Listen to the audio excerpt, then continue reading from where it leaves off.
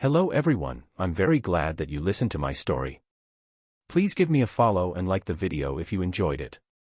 Feel free to comment and provide feedback so I can improve the sound quality. Yes, we invite you to listen to part 15 of the series.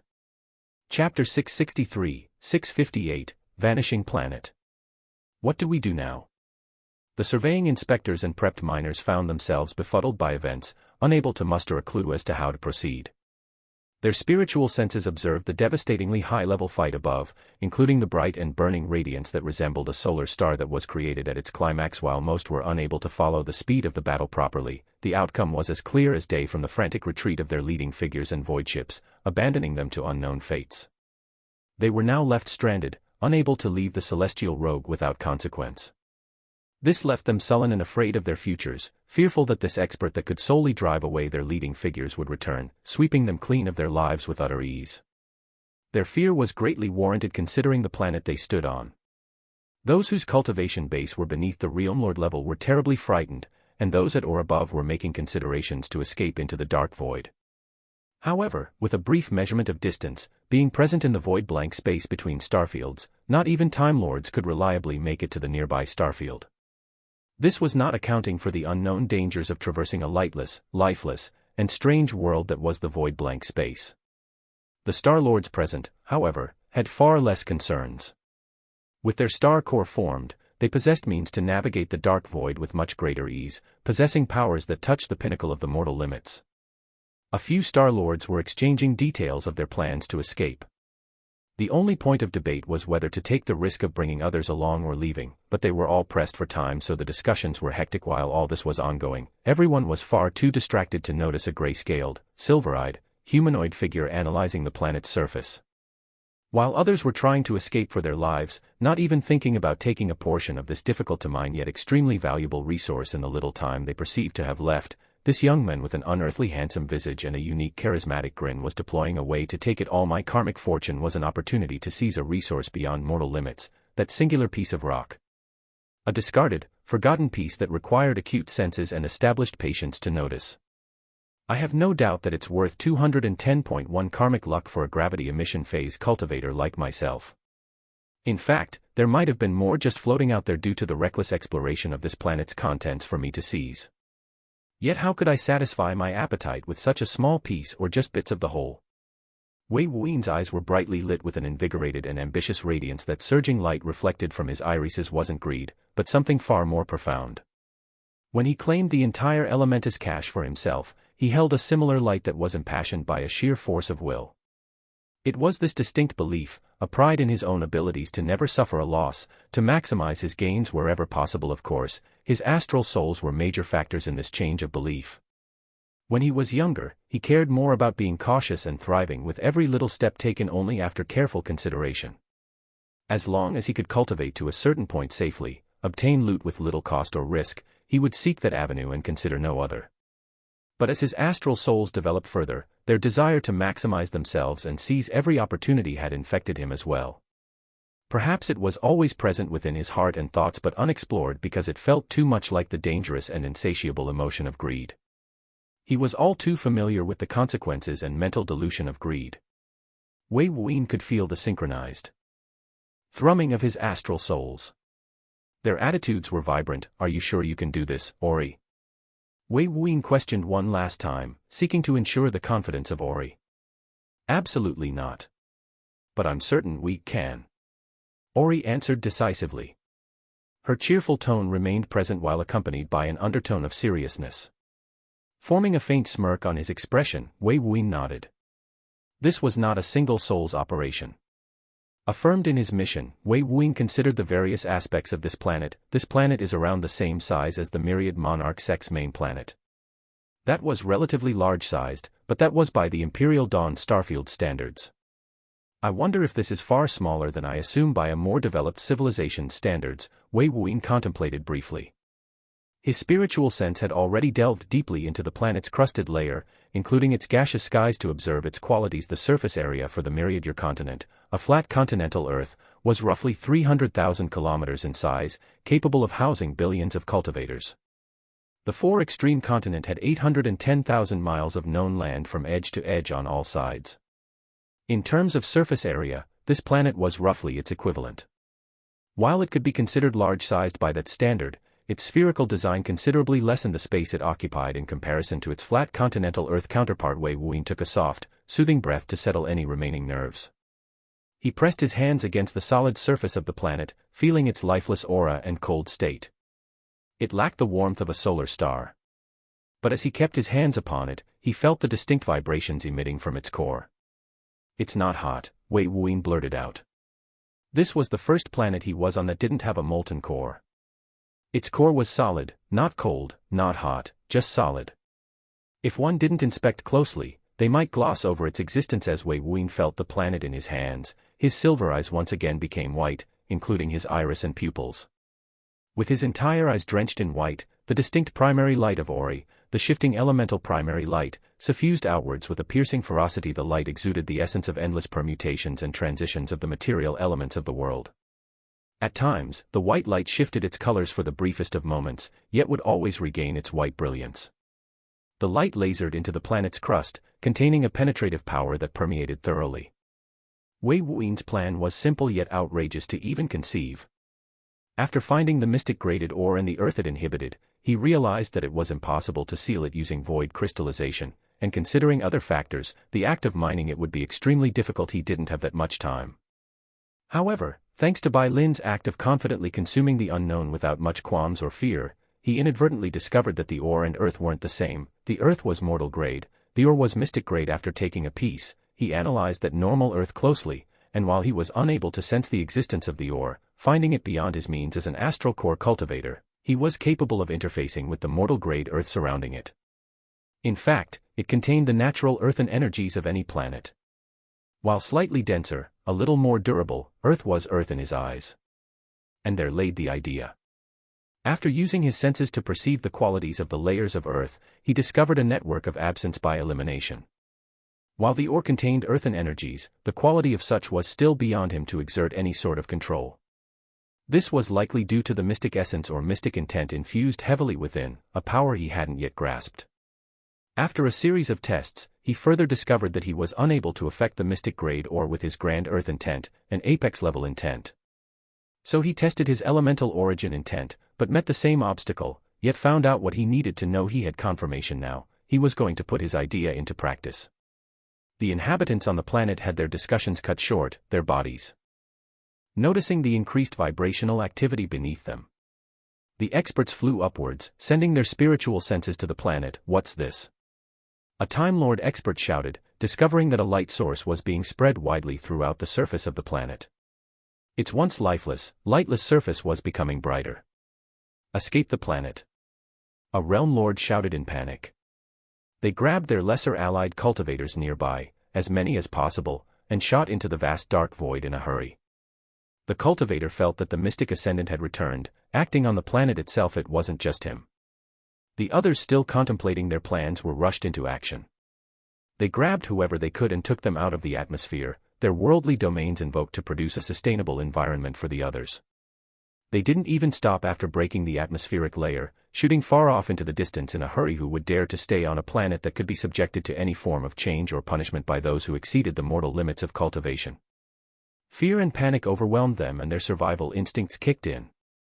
Some were even planning on begging for their lives, willing to swear extremely restrictive oaths if it meant being able to return to their families, bed their wives, and see their children again. However, what they saw after traveling for hundreds of miles, turning around out of just curiosity, shook them to their core. The entire planet was painted in white with multicolored flares. What was happening? While they safely observed the changes, Wei Wuyin was clenching his teeth as his eyes shot forth rays of elemental origin intent-infused elemental shifting primary light. At the moment, Ori was stressed to its limits. He wasn't just coating the surface of the planet in his elemental origin intent, but the entire planet from its core to its surface. There wasn't the slightest gap. He was exerting his entire cultivation base that he could. With a thunderous grunt, the light from his eyes thickened as it erupted into a beam of compressed power. He was shooting his elemental force into the planet now, pushing it all into the planet. There were many times where individuals would say that a certain world sea was enough to engulf a planet many times over, but that was solely via a very thin layer, stretched to its limits. It was in the same manner that the skin of a human could stretch an unimaginable distance, but to actually fill an entire planet with astral force was an unimaginable feat that required an obscene amount of astral force. And with his 4 astral souls, he was pouring everything he had into it. With Ori as the central unit, the others provided it with all of their astral force. Arg! Wei Wuyin shouted out. The act of pouring so much power out so quickly was extremely painful. His meridians had to withstand the continuous surge of astral force. If it wasn't for their reinforced state by countless alchemical products, he would certainly explode numerous times over. And if his draconic transformation wasn't evoked, his flesh wouldn't bear such an outpour of power in the matter of seconds. The entire planet was tainted by his astral force, permeated in every nook and cranny imaginable now. All 4 astral souls shouted out in a perfectly synchronized manner. Reminded by them, Wei Wuyin explosively shouted and infused every last portion of his elemental origin intent throughout the entirety of his astral force. With it spread everywhere, to every location through this power, he activated the unique aspect of the elemental origin intent. Elemental shifting. Earth become wind. Bush. The planet of Earth had exploded out into a torrential tempest of gusting wind, spawning into a series of gigantic spiraling currents. But Wei Wuyin didn't stop there. His celestial eyes noted the still solid material present, about to be thrown wildly away by the torrents of wind. The job wasn't done yet. He interacted with his centralized gravitational mass, the black hole. The gravitational force within his body went into full effect. Those bits of ore were drawn to him at mind-blowing speeds. The others were unable to even understand what was happening before they were sent tumbling chaotically by the vicious wind currents.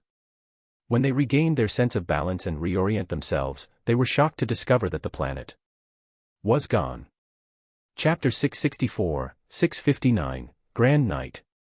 Watch out. The wind energies transformed from a planet-sized worth of earthen energies erupted violently, expelling throughout the dark void. Those cultivators with worldly domains kept being pushed back continuously, their senses and domains twisting from the overabundance of pure wind energies. The sheer volume of wind energies and gaseous particles from the atmospheric layer of the planet was outrageously high. They reacted to offset the energy's rampantly flowing manner, yet still found it unbearable. At this point, many felt as if they were thrown in a raging tempest in the dark void, confusing them to the zenith degree. A Star-Lord steadied herself and observed the changed space filled with wind energies.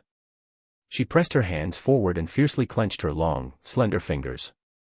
The trickling light of wind intent surged within her fingers as she infused it into the wind energies. Slowly, she calmed the unpredictable wind by imposing her will within. Noticing that the wind energies were incredibly pure and vast, she gasped slightly in surprise. Fortunately, she wasn't the only one to take action. Others who have cultivated wind-attributed cultivation methods took action to gather the wind energies into a controlled state. This effort of the many took several minutes to settle the chaos. However, not a single cultivator was complaining. Instead, the Star-Lord's eyes were effusing a dense, indescribable amount of greed. If she could absorb these pure wind energies, her cultivation base would certainly increase by a few notches. She wasn't the only one to notice this. As cultivators, every last one of them have used the 4 basic elemental energies to refine their bodies and spirits of cultivation, starting from the 3rd stage of the Qi condensation realm. Such a pure, vast, and free-to-acquire wind energy was beneficial to every last one of their cultivations. This was a fortuitous encounter for them all. It didn't stop there. Those who didn't have sufficient storage space and cultivated what they could obtain had discovered a unique aspect of this wind energies. They found that their primary light was being strengthened. No. That wasn't just it. They felt their physical energies elevate to a higher degree, strengthening their bodies directly. How could wind energies do this? Why was it so easily absorbed? Wait, what? It carried traces of exquisite intent. A few felt their comprehension of wind intent had advanced. Someone even gave birth to a high-level wind intent. Someone soon inadvertently revealed this fact openly, and then all hell proceeded to break loose. They soon started to madly scramble in an effort to claim portions of the wind energies floating within the dark void. They used whatever means possible, from storing it inside their spatial rings to outright consuming it through their bodies and storing it for later. They absorbed whatever they could, however they could, in any way they could. Very far away, sitting upon a seemingly lifeless shell of spherical earth the size of several tens of miles, Wei Wuyin was seated on it while watching the mad scramble for his converted wind energies. With a wry chuckle, he breathed out a sigh of relief and satisfaction. His elemental origin astral force had been directly used to transmute the entire planet from earth to wind, leading to his rich, dense, and highly refined energies, elemental origin intent aura, and wind intent aura infusing with it. They were extremely beneficial to cultivators. He had already experienced these qualities once before in the Grand Spirit trials. The titanic mudworm snake had experienced a transformation due to his elemental origin intent and his astral force. It refined his astral force and intent into its bloodline source. Wu Yu attributed it to his latent transformation type alchemical energies within, allowing for it to easily refine its bloodline to initiate a transformation. He was aware that it was beneficial to cultivators too, but he could theoretically offer better resources at a lesser cost and with a quicker absorption rate using alchemical products, and there wouldn't be a need to drain himself of his astral force each time. Shying. Arg. Wei Wuin's exhausted body jolted slightly as he looked at the fight that had started between cultivators. They were outright assaulting each other for his transmuted wind energies. His eyelids twitched strangely, but he decided to ignore it. Birds die for food, cultivators die for fortune. He tapped his earthen shell with a brilliant smile. The discord and death above him was none of his concern. In fact, it served his purpose. Concealed by his spiritual strength, the miniaturized planet moved away from the area even further. Wu Yu soon returned to the area. In tow and thoroughly wrapped by thin interlocking spiritual chains were 3 void ships being pulled through the dark void held by his left hand. 2 of which were damaged somewhat, their decks and hulls suffering cracks. By his right hand, 3 figures were tied by spiritual chains as well. They were bloodied and dispirited. One of them had lost their legs and torso, another lost both of their arms, and the last was missing an arm and a leg on the same side of their body. They were Venerable Slaying Swers, Venerable Kuan Yiming, and Venerable Blue Cloud respectively. The first had been inflicted with leg injuries during the battle, but when the Imperial Heaven Aura detonated, the bottom half of his torso had exploded along with it. If it wasn't for Kuan Yiming's face actions, sacrificing her 2 arms and pouring her powers unreservedly within his body to protect him, he would have turned into dust by the explosion. However, his physical body at this point was almost entirely dead. He was only surviving by the grace of his mystic soul, trying to survive by staying within his head, the last remaining portion of living material it could. After this, regardless of what, he wasn't going to survive without a product like the Every Birth Pill or an earthly saint took action at a heavy cost. Venerable Blue Cloud was an indirect casualty. He was blasted due to just being in range, losing an arm and leg to defend him. Then, they were entrapped within a mass of ferocious might that threatened to crush them, so they couldn't even use time reversion to heal their injuries or use other means. They banded together to resist. Venerable Slaying Sword was barely staying alive, so it was all up to Venerable Blue Cloud and Venerable Kuan Yiming. Fortunately, the 2 survived. Wu Yu analyzed the environment and combat of wind energies. He observed the area, realizing these cultivators were violently fighting for the benefits the wind energies possessed. When he saw that the planet had vanished, his eyes betrayed his immense shock. What? Venerable Blue Cloud exclaimed. A surge of spiritual power caused him to wince in pain. However, his eyes maintained themselves at the scene before him. The planet that held the Terra Mystica had vanished, replaced by twisting wind energies. And their subordinates were fighting each other for it. What the? Venerable Kuan Yiming's eyes were focused on Venerable Slaying Sword, a melancholic light suffused her gentle gaze. There was a hint of sadness, and she cared little for the ensuing developments as the body of Venerable Slaying Sword was slowly dying. Venerable Blue Cloud turned to her to see what she thought of this, but what he saw was that she was entirely unconcerned by any of it, her focus was completely elsewhere. When he saw that familiar light in her eyes, he lowered his head slightly. No wonder she trusted him to join them for such a heavy fortune and returned after his foolish decision to continue his attack. She even sacrificed so much to protect him in the end. He softly sighed. Wu Yu didn't care about their relationships. He was going to interrogate them after checking out the planet after not finding Wei Wuyin on the void ships.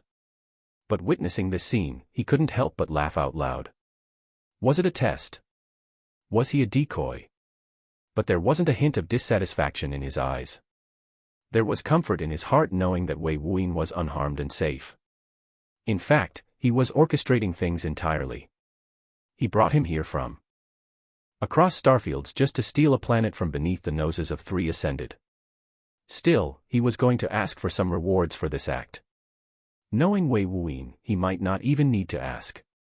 However, now he had a problem. Turning to the 3 Ascended caught by him, he contemplated killing them off entirely. However, these 3 aren't useless mystic ascendants. While he was exhausted and his means limited, the fact they forced him to invoke his demi-mystic state told of their strength and ability.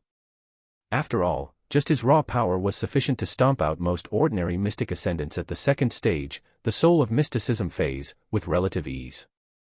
It took them quite a bit of resources, talent, and effort to cultivate to this point. It'll be a waste not to outright kill them. While he didn't doubt Wei Wuyin's ability to recruit them, it was always best to negotiate in a dominating position. Wu Yu wrenched the chains, tightening around their bodies causing groans to echo out. You all might have a chance to live. Perhaps even thrive, but we'll see if you have the awareness to do so. After saying those words, he directly sealed their sea of consciousnesses, rendering them unconscious.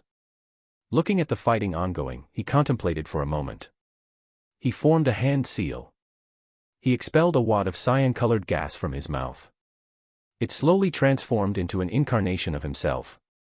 The incarnation stared at the fighting and sighed. With an explosive burst, it started to intervene to ensure no lives were outright lost in the battles. While they might all be killed later, he had to make sure none of them escaped just yet. With a wave of his hand, a spatial ripple surged out for 100,000 miles. He directly sealed all spiritual transmissions, incoming and outgoing, only allowing messages from himself or carrying Wei Wuyin's aura. After doing all this, he heaved out a heavy breath. He was pushed a little too far. Even his incarnation was only as strong as the weakest mystic star phase cultivator. Fortunately, it could still curb the crowd. Tolling away for your benefit. Once a grand monarch, now a grand knight. It isn't so bad. Wu Yu couldn't help but reflect upon his life. He was a nobody until he met the King of Everlore. With his family's ancient inheritance and the King of Everlore's support, he rose to become a being beyond mortal limits, ruling an entire starfield, and being unrivaled for billions of miles. His confidence soared and he refused to follow the King of Everlore to venture for better pastures. His overconfidence led to his eventual downfall as he failed his 3rd ascension, losing his body and being forced to survive in a ring for thousands of years. Now, he was once again alive with his potential amplified. Humbled by his failure, he swore to himself to never allow his superiority complex to drive him to failure.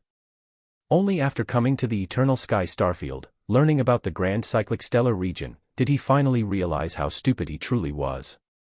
The fact he could even become a mystic ascendant in such a backwater, desolate location like the desolate Dragnet Stellar region was only because of the King of Everlore. The limitations of the environment were terrifyingly strict. Wu Yu had thought that with his might, his unrivaled power, he could ascend alone. He was so wrong. There were far too many mystic ascendants far stronger than him at the time in this stellar region, and yet they either horribly failed or could never progress.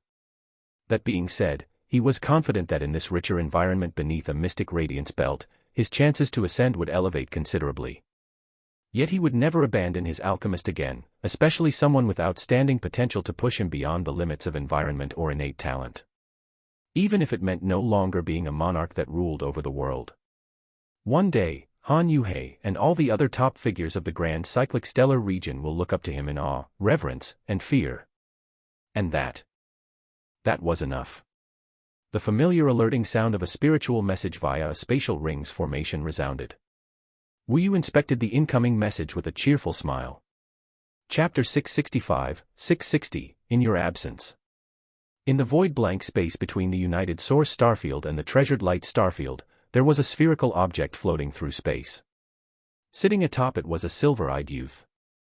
In front of this youth were 3 void ships shackled by numerous light-flowing spiritual chains and 3 unconscious, incomplete bodies. Wei Wuyin was expressionless, quietly observing the smiling visage of the Grand Monarch of Legend. The distinctively handsome and regal appearance befitting a king was currently a little irritating to behold. Wu Yu heartedly laughed, hiding his exhaustion in his joyous tone. I'm just being honest about my losses. Is there an issue, young lord? Young lord.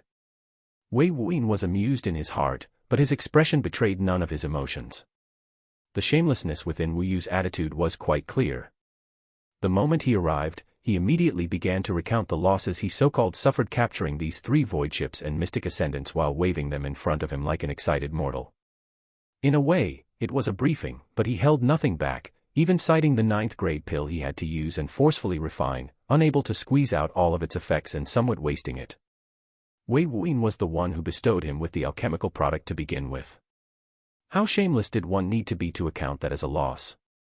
With a resigned sigh, Wei Wuyin shook his head slightly. At least he didn't cry about being used as bait, accepting his role tactfully and even being happy to be used in such a manner. In fact, Wei Wuyin has long since seen the advantages in developing Wu Yu as a subordinate. He just didn't think a cultivator who was a grand monarch, a literal ruler of an entire starfield, would be willing to reduce his status so directly. Even with Wu Baozhai, he didn't want to stagnate her insights as someone of the grand monarch lineage and imperial soul cultivation base by limiting her potential as a leader. Seeing Wu Yu act in such a way, Wei Wuyin realized his 6-year stay in the new starfield had changed his mindset. Perhaps his previous failure to ascend as a demi-mortal lord had contributed to his humble beliefs. Wei Wuyin moved his gaze to the unconscious and dying mystic ascendants.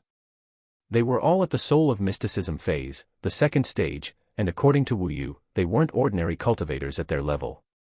While the Grand Monarch didn't outright suggest turning them into subordinates, the option was readily available. However, Wei Wuyin wasn't certain if his current abilities could lure in loyal subordinates at that level. He was unaware of almost everything about this stellar region, its upper limits of cultivators, the number of experts it had, the total size, number of mortal sovereign alchemists, or those who exceeded the mortal rank as alchemists. If the cultivation society was extremely developed, his own worth would be decreased considerably. He would have to adjust his plans accordingly, unable to act in the same penetrative and swift way as he did in the myriad monarch sect to establish himself without attracting so much attention that a little gravity emission phase cultivator couldn't resist. With bribery, reputation, networking, and reverence, he birthed his own legend. But this was a different league. Just the mere shockwaves from the battle between Wu Yu and the 3 ascended could have killed him a few times over. Their power and means were terrifying, and experts were eccentric, unpredictable. They might be of some use. But I'll need to understand their worth. I assume you have a good understanding of this new cultivation civilization. I just arrived in this space, so I'm unaware. Wei Wuyin calmly said, looking at Wu Yu.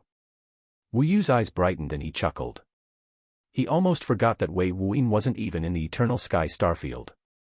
However, he now realized that Wei Wuyin wasn't even in the grand cyclic stellar region.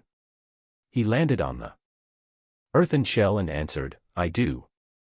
I must say, young lord, you've truly shaken the entire stellar region. Let me tell you.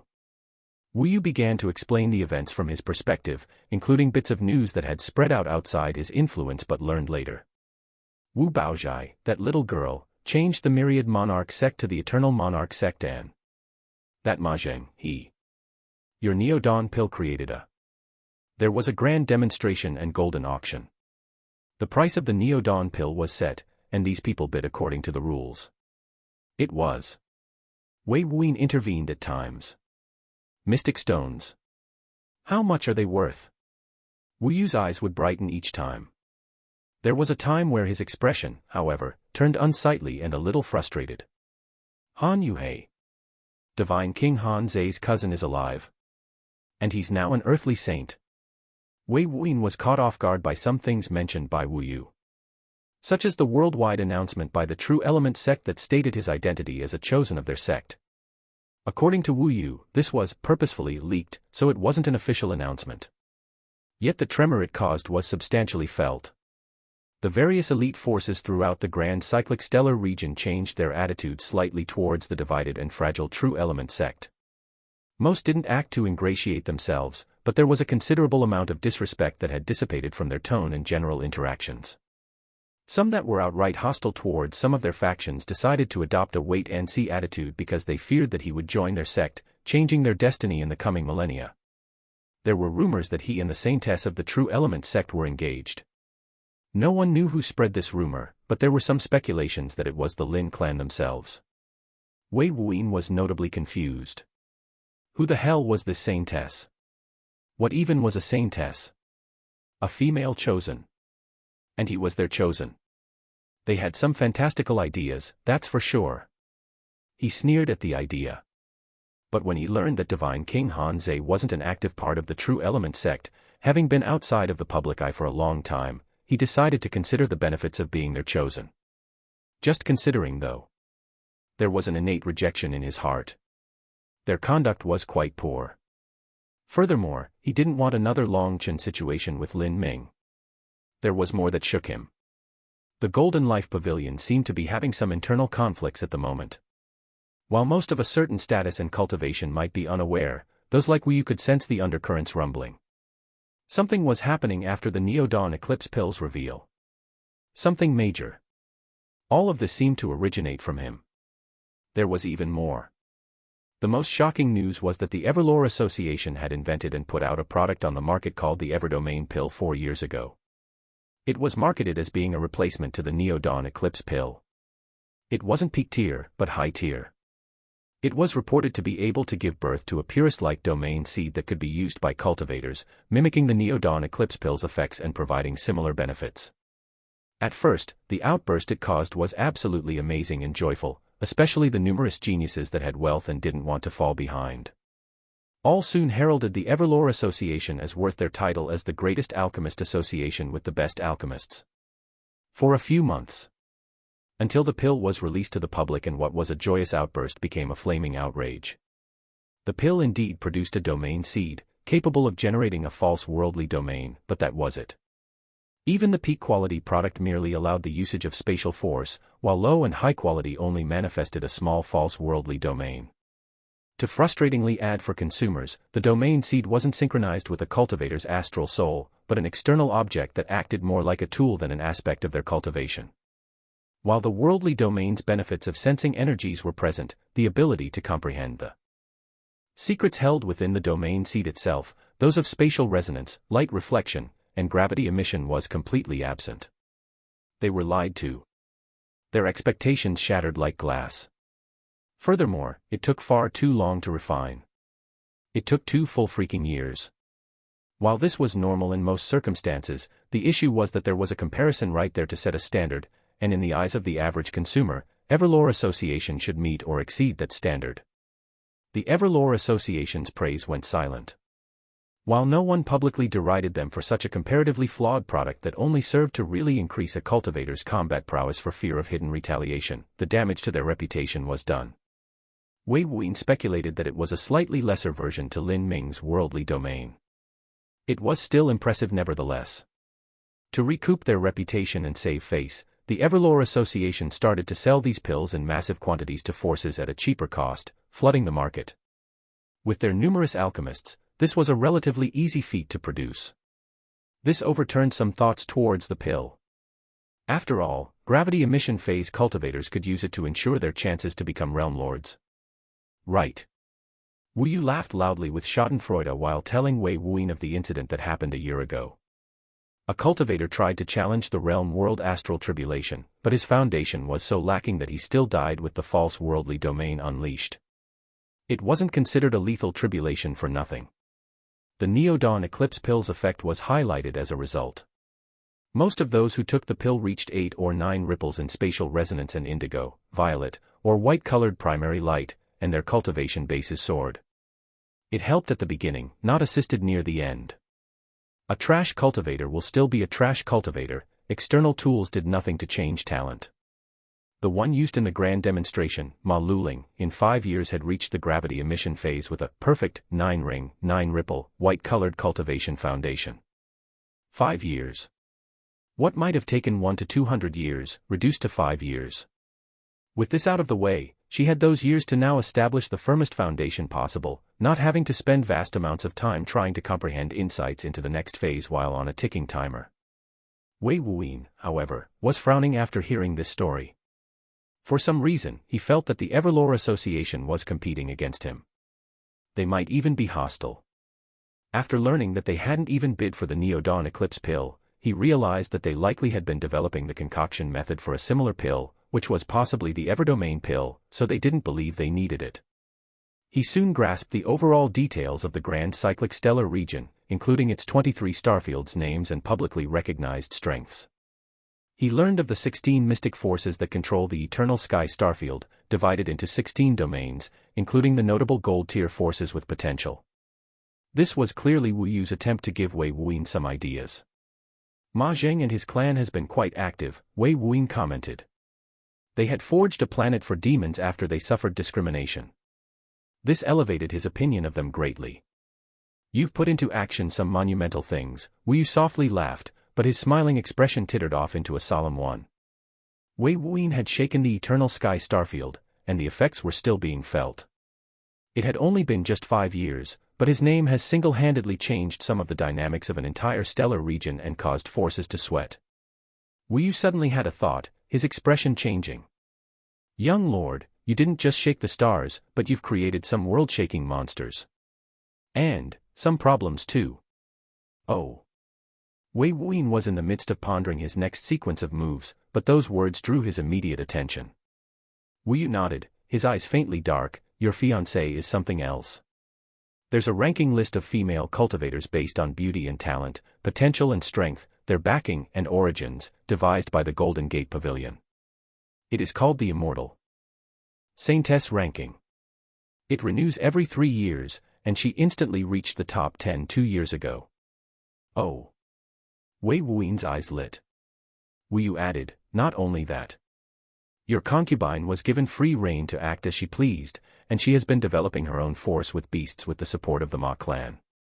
She's known as the Dragonborn Saintess, one of unfathomable wealth, and she too has taken a top 10 position on the Immortal Saintess ranking, bringing a once-thought-extinct race to the starfield. Wei Wuyin's interest peaked. Wu Yu continued, that Sume of yours is sweeping across the geniuses everywhere. She's become a chosen of a gold-tier force, the Solitary Saber sect. Not only has she comprehended Saber heart intent, her cultivation base is a little too terrifying. Wei Wuyin brightly smiled, genuine joy in his eyes. Also, there's that demonic lover of yours. Also. Wei Wuyin realized that Wu Yu might not be stopping anytime soon. Chapter 666, 661, A Scheme, a Theft, and a Disappearance. As Wu Yu detailed the accolades, feats, and titles accrued by the ascendants, Wei Wuyin's silver eyes were brilliantly radiant, effusing joy and amusement at each detail told. There was a subtle pride welling within his heart, growing with every passing second. Like a young child invested in an interesting topic, he opened his ears and took in all of it. At the end of Wu Yu's retelling of their legends, Wei Wuyin laughed with his heart in his tone, a feeling of excitement flowing through every octave. Wu Yu was taken aback by Wei Wuyin's attitude. But after a while, his heart birthed a wisp of emotional reflection. He wondered if the king of Everlore was ever as happy at their accomplishments. Did he ever genuinely laugh at their improvements? Or was he always frowning at their failures? Constantly mulling over his own. Thinking about it, a melancholic air escaped Wu Yu's lungs in a sigh. They are quite impressive, Wei Wuyin remarked with a grin. While he knew that the Heavenly Daos helped contribute to their success, he didn't believe the Heavenly Daos was the core factor for it, just an invisible support. If one doesn't grasp their opportunities to their fullest, it wouldn't matter how much support you have. As the saying went, you can lead a horse to water, but you can't have it drink. When that ancient idiom echoed in his mind, he thought about the temporal reincarnator. A bless that was so incredibly high in karmic luck value that the Heavenly Daos ripped through time and space to give them a second chance at life. Yet in the end, they had to have died despite the Heavenly Daos' previous attempts to support them, to save them. Wei Wuyin settled his thoughts, reaffirming his belief once again that the Heavenly Daos weren't absolute, and the best form of reliable strength to grasp your fate was oneself. Wu Yu's own thoughts eased. With this momentary breath, he inspected Wei Wuyin. The young mortal sovereign alchemist wasn't in a human state, with exquisitely gorgeous hexagonal gray scales on his body, replacing his skin. It seemed seamless, as if it perfectly fit his image despite changing his appearance so drastically. The most notable characteristic of this form was its seemingly perfect proportions, those vertical eyes that contained a calm, flowing, yet unfathomable presence. For a moment, just a moment, he felt as if he was observing something beyond the concept of mortal. While he was a mystic ascendant, a being that has ascended past mortal limits, he was still firmly possessing the traits of a mortal, such as lifespan and requiring life-bearing environments to thrive. Grasping power beyond mortal limits and shedding one's mortal coil and state was far, far two different concepts. However, Wei Wuyin gave him that feeling of a being with the presence of something beyond that. It was minor though. Wu Yu couldn't pinpoint the exact reason though, nor did he find Wei Wuyin's transformed state as odd. He cultivated the grand transformations and could enter a demi-mystic state that pushes his state beyond, so other cultivation methods existed that could do something similar. And this state seemed to allow him to exist in the dark void without a worldly domain like a mystic ascendant. You told me about the monsters, what about the troubles? Wei Wuyin asked, breaking Wu Yu out of his pondering thoughts. When the word troubles was mentioned, Wu Yu's expression became unsightly. You've really caused quite something. Your identity was revealed, but so did some of the connections to those around you. Not everyone is aware of every connection, but some shameless forces still made a move on those who they could locate. Oh. Wei Wuyin was interested in this. After learning about the standards of the stellar region, at least on the surface, he was interested in how others reacted to him. There were a few characters that could certainly be linked to him, but the Ascendants was not a small group, just the elites were limited. However, he predicted this, which was why he left it ambiguous for Ma Zheng and even Wu Yu as insurance. It seemed his thoughts held true, reflecting in reality quite accurately. Ma Zheng and his Ma clan were openly acting in his interests, protecting others either openly or in the shadows. The incident with Ma Sujiang at the Dark Yin Palace at Immortal Yin was an example of such. Wu Yu continued, those girls, Xiao Bing and Hong Ru, were swept up by the two noble clans, the Bing clan and Tang clan, almost instantly. While they didn't reach the top 10 in the Immortal Saintess ranking, they entered the top 100, and this cascaded to a lot of issues. Wei Wuyin slightly frowned. He was truly shocked by how outstanding each of the female members were. However, considering they were originally karmic fortune for Long Chen, existences that would likely eventually stand by his side at whatever peak he could have reached. There was not a single ordinary woman by his side. But to think the two noble clans would act to recruit them. The issue actually stems from their potential. You see, they both accepted entering the clans. However, Xiao Bing awakened a unique physique, the everlasting ice essence physique, and this changed everything. Wu Yu began to tell in detail what happened. Xiao Bing had used a strange environment in the Bing clan that awakened her physique, and this changed her fate entirely as her talent and potential elevated to higher levels. This coupled with Wei Wuyin's previous support was terrifying, but the issue came with the Bing clan's agreement. When she joined the clan as a member, she also agreed to certain conditions. Despite some individuals' vigorous protest, the Bing clan, for whatever reason, tried to arrange a marriage between Xiao Bing and a young master of their clan. From what Wu Yu found out, it was to transfer the physique via dual cultivation since she was still a virgin with her primal yin intact. There was some tension born, but the marriage was essentially already an established certainty. For some reason, they didn't fear Wei Wuyin's name or reputation. At this point, Wei Wuyin deeply frowned, but the Bing clan was a noble clan that had been established for tens of thousands of years, so he didn't fault their arrogant attitudes. Yet the situation didn't actually end. Wu Yu had always been domineering and proactive, so he acted. Wei Wuyin's eyes slightly widened. According to Wu Yu, he infiltrated the Trufrost domain, waited for that young master to reveal an opening, and directly killed him and the several Star Lords protecting him. His actions led to a multi-domain chase by several genuine Ascended and Demi-Mortal Lord. How brazen! How reckless was this? How courageous was this? How terrifyingly vicious was this? Wei Wuyin praised him with a series of claps. He would have done the same thing eventually. In fact, his actions might be a little more vicious and explosive. Since the act had been done, he didn't think to admonish Wu Yu for any of it. Wu Yu nodded after receiving Wei Wuyin's praise. He didn't toil away for nothing. But then Wei Wuyin eyed Wu Yu, faintly smiling, and said, "What did you do?" Wu Yu froze. He looked at this terrifying young master before him, feeling as if he was seen through. This shocked him. What gap did he reveal? With an awkward expression, Wu Yu coughed lightly. "Young lord, whatever do you mean?" Wei Wuyin's smile became sharper alongside the light in his eyes. Wu Yu realized he was thoroughly seen through. Defeated and pressured by Wei Wuyan's gaze, he threw his hands up. Then, he reached into his robes and brought out a vial of liquid. There were only a few drops of liquid within. Wei Wuyan glanced at the small vial of liquid, but he couldn't figure out what it was. Even his celestial eyes couldn't determine its qualities. It was certainly a mystic-graded material. 6 drops of mystic origin liquid. It's not my fault that that little boy was traveling with so much wealth near him. How could I not? Wu Yu shrugged. There was a peculiar light that suggested it was all that young master's fault.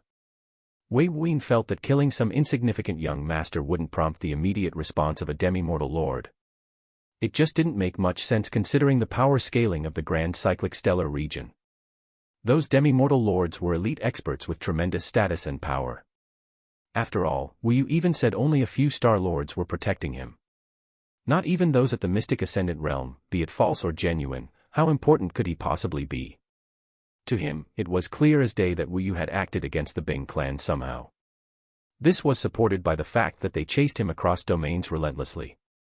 Whatever he did was far more massive than killing a Astral Core Realm Junior that could only field Star Lords as guardians. It's not your fault, it's theirs. The Bing clan was clearly trying to use their rules and Xiao Bing to lure me out and even obtain something. Whether their thoughts were nefarious or not, I'm unsure. But what I can be roughly 80% certain of is that that young master was a sacrificial piece, leaving them room to negotiate some things after I arrived, likely resulting in his punishment or outright death to appease me. Wei Wuyan speculated. He was gleeful that they lost something. He had lured Yuan Longsher with a similar scheme. A red ceremony was about to be unleashed if it wasn't for Shui Fei's existence. Originally a tool to lure out a blessed and take over the Bloodforge continent entirely, had been changed to an official concubine. Wu Yu was startled. Was it like that? He hadn't thought about it, but now that he considered it, all of it was quite strange. After a bit of thinking, he started to chuckle. How idiotic of them. What else? Wei Wuyan tabled this for later. If the Bing clan was trying to lure him out, they'll certainly reconsider things now their tactic had been foiled, and he'll think of how to handle this then. They surely couldn't be certain if that young master of theirs died by association with a robbery attempt or because of the wedding announcement. Either way, they'll certainly change their methods. To be schemed against by noble clans while he wasn't even present, he didn't know how to feel. Wu Yu looked at the vial of liquid, realizing Wei Wuyan didn't care much for it. However, as someone who failed his 3rd ascension, this mystic origin liquid was beyond precious to him.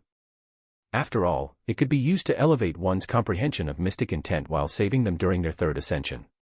He didn't immediately discuss the other troubles, proceeding to explain the qualities of mystic origin liquid. Oh! It can increase the chance to ascend by 10%. It can even be used by genuine ascended to further their comprehension of mystic intent. Interesting. Wei Wuyan pondered deeply over this, giving this mystic origin liquid some serious consideration. He wondered if he could use it to concoct some products, specifically an elixir. He had ideas. Give it here, Wei Wuyan gestured. Wu Yu's eyes brightened like stars. He didn't hesitate to deliver it carefully to Wei Wuyan. There was no doubt in his mind that the effectiveness of mystic origin liquid wasn't limited to just that. If one added other materials perfectly in a concoction of elixir or pills, who knew what it could do? He felt as if this might be his chance to be certain of his 3rd ascension. Wei Wuyan inspected it. He realized it couldn't be stored in a spatial ring, at least not in his. What is it about mystic intent that causes it to affect space so strangely? He couldn't help but find this issue increasingly problematic. While some volatile materials of the astral or even chi grade can't be stored in spatial rings, this wasn't just about being volatile enough to destabilize the weak spatial structures of certain rings. After all, his own ring can store all chi-graded materials with ease. The liquid was outright rejecting spatial energies. Still, he kept the vial in his robe pocket. Wu Yu didn't even speak a single word of disagreement. Only being more and more excited. Even if Wei Wuyan kept it for his eventual ascension, that would still be wondrous for his alchemic skills. Wu Yu soon calmed his thoughts and said gravely, "The other thing isn't directly related to you, at least I'm not absolutely certain it is." But, Long Tingyu vanished. Chapter 667, 662, Live or Die. Vanished. Wei Wuyin was taken aback. Vanished, Wu Yu gravely nodded. I even placed my own mark on her. She disappeared without a trace. I couldn't find her after searching the entire Darkeen Palace. It didn't make sense, but I did feel a very, very strong demonic presence dispel my mark. Long Tingyu was Long Chen's adopted sister. She was a wild child of the myriad-year continent without a clear origin. But she was terrifyingly talented, leading to Xiang Ling, almost known as Fairy Blessed Spirit, to take her as a disciple. She was the youngest female member of Long Chen's female-filled entourage. At the myriad-year continent, besides being embroiled in the enmity of Long Chen, Long Tingyu had been discovered to originate from the demon lineage, being a human-demon hybrid with a unique bloodline connected to a heavenly commander rank elder in the sect. She had followed Nasini to the Darkeen Palace, but eventually vanished about 2 years ago. Wu Yu had searched high and low for her, even thought the Darkeen Palace might have been responsible somehow. But after interrogating the palace master thoroughly and investigating the strange events around her disappearance, he came to the conclusion that a powerful, terrifyingly mysterious demonic expert had acted somehow. An earthly saint at minimum. Wei Wuyin's eyes became increasingly dark after hearing this unsettling news. He didn't have much emotional feelings for Long Tingyu, finding her mostly irrelevant in his heart, but Xiang Ling had cared for her deeply, like a mother to her own child, and she still does. Thus, he couldn't just act indifferent to it all, especially if it might be because of him. However, after considering everything from the beginning to now, his expression gradually eased. I have my guesses. There's no need to worry. At least, for now. Was all Wei Wuyin said on the subject, moving on. A single name had emerged in his heart. A figure whose existence has been clouded by mystery, no less grand than the sacred elven queen, divine King Han Zhe, or the Grand Monarch himself, and had a definitive connection with the Everlore Starfield's demon lineage. Wu Yu frowned. He too had his own theories. However, he didn't voice them out because he was uncertain. Could it truly be that existence? If so, then dwelling on it might be detrimental to them both. However, he felt a tinge of excitement in his chest at the prospect of meeting them again. There were some old grudges to settle, and even some things to determine between them. After discussing a little bit more on the circumstances of the Grand Cyclic Stellar region, particularly the recent events of the Eternal Sky Starfield, Wei Wuyin finally redirected his attention to the 3 unconscious mystic ascendants floating while tethered to spiritual chains. Earlier, he devised a strategy to steal an entire planet beneath their noses. A plan that succeeded, far greater than he expected too. In truth, he hadn't expected Wu Yu to be able to fight 3 mystic ascendants on his own, including their support of combat-type void ships. He hoped he was decent bait, capable of luring them away and surviving while they attempted to silence him. If Wu Yu was pushed into running away for his life, Wei Wuyin would have used the same means to bring him to safety, the void portal. Not only was Wu Yu capable of fighting against their lineup, he dominated them and captured them. This was both a pleasant surprise and also a little frustrating.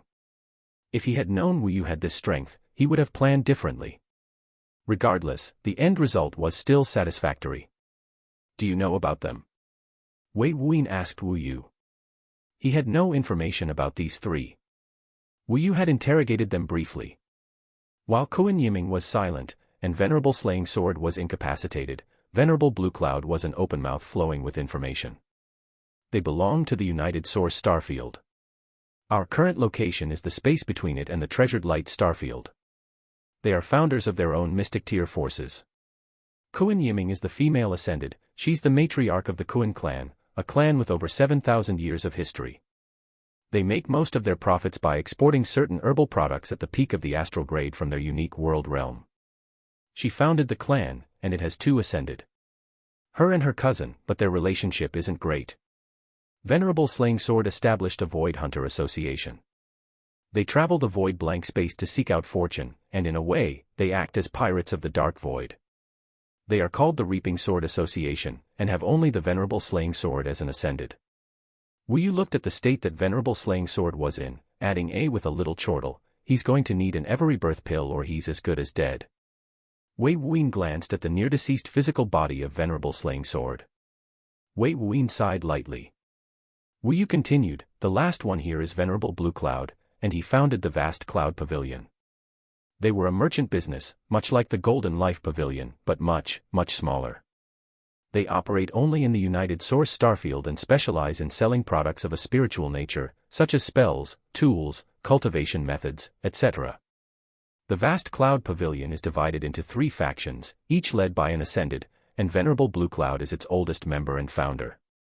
Shockingly, this venerable slaying sword is Venerable Blue Cloud's grandson who defected at a young age. Quite an interesting dynamic. Wei Wuyin absorbed all this information. Their factions had a total of 6 ascended between them. They were diverse. He thought about this for a long while, contemplating wiping them all out and absconding away with his loot without worry.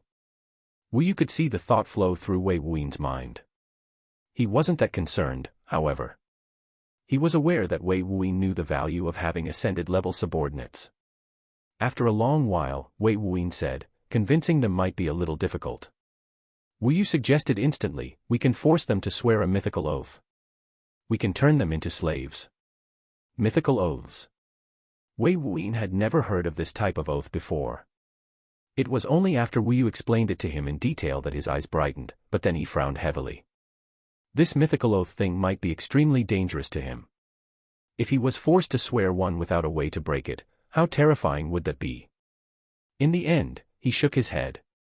While I can use a mythical oath, I'm not foolish enough to use it to enslave others. I want subordinates with life, preferably those who choose to serve me. Like yourself, not lifeless drones that see no future. If in the future, they find ways to break it, then where would I be? Wu Yu thought for a moment and he was enlightened. There was no spirit oath or heavenly oath imposed on any ascendant. This was quite intriguing. In fact, he would have made sure that even himself was given one. He realized he was free to betray Wei Wuyin without consequence. But when the thought hit him, it also made him realize that he never thought about it once. There were no shackles on his legs and arms, free to act as he wished. This included acting to kill that young master. Yet if he was restricted, he would think of any way to free himself and seek insidiously swift revenge on his captor. His words that were about to dissuade Wei Wuyin against such self-imposed restrictions were abolished at his throat. To cultivate loyal subjects, oaths weren't needed. A belief of freedom helped pave the way forward for one's thoughts and will, making one toil for you of their own decision. Wei Wuyin nodded slightly, settling on his decision. After making sure their spiritual senses were thoroughly restrained, Wei Wuyin asked Wu Yu to change the immediate environmental conditions to sustain life, and then withdrew his draconic transformation. Returning to his silver-eyed, human-like appearance of unearthly handsomeness, he said, "Wake them up." Wu Yu sent a spiritual jolt through the chains, and the eyes of the 3 ascended opened fiercely. They let out heavy heaving noises, clearly startled by the bout of unconsciousness and sudden awakening. As ascended, it's been a while since they've slept instinctively, let alone being rendered unconscious. The sensation was extremely foreign to them at this point. They opened their eyes to a pseudo-atmospheric layer that allowed them to breathe and speak out using their vocal cords. With their spiritual senses and cultivation bases restrained, if this wasn't established, they would only be able to look and listen. Venerable Blue Cloud inspected the surroundings, realizing they were on a lifeless rock and held by Wu Yu, but most notably, a silver-eyed young man of astonishing visage and form was standing before him. He was quite acute in his thoughts, experienced, and wise, so he hurriedly settled himself. Kuan Yiming's first instinct was to locate Venerable Slaying Sword's body. After seeing him still tittering on the edge of life, her heart was pained yet calmed down. She too inspected the surroundings and found Wei Wuyin. Her heart shook. Who was this young man? Wei Wuyin gave each of them a look. Afterwards, he calmly and slowly said, "I'll give you all a choice, live or die." 2 choices. 1 answer.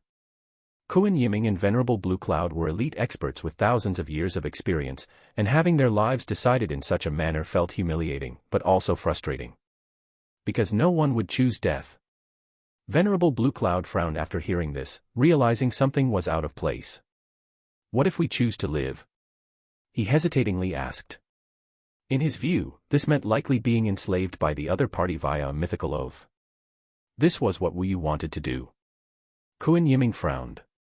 Wasn't this old man's question redundant? It's not as if they haven't suppressed enemy cultivators and forced them to choose life or death, making them disposal tools that can act as cannon fodder. They were in the same situation. However, Wei Wuyan's next words were shocking to her, to Venerable Blue Cloud, Wu Yu, and even the barely alive Venerable Slaying Sword as he spurted out a gurgle of saliva from his lips. Then you'll live.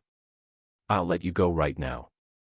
Wei Wuyan's eyes betrayed no falsehood, revealing that he would truly let them go if they chose to live. What nonsense was this? Skeptical, Venerable Blue Cloud asked, why? Because I can. Wei Wuyan answered with a faint smile, unconcerned that his answer came off as being incredibly arrogant and nonsensical. You'll have us swear an oath of silence. If we refuse, you'll definitely kill us. Kuan Yiming shook her messy hair, calling Wei Wuyan out. She didn't believe this one bit, but she was willing to swear an oath of silence. If it meant surviving, she would do anything. Cultivation was difficult, and she came all this way while facing extreme adversity. Who would choose to have all that sank into the abyssal drain of death? But Wei Wuyan was undisturbed by her accusations. Nope. I'll let you go, no spirit oath, no heavenly oath, and no mythical oath. Gurgle. The three were in disbelief. They turned to Wu Yu, who held the faintest of smiles. He had an expression that said, he makes the decisions, not me. I'm just here to listen. Who was this man? They couldn't sense his cultivation, but seeing how Wu Yu acted, he must be absolutely terrifying. However, just from his natural aura, he was certainly not a mystic ascendant. He reeked of the mortal Tao. They sensed not a bit of mysticism on him. Venerable Blue Cloud eyed Wei Wuyan for a long moment, giving Wu Yu a few glances, and this lasted for a few minutes. In the end, he decided to test it out. I want to live. Then, as if on cue, Wu Yu exerted some force. A swelling sense erupted in Venerable Blue Cloud's heart. Was this a trap? They were going to kill him for wanting to live. Wait, that wasn't quite right. Still confused, thrown off kilter by the extremely strange sequence of events, he found that his innate energy started to flow properly. There was no sharp pain followed by his death howls. Instead, he was released, unbound by any spiritual chain. Venerable Blue Cloud was taken aback so heavily that his brain froze. Even Kuan Yiming was shocked, but she remained observing the situation quietly. If the old man dies, then she could adapt and beg for life. She was ready to throw away her dignity. They all were. It. Venerable Blue Cloud regained his spiritual sense, and he swept his senses towards Wei Wuyan instinctively. If this was an earthly saint in disguise, then running would be useless. However, what he discovered baffled him. He couldn't determine Wei Wuyan's cultivation base. He could sense that he wasn't a mystic ascendant, and that he was still in the mortal realms, but he couldn't determine what stage. This caused him to further hesitate. He turned to Wu Yu, eyeing him with vigilance. But the middle-aged quasi-demi-mortal lord was silent, just amusingly watching. He turned to see that his subordinates were all fighting for wind energies behind him. The void ship that belonged to his pavilion was released too. The people on board were still unconscious, however. The celestial rogue was gone. It was truly gone. He brought his one-armed, one-legged form upwards with his remnant powers, and started to fly away. He left Wu Yu's sphere of influence, landing on his void ship, shocking him greatly. When he activated their formations and arrays, he was sent into an even greater stupor. Kuan Yiming saw this and couldn't help but tremble fiercely, both her heart and body. What was this development? Chapter 668, 663, Drastic Changes to Heaven's Path. Gurgle, gurgle, gurgle. The devastated body of Venerable Slaying Sword released a series of incomprehensible words, but clearly he was saying his choice. He wanted to live. He was far younger than those two, and he had so much potential. He might be able to become a demi-mortal lord. Live for tens of thousands of years. Why would he choose death? Kuan Yiming inspected Wei Wuyan deeply and thoroughly. What were his intentions? Wei Wuyan slightly smiled. You can live, but your body was destroyed by my subordinate. How about this? To ensure you survive this ordeal, I'll give you this. Flipping his palm, he brought out a transparent bottle that contained a floating pill that resembled a solar star. It was tricolored, containing black, white, and gray colors. It was quite beautiful, like one of the most gorgeous solar stars in this world. Venerable Slaying Sword's eyes were barely functioning, so he couldn't determine what this product was, but from its appearance resembling a solar star, it could only be a 9th-grade alchemical product. Kuan Yiming, however, had her eyes working, so she discovered what the pill was instantly. An ever-rebirth pill. This pill could rebirth the body of a mystic ascendant without any consequences left behind, no incompatibility or rejection. Her eyes looked at Wei Wuyin differently. To casually bring out a 9th-grade alchemical product, especially an ever-rebirth pill, was not an ordinary thing. However, she couldn't figure out what Wei Wuyin was doing. Such a precious pill was outrageously rare, worth more than the Neo-Dawn Eclipse pill. Because it could rebuild a body without any requirements, especially useful to soul of mysticism cultivators who had their bodies devastated by their third ascension. Its rarity, use, and grade made it worth on the market about 1 mystic stone and 200,000 astral stones. That was extremely valuable. Venerable Slaying Sword heard this and he twitched his limbless body in desire. He didn't want to die. This pill can restore his body completely. But he definitely can't afford it without selling an arm and a leg, both of which he didn't have anymore. Wei Wuyin tossed it over. The spiritual chains were removed from Venerable Slaying Sword's body. He hurriedly used his powers to grasp the bottle. With joy in his near-dead eyes, he floated. He wanted to leave immediately to refine this pill. After noticing his void ship was freed, he soared there. But he stopped after going a little distance. He turned around, looking at Kuan Yiming. His excitement hadn't wiped away his feelings. He wanted her to come along with him. He didn't dare to let her, a beautiful female ascended, remain with Wu Yu. Who knew what they might ask her to do? Kuan Yiming was completely silent. A stalemate seemed to have formed.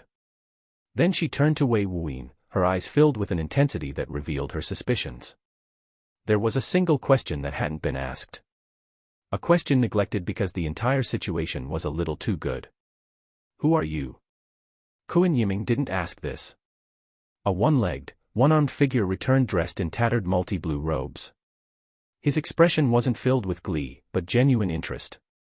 He wasn't scared to leave after collecting himself. If this young man wanted him dead, he was clearly destined for death. Yet the young man seemed to treat them, ascended, as insignificant enough to casually let them go, completely without a single oath being issued. This meant he didn't treat them as anything. Utterly insignificant. If it was just that, it could be attributed to arrogance and youth, but Wu Yu, a soul of mysticism phase cultivator that could invoke a demi-mystic state prior to the third stage of the mystic ascendant realm, the demi-mortal lord phase, was his subordinate and listened to his orders without question. If it was just that, then he could just be some prestigious young master of a high-level mystic tier force, but giving a ever-rebirth pill so casually. That wasn't ordinary. That was outright suspicious. Wei Wuyin didn't show any shock at Venerable Bluecloud's return. He gave Wu Yu a faint look and smilingly answered, "My name's Wei Wuyin." Gurgle. The three ascendants went into a shocked silence. This name. How could they not know of it? They were there during the grand demonstration. The creator of the Neo-Dawn Eclipse pill. Reported to be a grand-level mortal sovereign alchemist. There were outrageous rumors on his ability, his age, his origins, and his potential. They had all heard of Wei Wuyin. Kuan Yiming followed up, still trapped by spiritual chains, the Wei Wuyin who created the Neo-Dawn Eclipse pill. Wei Wuyin revealed a faint sign of shock. "You know of this?" He brought out a bottle of Neo-Dawn Eclipse pills. It was medium-sized, all of which were low-quality alchemical products made during his attempt at making peak-tier versions. They numbered 7. They formed a strange field of stars that effused out silver radiance. It was breathtakingly beautiful, like observing the night sky up close. Their hearts clenched tightly in their chests. It was him. It really was him. The elusive grand mortal sovereign alchemist that couldn't be located by anyone. Oh my God. The Ascended looked at each other, baffled by this discovery. No wonder. Venerable Bluecloud looked at Wu Yu. "You're his knight," he added under his breath, a light of realization on his aged face. Wei Wuyin was confused by this title, but Wu Yu wasn't. He nodded in agreement. "I am." Wei Wuyin was unaware that alchemists had unique subordinates referred to as alchemical knights. They served alchemists loyally, especially those with alchemic souls who had no battle prowess. They were their swords, and people feared them because they received personal nurturing from alchemists. It seems you all know me. How curious. Wei Wuyin ignored this little exchange and said, "Are you really beneath 100 years old? Are you actually a mortal sovereign alchemist? That you don't have an alchemic soul? Is it true that?" Venerable Blue Cloud lost himself as he barraged out a series of questions. These were all questions that were on the minds of everyone. Wei Wuyin laughed lightly, waving his hand to halt Venerable Blue Cloud's continuous flow of words. He didn't answer. Instead, his eyes started to change. Within his eyes, 7 stars manifested. They had a glittering brilliance that was soothing. Each star in a single eye was of a different color, as if reflecting the qualities of the alchemic Tao. Both eyes were mirror images of the other. Alchemic stars of mortal spirituality. Kuan Yiming moved, causing her spiritual chains to jingle fiercely. The alchemic stars of mortal spirituality was a sign of peak mortal rank comprehension of the alchemic Tao. It was similar to an emblem of recognition by the alchemic Tao and a gift bestowed to mortal sovereign alchemists. Many likened it to intent, a sort of alchemic will expressed through one's gaze. None of them had any doubts any longer. Wei Wuyin was a mortal sovereign alchemist. Concocting a 9th-grade product wasn't the only requirement for the alchemic stars. An alchemist needed to gain the recognition of the alchemic Tao. This meant their comprehension of the alchemic Tao must be high, extraordinarily so. One of the main reasons why there was such a depressingly low number of official mortal sovereign alchemists was because they needed the alchemic stars of mortal spirituality. For example, even if an alchemist had been walked through the process of concocting a 9th-grade product by an alchemic saint, they still wouldn't obtain it. Even if they concocted the 9th-grade product successfully. Venerable Blue Cloud glanced at Wu Yu, who had an arrogant smirk on his mug. He felt an urge to smack it off his face. If the rumors were true, then Wu Yu's future was limitless. Because if Wei Wuyin was as young as they say, he was bound to become an alchemic saint, the 4th alchemic saint of the entire Grand Cyclic Stellar region, excluding the King of Everlore. Venerable Blue Cloud wasn't an idiot. By this point, everything Wei Wuyin had done was outright clear. However, he wasn't going to go to them. After all, every mortal sovereign alchemist had forces that supported them and vice versa. To add, they were all staying within top-tier factions that either nurtured them to their level or offered incredible conditions. Regardless, Wei Wuyin's future was not going to be ordinary. Kuan Yiming knew this too. Gurgle. Venerable Slaying Sword was younger, having a lot more potential, and unable to restrain himself before an opportunity, so his reaction was incredibly intense. He tumbled in the air and landed before Wei Wuyin. He sent out a spiritual pulse with his intent. Wei Wuyin turned to Kuan Yiming and Venerable Blue Cloud. "I'm lacking a few capable subordinates. Any recommendations? Of course, if you choose to live, I wouldn't mind accepting some of you." "My own subordinate said you're all not half bad." With a chuckle, Wei Wuyin said. Kuan Yiming and Venerable Blue Cloud looked at each other, then at Wu Yu, and then back at Wei Wuyin. While the Terra Mystic Mine was precious, they no longer had the right to it with Wu Yu present. This might even be a better alternative in the long run. In a way, they were given an opportunity that many would absolutely kill to have. So did they even have a reason to refuse? They weren't being forced into it. So they knew that whether they said yes or not, Wei Wuyin didn't consider them as much, allowing them to go or killing them didn't matter to him. And while it hurt their pride a little, Wu Yu's presence and strength soothed their troubled souls. Wu Yu observed all this. While he hid it, he found Wei Wuyin more and more terrifying. The crucial part of this act was showing them that they could freely choose their fates, and he held them to very little importance in his heart as they were, using his already established reputation and skills to awe and justify his view. It wasn't arrogance if it was true. Then, they came to him. All of it was their choice.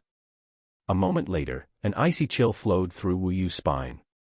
Perhaps if they didn't choose to stay, they would certainly die. Wei Wuyin's void portal creation was a terrifying ability. They would never escape his pursuit once he's locked onto them. Kuan Yiming and the rest didn't realize this, feeling that Wei Wuyin's manner of action was above board and honest. In their view, even if the world knew about the Terra Mystic Mine, Perhaps they would settle the matter peacefully if it was in Wei Wuyan's possession and he had no intention of hiding that fact. While ascended, they were unable to fathom the true thoughts of experts or the value of that mine. In the eternal sky starfield, there was a void ship flying on a predetermined course. In this void ship was San Yongli, who was cultivating in her private quarters. All of a sudden, her glabella glowed a radiant gold. Her eyes shot open, and there was confusion in her eyes. When she inspected the Book of Heaven's Path, she realized that entire details written within it had changed. Her eyes widened in extreme shock. So many changes. Wait, what happened to the boundless martial ruler? The all-world origin spear. The blazing vermilion lotus. The sky-piercing sword of 6 paths. What is happening? She found out that almost all the legendary mystic-graded armaments and tools mentioned in the Book of Heaven's Path for certain figures such as the true martial world emperor, true elemental emperor, and 6 paths empress had vanished. It was as if they were never forged. After a moment, her eyes went wide as she recalled a specific detail. The unknown terra-mystic planet that was destroyed in the United Treasured War. What happened? Her heart shook as she recalled an event in her past, this world's future. An unbelievably valuable terra-mystic mine was discovered by some unassuming powers. Soon, knowledge of it leaked and a war that devastated the United Source Starfield and Treasured Light Starfield unfolded as a result. The 2 starfields were nearly destroyed due to various foreign powers participating in it and their own greed. In the end, the mine vanished in history. Some say it was destroyed into thousands of pieces by the powerhouses in the war, divided amongst them equally, and others say it was sent forcefully through some portal and had shattered, scattering it throughout the stellar region. She had plans to snatch a portion when the time came, but now. When she noticed the vanishing of multiple mystic-graded armaments and tools listed in the Book of Heaven's Path, she realized something must have happened to it, but what? Chapter 669, 664, Only the Best. In the void blank space between the United Source Starfield and Treasured Light Starfield, the union of 3 mystic tier forces with a deeply intertwined relationship through their ascended, their founders, had formed under the banner of the grand mortal sovereign alchemist that had overturned the conventions of cultivation, its rate and pacing, and redefined what it'll soon mean to be a genius. Wei Wuyan handled the matter of the 3 ascended, establishing a basic, mutually beneficial agreement between them. He was reluctant to place them under any restriction, refusing to allow them to swear oaths of silence. In his words, it simply wasn't important.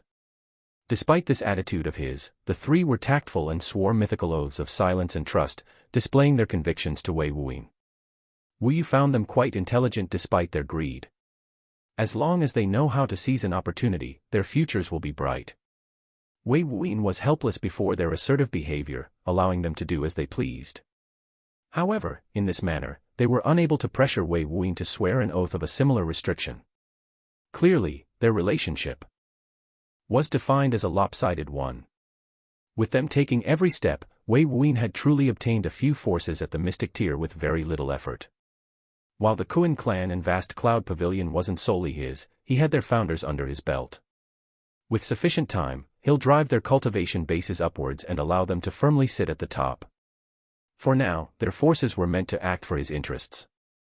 This timely obtaining of their aid will go a long way in any plans he would have in the future. Wei Wuyan didn't act immediately. The damages to their bodies were quite extensive.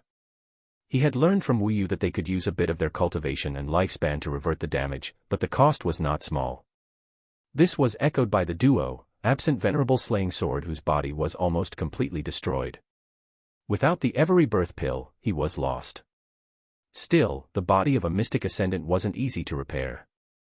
Wei Wuyan only had the Every Birth Pill that could work, but that was a full body replacement, not partial. Therefore, they'll just have to exhaust some of their lifespan. Curious about this ability, time reversion, Wei Wuyan asked Wu about it as the Venerables handled their own subordinates, including the harsh infighting for his transmuted wind energies. While shocked by the sudden existence of this pure wind energy, they didn't ask as Wei Wuyan wasn't willing to speak on it. They did gather the remaining wind energies with glee. With a quick inspection, they found it incredibly useful and vast, being highly beneficial to wind cultivators. It had to be peak astral-graded wind energies infused with high-level intent aura. They didn't hesitate to gather what they could, distributing it to their subordinates while keeping some for themselves. Wu explained time reversion as best he could, explaining that it was a form of self-inflicted time manipulation that was born from the fusion of mystic energy, time energy, and spiritual energy. It allowed them to impose a strange type of reversion of events, and while it can heal, it wasn't actually healing. The strain of it exhausted the lifespan of the user, noting his damage was so extensive that he had lost 200 years. Further bringing up his sufferings and losses, still being a little shameless. Furthermore, it can't affect energies or various forces, only physical mass or mental consciousness. Therefore, an ascended can't just regain all their power after exhausting it. It could be used on others, but the cost is typically heavier. Moreover, the stronger the cultivator's body, the weaker their innate time energies, the longer the reversion needed, the greater the exhaustion of energies and lifespan. Wei Wuyin pondered this heavily. He hadn't understood how that skinny ascended in the 4 extreme continent had saved Yang Lei before, but now he did. That was a miraculous life-saving ability. How peculiar yet fantastical. When asked if this lifespan can be recovered, Wu Yu had said some of it could be. The lifespan that is exhausted from the body can be restored, but the lifespan of a cultivator's core being, their soul, is reduced by a small margin that can't be easily recovered without the proper resources. After asking about a few other abilities of mystic ascendants, Wei Wuyin sent Wu Yu to oversee the ascended, get their information and other details, such as cultivation needs. He needed to make a record of what they needed. However, he emphasized that they should keep it restricted to low-tier, 9th-grade products. Wei Wuyin didn't wish to spend too much time on mystic ascendants when he had others to supply.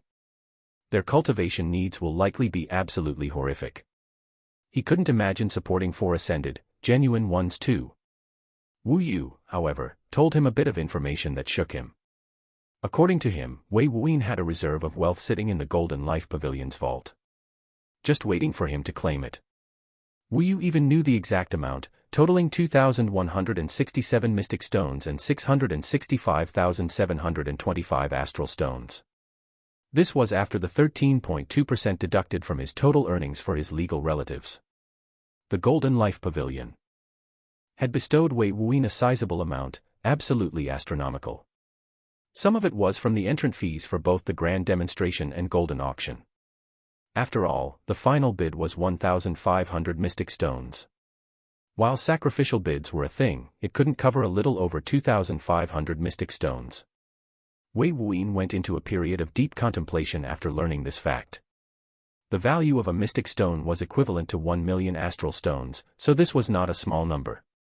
After Wu Yu told him that most gold-tier forces had the value of less than 10 mystic stones, and that ordinary mystic forces in the Grand Cyclic Stellar region might have upper hundreds to lower thousands, he found this to be a little too expensive. Did the Golden Life Pavilion give him a vast majority of the total profits? There should be no way that was ideal. They must certainly wish for him to claim it, or to paint that his value was that high. Regardless, the value of those mystic pills that won the auction allowed him to reduce the awe in his heart. He was confident in concocting mystic rank alchemical products in the future, and when he did, just 10 pills on the level of the mystic will convergence pill would exceed his total earnings. He decided to leave a permitted note for Wu Yu to use his wealth for himself, including to distribute it to the others, such as his new subordinates or the ascendants. He didn't believe the Golden Life Pavilion would hold the funds if he gave them the order. Moreover, the products he had given out 6 years ago were definitely about to be or had been exhausted. Unfortunately, he too was exhausted of alchemical materials and he wasn't able to unload his excess of products for replacement materials. The Elementus cache was unable to sustain his outrageous concoction and refinement speed, and his cultivation base's needs grew explosively with each stage. Even 9th-grade products had minimal effect towards pushing him to the maximum. Not because of diminishing usage, but simply because his cultivation base was simply too great. If he reached the realm world phase, the 7th stage of the astral core realm, if he survived whatever shenanigans his astral cores start, he would find it increasingly difficult to progress towards his ideal maximum. Furthermore, with his gravitational central mass was an abnormal black hole, and it was likely the compressive abilities it had, including its uniqueness, will elevate the maximum his cultivation base would reach. This depressing thought led to him once again realizing he needed not just materials but concoction methods and better products. However, he refused to use other alchemist products for his cultivation. Not just him, but his own astral souls refuse it. Since he started cultivating with this ideal goal, his astral souls had only settled for the best of the best. In fact, they refused to take a Neo-Dawn Eclipse pill. This made him quite confused. Even though he had concocted the peak-tier version successfully, they had refused. Their reasoning. It wasn't good enough. Outrageous. Since they were linked to him, they felt his every ambition and desire, including the likelihood of concocting transcendent quality alchemical products. It was just a harebrained idea of his, an idle thought in passing, yet they latched onto it like leeches. Left with no choice, he could only seek out a means to normalize transcendent quality products. However, even after half a decade of rumination and study, he was unable to replicate the feat again. However, the absence of success was not the absence of progression. The way of discovery can be a stable and steady process of elimination. He believed he could try more experiments in a mystic essence-rich environment. Thinking up to here, he touched the earthen shell beneath him that contained all the mystic-graded material of a planetary mine within. As he did, he felt faint vibrations from within. "Are you done yet?" Wei Wuyin asked seemingly no one, still within Wu Yu's pseudo-atmospheric area. Click. Clack. Clack. Wei Wuyin noted the cracks beneath him, a wry smile on his face. With a boosh sound, a white and golden head of Bai Lin emerged. Between her beak was a piece of rock. She chewed, and with a hearty crunch, she swallowed with ecstasy in her eyes. She had been eating the mystic graded ore since the beginning. With a wave of his hand, the earthen shell opened up and Bai Lin exited with ease, her belly almost twice as big. This caused Wei Wuyin's eyes to bulge a little. "How much did you eat?" Bai Lin didn't answer, only sprawling on the floor angel style, and burped out a hefty mist. She turned her contented gaze towards Wei Wuyin, and while she didn't speak, her words were clear, "Not enough." Wei Wuyin couldn't help but laugh. "I fear if you ate any more, I'd have to let you ride me," he quipped. Bai Lin's eyes went stern. She lifted her body up with astonishing quickness and pranced around, as if ready to fight ghosts, devils, and gods. "No one takes my spot. I am the soaring legend in the sky." Wei Wuyin was taken aback. "Not even me." Bai Lin huffed, looking Wei Wuyin dead in the eye. "Not even you." Wei Wuyin was baffled. To refuse to be the rider, only the mount, he didn't know what to say. Only Bai Lin would be like this. He lifted an eyebrow, staring at her bulging belly, then back into her eyes curiously. Bai Lin noticed this and sucked in her gut. "I'm fine." See. But it only lasted for a few seconds before she breathed out, regaining that noticeable bulge. Wei Wuyin stared at her. Bai Lin stared back. Chapter 670, 665, 3 Tasks. "What shall you do now?" Wu Yu asked curiously, standing firmly upon the sphere of earth. He completed the task of sending the 3 ascended off, noting down their cultivation needs and means to communicate. After handing this to Wei Wuyin, he was left without much to do. Bai Lin was lazily lying down on her belly, and Wei Wuyin leaned against her wings while in a seated position. His demeanor was quite leisurely and carefree. Despite that, his eyes were closed. They formed a strange aesthetic beauty that Wu Yu found awe-inspiring. To think that little crane that followed Wei Wuyin since the myriad-year continent hadn't been replaced. If this showed anything, it was that Wei Wuyin cared heavily about sentimental connections. After all, Bai Lin before was unimaginably useless. Even Xiao Bai was stronger, faster, and more capable than her as a recently born winged colt. Wei Wuyin's thoughts were flowing as he considered various details from the information he learned from Wu Yu. That question of his next moves were pressing, and he knew that he needed to decide. Originally, he was intending to meet with Ying on his mission, gaining an overview of this new cultivation civilization that engulfed this entire stellar region, but Wu Yu had thoroughly filled him in on various events and circumstances. As a mystic ascendant, a figure of experience and great strength, he had even gained an inkling that the Golden Life Pavilion was in the midst of turmoil. This was a frightful variable towards his strongest reliance. As he didn't feel his current reputation, talent, or wealth would be sufficient to warrant the success of his original plan. Right now, he was a mysterious figure, but when he arrived, those mysteries will soon be cleared up and he'll be embroiled in all sorts of schemes and direct conflicts. He never liked stepping into the swirling mass of chaos without confidence of escaping without harm, especially since the calamities of hell were still a pressing concern. A severe delay of focus could inevitably lead to his eventual demise. Wei Wuyin opened his eyes, the silver light suffused within his irises flowed beautifully within. You have 3 tasks. First, find out what's happening with the Golden Life Pavilion, specifically the Ma clan. I won't step on the stage without a stable platform. Wu Yu wasn't shocked by this order, but he couldn't help but interject. You have no intentions to join the Everlore Association. You could even ally yourself with the Imperial clan. They have an alchemic saint rumored to be his disciple. In fact, the True Element sect isn't a bad option either. You can find partnership with either of them. Wei Wuyin gave Wu Yu a focused look, then shook his head. He didn't answer, but his gesture spoke volumes. Wu Yu understood. Each of those 3 were eliminated based on how Wei Wuyin intended to operate. And that could be summed into a single word: freely. There was no way any of those forces would allow him to be present without a restrictive oath, especially the Imperial clan. While the Ascendants weren't a threat now, they'll certainly be in the future. A threat to the totality of the Imperial clan's rule.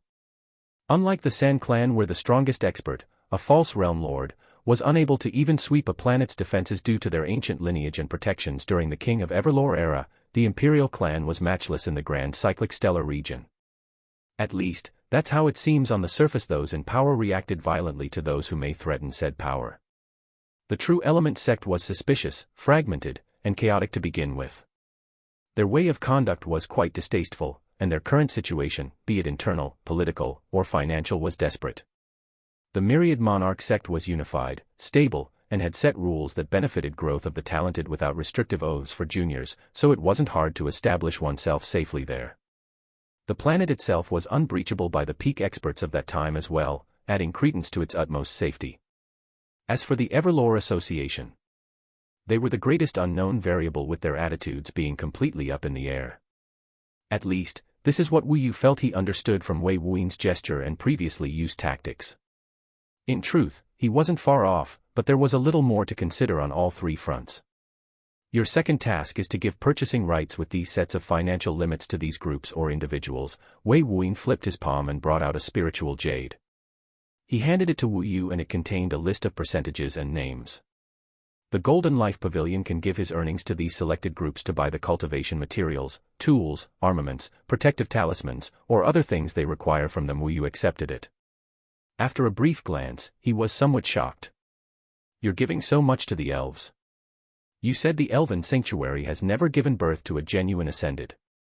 Don't you find this strange? Wei Wuyin didn't answer, but asked Wu Yu this instead. Wu Yu frowned slightly. He pondered for a long moment, and then his eyes brightened. It is strange, Wu Yu replied while rubbing the bottom half of his royal mustache. According to his knowledge, several thousand years ago, the entire King of Everlore entourage had arrived, including the sacred Elven Queen. She was already a genuine Ascended, and she had brought over the Elven race into this human-dominant civilization. He continued with a light of realization in his eyes. There's no record of her. All the others have established themselves, even those slaves of his, the heir, and San bunch. But not her. Her innate cultivation talent might have been below mine, but her intelligence and comprehension was terrifying.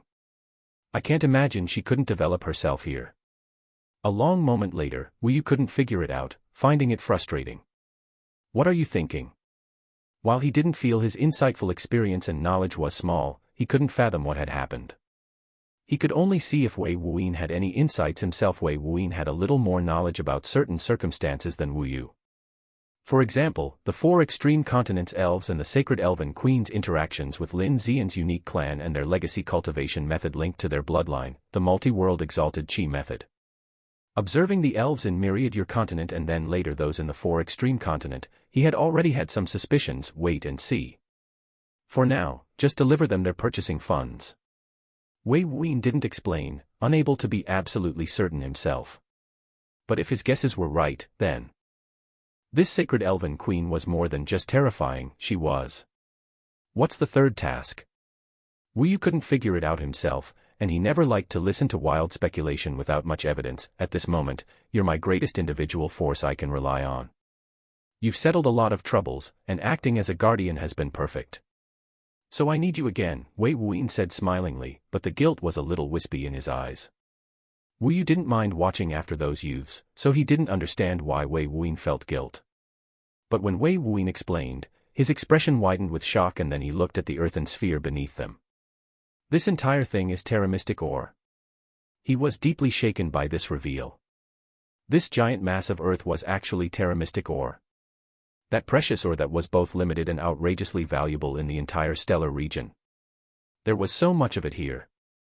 He instinctively sent his spiritual sense into it, his jaw dropping at the sheer mass of mystic aura condensed within. He had thought Wei Wuyin replaced it somehow, moving it with an explosive burst of wind force or something. But he mined the entire thing in minutes, gathering it all into this sphere. He knew that Terra Mystic mines were notoriously difficult to mine, and even the optimal sky was still being mined after 100 years since its discovery. If this method was discovered, there would be many happy folks. Wei Wuyin gravely nodded. After learning about Terra Mystic ore and its uses, he finally understood the vast significance of that celestial rogue. Your job is to keep this secure and isolated from others. Likely for a long time. I need access to it, but I can't leave it unguarded. Wu Yu's eyes widened slightly. His first job was to babysit some juniors, but now he was to sit on a precious trove of ore. It was far more dangerous. If discovered by true elites such as demi-mortal lords or earthly saints, he would experience death 10,000 times to be kept quiet. Furthermore, he couldn't flee his fastest either with it in tow. Wei Wuyin solemnly added, I can only leave it to someone I absolutely trust, strong, and know is competent to handle it. That's you. Wu Yu was unable to say anything about this, especially after being lauded with praise. He understood that this mission was of great importance and couldn't be left to just anyone. He had to accept. But he frowned, what are you going to do while I complete the first 2 tasks? Wei Wuyin revealed a faint yet excited smile. He caressed the sphere of earth with his palm. His celestial eye's silver radiance brightened a considerable degree, which then transformed into 7 stars of 7 different colors within each eye. I'm going to experiment. Chapter 671, 666, Devils in the Details. Floating silently within the void blank space between the treasured light starfield and united source starfield, a man and a beast sat upon a large earthen sphere that contained unimaginable wealth, sufficient to induce wars and blood rain upon the stellar region. Wei Wuyin was unconcerned about this fact, his thoughts elsewhere as he regulated his internal circulation of energies. Just a few minutes prior, he had conjured a void portal to New Everlore, locking onto the signature of Wu Baozhai's spatial ring, sending Wu Yu through it. The act was still quite exhausting. Within the void blank space, there was a distinct lack of ambient essence that could be absorbed and refined, making recovery extremely difficult. This was especially so for a cultivator like him. Their foundation consisted of 4 astral souls and deeply refined energies. With the recuperative products within his ring, he slowly regained his astral force consumed for such an arduous task. Kree. Bai Lin softly cried out while her body was engulfed in golden scarlet nirvanic flames. Her entire body was pulsing with heat, the light from her body was bright and hot. Since eating the Terra Mystic ore, Bai Lin's body was undergoing changes as she refined it. Wei Wuyin was intently staring at her changes, his eyes fixated on every fluctuation, every emission, and every subtle change in aura or color of her flames. He noted her golden scarlet flames were losing their scarlet colors, becoming predominantly golden. The nirvanic rebirth realm that Bai Lin says she's in has 9 stages. Will she undergo her next stage? His thoughts reached this point, because beasts had different cultivation systems than humans, demons, and elves. He was unable to properly determine how her cultivation would develop. He furrowed his brows. Will she have to go through another 9 years to transform? The thought of losing Bai Lin again after obtaining her left his heart aching.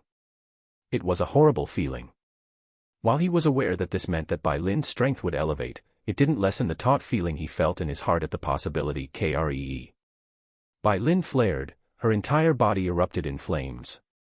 Wei Wuyin paid rapt attention, undivided and utmost focused.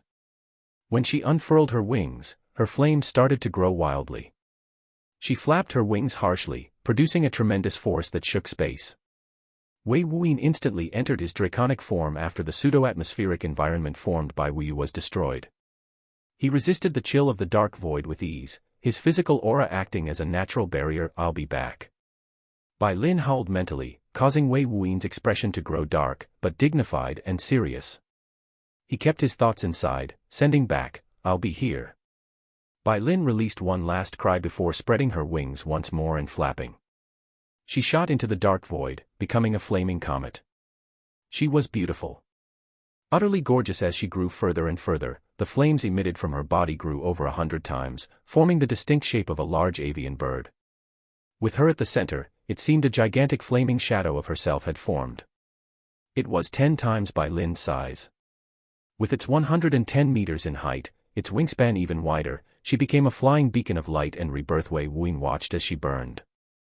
The fixed space was affected, creating distortions and ripples. Her flames were incinerating the surrounding fixed space with just the heat emissions. This was the one half of the nirvanic flame's strength, its incinerating flames. Wei Wuyin remained silently observing throughout, his silver eyes never leaving her form. They were alone. Not a single life within 100,000 miles, and not a celestial body for even further. After 3 minutes, her flaming form started to burn to the zenith, and her gigantic flaming shadow started to compress. It compressed until only the flaming Bai Lin remained, her figure hidden by a raging movement of flames and light. Kree. An explosive cry resounded. Wei Wuyin's hands were instantly placed before him, encapsulating himself and the earthen sphere.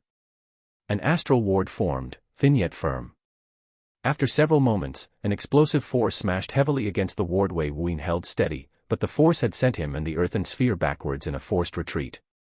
The power from that cry didn't just shake space, but exploded the ambient spatial energies and created powerful shockwaves. The shockwave could collapse planets. Fortunately, Wei Wuyin's cultivation base was terrifying to say the least, sufficient enough to resist with some effort.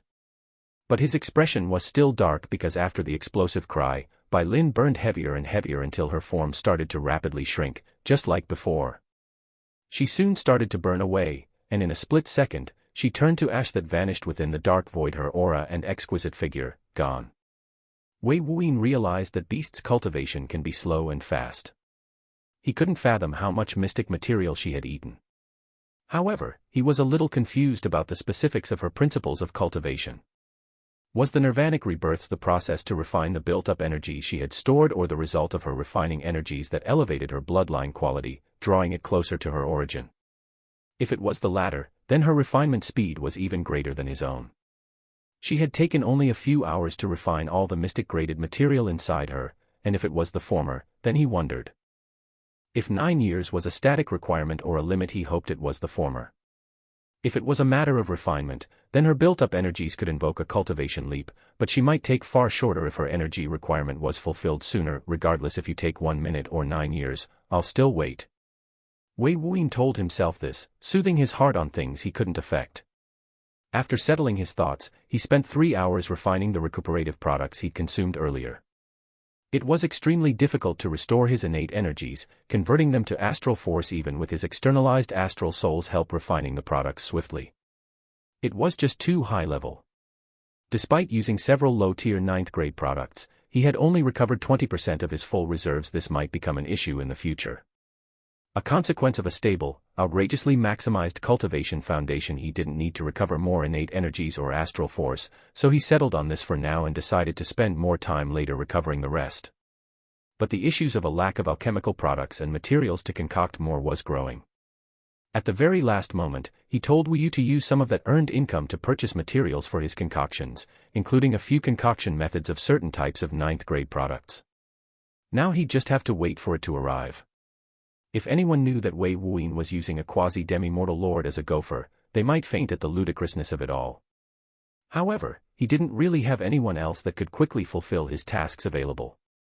Most of everyone else in the Eternal Sky Starfield was at the astral core realm, focusing on their own cultivation or their own assignments. With a heavy breath, he sent out his astral force to repel the chill of the dark void. Bringing out his 9-element eclipse cauldron, the space was filled with multicolored mist for 63 meters in diameter. It was utmost purity mist, the byproduct of successful concoctions of 7th grade or higher products, and it formed a perfectly spherical domain with this mist. Wei Wuyin observed this cauldron that had accompanied him during his myriad monarch sect days. He gently caressed its surface. Since he had last shown it to the world, the utmost purity mist had expanded 53 meters. That being said, it was no longer 9-colored on its surface, but pure, pristinely white. At times, it would flicker with the shift of a myriad colors, as if an ever-changing aurora borealis was sealed within its surface, painted across its surface with an animated life imbued throughout. It was gorgeously exquisite, phenomenal to see. After reaching element heart intent fusing 9 apex level intents, the qualities of the cauldron had drastically changed due to his continuous contact and infusion of intent.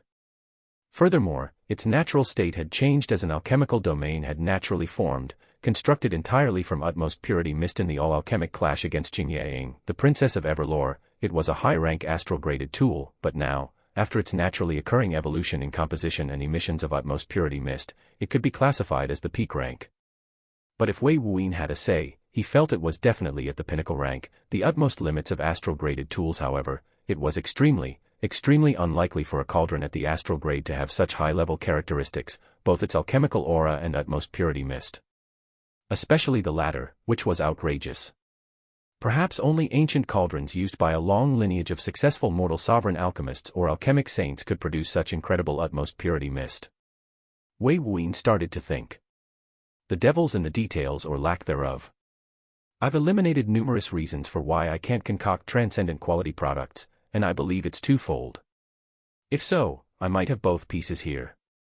Wei Wuyin reached into his robes, bringing out the vial of mystic origin liquid, a full 6 drops, that was given to him by Wu Yu. He pressed against the ground and lifted upwards, and pieces of earth were lifted and brought out a strange material between them. It was strangely ordinary, off-white in color, bland, and without any distinctions. It seemed like this piece of mystic-graded material, the Terra Mystic ore, was just normal ore. No, even less than normal ore. But Wei Wuyin knew Betri's 2 eyes manifested 7 stars each, bringing out the alchemic stars of mortal spirituality, an ocular type of intent from the alchemic Tao. The faint traces of the alchemic Taos will surge through his pupils, revealing to him things unseen by even the celestial eyes of spiritual divinity. In his perception, the bland ore changed drastically. Chapter 672, 667, it's a who, not a what. The Terra Mystic ore became a dazzling piece of rock with indescribable colors. Wei Wuyin had never perceived these colors before, finding them impossible to place, absolutely incapable of describing. They were beyond mortal perception, beyond mortal limits of visual means. Flitting within the rock like perpetual, never-ending cosmic comets flowing through it were strange, exotic runes. He had seen runes like these before. His eyes focused heavily on these runes, trying to catch a complete glimpse of them, but their speed was explosively fast, far too difficult to catch. He tried to execute his celestial eyes alongside the alchemic stars, but found them conflicting, with only one of them taking precedence.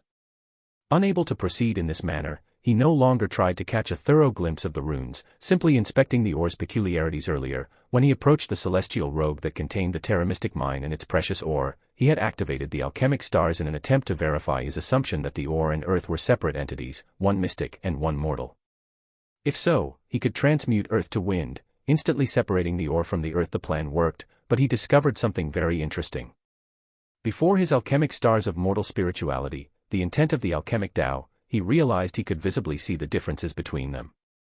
The alchemic stars was an ability gifted to him after successfully concocting the Everlore Ascension pill, but he hadn't felt it was very useful. While it could perceive alchemic spirit remnants, he hadn't discovered other abilities. He thought it wasn't very useful, as not all intent was beneficial.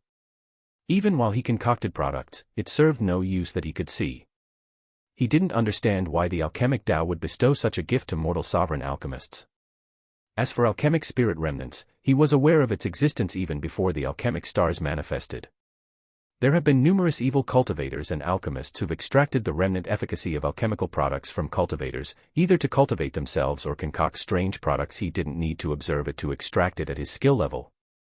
But after thinking about it, the alchemic stars had allowed him to perceive Sumei's shattered world and react. If it wasn't for that, he would have been forced to look at a still image of Sumei as she died. The alchemic stars of mortal spirituality was an ocular type intent, and the first one he'd ever seen or perceived. Unable to spare the time on wild experiments, he hoped to find answers in more advanced civilizations or the thick tome he had obtained from the Alchemic Association. Unfortunately, the latter was uneventful and the former had yet to fully manifest itself. While he was certain the Everlore Association or one of the many forces with mortal sovereign alchemists might have detailed information, he was unable to acquire it at this moment. After all, even Wang Yuqian said mortal sovereign alchemists were terrifying, and he felt it had to do with this strange intent. After noticing this unique power of the alchemic stars, he gradually realized that he might have held a piece to the puzzle that was transcendent quality products. When I unintentionally concocted the transcendent quality world light refraction elixir, I hypothesized that my zenith origin state had inadvertently interacted and introduced an unknown element during the concoction process. This caused the quality to elevate. However, after a lot of testing, I came to a few conclusions and realizations. Firstly, whatever happened wasn't a 1,000,000 to 1 chance. I've concocted tens of millions of products since my Sky Ruler astral tribulation, from pellets, pills, elixirs, and vats of paste. Not a single one of them is of that quality. This meant the probability of it happening was infinitesimally small. It was just a happy accident that it came out transcendent quality. Secondly, the transcendent quality has something to do with this mystic intent or perhaps even tainted mana with its qualities. But I'm still a mortal, I'm unable to even perceive it. Until now, of course. Wei Wuyin grabbed the ore with his left hand. While it seemed different in his eyes, in his hand it felt like an ordinary piece of ore. Lastly, zenith origin state is critical. My personalized mana has a special quality that can attract, even introduce mystic intent or mystic graded mana into my concoction process. The ability to do so was why he had the outrageous thought that he could normalize the concoction of transcendent quality products. It was just an idle thought, but his astral souls believed in his outrageous idea, in him. He now had two objects of mysticism, the Terra Mystic ore and Mystic Origin liquid. They were both mystic-graded materials, and they both embodied two different states of matter and purpose. The Terra Mystic ore was used to forge tools and objects, which meant it contained mystic intent and mystic essence.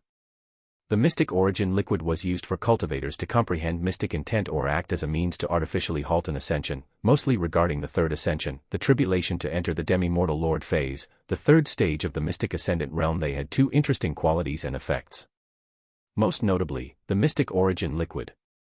While naming doesn't strictly suggest a connection, he felt that Mystic Origin liquid was actually condensed mystic-graded mana in liquid state. And when he saw it in Wu Yu's hand, and finally obtained it in his own hands, he knew it was true. Mana was often in liquid form when condensed. Even the spiritual mana used to concoct the Neo-Dawn Eclipse pill was uniquely refined mana made through man-made means. There were all sorts of liquid mana materials in the cultivation world, both artificial and natural. With this discovery, he had a thought. A fascinatingly powerful thought. His zenith origin state astral souls were abnormalities that had leapt the barrier of cultivation conventions, directly evolving from their zenith mortal states. As for the zenith origin state, it must belong to those in the mystic ascendant realm. He had asked Wu Yu about other states of astral souls long ago during his discussions with him, but even Wu Yu was ignorant of it despite reaching the soul of mysticism phase, the second stage of the mystic ascendant realm.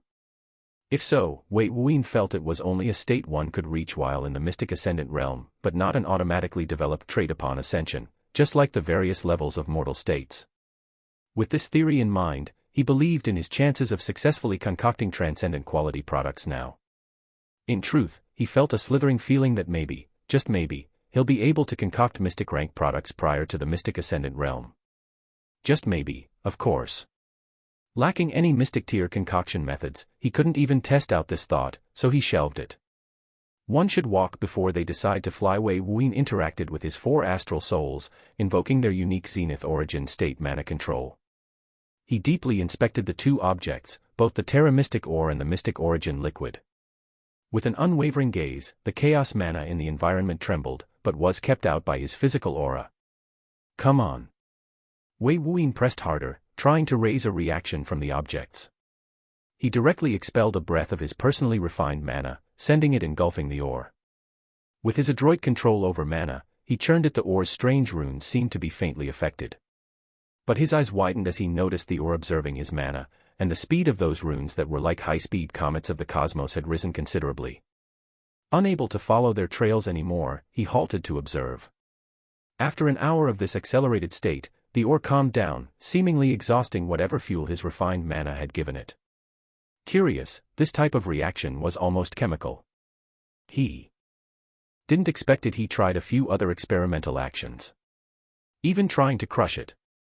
But he discovered that his strongest might was unable to even distort its shape by a millimeter. quickly realizing one of the many reasons why it was so difficult to mine.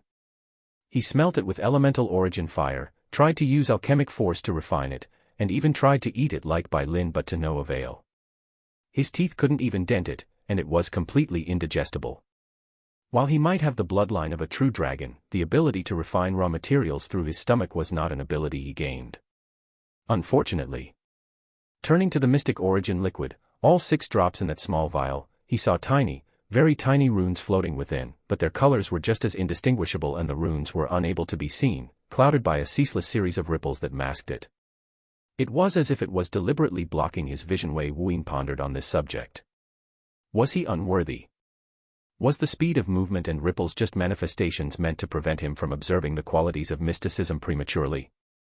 Was it detrimental? He halted his experiments for a long, long while. He decided to meditate on this. If this was detrimental to his cultivation, then there might be severe consequences in doing this as a mere mortal 9 days later. With a soft breath, he steeled his heart. After considerable consideration, he decided to push through. About time, Kratos commented. Its tone was filled with relief at Wei Wuyin's decision. I knew he'd decide to do it. I knew it. I knew it. Ori excitedly shouted. She had been forced to remain silent because while they had their own paths, this was Wei Wuyin's cultivation path. They couldn't directly interfere. At least, that's what Eden told them. Fearless, Eden said this one word and went silent. TCH, King felt this was pointless. If problems arise, just end it. Wasn't it that simple? However, despite their comments and thoughts, they were all in joint agreement that this type of risk was Wei Wuyin's to decide. They always took risks on their paths, nearly killing themselves and Wei Wuyin a few times, but comprehension was solely for Wei Wuyin. They respected that, just like Wei Wuyin who respected and trusted their world-shaking, life-threatening decisions. Wei Wuyin solemnly stared at the mystic origin liquid, then at the terramystic origin. His eyes looked deeply at both, inspecting them both. And then... Eureka! A light exploded violently in his mind. He finally figured it out. He stored the mystic origin liquid in his robes, staring at the ore with an abundantly bright gaze suffused with joy. I think I found the key. The key to transcendent quality. Wei Wuyin exclaimed, What? You did? What is it? What is it? Ori immediately asked, its curiosity as boundless as its raging excitement. Eden was connected to Wei Wuyin's mind, so he realized the comprehension, and it shook slightly within his sea of consciousness. Kratos and King remained silent, but the fast-paced, explosive heartthrobs were unable to be hidden. Wei Wuyin faintly smiled. It's not a what. A strange rippling fluctuation started to emit in the dark void. It was extremely erratic, as if a gigantic mountain was smashed into a vast ocean, creating incredible waves. Wei Wuyin lifted his gaze to observe the fluctuations, his smile turned into a grin. It's a who? Chapter 673, 668, Transcendent.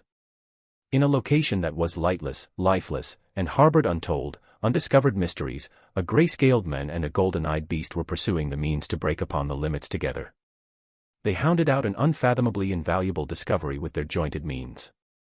Wei Wuyin sat crossed-legged before the 9 Elements Eclipse Cauldron, which he promptly decided to rename as the All-Elemental Eclipse Cauldron, better embodying its current state.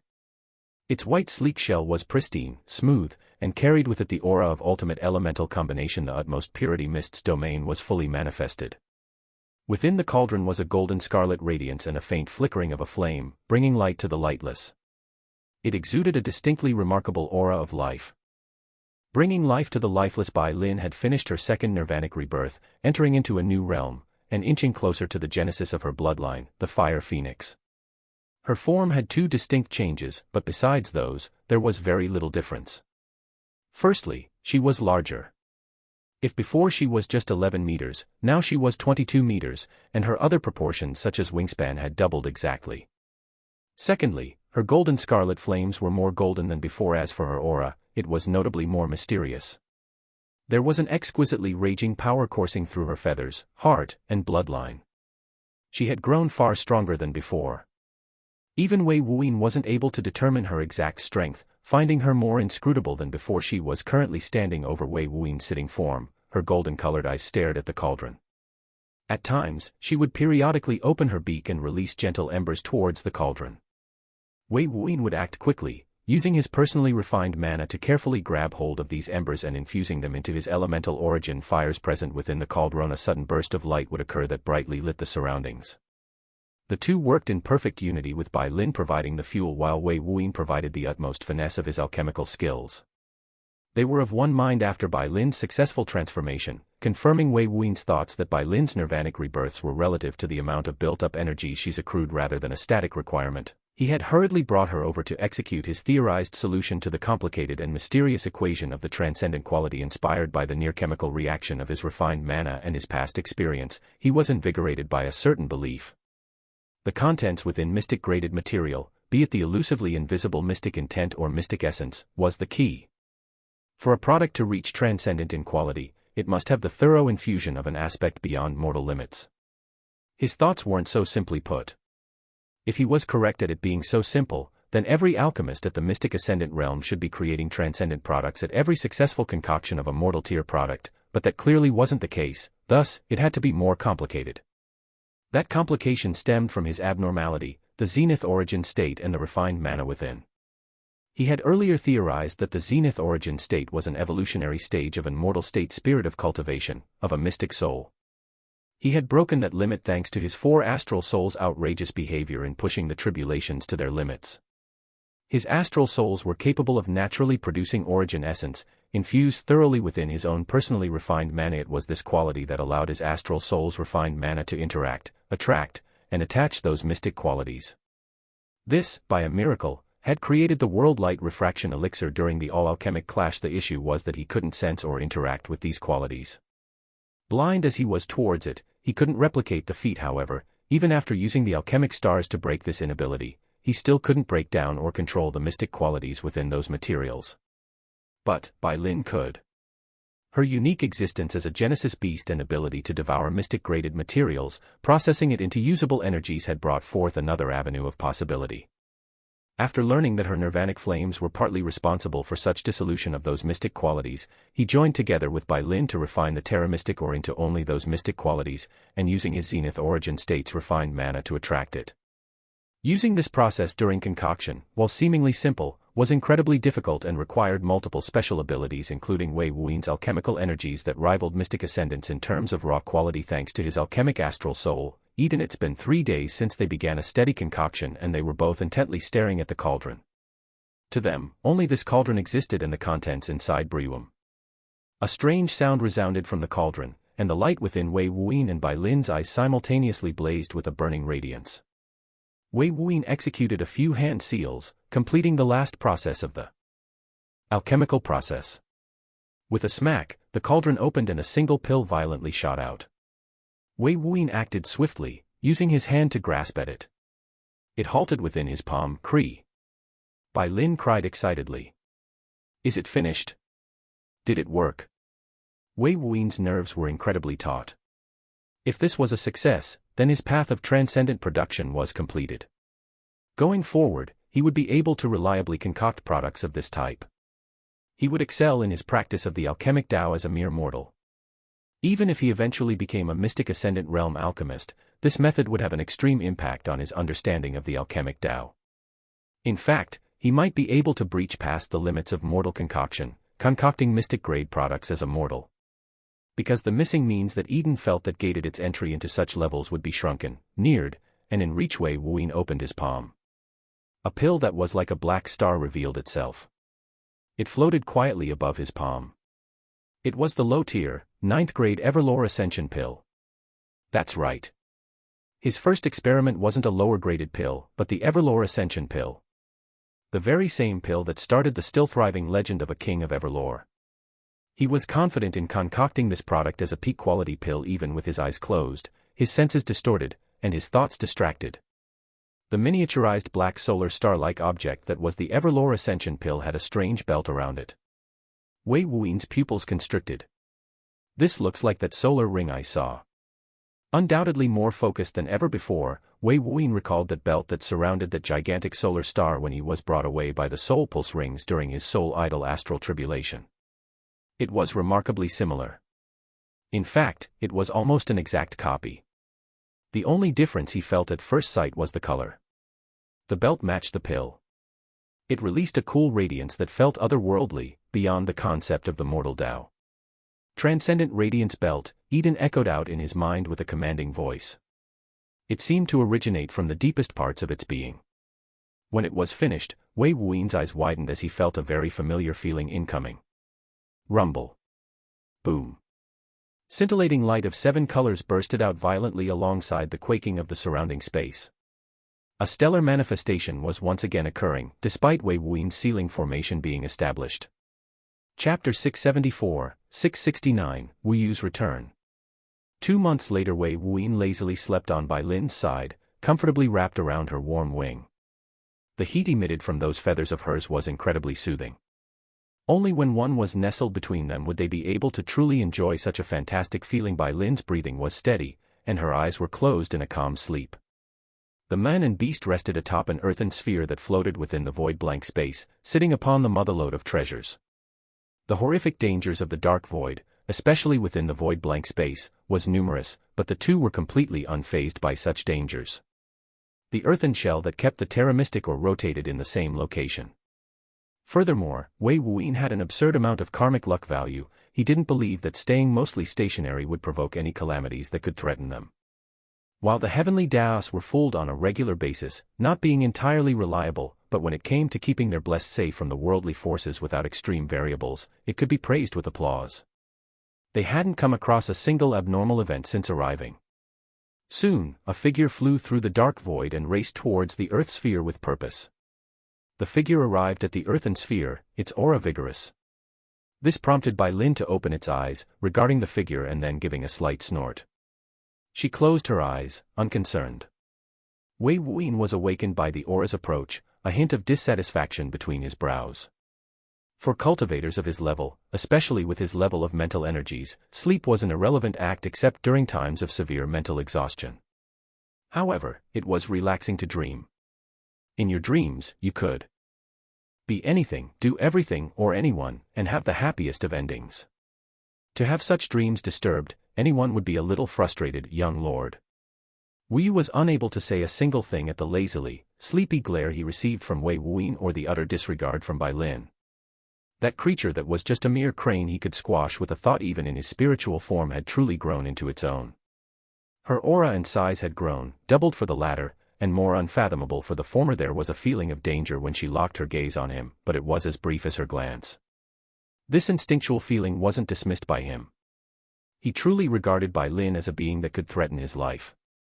In comparison, the three ascended hadn't even tickled his instincts despite his severely exhausted and weakened state. Wei Wuyan softly sighed, wiping off the sleep in his eyes and stretching his muscles that were covered in hexagonal scales. Bai Lin tactfully removed her wing, giving Wei Wuyan his freedom. Rising, he walked towards Wu Yu. Took you long enough. What happened? He didn't expect that Wu Yu's tasks would take him 2 months. Furthermore, he didn't expect Wu Yu would fly here by himself. Wu Yu had a bitter smile. I did as you wanted, but it was a little complicated. I had to participate in a brief conflict between the Golden Life Pavilion branches. There was a hint of disgruntled emotion within his tone. It wasn't directed at Wei Wuyan, but another. Participate in a conflict. Wei Wuyan was taken aback. Wu Yu explained, when I arrived at New Everlore, I made my way to the Endless Prosperity domain through a series of void portals. After all, the territory of the Eternal Sky Starfield is massive and I wouldn't dare travel openly. When I did, I realized there was an ongoing civil conflict between the branches of the Golden Life Pavilion. The conflict seemed to have the first and third branches facing the main and second branches, fighting for some controlling rights. The details are quite iffy, and I wasn't able to gather the full picture, but a competition was held by the 2 earthly saints of the Golden Life Pavilion. It included the junior talents to the senior powerhouses. They could even invite foreign experts to participate. When I arrived, I had been pulled into it. They wanted me to fight to represent the soul of mysticism category. They even put me in a disguise and heralded me as your envoy. I was clearly pulled into a scheme to represent you and they didn't try to hide it. Wei Wuyan interjected, you won. Wu Yu grinned, win. That might be understating the outcome. Haha.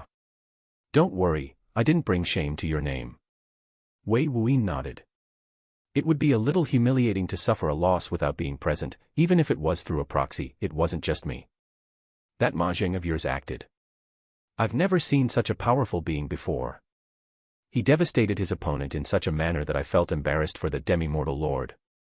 If you saw it, you'd understand. The competition took a long time to complete and settle. The first and third branches suffered considerable losses in the junior competitions, but they still eked out some salvation by forcing a stalemate through some archaic rule. Wu Yu's gaze became strange as he said the last sentence, looking at Wei Wuyin oddly. Wei Wuyin felt something was off. What was the rule? Wu Yu awkwardly laughed. The rule is specifically allowed in the case of a team winning the Mystic Ascendant category but losing the majority. The final victor can be determined by an all-alchemic clash. An all-alchemic clash? Wei Wuyin realized where Wu Yu's expression stemmed from. As if to echo his thoughts, Wu Yu continued, yes. It'll be settled by the mortal sovereign alchemists of the two sides. The reaction of the main and second branch was quite vivid, even distorted into ugly sights. It was amusing. After all, the first and third branch had used your name. That Mahjong is quite shameless. He hadn't even set foot on the eternal sky starfield, and he was being drawn into some civil conflict. The Golden Life Pavilion was to prove themselves to him, not embroil him in these troubles. What's the purpose of all this? Wei Wuyin felt this was such an odd move on Ma Zheng's part. Perhaps it was a matter that was a long time coming, and his existence had only accelerated things. However, he wasn't sure what all this was for. To obtain ruling rights to the Golden Life Pavilion. Feels like this would splinter the entire pavilion into two. Wu Yu was swift in his reply, you'll be quite surprised. It's all to obtain a unique treasure. Oh. Now this was surprising. He had thought it was an attempt to seize the rights to rule or take leadership of the Golden Life Pavilion, not for a treasure. The term treasure wasn't used lightly in the cultivation world. Because it didn't relate to just some absurdly powerful weapon or exceptional tool, but an item of unfathomable means. While in the Scarlet Solaris sect, everyone had assumed that he was in possession of a cultivation treasure due to his rapid advancements and high battle prowess. Of course, it was only attributed to his lucky chances from the heavenly Daos, hard work, and comprehensive talent. What's special about this treasure? Wu Yu shook his head, I don't know. All I know is that it's a treasure. Even its origins are concealed, and I tried to pry it from their lips, but they were tightly sealed on the matter. Ma Zheng did say that if you arrived, he'd have no issue informing you. They're not expecting me to arrive. Wei Wuyin was confused.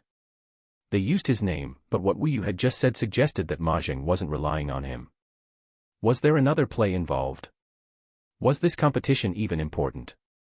Wu Yu smiled at seeing Wei Wuyin's thoughtful expression. I thought the same. It seems to be a perfectly performed smokescreen. An incredibly powerful one too, as the Golden Life Pavilion branches are deeply focused on this matter. It seems that Ma Zheng isn't so simple. Wu Yu proceeded to explain the details of the competition, informing him that the all-alchemic clash wasn't for some time. 3 years, in fact. This gave him plenty of time to decide if he wanted to participate. However, this competition was likely far from vital for Ma Zheng's final plot. Here, all the materials and even more. Ma Zheng didn't skimp on the supply. Wu Yu handed him a spatial ring filled with astral-graded materials, enough to fill a small world realm. It was varied and vast. He was startled for a moment. The amount of resources here exceeded the Elementus cache. There were some materials he didn't even recognize. Ma Zheng had happily supplied Wei Wuyin resources. This especially included materials meant for the Neo-Dawn Eclipse pill. His intentions were abundantly clear. Likely this amount of wealth was insignificant to the Golden Life Pavilion as a whole.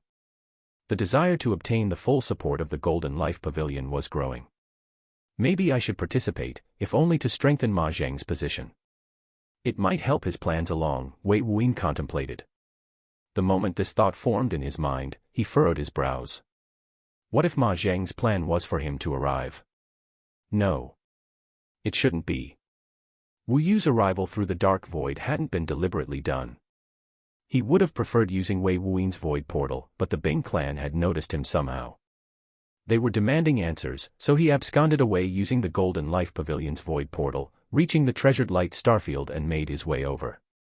However, he assured Wei Wuyin that there was no evidence of his crime or identity being leaked. They were suspecting him based on his strength, nothing more. When Wei Wuyin heard this, his expression became sullen. The Bing clan now had suspicions regardless. Wu was now here. He could leave the Terra Mystic ore in his possession. Without this mountain on his shoulders, he was free to travel as he willed. Where will you be going? Wu couldn't help but ask.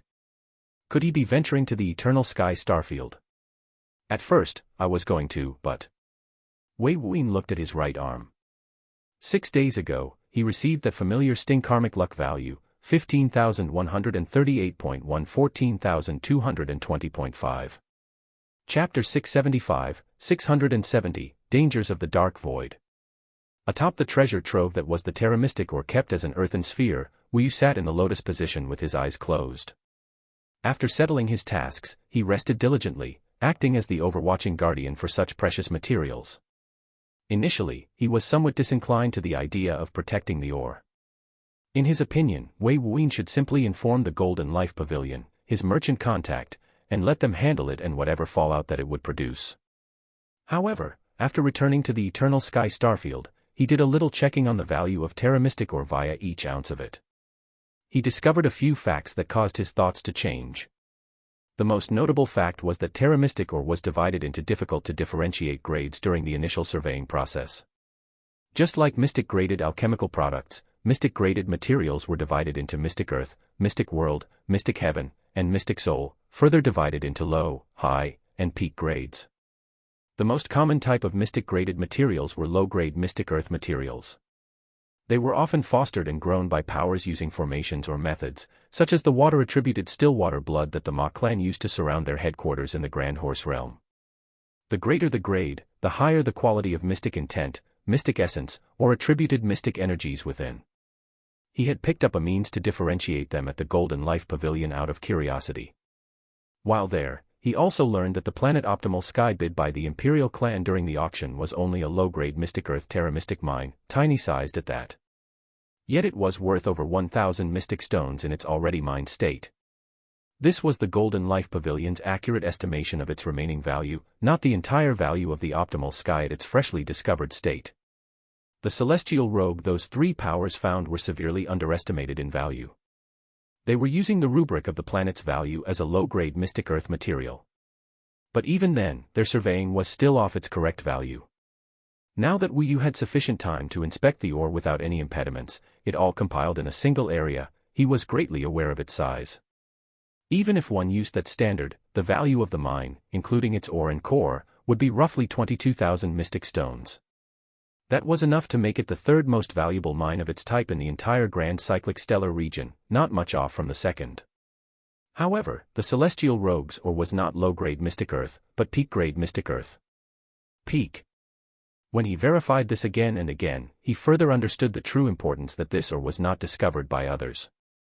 Even if the Golden Life Pavilion were to obtain it, they would not be able to handle such a massively valuable treasure trove or keep it a secret from the numerous forces.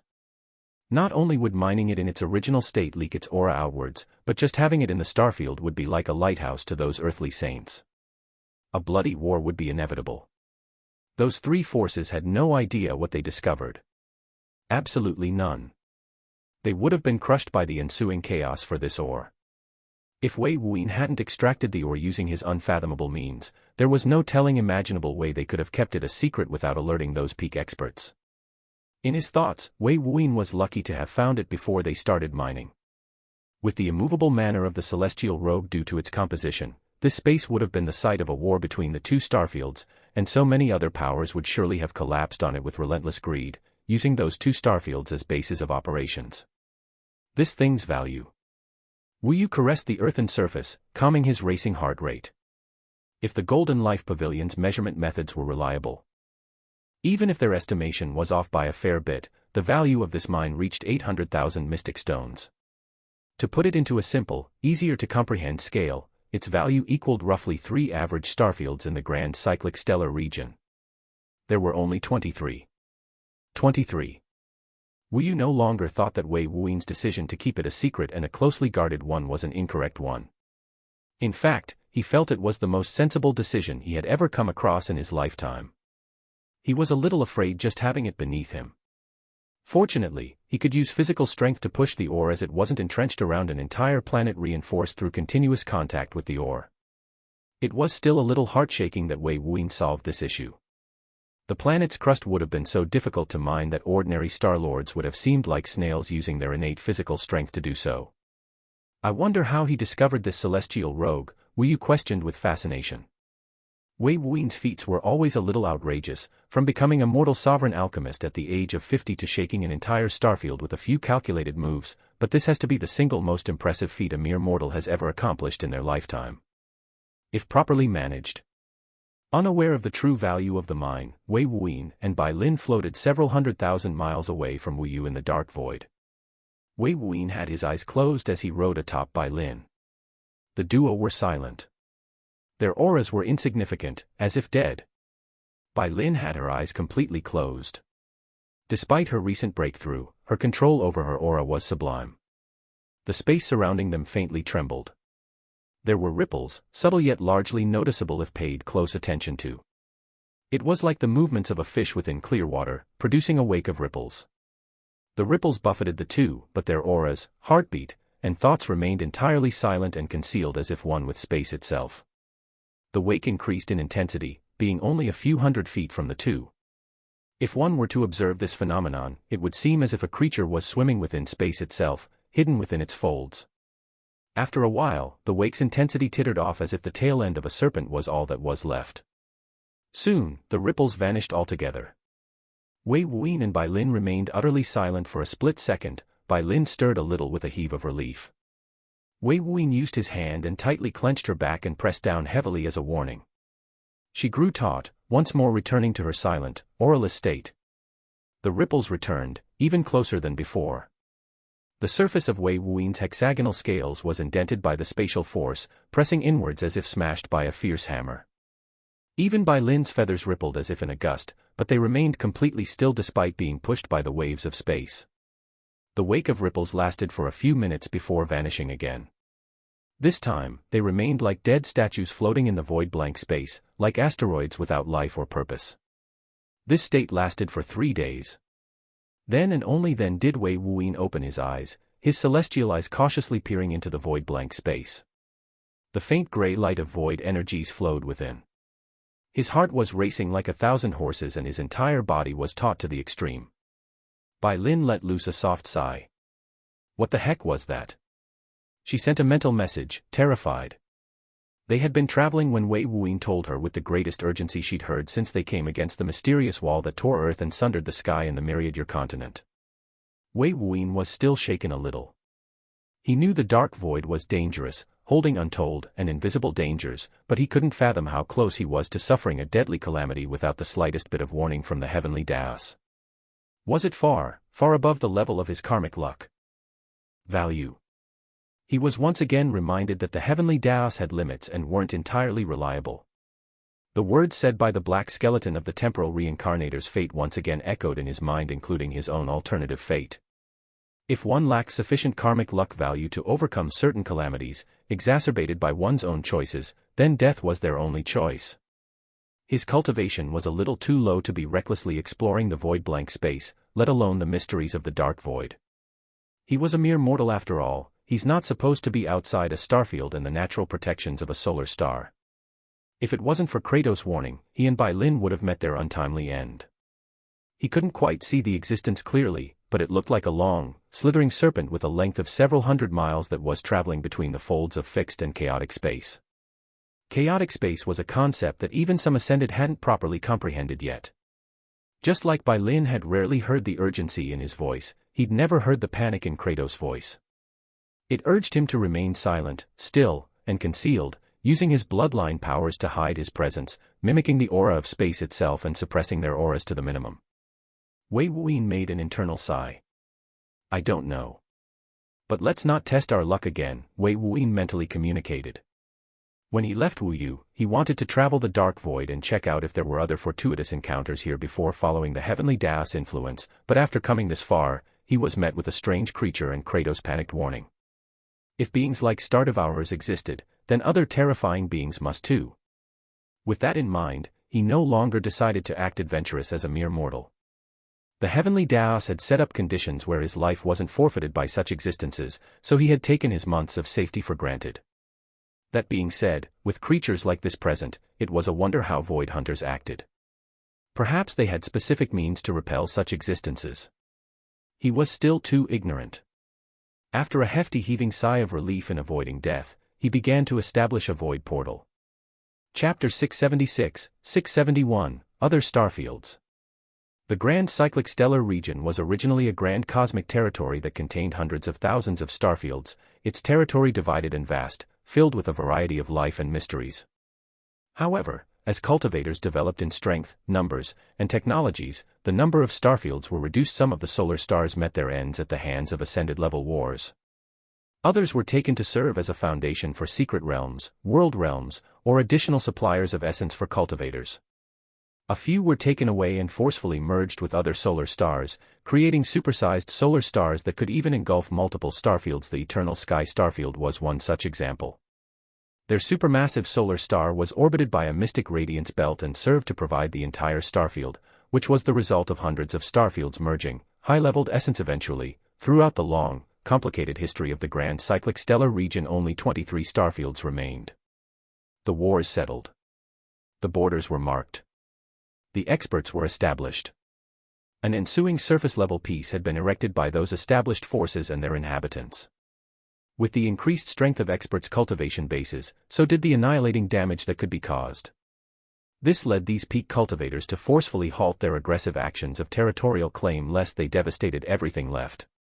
They were bombs that were too afraid of causing damage to themselves. The weak were already culled, leaving only the strong. Out of the 23 remaining starfields that existed, none of them were weak by any means of the word.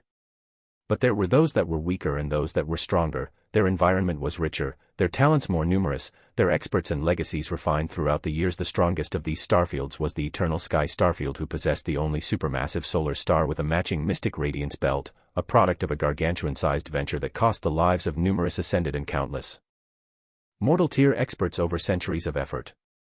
However, they weren't the only starfield with mystic radiance belts elevating the potential of their solar stars. There were 3 others. They were merely the only ones with a supermassive one.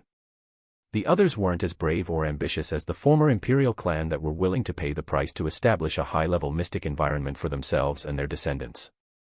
Very few ascended would consciously give up their long, hard-fought lives for mortals that would live a tenth of their total lifespan. At least to them, as long as they lived, they could pursue a higher stage of cultivation, granting them longer lifespans, stronger power, and validation of their talents. It was practical. Thus, those like the Tri-Hex Starfield, Hexaflame Starfield, and 9-Star Starfield had taken routes of using smaller-sized naturally born solar stars to establish smaller, safer mystic radiance belts.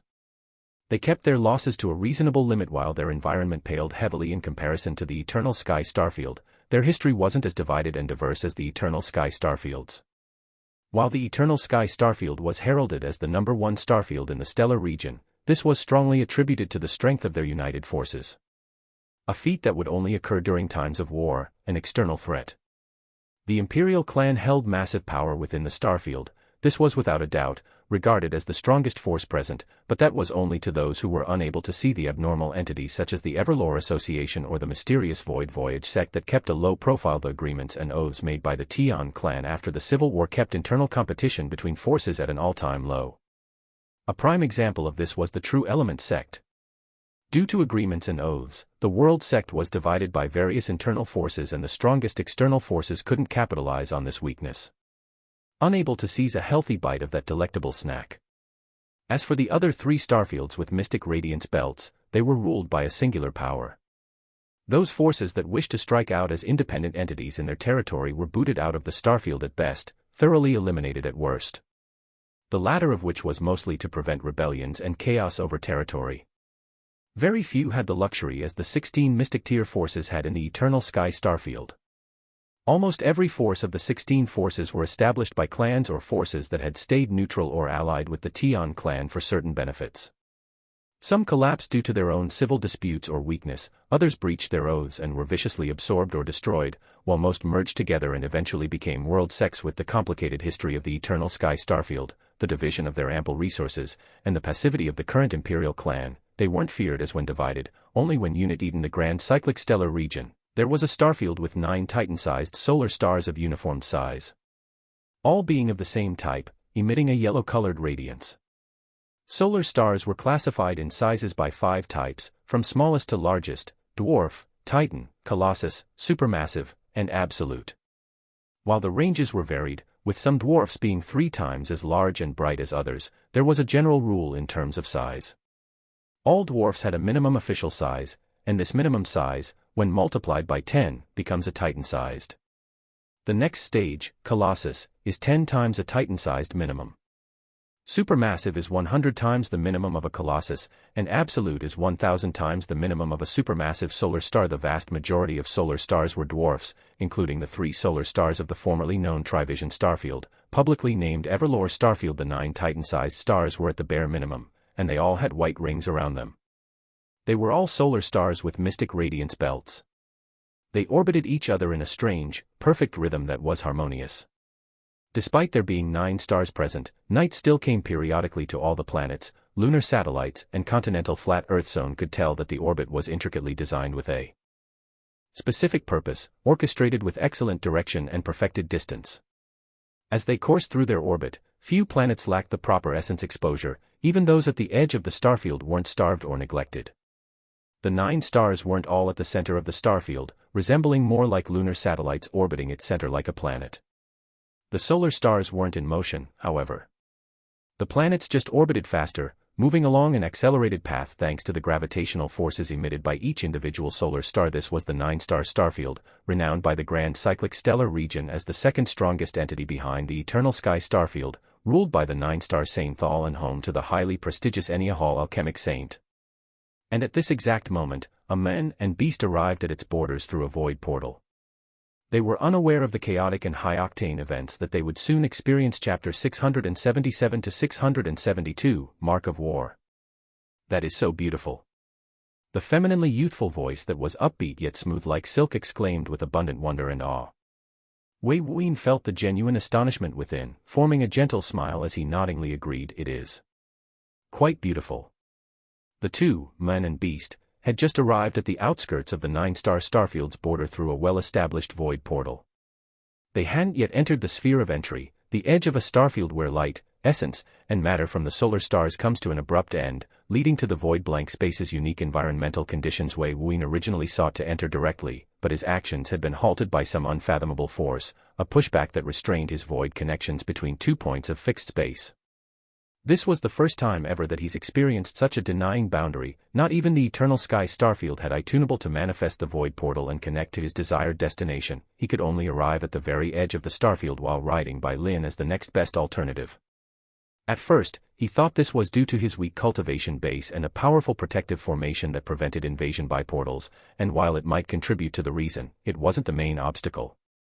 I don't have an anchor to connect to, so I can't bypass the restrictive formation, was his conclusion as he admired the scene of the 9 solar stars and the nearly 1,000 planets of varied sizes circulating in a strange, gorgeous manner.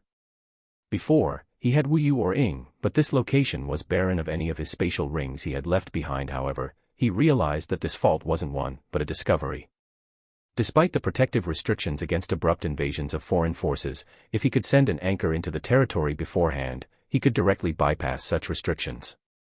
The prospects of using it in a war or thieving-like manner left him with a wide array of thoughts. The 2 floated while observing the starfield.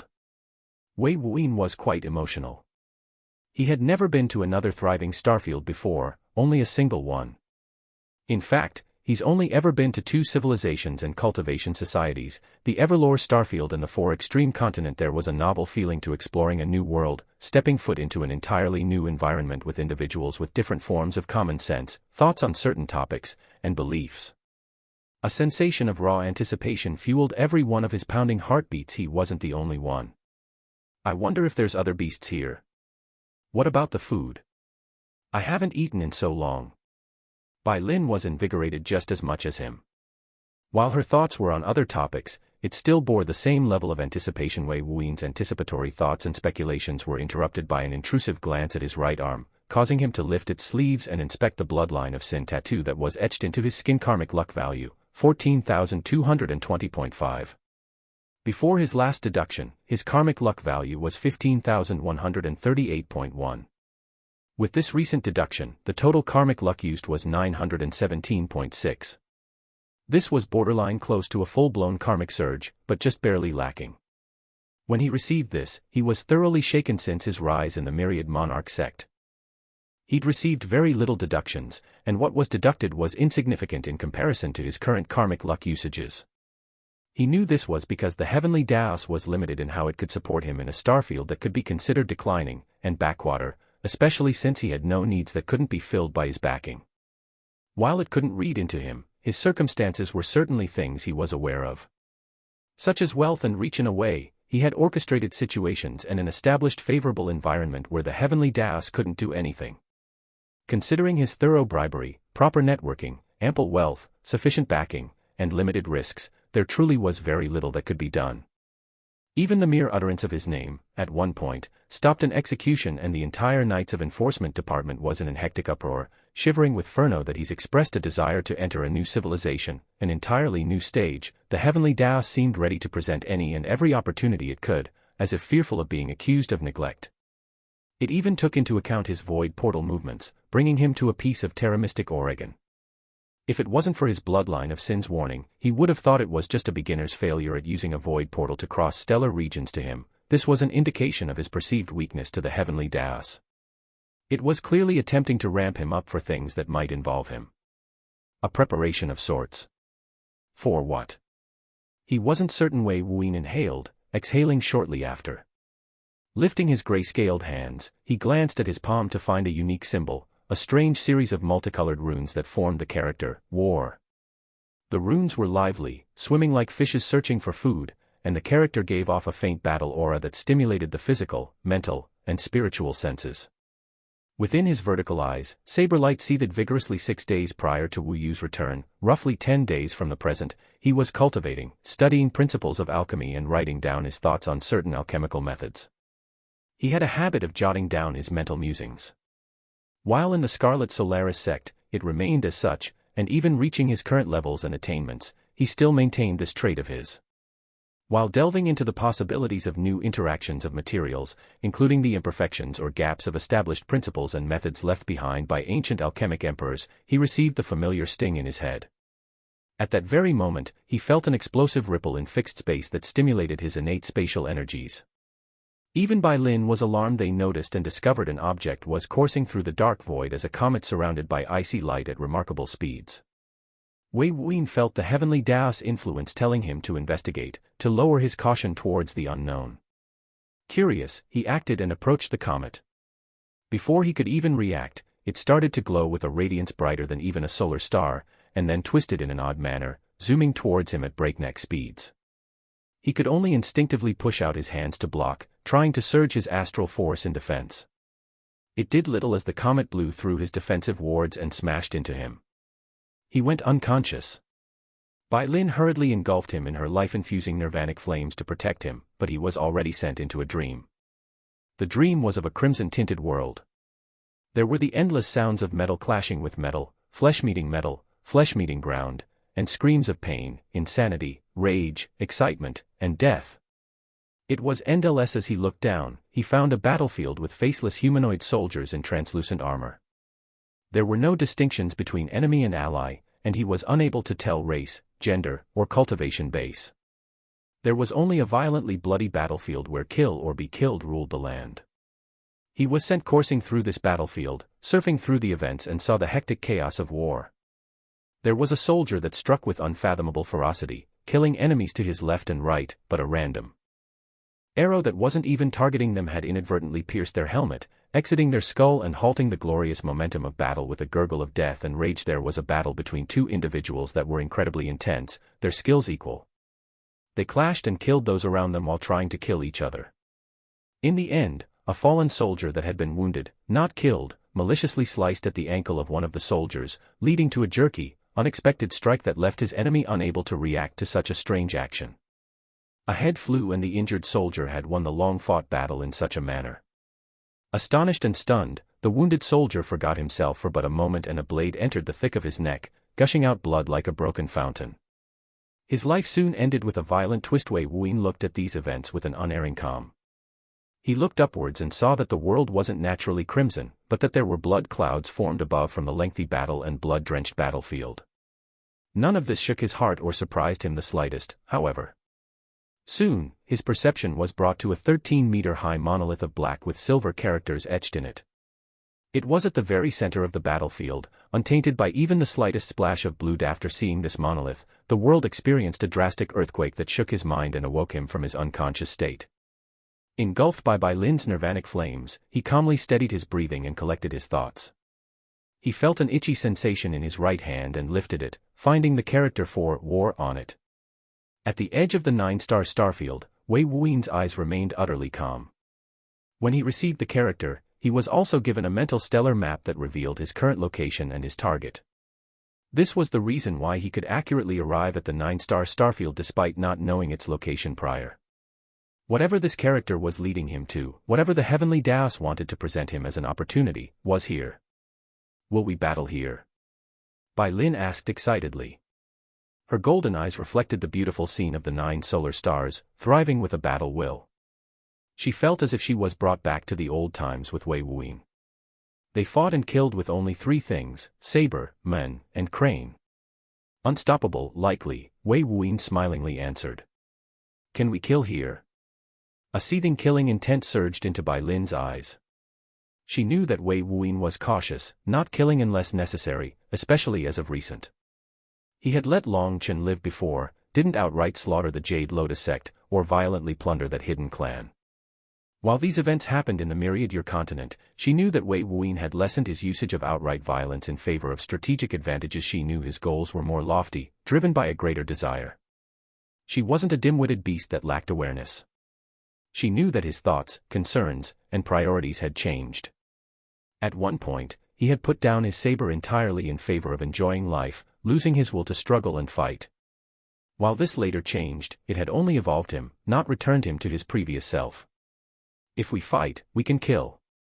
Wei Wuyin coldly stated, his eyes flowing with saber light, and his heart throbbing with faint draconic roars. That dream was unlikely to result in a calm, peaceful opportunity. If he wanted to grasp it fully, he needed to be prepared for everything. Chapter 678, 673, 9-star Starfield. In the unfathomably vast, ancient, and developed Grand Cyclic Stellar region, there was a uniquely constructed starfield ruled by the 9-star Sainthal, one of the greatest forces within the entire stellar region. The 9-star starfield, unlike the Eternal Sky starfield, the hierarchy within the 9-star starfield was clear-cut, ruled by elite experts from top to bottom, divided specifically to cater to all levels of society and status. To begin, the 9-star starfield was divided into 9 domains, each governed by one of the 9 Saint Halls. The domains are the Soul Rising Domain, Soul Falling Domain, Soul Creation Domain, Soul Eruption Domain, Soul Destruction Domain, Soul Enlightening Domain, Soul Rumble Domain, Soul Martial Domain, and lastly, the strongest of the 9 domains, the Soul Saint Domain. Each of these 9 domains were ruled by the 9 Sainthals, led by their respective earthly saints. These earthly saints commanded their domains, regulated their territory, and established rules. However, while their leadership might have differences, their structure remained largely consistent. All 9 Sainthals were divided into 8 other halls, ruled by experts of a designated level and combat prowess, electing only the most elite, experienced, intelligent, and capable. The 9 divisions of halls, from greatest to least: Sainthal, Lord Hall, Spirit Hall, Mystic Hall, Star Hall, Time Hall, Realm Hall, Mortal Hall, and Genesis Hall. While their naming sense was simple, indicative of their requirements and relative might, their unique structured society has led to unimaginable effects amongst the inhabitants. All experts understood they served under and thrived on the resource of the 9-star Sainthal, all being something better with a ladder of unlimited potential to climb, and this instilled a sense of competitive spirit and strong nationalistic thoughts. The 9-star Sainthal acted as a united council under a single banner without an established ruler with full authority. The multileveled societal structure of authority and power provided a diverse manner of function, including the implementation of certain territorial laws and restrictions. In some domains, things outlawed might be freely allowed unless the 9 Sainthals acted to pass down a universal law that all had to unanimously obey. This furthered the idea that with strength, even if weaker than the whole, you can establish yourself and let your ambition free. While the system compartmentalizes certain dictations of society, it has led to ambition and a strong competitive will. Cultivators sought to climb the ladder of halls, so to speak, the figurative power structure of their world, and one day reach the same thalls. Be it through schemes or force, and those above would rarely interfere unless directly affiliated. Despite this, strength still reigned supreme as battle prowess dictated one's position in life. There was, however, no restrictions on talent or age, focusing purely on attainments and not other matters. Therefore, the young and talented were often subordinates, while the older and aged were leaders with firmer cultivation bases and experience, often unable to rise above their station and claim leadership of a hall. With those old gatekeepers, most geniuses reach the limits that their talent, backing, resources, and environments allow before focusing on improving their battle strength and fighting for leadership, not trying to get bogged down at lower halls. In the 9-star starfield, there was a multiplanetary territory ruled by the Soul Rising Sainthal called the Soul Rising Domain. Within were 9 different state regions, each ruled by a Lord Hall, and containing a series of planets and lunar satellites. Within these state regions were planets. These planets numbered only 9, and each was strictly ruled by a Spirit Hall. There was a particular planet named Blue Glow, which had an atmospheric layer that displayed a unique phenomena due to a gaseous substance present within called saxygen. This gaseous substance caused the planet to have a low luminous glow of a shade of blue. Blue Glow was ruled by the Spirit Walker Hall, one of the 9 spirit halls under the Essence Quake Hall, the Lord Hall that ruled the state region. On this planet, there was a city. It was bustling, thriving, and heavily populated. There were cultivators throughout, and at the center was a tower that reached 400 meters in height. Atop it were glowing characters that read, Dark Sword Hall. The Dark Sword Hall was a star hall. They were merely one of the 9 cities under the prefectural rulers of Blue Glow. The Skytaint Hall, one of the 9 Mystachals within the southern side of the city, located at its gated entrance, was a man and a beast. Riding stably upon the beast's back, the men wore a black-colored, form-fitting martial outfit with a light gray trim and sash. The beast's beautiful appearance attracted numerous gazes from the nearby cultivators. They made sounds of wonder, their eyes brightening as they saw it take step after step with its long legs. "You're not going to conceal yourself?" Bai Lin asked with a grinning tone. She had heard the words of Wu Yu. While she was busy eating the Terra Mystic ore, she was paying rapt attention to the situation. Wei Wuyin was a sensation, as always, so she teased him. Wei Wuyin chuckled heartily. "And why, my gorgeous phoenix, must I do that for?" Bai Lin proudly stretched her neck out, shifting her gaze to the numerous gaped mouths and wide eyes. Her appearance was quite unique, as in the Grand Cyclic Stellar region, developed beasts used as mounts or battle were a rare sight. They were substituted and made obsolete by skyships and void ships, protective formations and talismans. Furthermore, the expenditure to unlock their bloodlines was quite difficult. This problem was quite prevalent even in the Myriad Monarch sect. Just the declining cultivation society's standards and underdeveloped technology had allowed beasts to become premium tools to be fostered and used. However, in all forms of society, even in locations like the Bloodforge continent, there was a trend of the strongest mounts developed by the strongest cultivators were notably weaker than the cultivators themselves. Only in underdeveloped areas of that society could beasts of certain types propel and shine, displaying remarkable battle prowess and usage. The question that caused this inevitable circumstance was, why waste resources on these beasts when you can use them on yourself? Followed by, if the beast can do it, so can I. It was that simple, as even realm lords could traverse the dark void for a brief period, and even bring others along, so beasts were truly rendered irrelevant after a certain level. As for materials and resources they didn't need, they could trade it for things they did. It was impractical. Wei Wuyin didn't disagree. After all, beasts weren't meant to be mounts developed by masters, but free-spirited existences that freely grew without limitations, raised by the environment. The dragons of the desolate Dragnet stellar region reached levels that rivaled mystic ascendants without interference, but cultivators without additional support from alchemy and man-made solar stars couldn't even exceed the 4th stage of the astral core realm. The difference was abundantly clear. While neither was inferior to the other, beasts thrived in the wild kingdoms of their own design. When suppressed and domesticated, they suffered unless at the hands of a skilled, caring alchemist. The alchemic Tao had no racial bias. Bai Lin felt amused by the stares and whispers. "What if you're recognized?" While her words seemed to carry concern, there was none in her voice. Wei Wuyin coolly streaked his fingers through his dark hair, removing some strands that briefly concealed his unearthly visage that could throb the beating heart.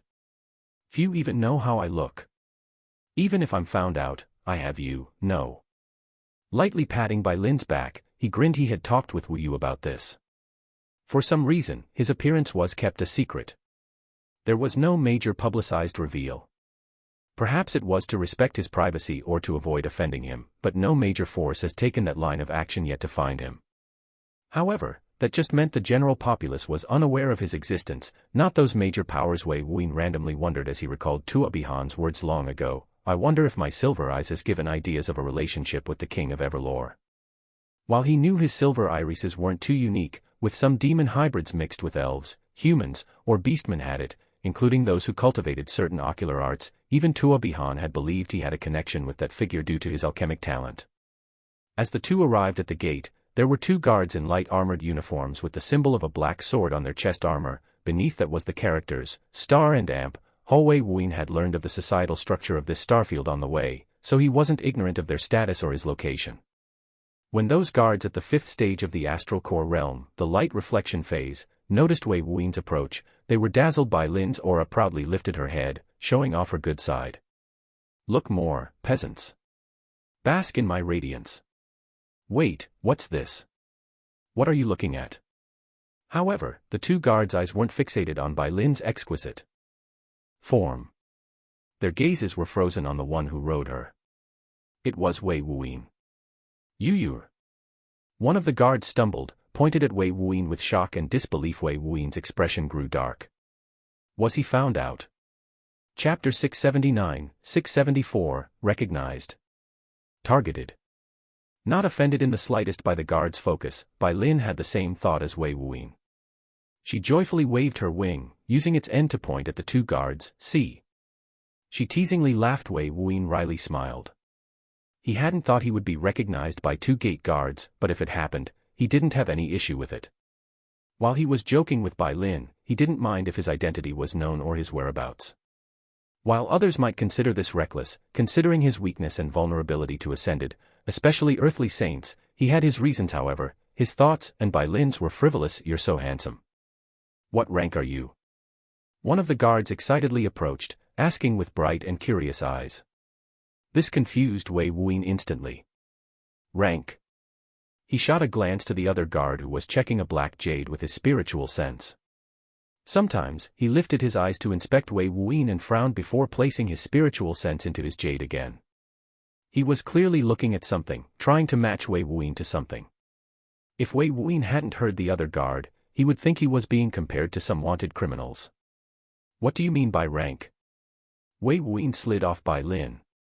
When he arrived close to the guard, he could feel Tu's heartbeat accelerating in pace and strengthening in beating force. They were anxious and in awe. The guard started. A light of bafflement surged in his eyes. You're not part of the ranking. Wei Wuyin asked again, what ranking? The two guards exchanged a look towards each other. The guard that was checking the black jade frowned heavily, shaking his head again. He's not on the rankings. Wei Wuyin felt somewhat annoyed. But he patiently asked again, can you tell me what ranking you're talking about? The guard was disinterested. It was as if Wei Wuyin's looks, while incredibly impressive, lost a large portion of its greatness after learning of his absence from this ranking. Such cognitive change made Wei Wuyin speechless. The other guard coughed lightly. Entry cost is 1 astral stone. The tone of an official and duty-bound guard resounded. Wei Wuyin furrowed his brows. He didn't hesitate to bring out an astral stone and gave it to the guard. He was about to bring Bai Lin into the city, but the guard stopped him with a held-out arm. Since the fat bird is entering, so you owe 3 astral stones, the guard pointed out, and the other chuckled smugly. Bai Lin's eyes glinted fiercely. She wanted to strike, but Wei Wuyin gave her a pat. Wei Wuyin then briskly nodded, bringing out 2 more stones. Afterwards, they entered the city without issue or an in-depth identity check. Within the city, Bai Lin walked beside him. Her wide frame and tall height was noticeable, consuming up space. A few residents of the city stumbled upon seeing her. Hey, Mr. When Wei Wuyin only got a little bit in, his eyes inspected the unique architecture of the city, he heard a voice behind him. The houses were built using a type of obsidian. This material had a faint glimmer of earth and metal energies, intermixed perfectly without any rejection. He didn't think the voice was directed at him. After all, he just got here, Mr. Mr. A chubby young boy with clear eyes and average-looking clothes befitting a low-class member of any society shouted out. He arrived in front of Bai Lin, huffing and puffing as if he had just run a marathon. His brown hair was slick with sweat and his baby fat jiggled on his face with every exhale. Wei Wuyin halted his steps and observed this chubby young boy. From his life aura, he was older than Wei Wuyin, roughly 80 years old. However, from his appearance that seemed to be 13 or 14, his cultivation must have reached the astral core realm at that age, rapidly decelerating his aging looks from time. This wasn't the first time Wei Wuyin had met such a scene.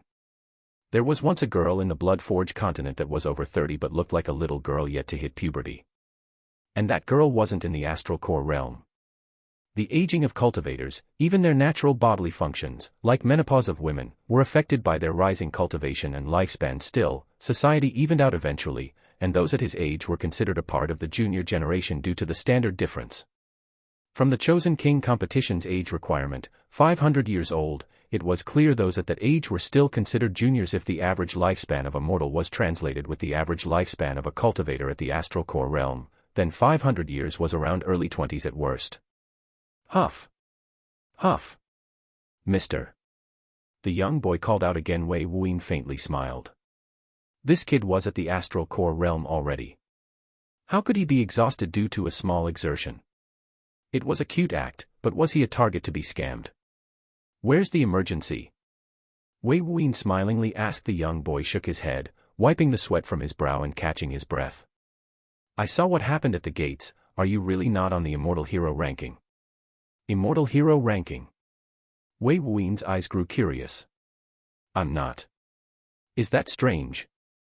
The young boy nodded vigorously. It is. You're so good-looking.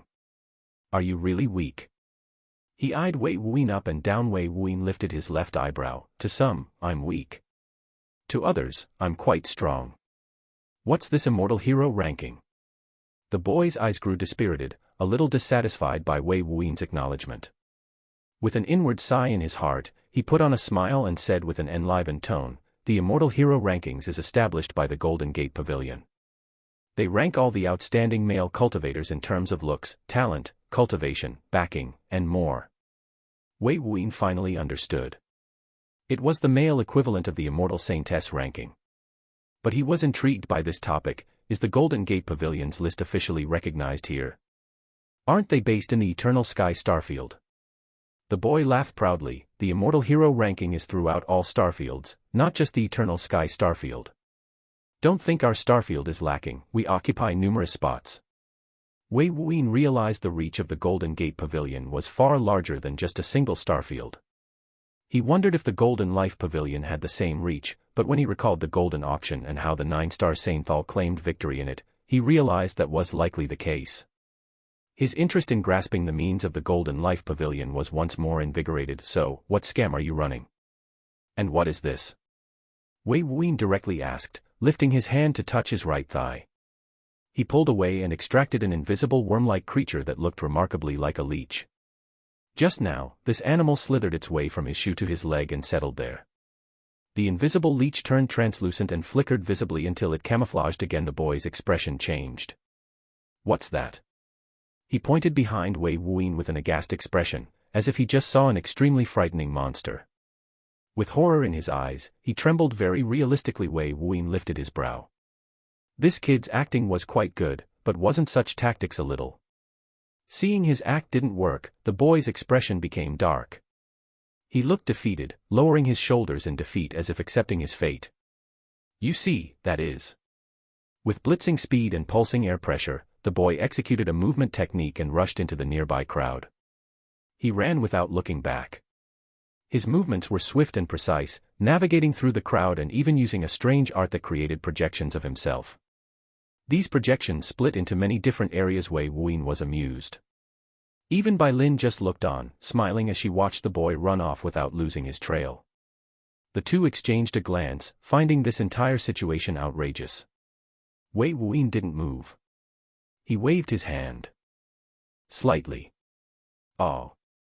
Tumbling in front of him, the boy appeared and face-planted on the ground. The boy lifted his dirty face to see Wei Wuyin, and he was aghast. You lied. Lied. Wei Wuyin chortled. What did he lie about? Yes. You said you weren't on the immortal hero rankings, but your cultivation isn't low at all. With your looks, how could you not be on it? The boy raged, throwing a tantrum as if he was the victim. Wei Wuyin shrugged his shoulders indifferently. Answer me, what scam are you running? He couldn't figure out what the boy wanted, and after noticing the invisible leech, he realized the boy was definitely about to leave. He didn't like waiting and seeing, and he had other things to do. Furthermore, he felt that everything he encountered was slightly strange. The guards, for example. They were excited and then dead-faced. His importance in their eyes faded. No, that wasn't quite right, but he couldn't pinpoint the exact emotion. Furthermore, the boy revealed disappointment after learning he wasn't on the immortal hero ranking. What was this nonsense? Clearly, a scheme was afoot. The 80-year-old boy snarled. He didn't even try to fight, believing that escaping wasn't likely, but Wei Wuyin certainly wouldn't kill him here in the city limits. So he just pouted and crossed his arms, dirty face and all. Wei Wuyin slightly furrowed his brows, narrowing his eyes. Are you going to answer me? The boy huffed and puffed, turning away. So what if you caught me? You're not going to do anything. His attitude was quite clear. There were even a few spectators who watched this from start to finish, commenting and glancing at Wei Wuyin before either minding their own business or enjoying the show. Bai Lin lifted her wing. Pa. Wei Wuyin stood before the boy, his arm stopping Bai Lin's lethal wing slap. She was about to turn this boy into crushed meat, if he was lucky. The boy was older than them both, so she didn't view him as an immature child to be pitted or given a gentle lesson. You said we can kill. Bai Lin complained mentally. Wei Wuyin sighed. His act of stopping Bai Lin had been quite subtle, and Bai Lin's physical strength was impressive, but his own wasn't anything to sniff at. Of course, if she used her full power, then even a true ascended couldn't save this boy. Give me a second, Wei Wuyin urged. He reached and grabbed the head of the young-looking, 80-year-old boy, his eyes flashing with seven-source light. The boy's eyes went blank, and Wei Wuyin directly interacted with his memories. From life to now, he viewed it all. Wei Wuyin tilted his head. He removed his hand, frowning as he did so, allowing the boy to regain the light in his eyes. With a pondering expression, he walked away ponderous, his thoughts deeply engrossed by what he just learned. Wei Wuyin turned around to see a gigantic hole in one of the stone buildings, its edges painted with a bloody wetness and fragments of white bone and crushed flesh. Wei Wuyin turned to Bai Lin, who waved her wing with a little flexing. I still got it. Chapter 680, 675, wanting to applaud.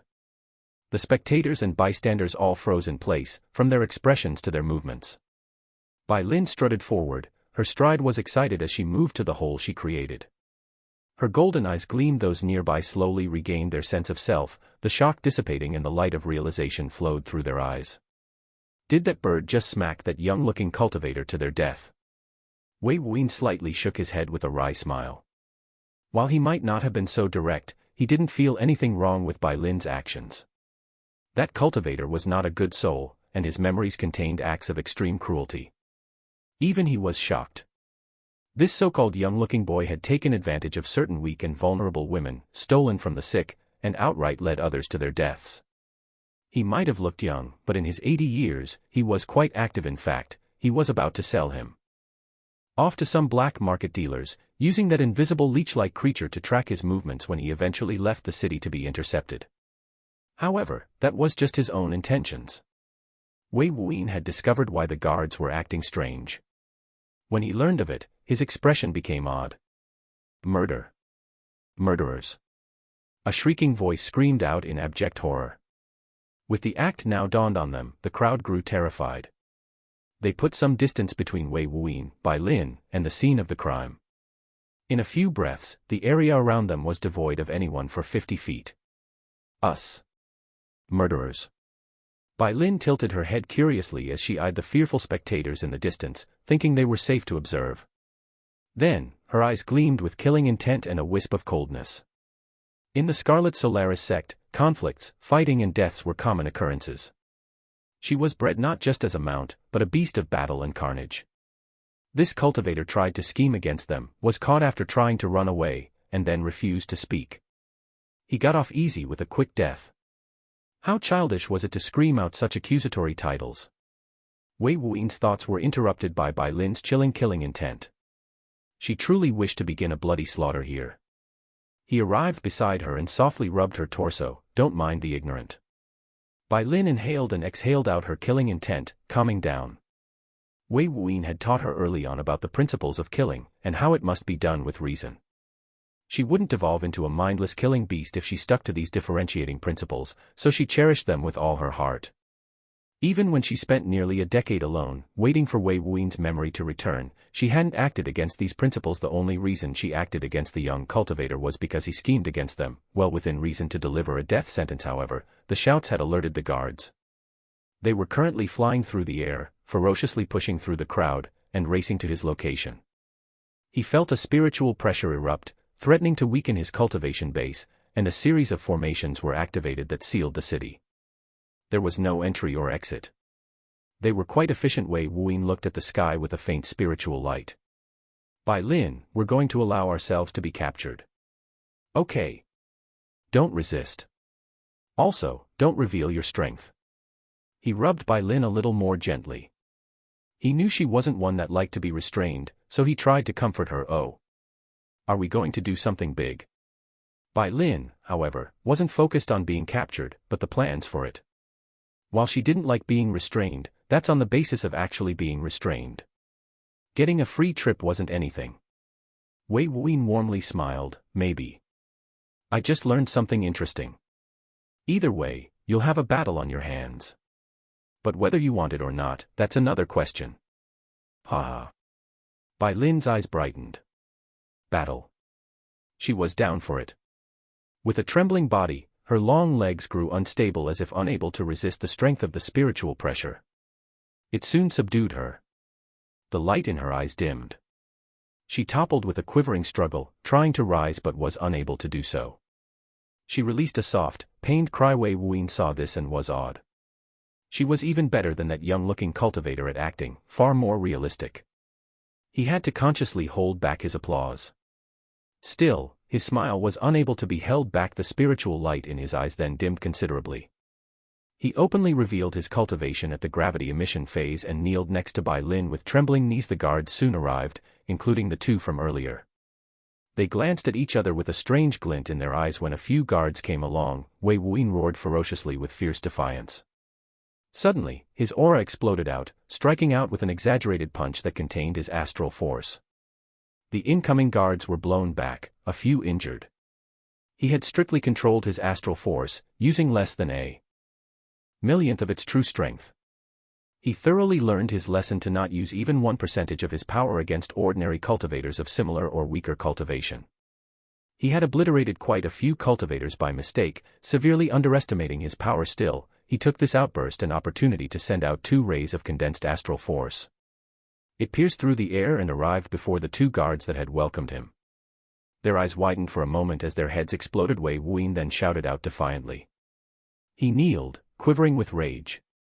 He didn't speak out, just roared with anger from being suppressed. He soon felt a pressure descend, restricting him and Bai Lin. A worldly domain. A realm lord arrived on scene. They wore black robes and swept their gazes around. With a wave of his hand, he sent out a burst of spiritual force towards Bai Lin and Wei Wuyin. As if simultaneously agreed upon, they both released wretched screams of agony and slowly lost consciousness. Their coordinated effort was flawless. From timing to realistic expressions, there was nothing to be critiqued. Their spiritual fluctuations and mental fluctuations went quiet, representing their unconscious states. The Realm Lord scoffed, sweeping his eyes towards the 2 guards that were killed by Wei Wuin's last-ditch attack. Unlucky bastards, he remarked. With that, the Realm Lord vanished with a flicker of silver light. He lazily delegated his subordinates to handle this. After all, it was just a gravity emission phase cultivator and his archaic mount. They were insignificant in the eyes of a Realm Lord. The guards acted and swept the 2 up, placing Wei Wuyin and Bai Lin in shackles. They brought them away, found them a cold, lonely cell, and placed them there together. It seemed they were treating them both the same way. Wuyin and Bai Lin laid down in the damp, cold prison beneath the city. There were others there, shouting or groaning. They were either going insane, being tortured, or silent and lost all reason to live. After a few hours, Wei Wuyin opened his eyes. The silver radiance within was prominent, and he looked up at the ceiling. So they did put us together. Bai Lin's eyes opened. She didn't move because her body was too large in this cramped prison cell. If she casually exerted some strength, the walls and restraints would collapse. She feared ruining their ruse. That is weird, Bai Lin remarked. The screams of agony and pain, groans of the desolate and exhausted, did little to shake her heart. Wei Wuyin looked at his right palm, looking at the war character that glinted with light. Eventually, he clenched his fist, deciding to put it off for a little bit longer. If the information he obtained from that young cultivator's memories were true, then he just found a certain prospect that might be very interesting. Until I give the signal. Don't act, okay? Wei Wuyin calmly instructed, his eyes returning to the ceiling. Bai Lin was a little too strong and she was a little temperamental, okay? Bai Lin enjoyed this. Before, she had been relegated to a useless weakling when they entered the Myriad Monarch sect. Even a winged colt like Pegasus was at the astral core realm, and she couldn't rival such strength. While she strengthened eventually, she couldn't catch up to Wei Wuin's own. They were no longer able to fight the same battles. She couldn't even act as his mount because of the sky layers. Xiaobai had taken that place, and it frustrated her greatly. While she teased the young Pegasus, within her heart was a swelling seed of inferiority. Being able to once again travel with Wei Wuyin, participate in battles and schemes, it refreshed her.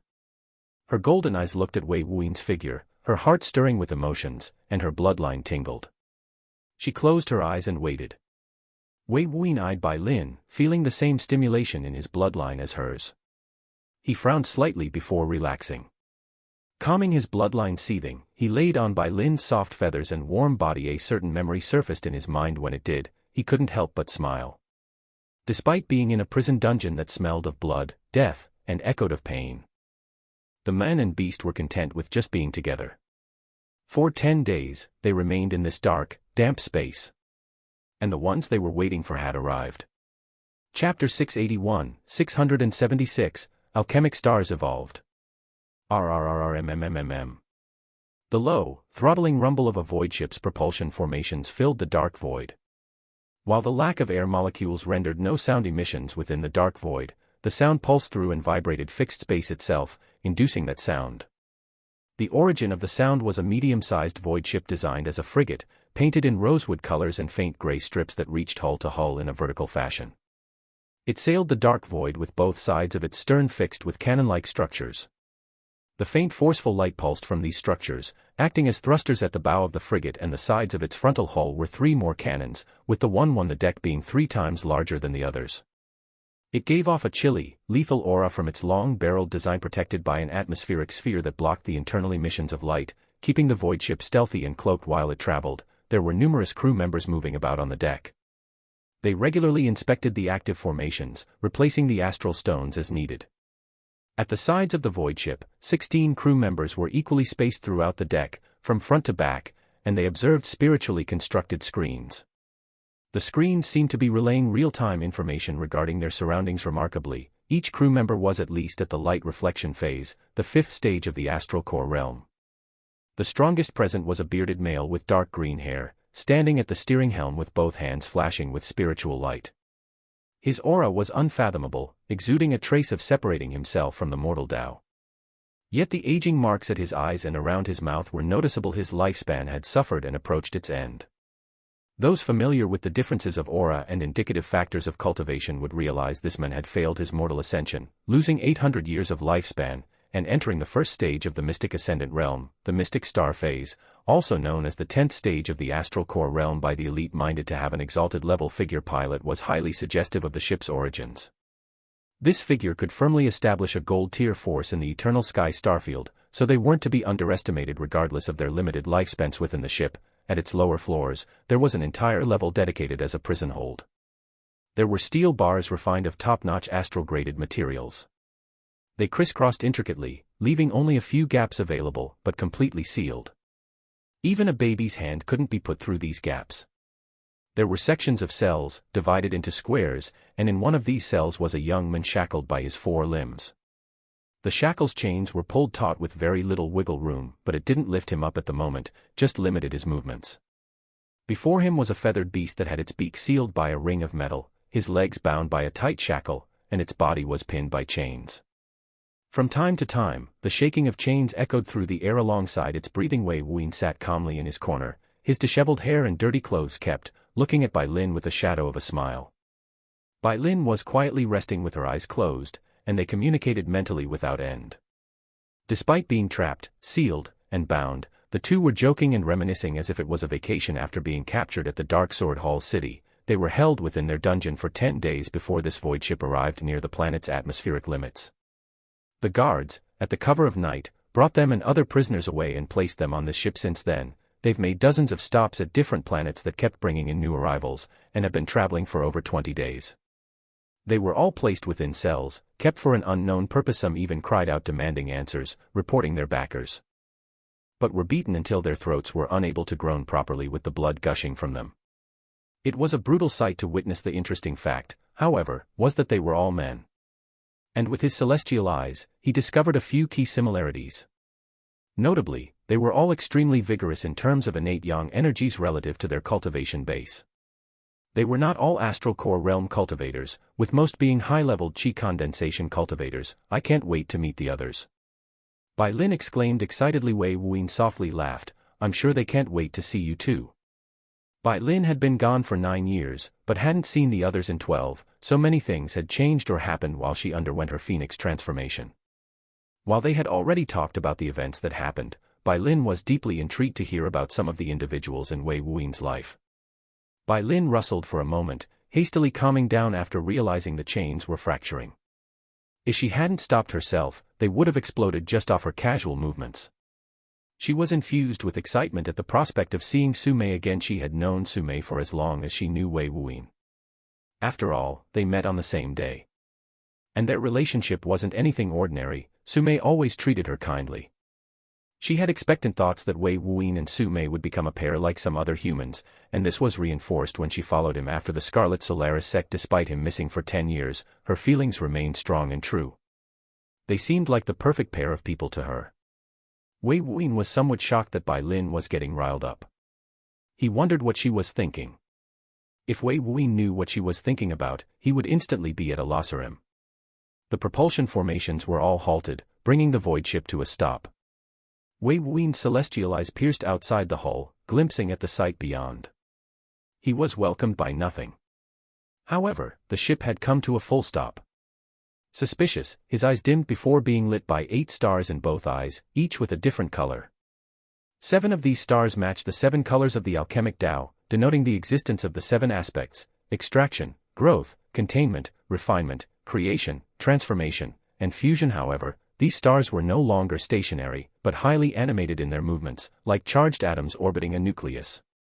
This nucleus was another star, but its color was unfathomable, nigh indescribable by mortal words.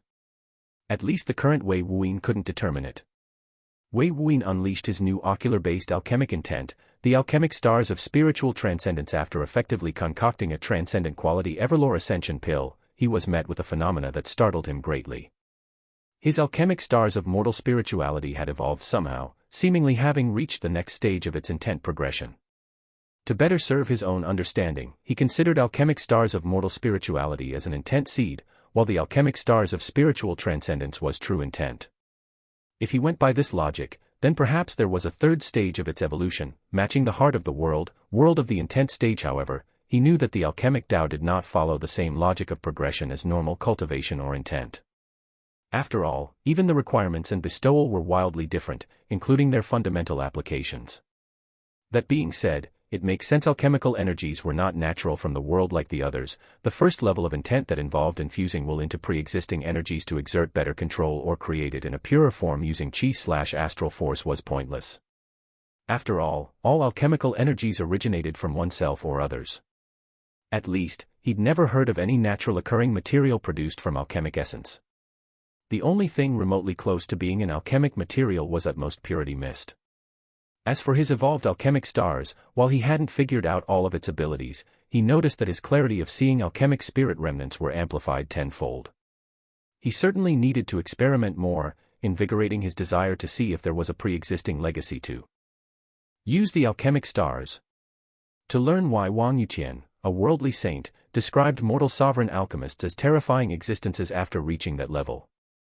As he peered through the ship's walls, he discovered numerous alchemic spirit remnants within others' bodies, bypassing the mystic-level concealment formation.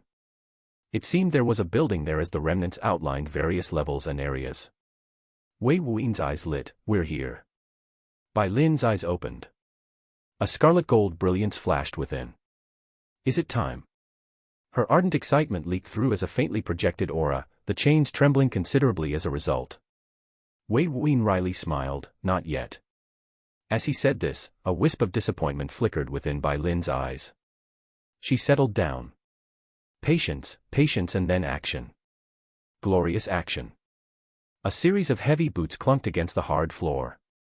It carried an oppressive feeling with it, causing every prisoner besides two to feel a feeling of trepidation. A figure stopped outside Wei Wuyan's cage. "She'll love you." A sinister, gruffy voice filled with a sneer resounded. Wei Wuyan's silver gaze was normal as he lifted it, revealing his unearthly handsome visage that couldn't be ruined by a little dirt or messy hair. His eyes revealed a ferocious, unyielding glint as he stared into the darkness, pinpointing the origin of the voice. The voice resounded again, "Oh. She definitely will." Chapter 682, 677, delivered to an ascended beauty. "Move it." An aggressive voice filled with rancor spat out, grunting out a forceful shove. Its target, Wei Wuyan. His hands and feet were bound with black rings that glowed with a restrictive spiritual power, runic markings sparkled from time to time. If a normal gravity emission phase expert were placed in these restrictive bindings, they would find their spirit of cultivation suppressed to its limits, while their innate energies were in chaos. The chaos would cause the body to experience jolting pain sporadically. Wei Wuyan felt the large hand press against his shoulders as he was ushered forward by three figures, two of which were unified guards in gray half-masks that covered the upper portion of their faces. The masks had a strange symbol at their glabella, an emblem designating their organization. It was a three-dimensional image of a slender hand with its palm upwards, its fingers facing up, and as if being grasped, a glaringly crimson sphere at its center. One of the strange thoughts that would surge into one's mind was how neatly trimmed the nails were, distinctively giving it a feminine charm. The four were moving through the void ship's halls. With both guards in front, there was a short, portly middle-aged man with a heavy black beard. He didn't wear a mask, but had a bracer with the symbol, alongside a strange character that Wei Wuyan couldn't recognize. Wei Wuyan glanced at the masks, his eyes recalling the memories of that young-looking cultivator. When he did, he kept a steady pace and walked as they did. They were currently docked in some building, likely a palace or castle within the dark void. It had ample shielding measures, both concealment and defensive. It seemed heavily fortified. Just walking off the void ship, he was welcomed by a large docking area that housed several other void ships of similar design as the one he left. He knew the design of this void ship was high-end, something that requires sufficient resources and ingenuity to create. The one he possessed was archaic by comparison, lacking in means, efficiency, and quality. Wei Wuyan first saw numerous men and women walking about, performing duties and en route to other areas of this building complex. "Ao. Settle down, beast." A voice resounded behind him, followed by a light buzz of lightning energies flaring. Wei Wuyan glanced behind him to see Bai Lin being brought forward by a trolley with wheels. Her muzzle and chains were replaced, fixed after her nearly shattering them by accident. There were 7 guards surrounding her, with strange pole-like armaments that emitted lightning energies. The strength of such could incapacitate ordinary light reflection phase cultivators with ease or those with fragile bodies. To them, it was enough as Bai Lin put on an act of whining pain with each jolt. She glanced at Wei Wuyan, and he could see her wink at him. Inwardly smiling, he was pushed again by the impatient guard. "Shit. Do you not have ears? Move." Being shoved wasn't that unpleasant. The unpleasant feeling was having to react to it deliberately. Even if he stood perfectly still, this guard wouldn't even be able to move a strand of his hair. The one leading them turned to the 7 guards. "The beast likely consumed a golden phoenix fruit, so take it to the beast extraction room and take its essence blood." "Yes, sir." The guards shouted in acknowledgement. They took a different route as they pulled Bai Lin elsewhere. Wei Wuyan gave her one last glance before they separated. The path he walked was long, filled with cultivators with half-masks and uniformed attires. They were certainly of the same organization. Recalling the details of the young-looking cultivator's memories, he inspected the location. This building complex was not stationary. Its location was constantly moving throughout the vast nine-star starfield. An elusive legend, some might say the headquarters of an organization said to operate in the shadows and have certain deals with certain cultivators. For example, the Darksword Star-Lord was in contact with this organization, trading vigorous men for certain resources. With his authority and strength, it would be easy to have some individuals just disappear, especially if they have no backing. It's a little unfortunate that oaths are so airtight and inviolable, or else organizations like these would collapse instantly. In fact, Wei Wuyin thought as he traversed down a long, expansive corridor, if cultivators could investigate the mind effectively, organizations that hide in the shadows would vanish at the first transgression. Chaos would probably reign, though. The ability to infiltrate the memories of others wasn't just due to Eden, but the combination of his alchemical properties alongside Eden's specific mental energies. However, if others had access to this ability, there would be no secrets that could be kept, neither through sheer will or oath. That being said, if it became commonplace, cultivators were certain to create defensive wards to protect themselves. Especially if it was something as valuable as their memories and mind. Wei Wuin's celestial eyes were in full effect as he searched. His eyes searched relentlessly, but to no avail. He slightly furrowed his brows, but remained incredibly patient. He had spent a month just to get here, what was a little longer. As for Bai Lin, he didn't worry that she would grow restless. As for extracting her essence blood, that was laughable. Still, he knew this organization dealt in exotic animals with unique properties. To think that the golden phoenix fruit was an item even in this stellar region. If so, Bai Lin was definitely not the only phoenix-transformed avian. However, with their relevance reduced due to technological developments, perhaps only niche forces and unique cultivators nurtured or required essence blood. He heard from Wu Yu that there was a specific mystic tier force in the Eternal Sky Starfield, one of the 8 noble clans, Lu clan, that specialized in beast breeding, mining, and farming. They were supposedly a powerful clan that was relegated to a lower standard after their earthly saint was defeated, so they took up these arduous tasks and redefined themselves, bringing themselves back up after several minutes. Wei Wuyin was escorted through what seemed like a maze to a hallway which led to a 5-meter-high double door at the end that was constructed from some unique oak wood variant. The wood energies within were quite pure, and even Wei Wuyin had to give it another glance. The tall, portly middle-aged man looked back, his sharp eyes narrowed further into a sinister sneer. "You should be happy, you'll experience utter bliss in a bit." The man gestured to the guards who collapsed the link that bound Wei Wuin's arms and legs together. While the restrictive shackles around his ankle and wrists remained, he was given full mobility. Wei Wuyin lifted his left eyebrow a little, seeing the curious expression from Wei Wuyin. The man laughed and added, "Enough to die for." Then he pressed against the door. It lit up in brilliant runes. The man's spatial ring released spiritual light that emitted a unique fluctuation. Wei Wuyin noticed this. A key. A series of runes flashed briefly across the door's surface. Then, the middle-aged man stepped aside gingerly, his expression dignified. The doors proceeded to open with a brisk sound, pushing inward to reveal the beige walls and a portion of the opulent decor within. "Go," the middle-aged man gestured. Wei Wuin's curiosity was stoked. He walked forward and gave the man a glance, which was only met with an expression filled with schadenfreude. Such an expression was quite unsightly. Ignoring that, he entered the doors bam. When he crossed completely, the doors slammed shut with a heavy thud, menacing and forceful.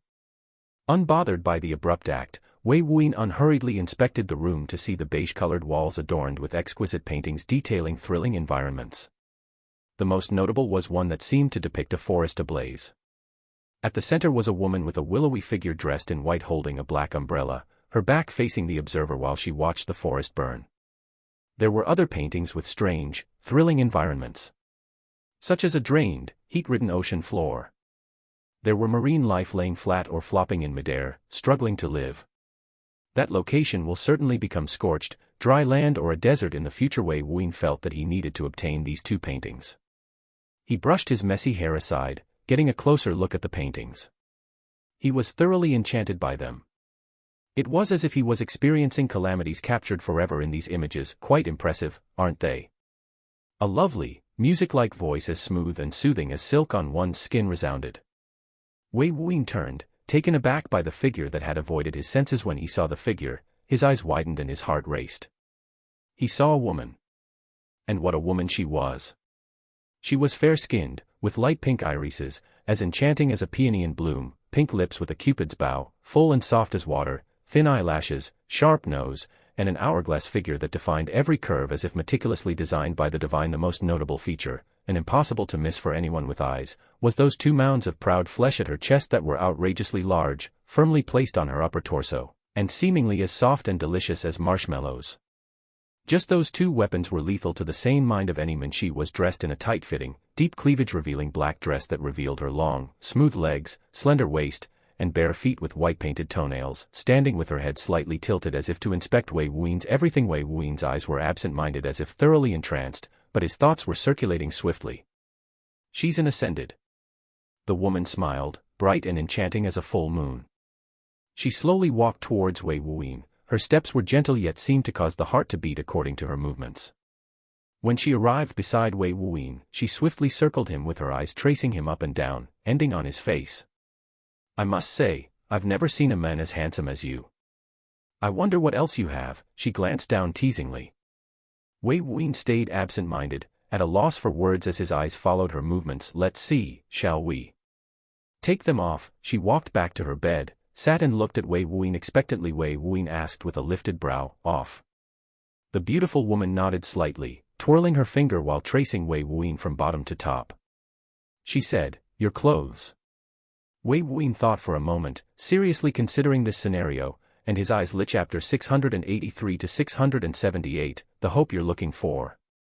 Noticing the excited light of realization dawn inside the eyes of the men before her, the beautiful woman leaned back slightly against the bed, her large, exceptionally tantalizing bosom bounced slightly, and revealed a small smile. However, within her lightly pink-colored eyes were a wisp of indistinguishable pity and disgust. Her deliberate movements accentuated her body's exquisite curves and brought to the forefront her alluring features. She waited for Wei Wuyan to hastily disrobe himself in an attempt to find his happy, enjoyable ending to this scenario. Like all the others. Several seconds of silence ensued. There was a distinct air in the room developing, an air that was brought about by a strange sequence of unexpected inaction. The beautiful woman's slim eyebrows faintly furrowed. She hadn't expected this silver-eyed man to remain frozen in place, staring at her with a bright, intrigued gaze. "Are you worried I'll bite? Or is it that your thing isn't as impressive as your face?"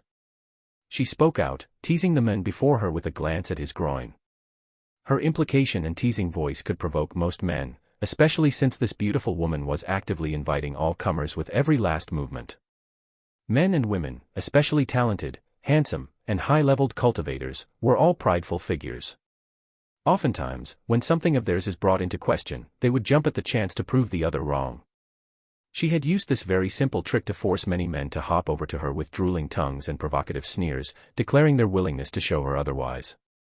But as the silence from the men before her continued, the beautiful woman found herself unsure. Could it be that the men before her lost his soul after seeing her?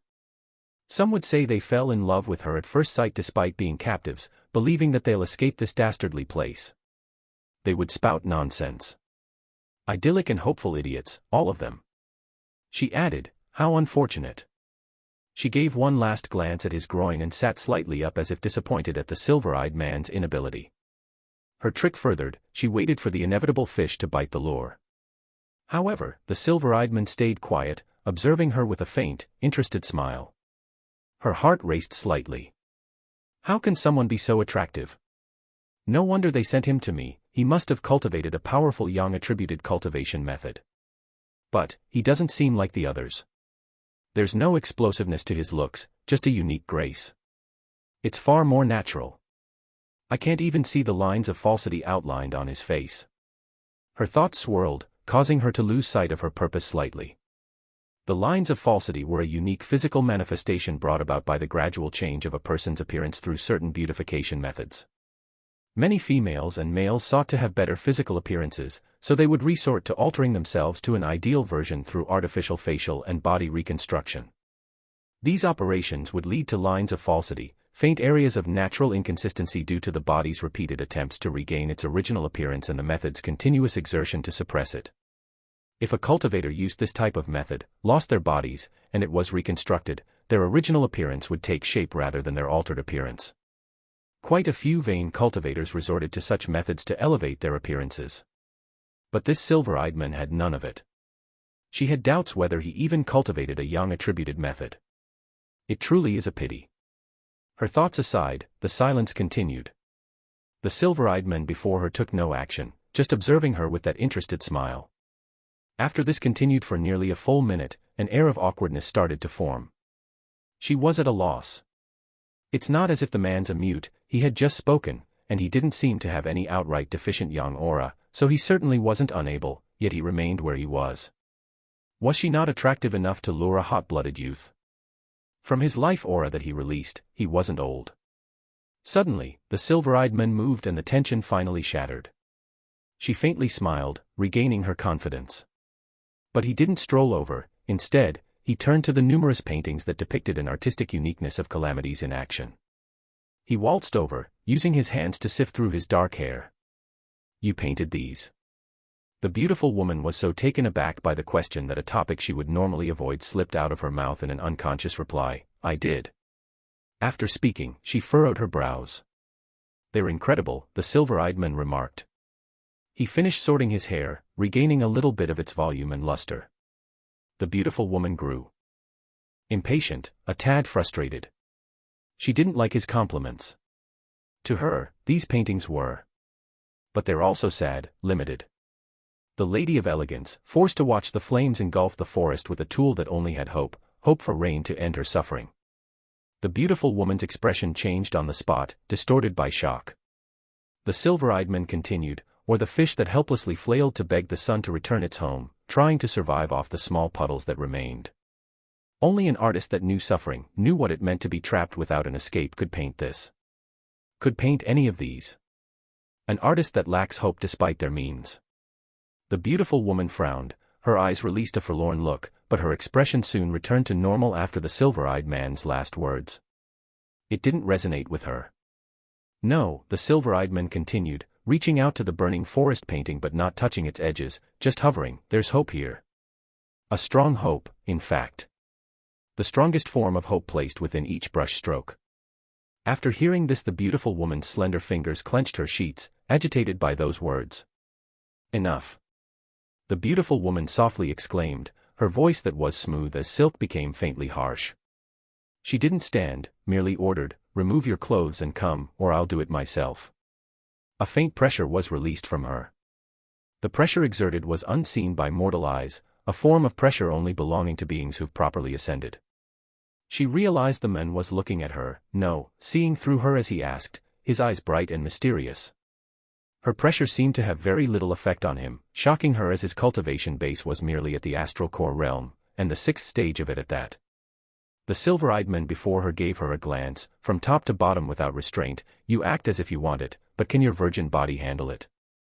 The beautiful woman jolted into standing position. Her eyes widened, then became incomparably sharp. Her aura seethed, causing the air within the room to become wild. "Who are you?" "Me. Just someone that can see your hunger," the silver-eyed man chuckled while his robes were buffeted by raging winds. Hunger. It was as if a lightning bolt shot through her mind. This young man who arrived before her like tens of thousands of others was far too strange. "You're not the one I'm looking for, but I'm interested in you now. So I'll introduce myself. Born from the Wei clan of Red Dove City, I was given the name Ween by my parents before heaven and earth." With those eloquently put words, he bowed slightly in greeting. "And you?" The beautiful woman fixated her light pink eyes on Wei Wuen's figure. She repeated his name in her mind several times, but it didn't ring any bells with those established or reclusive figures. There wasn't even a prestigious Wei clan in the 9-star starfield. Unable to find any irregularities with his aura, she knew he was certainly a gravity emission phase cultivator. This was an indisputable fact. A mere mortal couldn't evade her senses. "You Songli." She didn't know why, but she gave her name. Even her exuded pressure settled down. Wei Wuin lifted himself from his slight courteous bow, inspecting the room with a renewed vigor. Such a well-built cage, even an ascended is unable to escape. Yusongli's exquisite brows twitched. She let Wei Wuin walk around the room, looking at the opulent design, even inspecting the sheets. She blushed slightly when he touched it. No one has ever gotten close enough to touch them, but her curiosity prevented her from acting as usual. Wei Wuyin got close to her, only a few feet away, giving her a look. So what's your job here? Extracting yang energies. She didn't answer. Wei Wuyin backed away slightly. So this organization doesn't use formations to do it. I guess it is more effective using cultivators suited for it. Potent yin can attract and extract weaker yang, vice versa. Your cultivation method must be quite unique to extract yang energies without intercourse. I've only heard of certain formations or tools, but the purity is heavily damaged or the energy extraction losses are far too high. Yours shouldn't be too far off from those. As if vexed by Wei Wuyin's inaccurate statement, she pointed at Wei Wuyin. Her index fingertip emitted a faint pink light, a mist formed and shot towards Wei Wuyin. Before he could react, it entered his body and left with a mote of light with a golden hue in tow. Wei Wuyin allowed all this to happen, curious. When the pink mist entered his body, instinctively, his astral souls were about to release their strongest means to obliterate it, but he held them back. He saw the golden mote was a minuscule portion of his innate yang energies. It didn't originate from his primal yang, the source of his yang energies, containing his yang quintessence, but from his muscles instead. As for the process, it wasn't painful, more like a slight discomforting prick. However, this might be due to his own pain tolerance or strong body. Wei Wuyin was amazed, never knowing there was a way to extract yang energies from flesh, giving a nod of astonished acceptance. There were boundless methods beneath the heavens and earth. Then, he looked at the floor. You can't use your cultivation or abilities beyond a certain distance. A safeguard placed for the others who take care of your needs. Is that why you tried so hard to lure me over here? Yu Songli remained totally silent. Wei Wuyin was in range, so she could suck him entirely dry if she wanted, especially since he was a mere mortal. But his earlier words and calm demeanor caused her immense hesitation. She maneuvered her finger and the pink mist returned to her. When she did, she glanced at it and her eyes explosively widened. Her eyes sharply moved to Wei Wuyin. This. Wei Wuyin gave her a faint smile. A cultivator's primal yang and primal yin are refined by the qualities of one's cultivation base. The stronger the cultivator, the higher quality their yin and yang energies became. The greater their physical, mental, essence, and spiritual energies, the purer, denser, and stronger the yin or yang energies emitted. While the quantity doesn't change much, the quality does. The aspect of quantity was why Nasini, who possessed multiple primal yins, was so valuable as a dual cultivation partner. Furthermore, they linked together, strengthening their purity and quality beyond her cultivation base. Even at the foundation establishment realm, Nasini's yin energies rivaled those at the yin form phase, the fourth stage of the qi condensation realm. Wei Wuyin had used only one of her primal yin to rise to the yin form phase, proof of her extraordinary physique. As for him, was there even a reason to delve into why his yang energies was impressive? Who are you? Yu Songli no longer stayed quiet. While she already asked this before, the meaning behind this was different. Wei Wuyin brightly grinned, without any fear. He stared into her enchantress eyes and declared, I'm the hope you're looking for. Chapter 684, 679, Unburying Hope.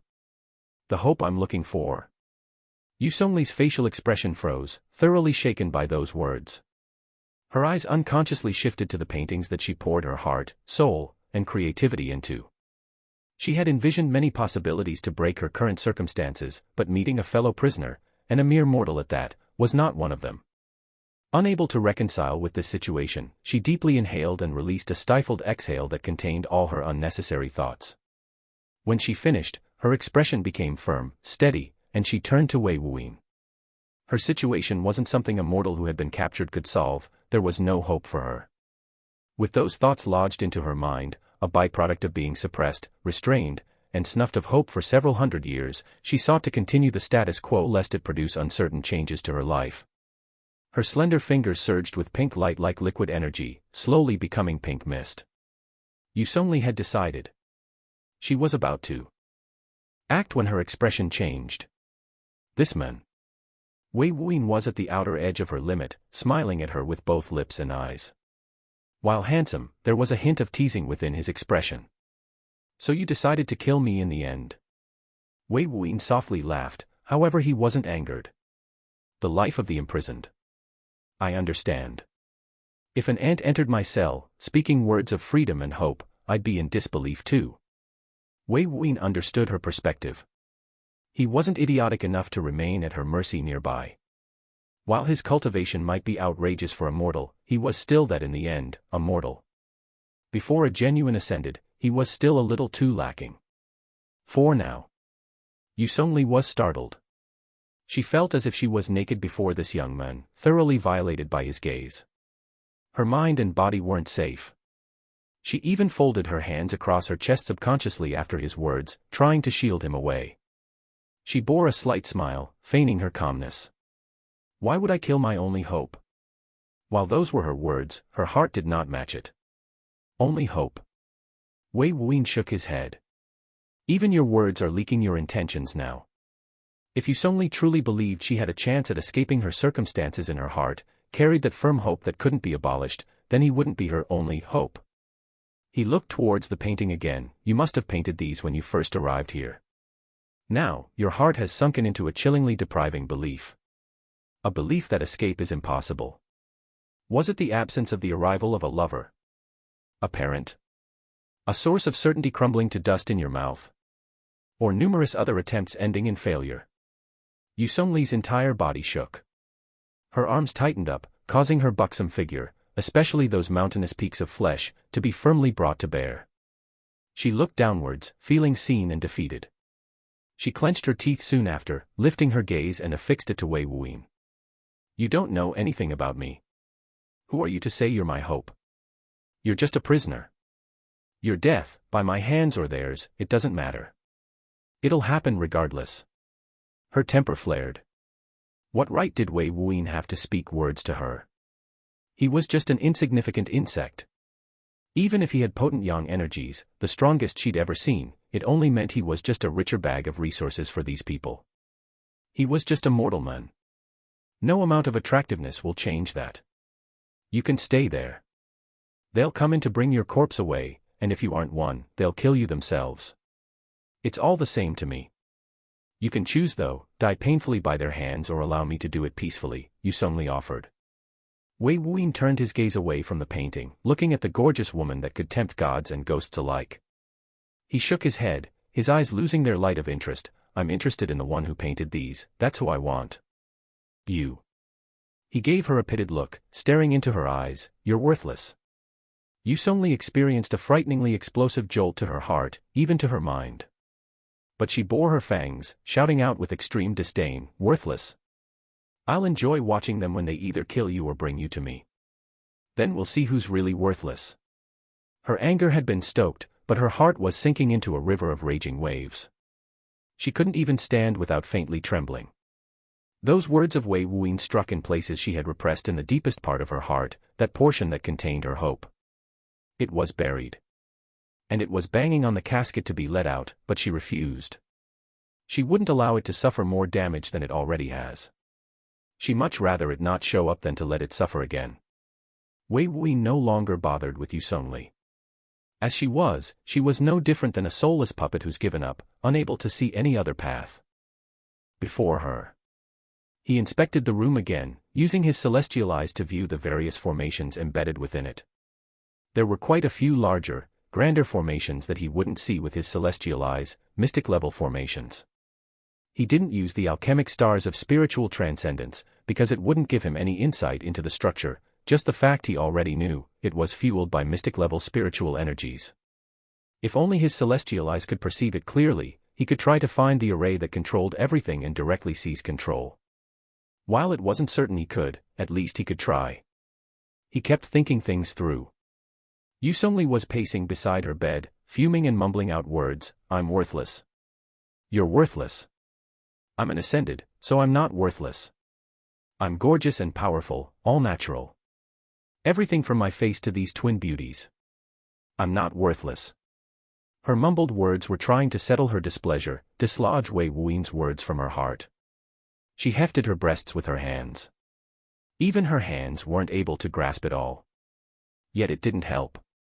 After a while, she realized that Wei Wuyin wasn't doing anything. Oh. Is the hope a little hopeless?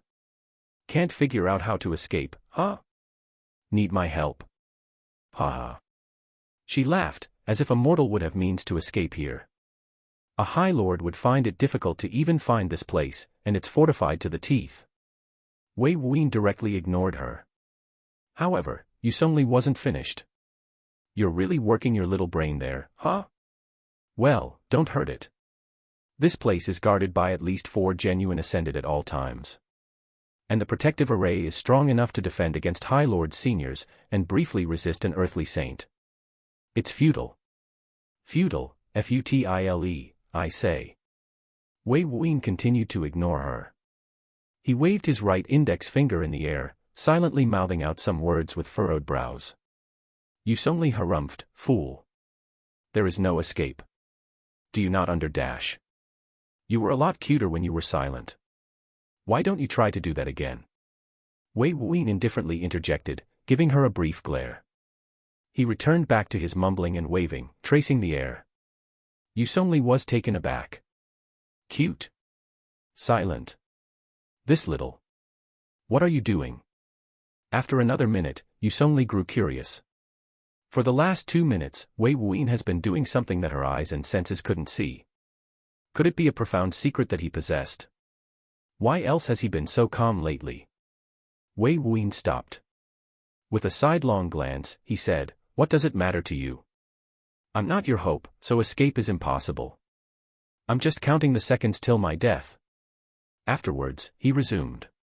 She was stifled by his words. Her earlier words and her current curiosity truly clashed. She wanted to harumph, but she held back. Her fingers clenched into 2 firm fists, and after a moment of trembling, she mustered the courage to say, "You said earlier that I'm not the one you're looking for. Who are you looking for?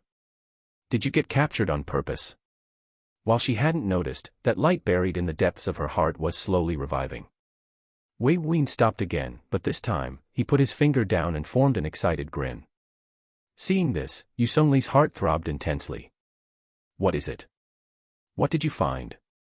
"A way out." Her words were low, as if whispering so others couldn't hear. The light in her eyes wasn't just curiosity, but that hope that had been hidden away. The more she thought about it, the more she felt that Wei Wuyin wasn't just here to be killed. He must have some play, right? Someone that handsome can't just die, right? Wei Wuyin turned to her, his smile incredibly bright. "So you're not worthless after all. I've decided then, when you're free, I'll court you properly." "What?" Yusongli was confused. "Court? Properly? I mean, I'm not going to get you to agree to be my woman in your current circumstance. I once did that before, forced by the situation and survival. It didn't feel right then. So I won't do it again in this life," Wei Wuyin answered. The image of a gray-eyed beauty flashed in his memory. "That's not, what?" Yusongli's confusion increased. Wei Wuyin added, "As for those things I was doing, it wasn't much, just a show to see if you still had hope in your heart. It seems the woman who painted these isn't lost. That's enough for me." Yusongli started to understand now. Was he doing all this to see if she would ask questions, to see if she still had the desire to escape? The willpower to risk it once again if presented with the opportunity? She settled down. She felt as if she was being schemed against in every exchange. Wei Wuyin laughed, "See? Cuter. Drop-dead gorgeous, in fact." After that, he turned away and looked at the door that sealed them. Yusongli blushed slightly. She had never been seen through and softly manipulated in such a thorough way. Her heart was pounding. Especially after digesting all of his words. Court her properly when she's free. This meant he was certain of escaping. As for being his woman, he was a mere mortal. Even if one has an astounding foundation, enough to sweep the ages, reaching the mystic ascendant realm wasn't about resources or backing, but talent and comprehension. Too many cultivators failed, even outstanding chosen of certain elite forces. Even children of earthly saints. It was not an easy feat. She knew Wei Wuin's mind wasn't even on the mystic ascendant realm, but thinking that he might die during his realm world astral tribulation due to his astral soul's shenanigans, she might become mute with disbelief. Fine. But how do you plan to escape? Yusongli decided to learn a little about his thoughts. If it was completely ridiculous, then she wouldn't settle her eggs in his baskets. Her current treatment might be forfeited, and her life might tank if things went sideways. Wei Wuyin kept his gaze to the door. Plan. I had a plan, but what you said made me realize I can't just stay as a prisoner. I was sent here to have my yang energies extracted, my corpse would then be disposed of. I can't feign my death, and if I did, I don't know if they'll just use fire force to incinerate my corpse, not toss me aside to be dealt with later. Yusongli frowned. So, Wei Wuyin continued, I'll go with Plan A. Plan A. Isn't that the first plan? Yusongli immediately replied, the strangeness in his statement baffled her. Plan A. Yes, it's the first plan. The plan is very simple really, which is why it's the first. Wei Wuyin nodded. And that is? Wei Wuyin took a step towards the door, the shackles that bound him trembled. With a clink, they fell from his limbs and he pressed his right hand upon the door. From his fingertips, spiritual light flowed. The fluctuation was exactly the same as the spiritual fluctuation from the middle-aged men who threw him in. The key. Yusongli exclaimed in disbelief. Creak. The double doors started to open, revealing the light of the outside world. Wei Wuyin revealed a faint smile, turning to look at the beautiful countenance of Yusongli. As I said before, simple, kill until I find him. Bai Lin, now's the time. Unleash Hell. Chapter 685, 680, Nirvanic Flames Unleashed. Ayo. Beast, settle down before I give you another jolt. A half-masked guard angrily shouted. He walked beside the trolley that carried Bai Lin, rolling through the hallways while repeatedly threatening Bai Lin, getting a sick satisfaction from her crying wails or fearful flinches. Presently, there were 5 men escorting Bai Lin to the blood extraction room, a room designed for the extraction of essence blood of both beasts and humans. These cultivators were not above the abuse of humans or other humanoid races, including demons. At times, they would pass other escorted prisoners. There was a young human man tugged along by a neck chain by 2 half-masked men. He stumbled and moved with lifeless eyes.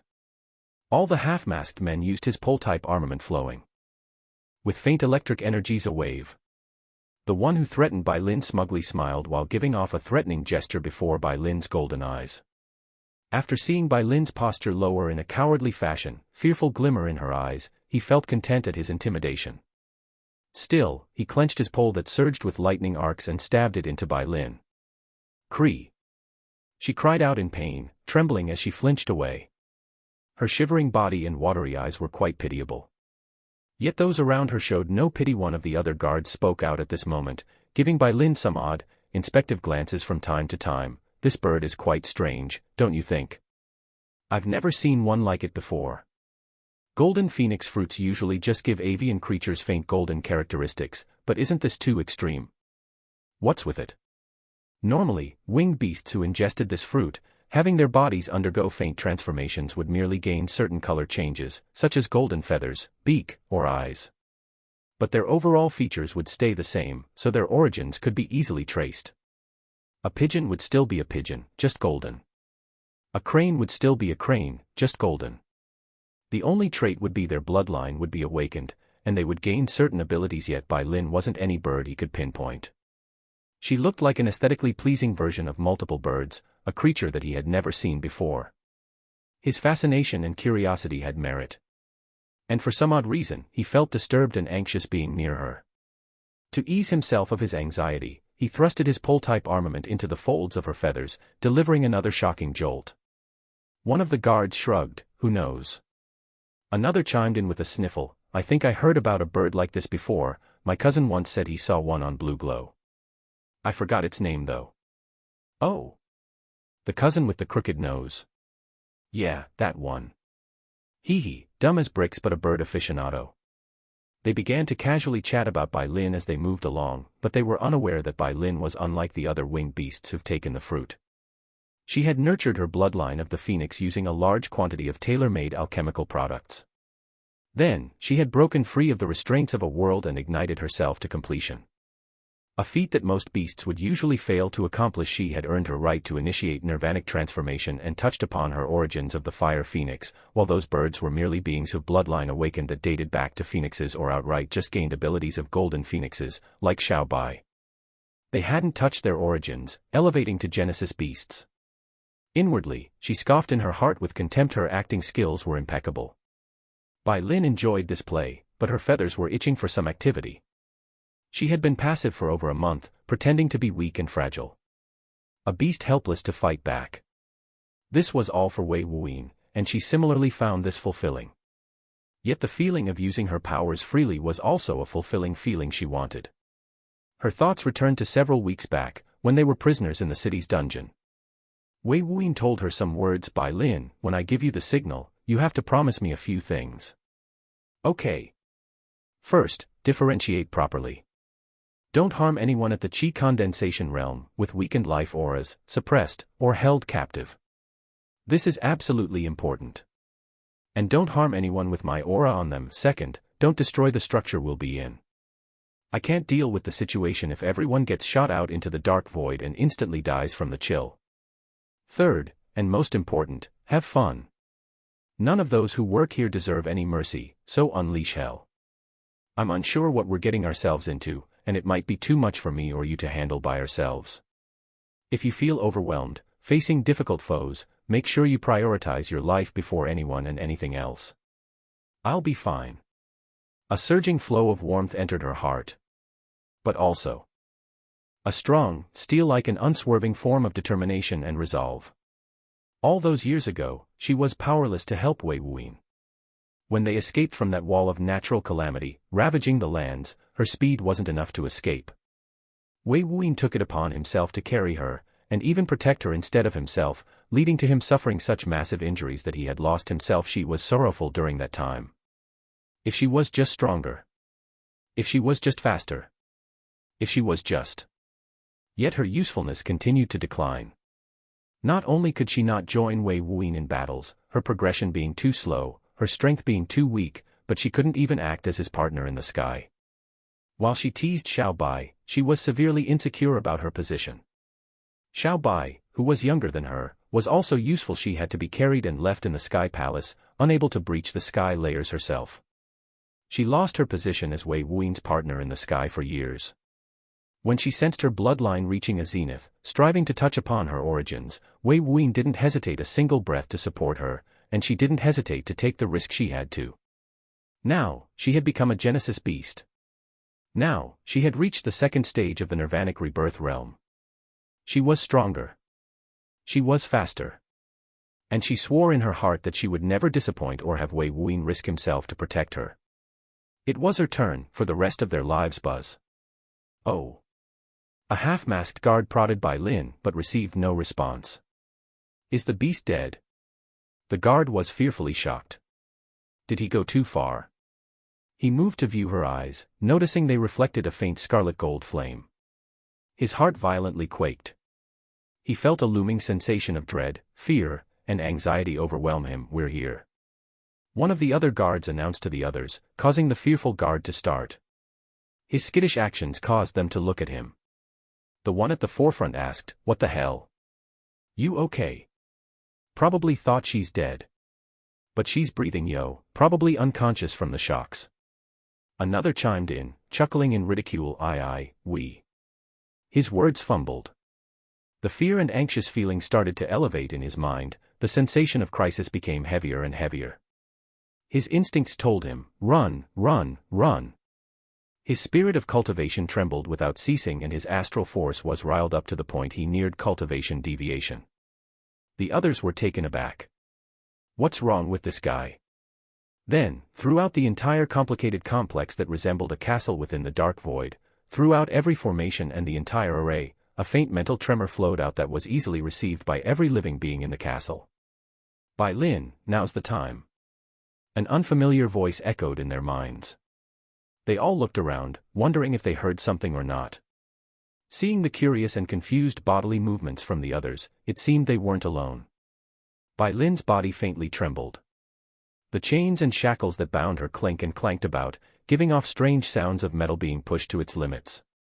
They all turned to the feathered beast. What the hell was that? A half-masked escorting guard asked. At this very moment, another explosive mental transmission command erupted out. Unleash hell. Cree. Bai Lin's golden eyes emitted a bright, lively, an excited radiance that flooded the corridor, blinding the nearby men.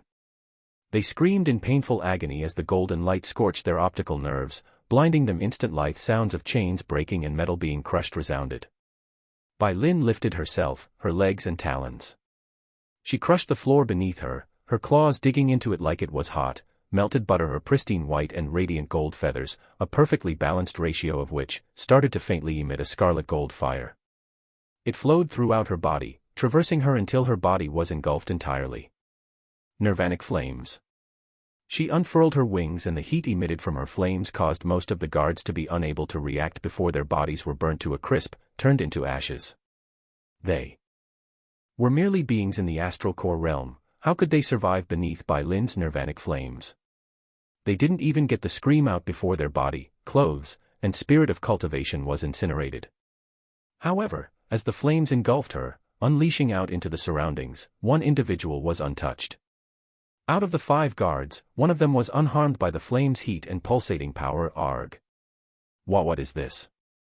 The guard that held a pole-type armament, the same guard that kept prodding Bai Lin without end for his own satisfaction, was squirming as his escape routes were blocked by scarlet golden flames. He stumbled and laid on the ground, the horror in his eyes were at its peak. HR had just witnessed his allies turn into ash before him. Unlike the others, he was unharmed by the golden light or flames that followed.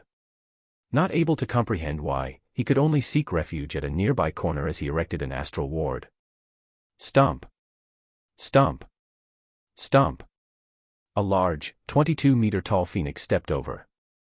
Her body wasn't as large as a being like Anu, being relatively tiny in comparison, but her aura was outrageously more imposing.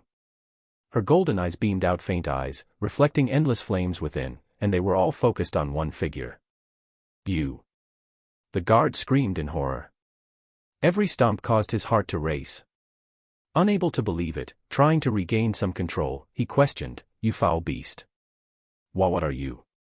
Bai Lin arrived just a few feet from him, staring at him from above as he pedaled back against the wall, pointing and trembling. Looking at this human, her eyes flashed with disdain. Spush. Just as he was about to speak, his head was clenched by a golden talon. Like a watermelon, it burst apart with a flex. Brain matter, sanguine blood, and bits of bones were squeezed out and flooded her talon for a moment. The flames burned it away, turning him and everything about him into ash. Bai Lin unfurled her wings wider, and released a trembling cry that shook the entire structure. Cree! It was her time. Her nirvanic flames burst out of her body, thoroughly unleashed, flooding through every crevice, hole, and room. The screams of others started to resound. Chapter 686, 681, Free. What was that? Yusongli touched her right ear. She had just felt a strange transmission of words within her head. It was extremely intrusive and shocking. As an ascended, no, as a cultivator, she communicated using spiritual transmissions, which were received and inspected with her spiritual sense before being translated into comprehensive words, carrying a person's aura and tone. However, she had never felt a mental transmission before. It was strange, as if someone was within her thoughts, echoing to her in another voice. It made her feel insecure. Furthermore, the voice, tone, emotion, and other distinct qualities of a true voice was as consistent as if she had just heard it with her ears. Just abundantly more clear. She recognized the voice too. It belonged to Wei Wuyin, this silver-eyed, outrageously handsome, unsettlingly perceptive young mortalman that seemed to be as indecipherable as an impossible cipher. However, for some reason, she felt that unburied hope flow into her eyes. Wei Wuyin had just sent out a mental force burst to traverse throughout the entire complex. He was unable to sense Bai Lin's exact location through the formations, so he was left with no choice but this alternative. Cree! A fierce rocketing clarion cry shook the entire complex. Wei Wuyin's eyes lit with a distinct brilliance. The Dao Bleeders opened, but the usual guards were distracted and left baffled by the 3 events. The doors opening, the mental outburst, and the clarion cry. Confused, the 2 light reflection phase experts that were designated to wait for Yusongli's methods to run its course before grabbing the drained corpse, turned to see the inside of the room. Their expressions and reactions were incredibly slow, and they first saw Wei Wuyin standing there at the entrance, unharmed and unshackled. They caught a glimpse of the gorgeous Yusongli, further staggering their reactions. However, before the half-masked guards could even speak out a series of questions or sounds, a ray of piercing light arrived at their foreheads. The saber light pierced through their skulls, painting the wall behind them in their brain fluids and sanguine liquid. The two crumpled like ragdolls without knowing how they died. Two thuds resounded. Wei Wuyin walked forward, exiting the room as he inspected the two's bodies and spatial rings. After finding nothing of help, he slightly frowned. But he did discover a few cultivation methods and arts that were quite blunt, such as, siphon evil method. A sinister dual cultivation method of the evil variety. There were other methods including self-harming arts that could wildly increase one's power at the cost of things like life force, essence blood, or energies. All of which was stolen from others, sealed through a variety of methods, then used for these arts. He couldn't help but recall the evil cultivator back in the Myriad Year continent, Phantom Rogue of Evernight. He had stolen and kept spirits of cultivation of others, galvanized their unique energies to fight against the mortal star formation tribulation, the first astral tribulation. His efforts brought him great power, but he failed to survive in the end. The methods of evil cultivators. While he knew this organization practiced evil methods, practiced a variety of plundering, he now verified something beyond a doubt: this was an organized association that thrived on evil methods. The memories of that young-looking cultivator were mostly lacking regarding knowledge of this organization, just its existence and his dealing with trading certain characters. This included exotic beasts and women. However, the city officials themselves were highly suspicious.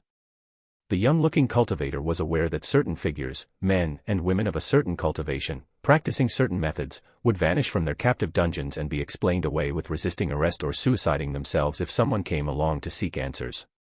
Due to his attractiveness, the young-looking cultivator thought he belonged to the immortal hero ranking, and thought about reporting it to the city officials. This was why he was disappointed, and so were the guards. There was an underground bounty for those on the immortal hero ranking. In fact, he learned from those same memories that the immortal hero ranking figures were heavily targeted, many disappearing or dying unexplained deaths. If this organization was responsible, it wasn't anything ordinary, that's for sure. As for why the immortal saintess ranking wasn't targeted, that was because the women were often chosen, their beauty outstanding, but their backing were almost always impressive with far too many connections or raving fans. Furthermore, beautiful women were difficult targets to disappear without a commotion following. There were too many people jumping at the bits to gain the favor. If they went missing, the number of suitors that would react in full throttle wasn't small. But the immortal hero ranking listings were usually the result of age, talent, and appearance. And this was usually the result of them cultivating certain young-attributed cultivation methods.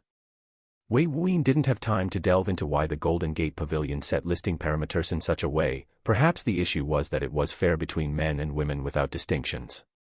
So the benefits of being their dual cultivation partner was attributed heavily, including their personal potential.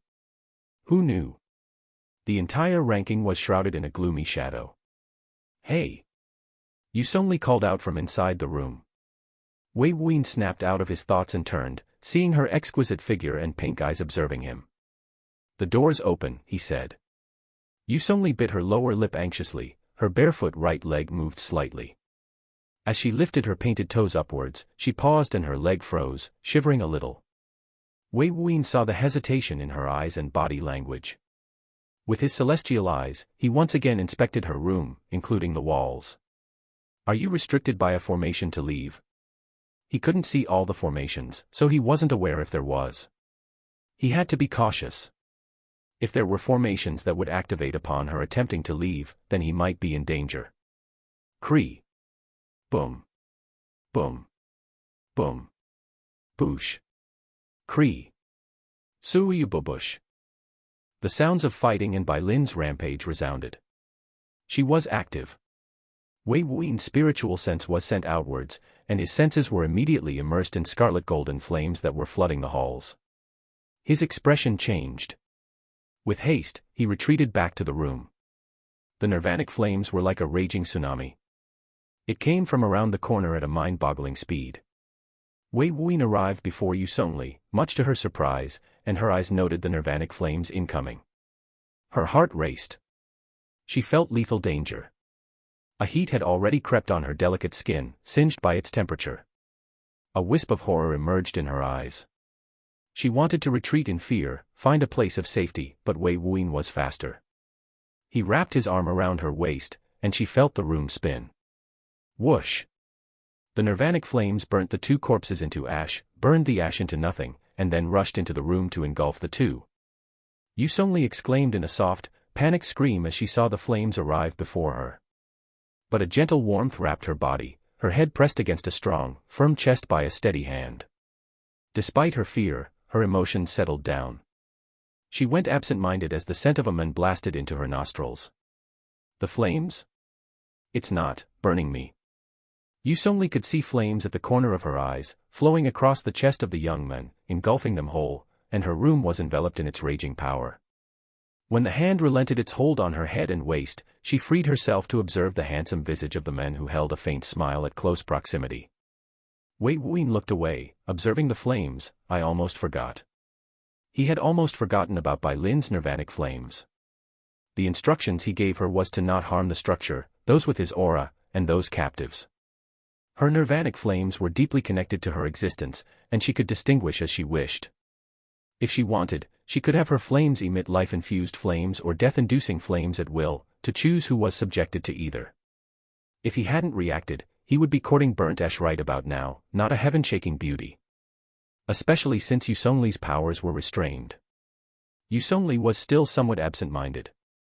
She had never had a man embrace her so fiercely before, and she couldn't fathom how they were standing inside flames that didn't burn them.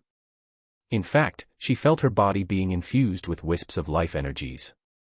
It wasn't powerful enough to extend her lifespan, but she could use it to heal injuries. The dual events left her speechless. Before she could even react, a hand grabbed hers. Let's go, Wei Wuyin said.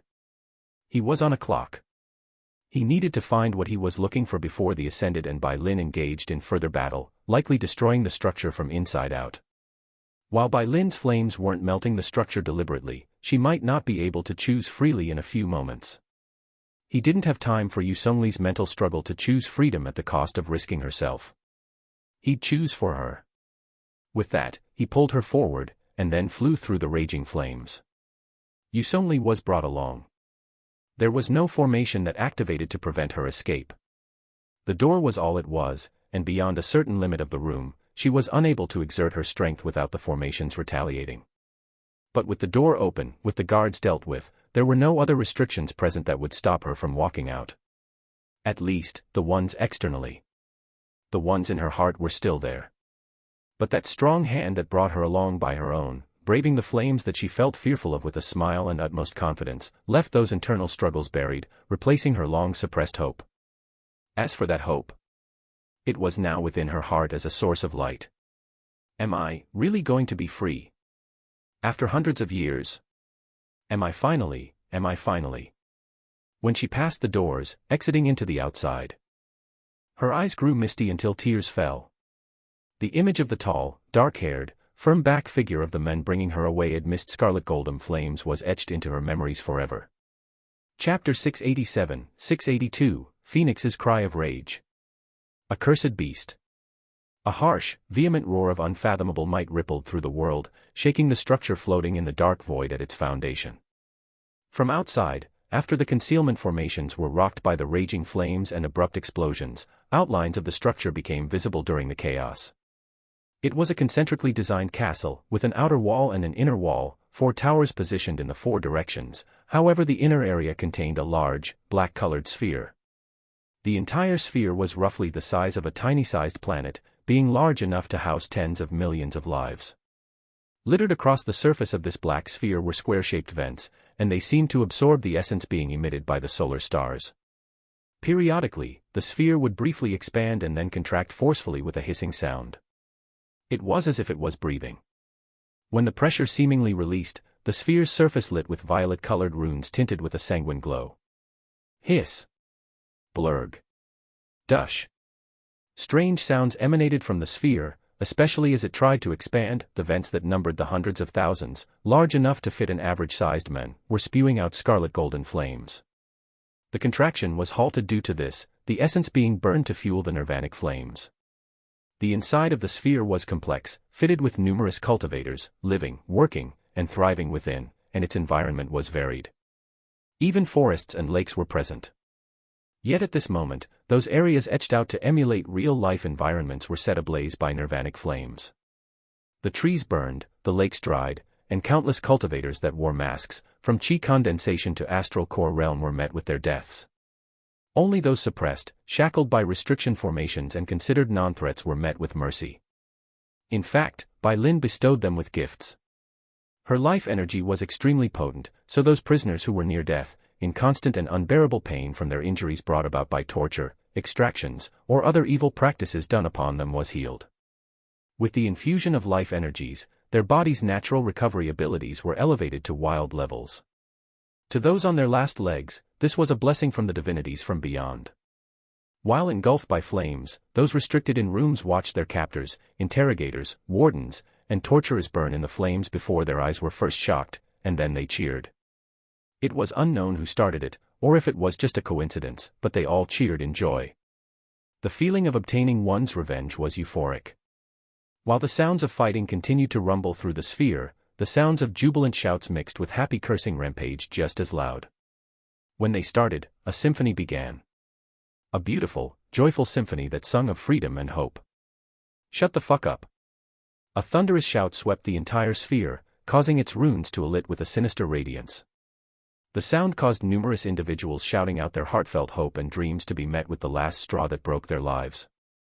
They died with brilliant smiles and one last screaming shout. It wasn't their death throes, but their freedom throes. They would no longer suffer. To them, that was enough. A particular male cultivator had a high cultivation base and a special physique, the Yang renewal physique. It was the exact opposite of the Yin renewal physique, allowing his primal Yang to recover after being exhausted or expended, making him the best form of cultivation partner for women. Yet due to this, he was siphoned for more than 500 years in this location. Forced to act as an renewable bag of Yang energy, his cultivation continuously raised through special means. He wasn't even able to die during the tribulations, the Ascended could interfere with their treasures and means. His value was invaluable. When the cheers began, he was the absolute loudest. Immersed in scarlet golden flames, he was a tattered mess. He had no limbs, severed hundreds of years ago, and even his manhood had been removed, forcefully keeping his Yang energy sealed within his body with no outlet or medium and forcefully elevating it through special methods. For so long, he was like an undead existence, forced to live despite his desire. Enlivened by the cheers, he coughed out violently. The life energies were healing him, and while he was happy, he wasn't willing to continue living. His eyes reflected as much.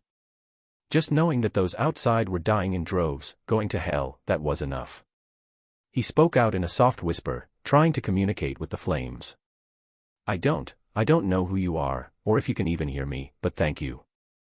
But, I have a request. A small, little, insignificant request to someone like you.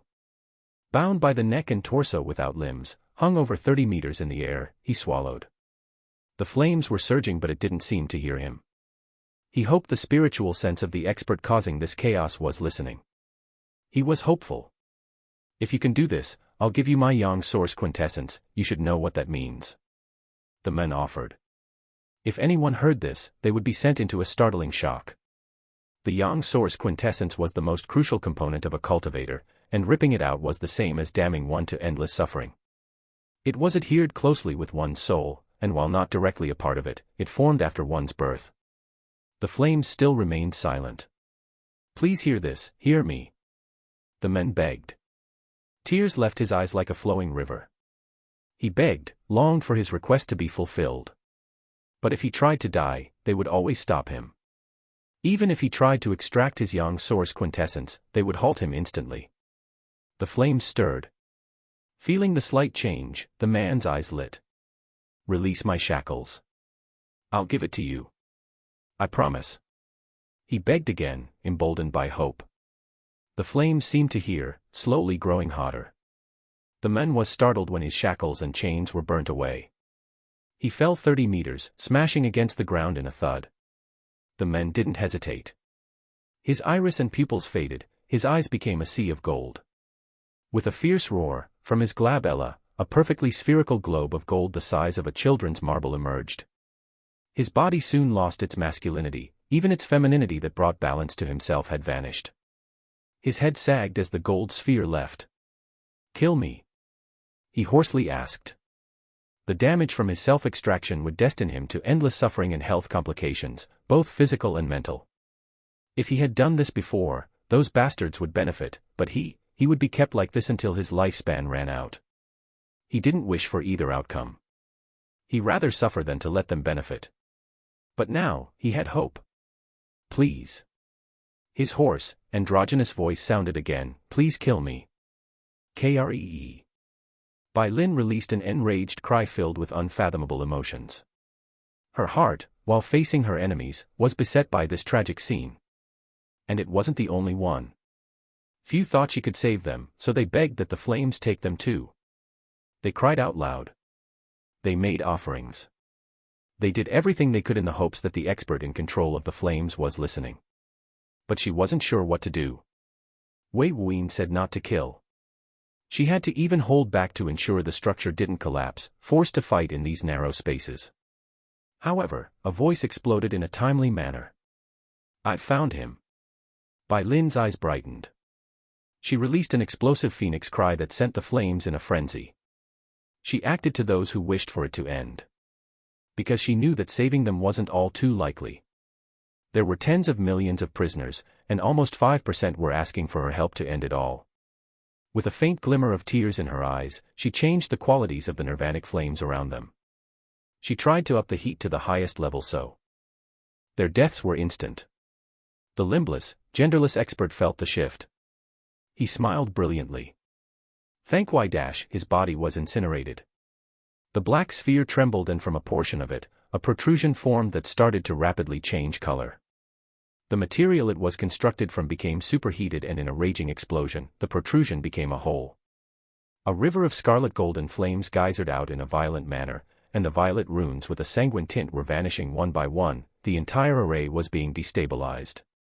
From the grazer of flames, a bird made of entirely scarlet golden fire, at the height of 22,000 meters, emerged at startling speeds. It shot into the dark void and sharply turned, its golden eyes were radiant as two burning solar stars. Fire Phoenix transformation. "I'll kill every last one of you." Bai Lin sent out a vast mental tremor, filled with pure, unadulterated killing intent. Before, she just wanted to fight and prove herself as useful. Now, she wanted to eviscerate. Kree. Chapter 688, 683, Burn, the Hunted and Hunters. Burn it all down. A gargantuan, grand, gorgeous array of fire, form, and ferocity occupied 22,000 meters of space. Bai Lin's fire phoenix form transformed her into an embodiment of scarlet golden nirvanic flames. Her previously recognizable features weren't distinct, there wasn't an ounce of white, just an existence of fire and light. The only thing that retained herself, expanded alongside her, was her golden-colored radiant eyes that torched the world with every glance. She stared with unmasked violence and rage at the black sphere surrounded by concentrically designed castle walls and towers. The violet runes on the surface tinted by a sanguine color were affected by her internal rampage, causing most to dim and some to be erased after a burning flicker, vanishing outright. From the giant hole she had burst out from, still spewing geysering flames, were two comets of light, one black and one gray that broke out. They escaped the limits of its burning heat and put vast distance, almost 100 miles of distance between them and the pillar of fire. The two lights hovered in the dark void. The lights around those existences started to rapidly fade, conserving their strength while safe. What the hell is that beast? It's like an entity of fire. A gloomy, hostile voice resounded. It belonged to a female, and her gray light revealed her figure.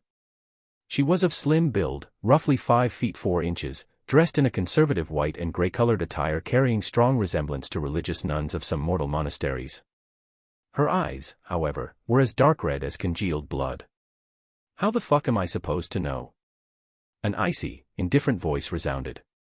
Despite the vulgar language, the tone of the voice lacked all forms of passion, almost emotionless if not for the chills it could induce. It belonged to a male, garbed in loose black robes, his face covered by a half-mask like the others. The woman snorted, executing a few hand seals. The violet-colored runes lit for a moment before dimming even greater than before, and some had been stressed to the point that they shattered, exploding, and taking bits of the black sphere with it.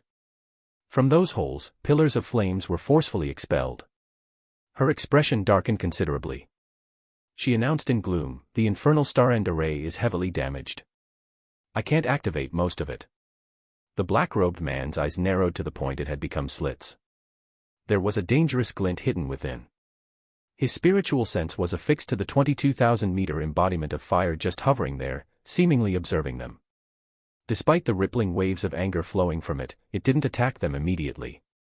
"A bird that's made of fire? Could it be a phoenix?" the woman asked. She kept performing hand seals, her hands becoming shadows as she executed thousands in the matter of mere seconds. She wasn't holding back. The power emitted from her body caused fixed space to tremble ceaselessly. "Can you repair the array?" the black-robed man coldly asked, ignoring the woman's question. The infernal star-end array was an extremely high-level array that maintained the offensive, defensive, and supplementary formations. If used adeptly, with a cultivator of sufficient cultivation level, it could directly repel demi-mortal Lord phase experts, even briefly resist an earthly saint. "I'm trying," she curtly responded.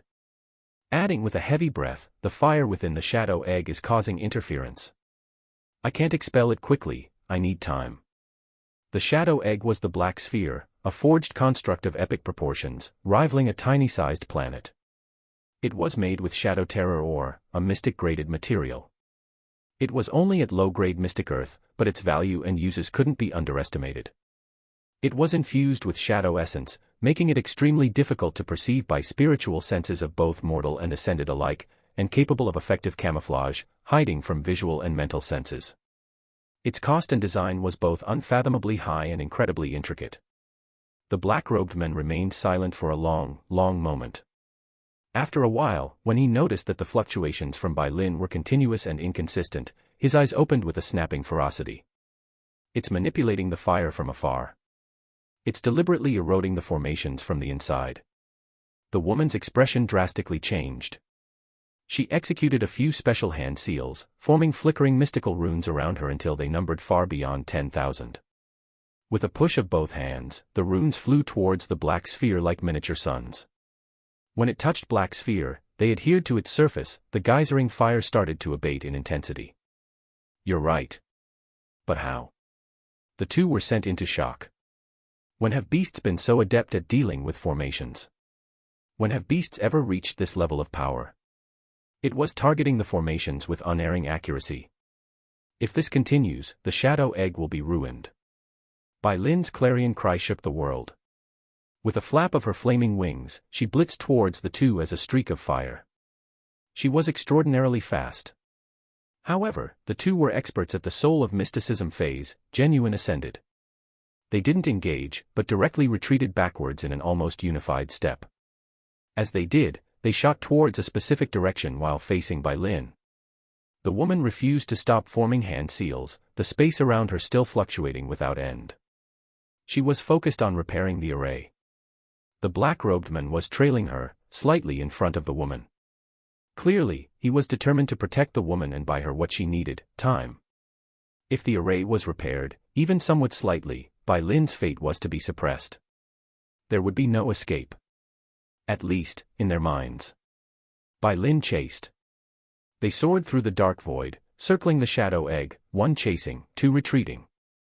Neither side executed long-range attacks, both with their own reservations. The two couldn't escape the shadow egg's orbit without abandoning it, and Bai Lin couldn't unleash her full strength without endangering Wei Wuyin. As she chased for nearly 10 seconds, 3 lights exited from the shadow egg, 2 blue and 1 gold. They formed 3 men, all of which had half-masks protecting their identities.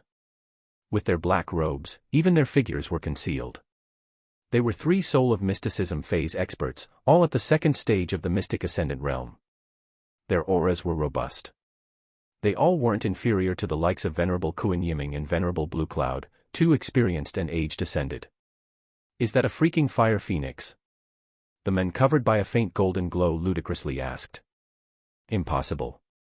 They're legends. How could it be?" While the golden phoenix fruit existed, that was only awakening the bloodline potential of certain avian species, capable of allowing their strength to elevate and develop certain unique abilities, but that was fundamentally different than seeing a live phoenix.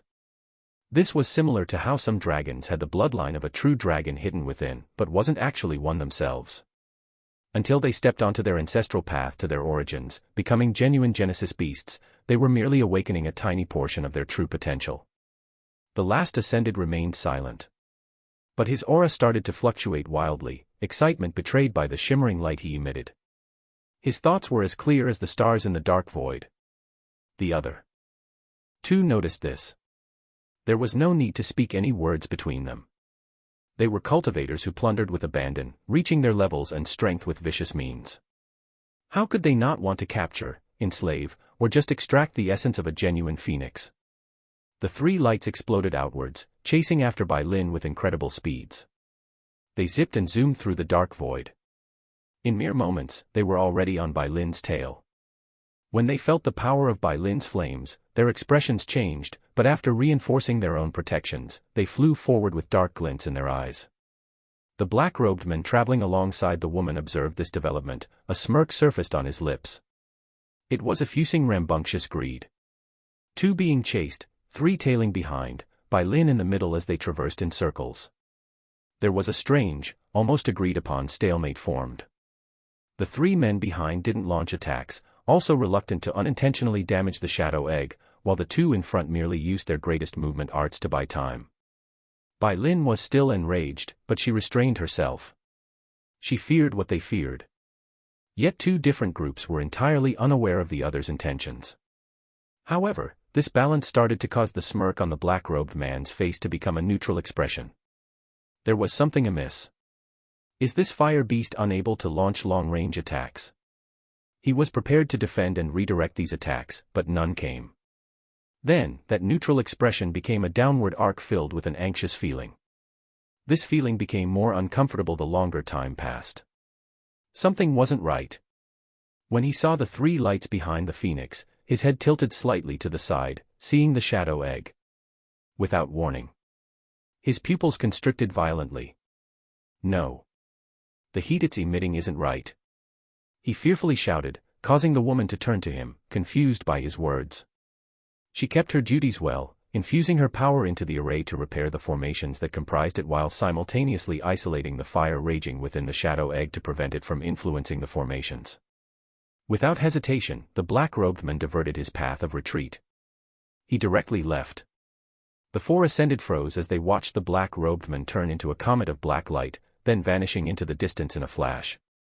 He had used his spatial powers to move a vast distance. Speechless, the four were unable to react properly. While they thought about leaving too, it was too late. An explosive burst of power erupted from far, far into the distance. The aura was quite distinct, but also weak. It felt as if it belonged to a gravity emission phase expert, unleashing their aura out wildly. The others gave the area a brief glance, but they were unable to sense anything in particular. It was strange. But then they heard something sizzling. Ah! A shriek of horror brought the three men's attention back to their target, and what they saw shook their entire hearts. Help me! Oh! Gah! Help! In bursts of screams, cries for help rung out in their senses. Their eyes all shrunk into needlepoints. At the moment, they witnessed the sight of a large fire phoenix engulfing the woman entirely, as if she was eaten whole. She was trapped within the confines of its body, unable to escape as she formed continuous wards around herself. She raged and raged, releasing everything she had, but those wards were burning, sizzling as if being cooked. Her skin that was soft, pristine, was bubbling as if roasted in an oven. Her defenses were useless. The harsh heat ravaged her body, her clothes, and her life. In moments, her mystic graded attire was incinerated into nothing, combusting into flames. It caused the woman to become a flaming person, and no one could enjoy her nude body as she shrieked out in pain and panic. Even if one wanted to look, they would only find burnt flesh and melting bones. Ghastly. The three felt their scalps tingle. And ascended, burned alive. It was only then that they realized that the fire phoenix's heat was pulsating, distorting fixed space until it seemed as if it was quaking like a mirage in the distance. The sides of the shadow egg in close proximity were melting with a bright redness. The words of the black-robed men that escaped resounded in their heads. The heat wasn't right. Chapter 689, 684, Burn, Phoenix's Might. It was waiting for a signal. One of the half-mast descended shouted in realization. That weak, far and away aura had changed the circumstances of everything.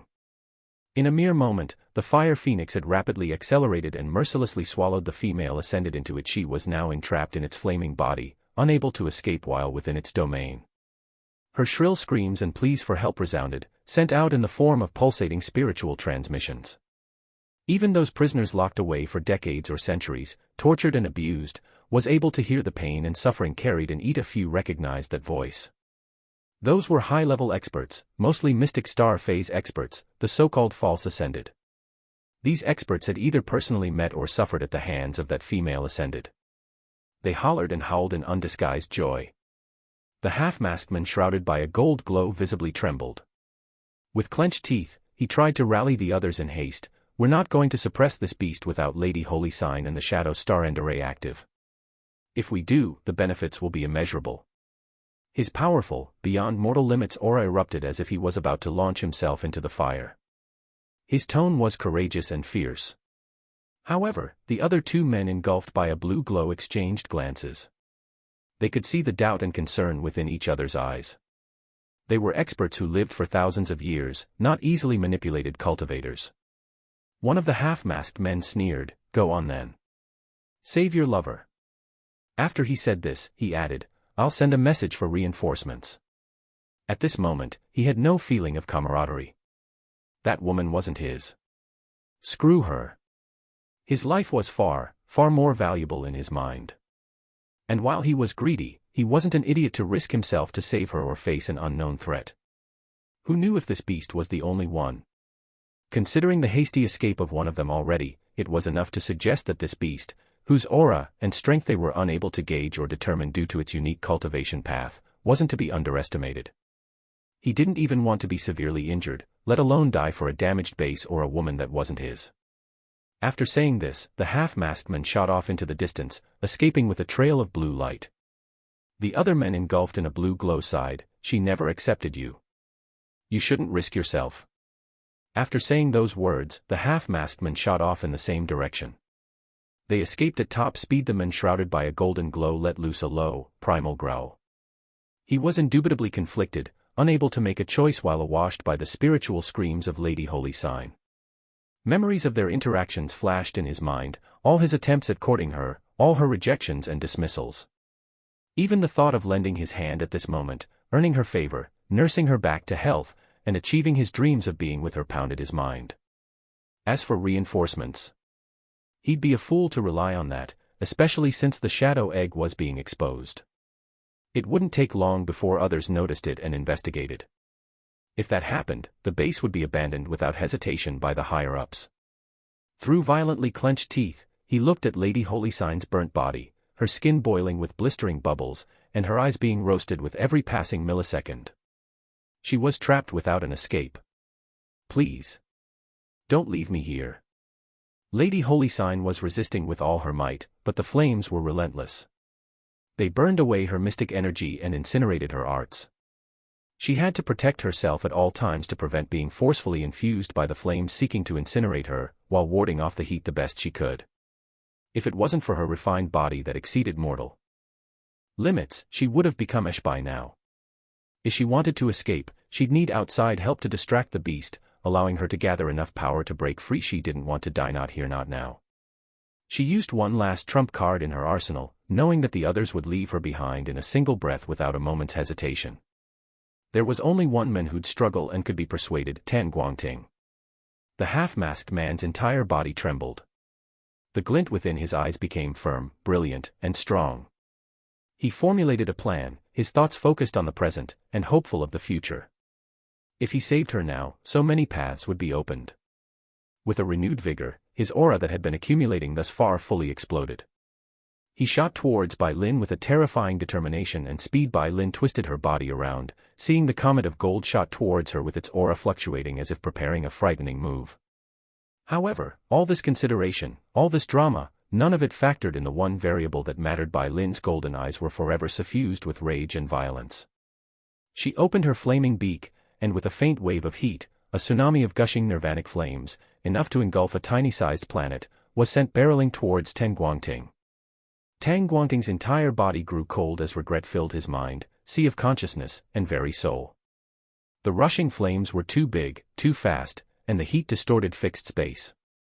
Instinctively, he tried to tap into his means to traverse space in a hasty attempt to escape, but his formerly impressive momentum and the destabilized space meant he had selected his own end with his thoughts on escape. His body wasn't suitably protected.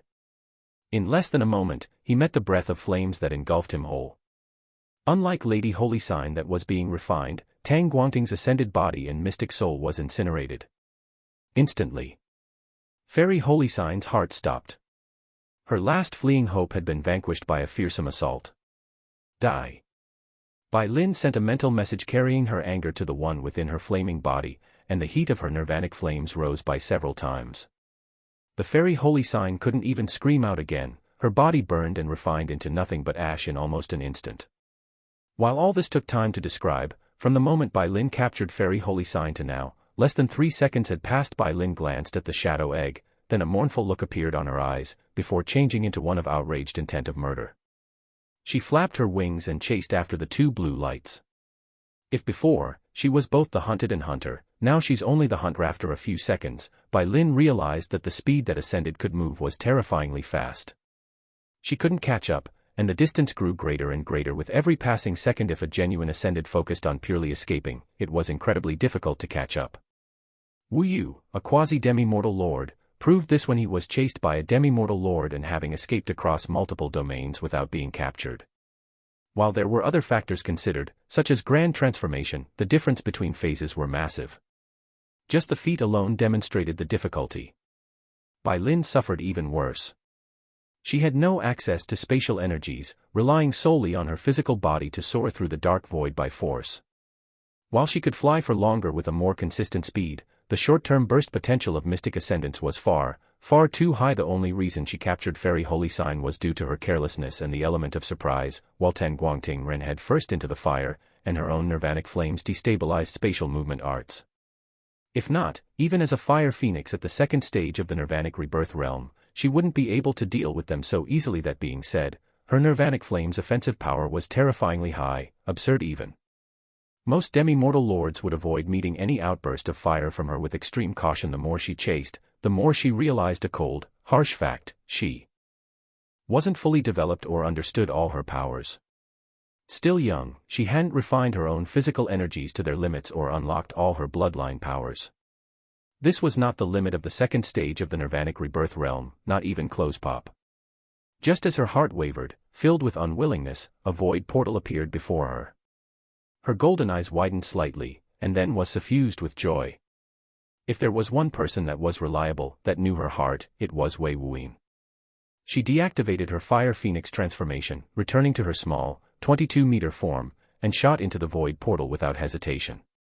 When she reappeared, she didn't even hesitate to reactivate her Fire Phoenix transformation, returning to her glorious form of 22,000 meters. What?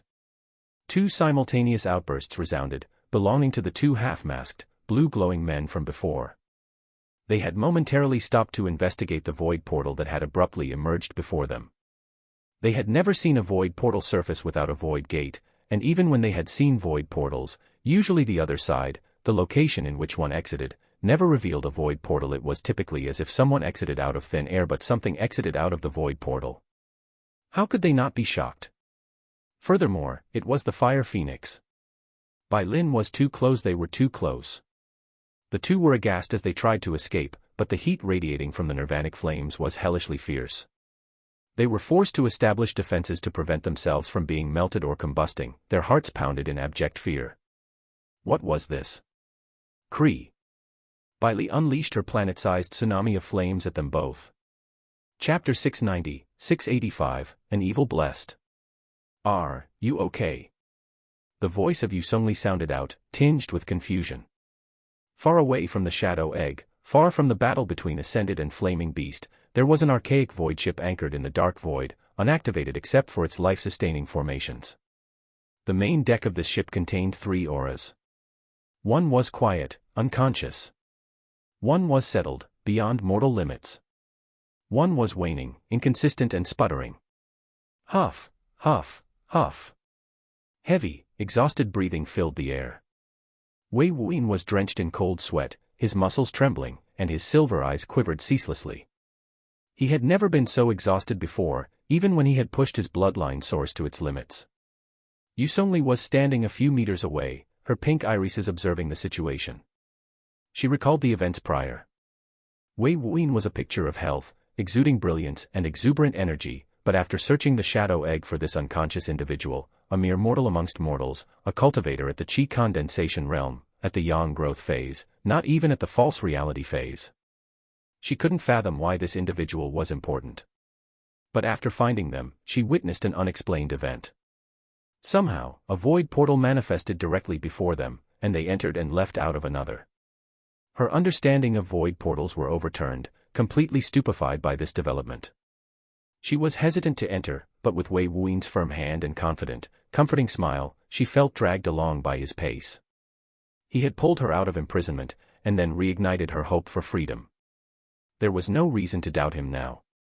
When they exited, they were far, far away from the shadow egg, and Wei Wuyin instantly summoned an archaically designed void ship.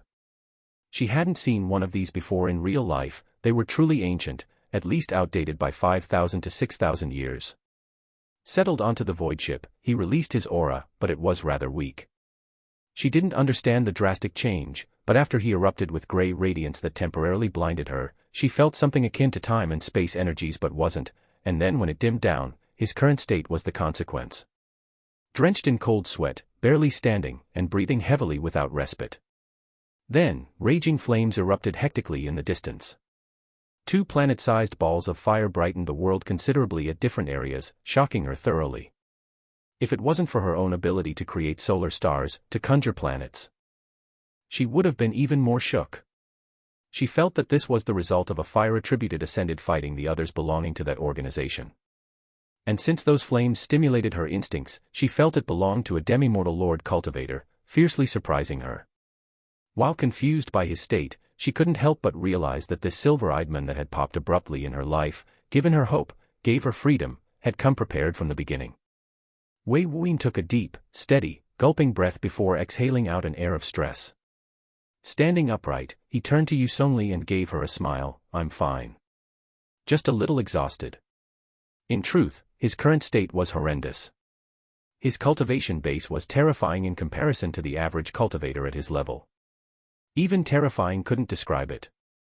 After reaching the gravity emission phase, using the last bits of his remaining alchemical products during the last 6 years to enhance his cultivation base, his 69 centimeter-sized astral cores had heightened to 73 centimeters. While only 4 centimeters of difference, his astral force overall strength had elevated, becoming far, far denser and richer through the refinement of his gravitational central mass, the black white hole. If one went by ordinary standards of gravity emission phases, from the golden age of the Everlore starfield to even the eternal sky starfield, it was fairly consistent that the average was half a centimeter. With 4 astral cores at the equalized state of 73 centimeters, he had roughly 584 times the reserves of the average cultivator at his level. Not counting the absolute difference in their astral force's strength, his world seas contained enough astral force to drown some smaller starfields. Yet the strain of opening a void portal was outrageously high, unfathomably difficult. This wasn't just because of the mystic essence emitted by the 9 solar stars with mystic radiance belts strengthening the stability of space overall, but the resistance given by the starfield's protections to prevent spontaneous invasions. He had met this when he first arrived, blocked at the 9-star starfield's boundary. Just the sheer fact he could use brute force here as a mortal told of his incredible strength and huge reserves of his void force. There was a specific frequency required to bypass this strain, but he wasn't aware of it. While it didn't seem to limit spatial energies or forces, it deeply targeted void portals. The core issue stemmed from the crushing attempt to continuously shatter his void portal, not the act itself. To sustain it, he had to use far too much power. Furthermore, he had helped Bai Lin catch up to the 2 ascended, creating 2 void portals at 2 different locations that he wasn't present in, a first for him. Due to this, he had exhausted almost all of his astral force, converting most of his power into void force. Fortunately his bloodline source was perfectly fine. At least he didn't have to spend time recovering. Wei Wuyin gathered his breath after some effort, turning to Yusongli and earnestly asked, "Are you okay?" Yusongli was taken aback by the question. She found herself so shook that she was unable to respond. She even stuttered out some words, baffled by it all. When was the last time someone asked her this? The issue was, she didn't know. Looking at her palms, she felt the invisible shackles that bound her tightly slowly loosen. When she looked at the vast dark void, the beautiful stars in the distance, and the artificial air from a new environment, she felt her entire body shiver at the dawn of realization. I'm free. I'm free. After centuries of imprisonment, forced to strip impressive men of their young energies for others, used as a surgical knife for their needs, she was given back her autonomy. Her freedom. Her twin mounds trembled from her excitement and let loose nose-bleeding movements. The tight-fitting, revealing black dress was far too stimulating. Wei Wuyin couldn't help but wonder what she ate to be so impressive. Regardless, her genetics were blessed. She hadn't realized it, and before Wei Wuyin asked her if she was okay, she was crying. When she asked him if he was okay, her tears were ceaselessly falling. She was in tears yet unaware of it. The phenomenon shook Wei Wuyin, which was why he feigned his recovered state, and asked her this question. Her subconscious had noticed, but her conscious mind hadn't yet reached that conclusion. He had to push her to that conclusion. A simple question to have her reflect on herself was enough. He gave her time to process it. It's unfortunate that Bai Lin wasn't able to deal with all of them. His celestial eyes allowed him to observe the fight, well, more of a burning slaughter. He had witnessed one of the Ascended escaping before his signal was released. His timing was impeccable. Wei Wuyin's eyes narrowed. It was a little too impeccable. A little too coincidental.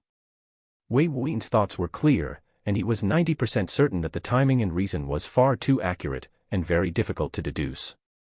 Either that individual's intelligence was absurdly high, his survival instincts were extremely sensitive, or the most likely, the heavenly Daos influence. An evil blessed. His narrowed eyes became sharper, glinting with a cold light. But, he soon calmed down. His thoughts were almost driven in the wrong direction, and his understanding of what evil cultivators had almost subtly changed.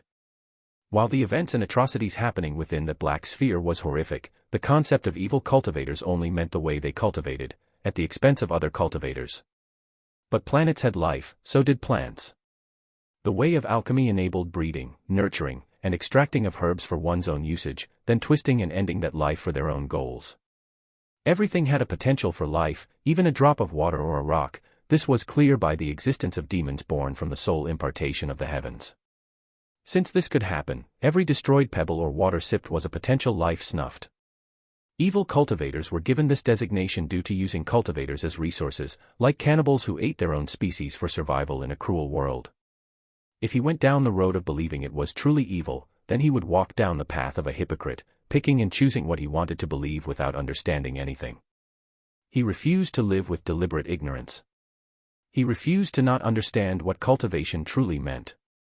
While he could live by his own principles and morals by not practicing evil methods due to his own disinclination towards them, he couldn't dismiss it so strictly for others. It was outright disrespectful to what it meant to cultivate. The heavenly Daos was unfair. But they were also fair. They treated everyone from the onset as equal, and only those who either broke or kept to their 3,000 commandments were punished or rewarded. This was the cause and effect bestowed by the authority of the heavenly Daos. Evil cultivation methods had little to do with it. They were just heretical methods judged on the basis of current society. Perhaps in some civilizations in this vast world, evil methods might be orthodox, and using plant life to extract essences and energies might be heretical. Wei Wuyin's ability to see the truth of cultivation allowed him to see Ying, his shadow, and the evil he believed was within his soul, as well as pull him out of his shrouded haze. A blessed that cultivates evil methods. Wei Wuyin muttered out, intrigued by this individual. As Yusongli basked in her newfound freedom, a clarion cry sounded through the dark void. A white and gold feathered bird soared towards the void ship. Clamped at the tip of its beak was a small golden-colored bead. Wei Wuyin warmly smiled. You enjoyed yourself. I did. Bai Lin smiled with her eyes, and added, but I wanted to kill them all. Despicable. Her killing intent leaked in her mental transmissions. An Ascended had escaped, but not a single cultivator within the Shadow Egg had escaped incineration. She had just slaughtered millions of evil cultivators, but just one escaping left her dissatisfied. When Bai Lin entered the void ship's atmospheric layer and landed, Wei Wuyin shook his head. He didn't disagree. Those who kill should be aware that they could be killed. He was always ready for his time to come. He would have no regrets, and every step in his life was to ensure that would remain the case. Walking over to Bai Lin, he curiously looked at the small golden bead. What's that? He reached out, not to grab the bead, but to give Bai Lin a soft rub, but when their bodies came into contact. Boom. Time froze. Chapter 691, 686, Answer to an Old Question. Plunged into absolute stagnation, a state of total stillness and silence. Not even the air particles created by the artificial atmospheric formations moved.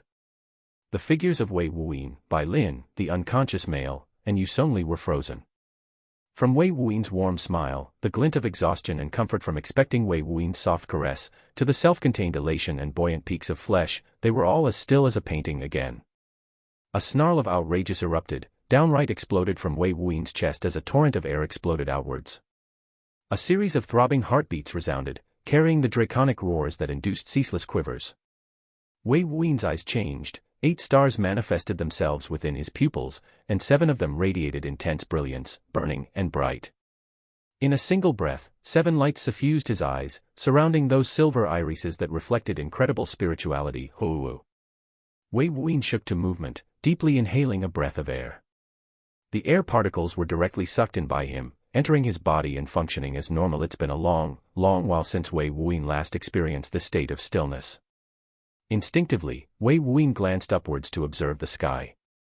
He expected for heavenly tribulation to descend, but there was no cloud or gale inside. His first thought was that he had inadvertently been responsible for the death of a blessed, likely trapped within the base for that organization or working for them. Since he was aware that he allowed Bai Lin to kill without regard, this meant her actions were directly his responsibility. One of the 3,000 commandments condemned the general, never the soldiers. No matter how heinous the actions or sinful the act, if under the orders of someone else, then you weren't directly responsible, they were. The heavenly Daos were fair but also unfair. Before he met that Ascended who seemingly escaped promptly, given forewarning, he didn't believe Blessed could cultivate evil methods. Even Yuan Longshi's blood forge mystic method wasn't directly evil in nature, just required at the later stages blood energies to cultivate. Of course, this was solely at the later stages of the method. The early and middle stages of the method were quite tame. It was this very reason why Wei Wuyin never cultivated it past a certain point. At first, fortunately, at the 4 extreme continent, he obtained a large quantity of draconic pearls filled with suitable blood energies without needing blood pills or commencing a massive slaughter of beasts or humanoids. He had nearly mastered the entire method, only needing to infuse mystic intent with his blood forge runes to elevate its potential. This seems different, Eden spoke slowly. The last few times time stopped had an indication or an action that enabled it. The last time they were caught off guard was during the temporal reincarnator's arrival. Was this similar? Wei Wuyin agreed, but he remained silent. He briefly used this spare time to inspect King and Ori. They were subjected to the stillness. It seemed that they were unable to break free from the heavenly Daos subjugation. It must be due to their intrinsic nature. They're partially awake, Eden added. This startled Wei Wuyin. Partially. A more thorough inspection revealed that Eden was correct. They were actively resisting the influence, forming a strong connection with Kratos and Eden. While they couldn't act or communicate, they were aware. He sighed with a hint of relief. If his 2 astral souls couldn't contend with the heavenly Daos in the future, he felt that this would certainly result in his inevitable downfall. He didn't know why, but he earnestly felt this in his heart. Wei Wuyin had set down a heavy, invisible weight on his shoulders. Yet this development still confused him. He checked his right arm, lifting his sleeves to view the bloodline of Sin tattoo. He expected a warning of some sort, perhaps the appearance of the black skeleton again, but nothing. This feels familiar, Eden said. It does. Wei Wuyin asked, notably confused. Everything Eden experienced, he experienced. How could it feel familiar to one but not the other? He was directly shaken. Could it be connected to the Tree of Eden?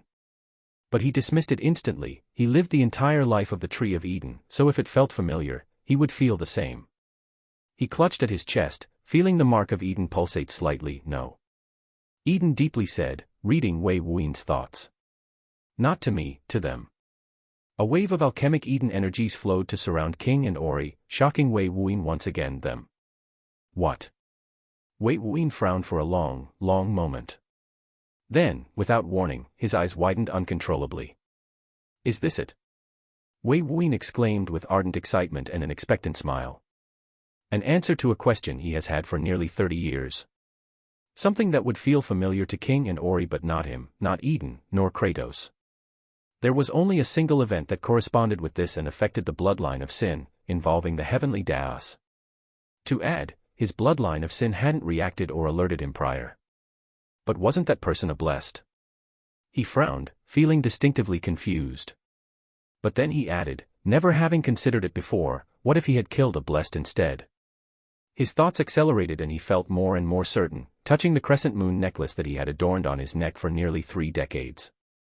However, thinking about it, when he killed that figure, unlike Yuan Longshi and Long Chen, there was no indication whatsoever. The unnamed commander. Long ago, Wei Wuyan had left the Scarlet Solaris sect to search for Mei Mei, who had been taken away by Mei Yang, and the sect had kept her disappearance a secret, not willing to offend a godlord for a core disciple. In a way, Mei Mei helped them establish relations with Mei Yang. Directly after leaving, he received a karmic luck deduction that led him to the Ash Dragon City. There, he witnessed a thief escaping the pursuit of soldiers. The heavenly Daos had set him up to stealthily infiltrate and steal from Ash Dragon City, an opportunity. Unfamiliar with the sensation and influence's tellings, he went for the thief instead. He followed the thief and killed an unnamed commander. Shortly after, he abruptly obtained 0.1 karmic luck. At the time, Ori and King were just nascent spirits of cultivation. They hadn't even gained their defining attributes yet. He had originally believed the heavenly Daos had deliberately acted in a way to avoid two blessed from meeting. But when he met Long Chen, Yuan Longshi, and Lin Ming or even heard about them, he instinctively felt that they were blessed.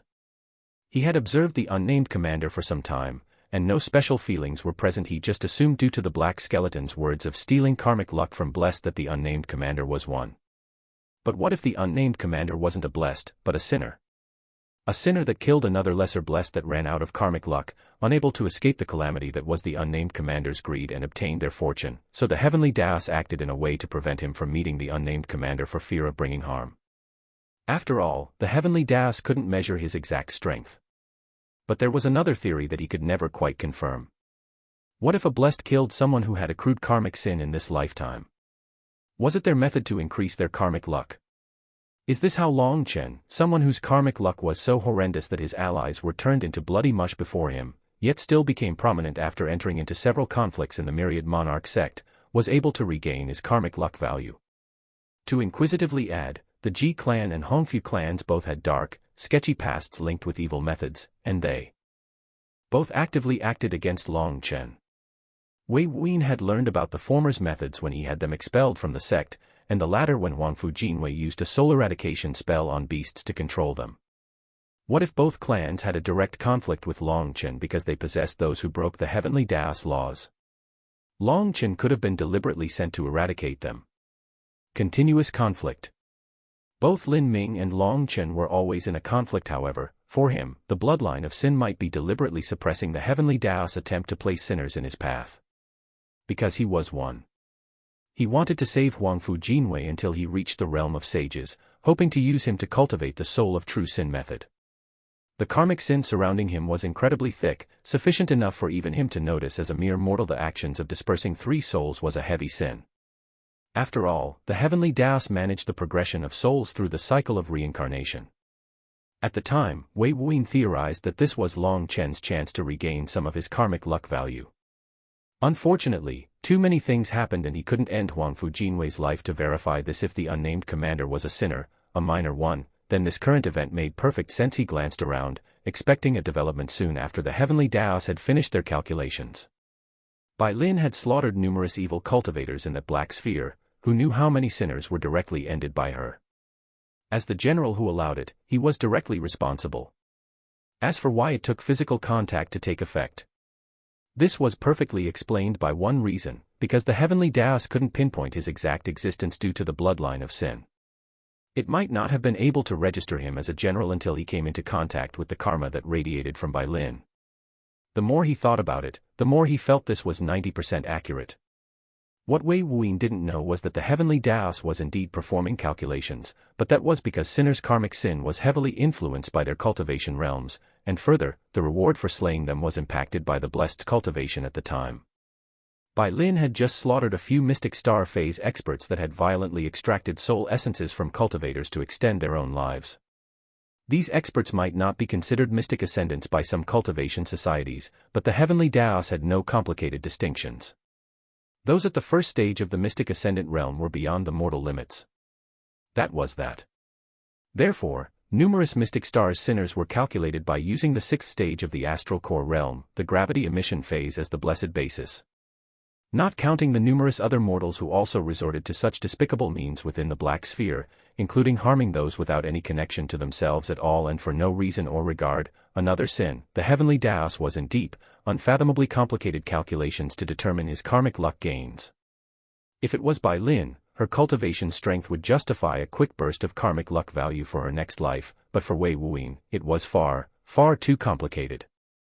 After all, he was just a mere mortal slaying sinners beyond the mortal limits. He was stuck in a frozen world for an entire 3 hours. Fortunately, he could survive on his own innate energies after realizing the formations weren't creating more artificial air to breathe. Wei Wuyin felt the entire world quake. "It's here," he said, looking up and seeing a sea of golden liquid suffused with star-like radiance. He could see faint golden threads like silk gossamers flowing within as well. Like a merciless tsunami, it barreled towards him with tremendous momentum. Chapter 692 to 687, Karmic Gain. The torrential wave of golden liquid infused with sparkling stars and endless gossamers took over the entire world.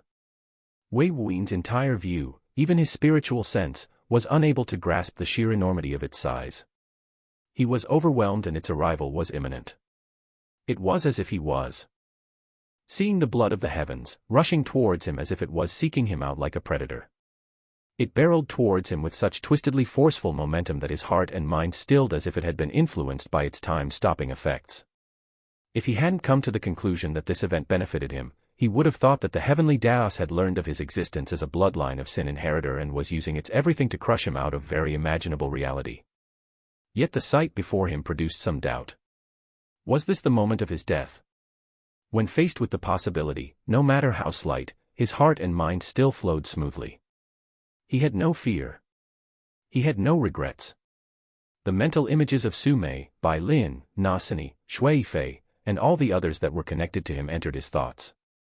Be it his subordinates, his women, those he had yet to court, plans he had yet to complete, there was not a single negative thought of leaving them behind. From the moment he saw his life end by Long Chen's hands, forced to be confronted with the reality that his death could happen at any time, he had decided to live his entire life without the concept of regret in his heart. He had done everything he could at this time, and if time or events didn't allow it, he wasn't dissatisfied or frustrated. When he overcame the second calamity, he overcame the last fetters of such restrictions. Without a single iota of such negative, contrived emotion nestled his heart of cultivation, he stood firm and revealed a faint upward arc on his lips. The glint in his eyes wasn't peaceful, however, but revealed a determined light. The light within those silver irises were blazing at an unimaginable temperature, effusing out an immeasurable level of self-confidence.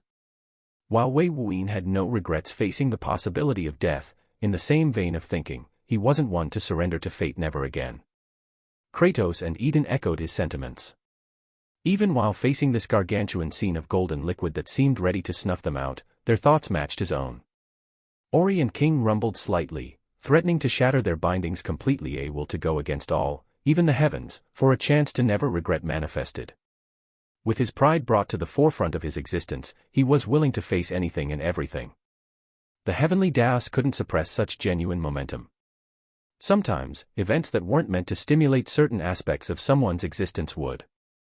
The heavenly Tao's attempt to reward Wei Wuyin had triggered something within him, allowing him to realize that he was always directly facing an existence far, far beyond him. But as if staring at the sun, he wasn't fearful of its radiance and dared to challenge it. Just the thought alone was boundlessly beneficial to his mental strength. In the future, he knew as a bloodline of sin inheritor, the heavenly Taos will likely be an enemy of his whether he wanted it to or not. Witnessing the slightest trace of its power, exposed to such means, he had come to the realization of that eventuality. So even today, as a mere mortal, he refused to surrender with his heart afraid or his thoughts in disarray. Be it the first sinner, the heavenly Taos, unseen divinities, or the entire cultivation world, he wouldn't have any regret or fear facing them. To his last breath. Wei Wuyin's thoughts were deeply interrupted after the golden ocean of liquid crashed into him. It didn't move him the slightest, flowing around him like slithering eels and entering his glabella as a continuous stream. The speed at which the golden liquid decreased in quantity increased alongside the funneling intensity.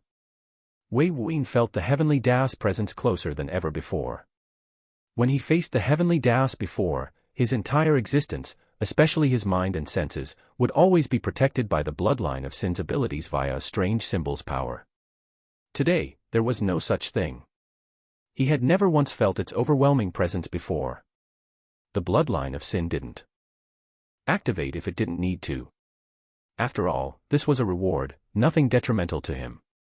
But how could it or the heavenly Taos know that Wei Wuyin had broken through its temporal fetters thanks to the dual profoundness of the alchemic Tao infused with the mind Tao and the void Tao infused with the true dragon's divine presence?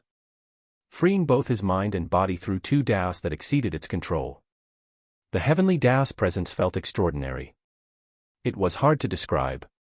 But it felt, to him, like the first time he saw a cloud-piercing mountain mixed with the first time he met the patriarch of the Wei clan as a child. A feeling of awe and reverence, however, this lasted for a brief moment, fueling a desire to know more. A desire to seize this nigh-impossible opportunity. His silver eyes emanated a spiritual light as he directly connected with his Eye of Truth spell formation, trying to perceive into the trend, meaning, and purpose of the heavenly Taos. The silver eyes of his were instantly tainted with a golden hue. Then, his eyes directly exploded. It didn't turn gory and bloody, but shattered and exploded into solidified pieces like glass. The pieces further deconstructed into countless minute dust-like particles that glimmered with a faint silver light. Just a single glimpse of the heavenly Taos had obliterated his eyes. A mere mortal trying to glimpse into the secrets of the heavenly Taos. It was as presumptuous as a mortal trying to enslave a divine beast. Utterly outrageous. Absolutely impossible. The only result was death by one's own hubris. Humph. Wei Wuyin coldly snorted, sneering in disdain. This snort didn't sound like him. It was as if an ancient being had replaced him, even his facial expression had become contemptuous and contained an amused smile unlike himself. The stream of golden liquid entering his glabella froze for a brief moment after this snort, then it trembled. It wasn't out of fear, excitement, or rage, but just trembled without an ounce of emotional stimulation. It was as if it was interacted with by some ungodly variable, a self-imposed restriction. The Eye of Immortality's formation, one of the three formations of the celestial eyes of spiritual divinity, formed from the dust-like particles that were formerly his eyes. At an absurd speed, the particles reformed into a pair of perfectly shaped silver eyes. In the briefest of moments, they returned to Wei Wuyin's eye sockets and he blinked. When he reopened his eyes, the golden liquid had finished pouring itself into his glabella. The space had returned to normal, even time had resumed. Cree. Bai Lin cried out in confused shock, realizing that Wei Wuyin had instantly shifted positions in her view, giving her a very strange sensation. What just happened? Wei Wuyin's eyes remained steady, but his expression was thoughtful. He uttered a single word, Fushi. The world faintly trembled, and Wei Wuyin could visually see the waves through his celestial eyes, but not any of his other senses. It was as if it wasn't even there. Without his celestial eyes, he wouldn't notice a thing. Wei Wuyin looked at his palm, Magi. On his palm, the strange character for Magi formed out of his astral force, constructed exactly as he recalled from the records of Fushi, the same book where he learned the celestial eyes of spiritual divinity and grasped the Eye of Illusion, Eye of Truth, and Eye of Immortality. Wei Wuyin's thoughts were fueled by these two words. A mystery that even he couldn't describe. A benevolent divinity of legends that was said to have taught various intricate and necessary things to living beings to thrive, and a single word that resonated with his very soul. A character that no one else could understand, just like the symbols on the bloodline of sin tattoo. Just now, when he glimpsed into the heavenly Tao's true secrets, he suffered. Yet at the final bit, when his consciousness had almost faded entirely, with only a single trace of it remaining, a warmth suffused his entire soul and he returned. He felt that warmth like a gentle hand. It placed itself on his soul, protecting him from the heavenly Tao's instincts to protect itself. Wei Wuyi knew that it was Fushi. He instinctively knew, and even a soft, kind warning was left in his mind, "Not yet, little one." Wei Wuyi clenched his open palm into a fierce fist, shattering the Magi character into bits. But he wasn't angry. In fact, his eyes reflected his genuine excitement. What just happened was the heavenly Tao's instinctual action to protect itself and its secrets, but those 4 words indicated that one day, he would have the ability to view it all. How could one not be excited? The inheritor of sin is about fighting against the heavenly Tao's, but he felt that Fushi represented something far, far greater. His worldview had just gotten so much bigger. And this furthered his interest in the Tiango, the star devourer. What connections does it have? That being said, he still had to take it one step at a time. As long as he didn't meet a premature end, he trusted that all these questions he held in his heart would be answered. And if he did perish beforehand, it was okay all the same. As long as he set foot on the path with courage and will to see the end, no matter what happened, he'd strive to live without regrets.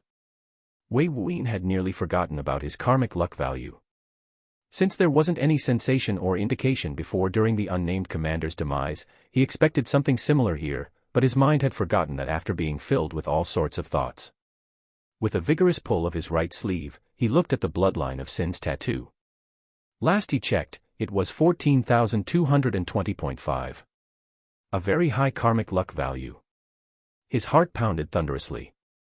Karmic luck value, 43,053.0. Chapter 693, 688, Ideas, Freedom, Warmth. 43,053. An electrifying jolt coursed through Wei Wuyi's mind and body, forcing his pupils to dilate from the sheer disbelief he felt from this value. If his arithmetic was correct, and he believed it was, this was a gigantic leap of 28,832.5. Even when he claimed the second calamity, his karmic luck value only increased by 15,699.4. This was nearly 2 times that. His heart was wild, sent spiraling by this discovery. He hadn't thought that the reaping of sinners was such a lucrative venture. A glint of interest, greed, and desire flashed within his eyes. A karmic surge, a karmic luck usage of above 1,000 in value, was sufficient to bring about incredible developments. With the manner of his karmic luck thus far, with just 210.1, he had obtained 3 ascended subordinates, their network and connections, alongside an entire planet of terra mystic or of an indeterminate value. By just flying through the dark void, he had come across a strange mark in the form of the war character leading him to some unique, strange location. It was barely at the cusp of a karmic surge, signifying its astonishing significance. The last 2 times that karmic surges had caused Lin Ming to jump to become a chosen of the true element sect despite losing almost all qualifications prior, while his own was spread throughout his existing subordinates. Wei Wuyi's excitement died down slightly. He instinctively felt the bloodline of sin avoided conflict with karmic sinners. Since his status as an inheritor of sin began, they had never been driven his way by the heavenly Tao's. Even the unnamed commander, if his theory was correct, had been influenced by the heavenly Tao's so that he avoided him. Wei Wuyi couldn't be certain that this wasn't due to the bloodline of sin's manipulative means. In fact, he had only met Huangfu Jinwei while observing Long Chen, and only because his spiritual sense could reach halfway across the planet's surface and the karmic sin aura was so heinously thick. Still, 43,000 karmic luck value was unimaginable. He wondered if this was enough to justify a second chance like the blessed temporal reincarnator. If not, how much karmic luck did that blessed temporal reincarnator have? How monstrous were they? Cree. Bai Lin nudged her beak towards Wei Wuyi's shoulder, grabbing his attention. Broken out of his thoughts, he looked at Bai Lin and gave her a comforting caress. When he did, he felt a distinct weakness within her. Bai Lin had exhausted an enormous amount of bloodline and mental energies during this period. She needed to rest. Bai Lin, however, thrusted the golden bead held in her mouth towards him and gestured.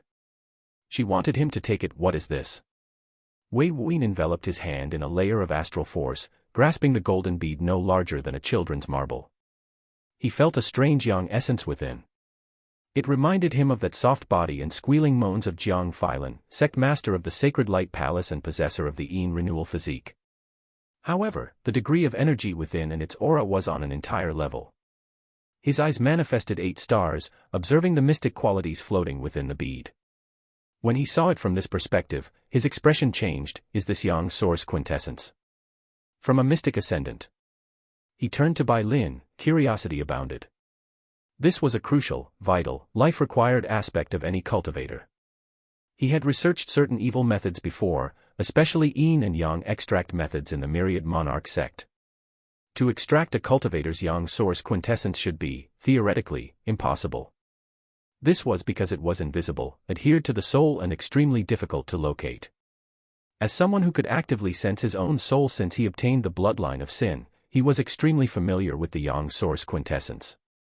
In the notebooks and details of others, it was vaguely described as the source of all yang, only glimpsed upon when one established their spirit of cultivation through this. A cultivator's spirit of cultivation even has a faint connection to it, just like the soul itself. While the yang source was tangible and vital, the location of one's primal yang that emits and generates yang energies, the yang source quintessence was its birth. It was the blueprint of one's developed yang source. There was once an evil cultivator in the Everlore Starfield, the Dreadbirth Emperor, an alchemic emperor and renowned pioneer, had once stipulated that all things had a quintessence, especially innate physiques. He theorized that obtaining this blueprint could allow a cultivator to reshape their own physique. However, no mortal had the means to come in contact with their souls except during spirit of cultivation creation. At that level, even if you wanted to extract it yourself, you had neither the power or means. 7 The Haven Heart Chi method, also known as the multi-world exalted chi method, required one to split pre-existing spirits of cultivation. Therefore, when Wei Wuyin grabbed the bead, his expression drastically changed. A yang renewal physique's yang source quintessence. And from a mystic ascendant. What type of events happened in this short period? Did these evil cultivators find a way to extract this? Wait, even a mystic ascendant shouldn't be able to do this, right? Confusion immediately overtook him. Bai Lin softly hummed, then she explained what happened with faint traces of killing intent leaking from time to time. Wei Wuyin was rendered speechless. But this only furthered his internal confusion. Even if he wanted to pull out his own yang source quintessence, he wouldn't be able to. If he did, Lai might outright die. Furthermore, it'll disperse alongside his soul eventually. Is this a true yang source quintessence? This doubt emerged. When it did, he was now aware of a few inconsistencies this quintessence had when compared with his own, not just the intrinsic infusion of mystic qualities. There are a myriad of methods and means in this world. Do not limit your thinking to what you know or have been told. Be open, be mindful. He had to remind himself to not fall into the trap of the ignorant, recalling some teachings from his brother. Expand one's thinking. Expand the possibilities. If inconsistencies exist, then there should be reasonable explanations. With something as conventionally shattering as the multi-world exalted chi method existing, his own Neo-Dawn Eclipse pill, then the creation and cultivation of an artificial yang source quintessence was plausible. When his thinking reached this point, his eyes brightened to a considerable degree. His grip around the yang source quintessence had invigorated. Some ideas, as electrifying as his thoughts were towards the foundation engorging evil method. These ideas spiraled until an outline of a product formed. With every passing second, the brilliance in his sea of conscious became brighter as his mental energies were viciously expended. He had exhausted a vast majority of his astral force, but the innate mental energies within him were still abundant, refined, and powerful. Eden supported his rapid thinking from his sea of consciousness, and in a single minute, thousands of calculations, deductions, and mental experiments were conducted. Jiang Feilin and Na Sini's images flashed through his mind. I want to leave. Those 2 words shook Wei Wuyin out of his mind, snapping back to reality, cancelling his alchemic stars of spiritual transcendence. Despite that, there was no dissatisfaction in his silver eyes or body language, only a faint smile and a shift of his attention. He found Yusongli, who had wiped away her tears, her alluring countenance still marred a little by her faintly reddened eyes. Yet it made her seem more enchanting and beautiful. She stood tall, a hint of innate pride returning to her bearing. This caused Wei Wuyin to be somewhat confused. The alluring and seductive woman formed a stark contrast to this noble and proud sight. Wei Wuyin looked at her in those pink irises of hers, and Yusongli stared back. They stared for a moment. Yusongli's eyes almost quivered, about to look away and acquiesce, but Wei Wuyin spoke out just prior to that moment, "I'm not your warden, nor will I ever be." Yusongli's heart trembled. Her mind trembled. Her soul trembled. Wei Wuyin added with a bright smile, "You're free. You never have to ask for permission from me or seek my approval for anything if you don't want to." He walked forward, arriving a single meter from her. Despite her being a mystic ascendant, a being exceeding the mortal limits, Wei Wuyin had no fear before her. Yusongli's eyes were affixed to Wei Wuyin's handsome visage.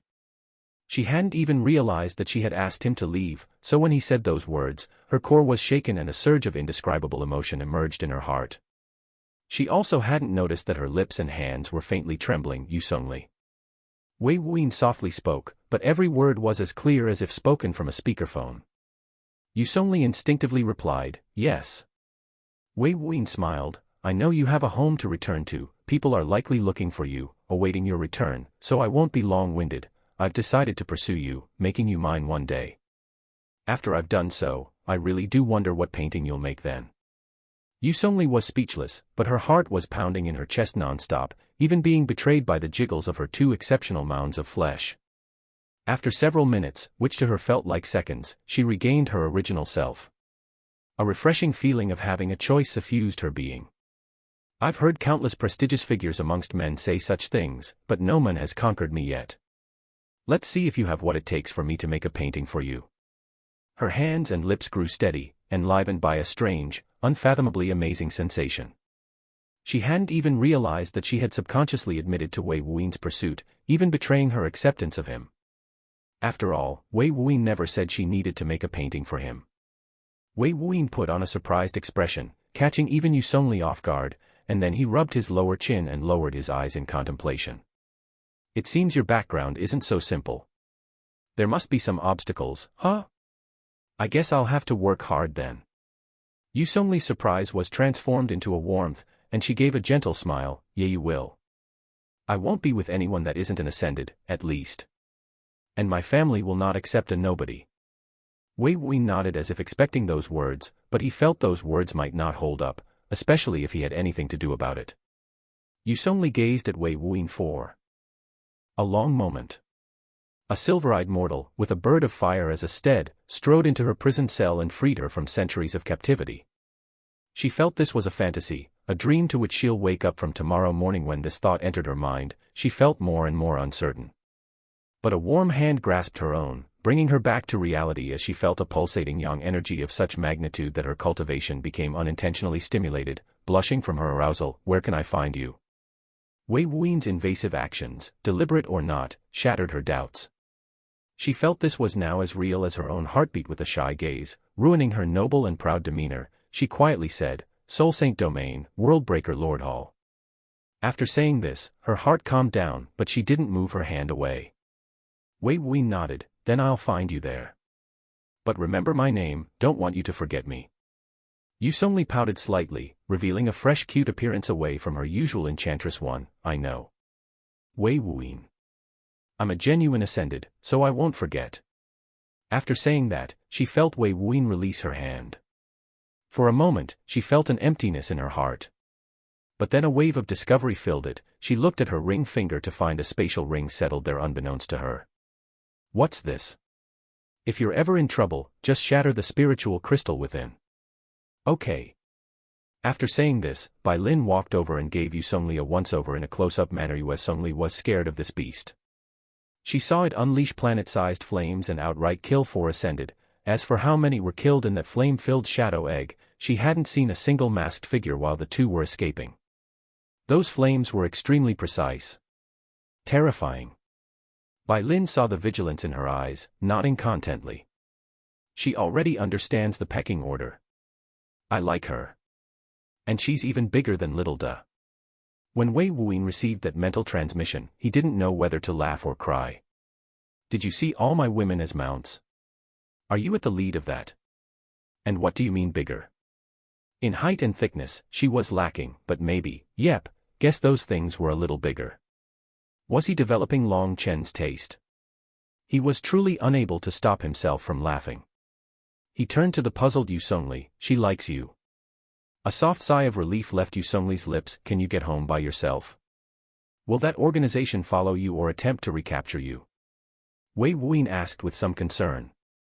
While he was certain that she shouldn't have any problems, even faintly expectantly preparing to find another base if those things did happen, he feared she might suffer further. She could even be. Yu Songli shook her head with absolute confidence. I'll be fine. And the Trueborn won't be able to do a damn thing after I return home. I hope they try, though. Even if they don't, I won't let them off. Her eyes flashed with scornful killing intent. Wei Wuyin didn't doubt her. But his eyes brightened somewhat. Trueborn. Is that the name of the organization? He felt that he had just embroiled himself into something huge. After all, they had captured at least 2 ascended, tens of millions of cultivators, and had 5 stationed here while in the 9-star starfield. This organization didn't seem insignificant.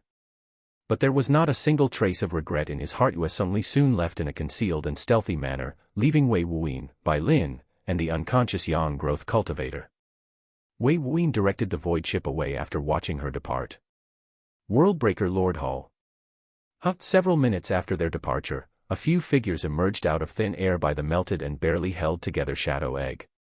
Chapter 694, 689, Trueborn and Si Yang. The figures numbered 3, 2 men and 1 woman. They had different attires, yet their closeness suggested a united relationship. What the hell happened here? A brutish, incredibly deep voice spat out.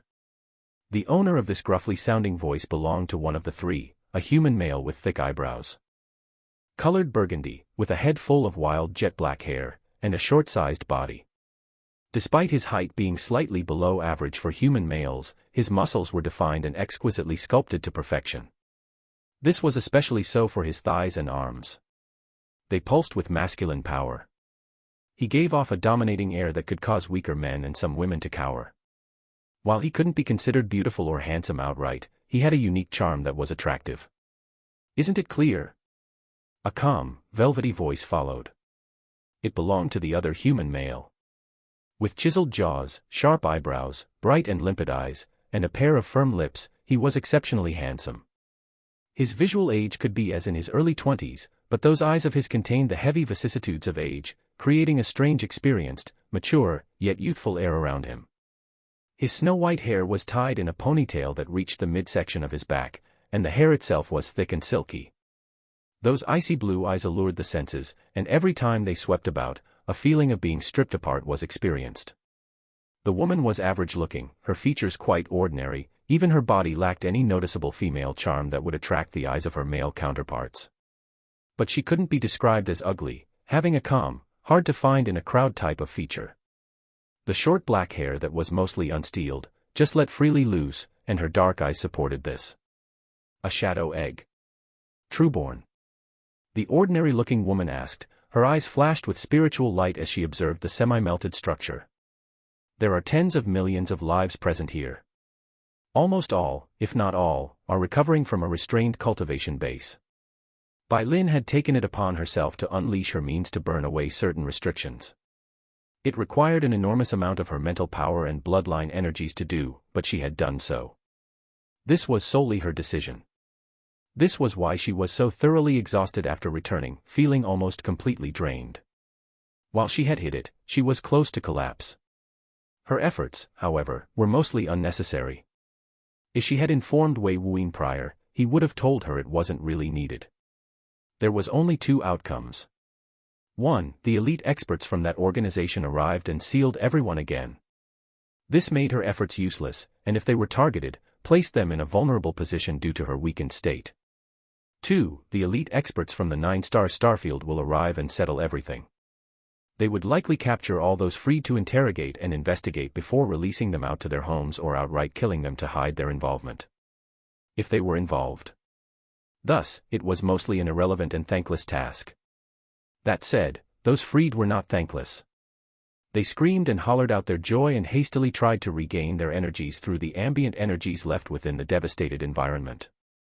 It was the high-level fire cultivators that were capable of leaving before either arrived, heavily due to Bai Lin's actions creating immense fire ambient energies they could absorb and utilize. They escaped with haste by stealing the unharmed void ships docked. Those low-level fire cultivators could only protect themselves, unable to escape out into the dark void unless they were lucky, snagging a seat on the departing void ships. "It is them," the white-haired handsome young man said gloomily. Trueborn was a name that no self-respecting Ascended wasn't aware of, being insidiously notorious and dangerous throughout the entire Grand Cyclic Stellar region. Their operations were varied and downright evil-centric. There were even some members amongst those in the Nine Sainthals. But they were too difficult to pinpoint, to uproot, because no one knew their leader or details about how they operate. Their means of concealment could even evade High Lords, and earthly saints might miss them still. Not always, however.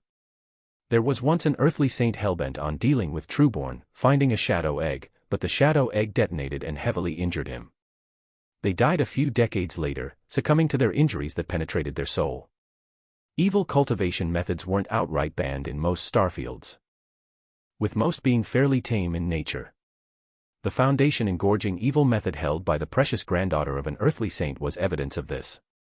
But Trueborn had no belief of limitations, and due to the sheer number of the population and countless deaths in the starfield, no one could investigate them all or the disappearances. They were even shielded by the prying eyes of fate wielders, such as seers and oracles.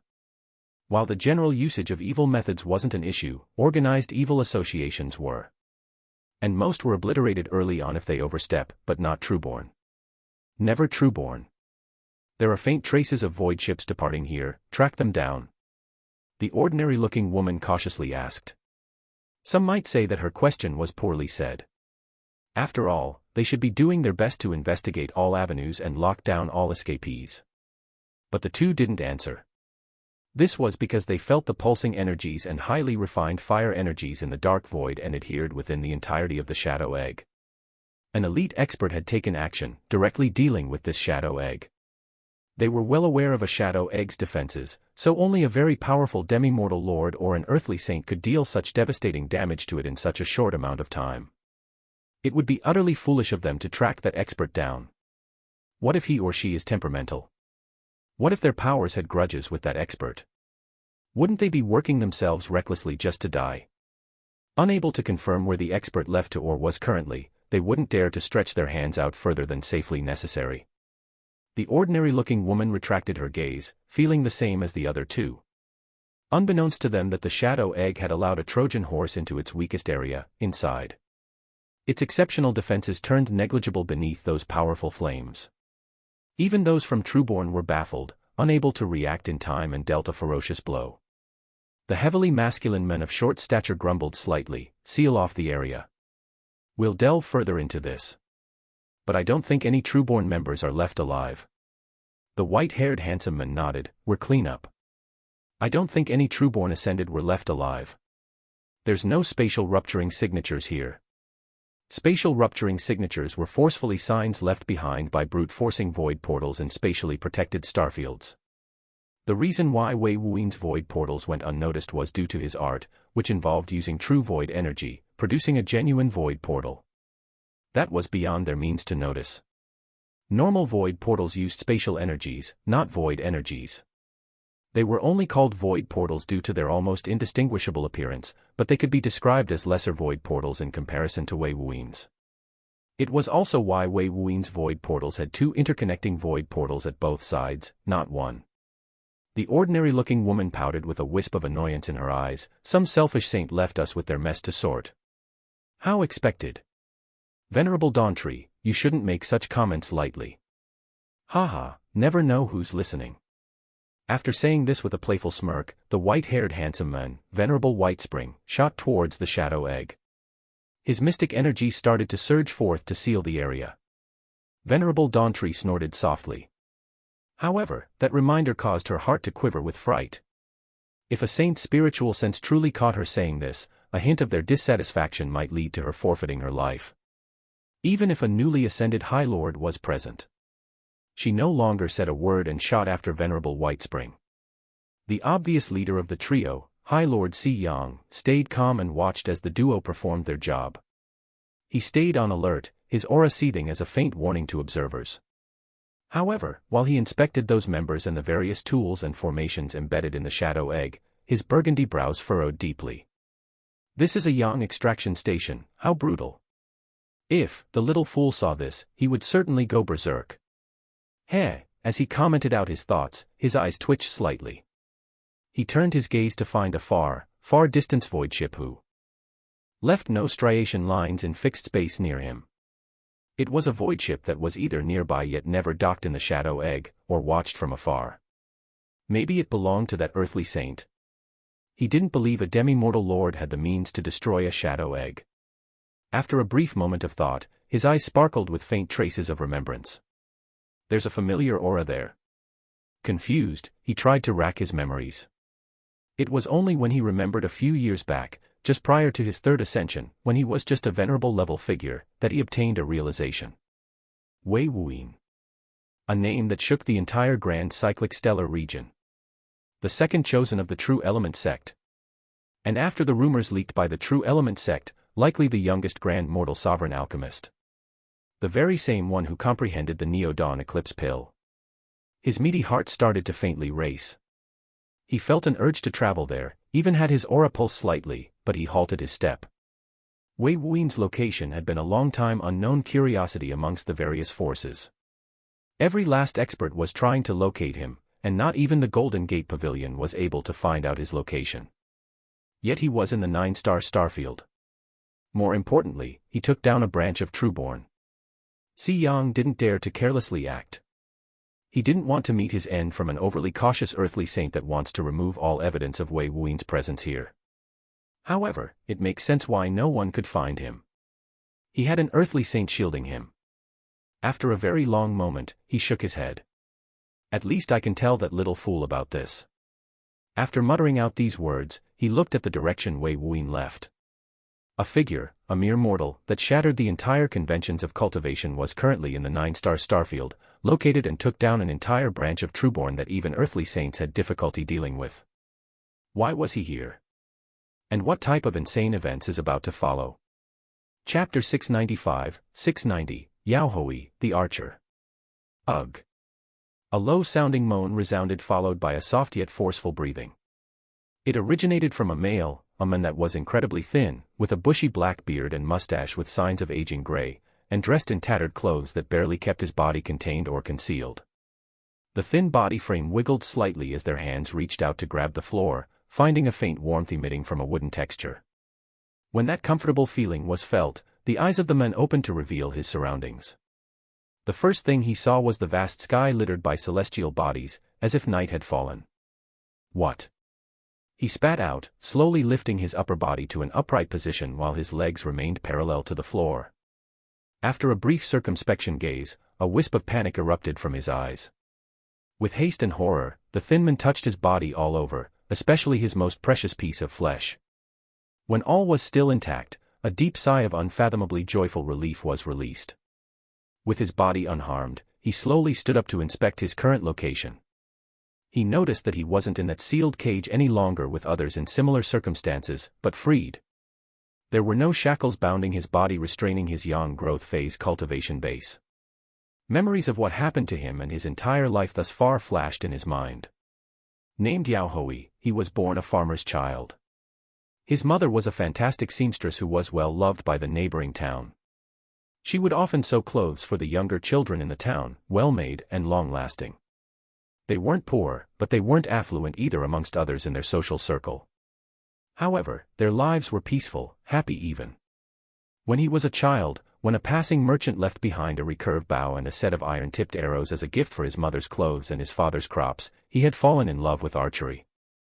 The jolly fellow was quite like a playful uncle. His intentions were good. However, his father didn't want Yaohui to become an archer, reasoning that cultivation for them was meant to be used to support themselves, not get into conflicts. His words were, "Cultivators who train to fight are always drawn into endless conflicts until their untimely, helpless deaths." What type of life is that? He hid the recurved bow and set of arrows away, settling the matter there. But the matter was not settled. With the sneakiness of a mischievous and curious child, whenever his father would leave to deliver crops to the nearby towns, for 2 or 3 hours, he would steal this wooden tool and iron-tipped projectile. He practiced it with gleeful joy, and even when he was caught by his mother, expecting to be given a tongue-lashing, she had instead urged him to continue.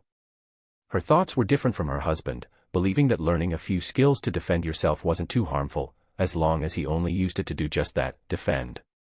With this in mind, he kept his developing skills a secret and found his love for the bow to be increasing with every passing moment.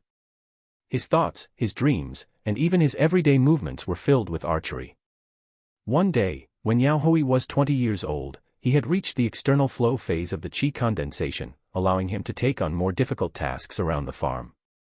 He was kept busy and unable to practice freely. His father was getting older and unable to perform all these difficult jobs around the farm, even suffering harm from time to time.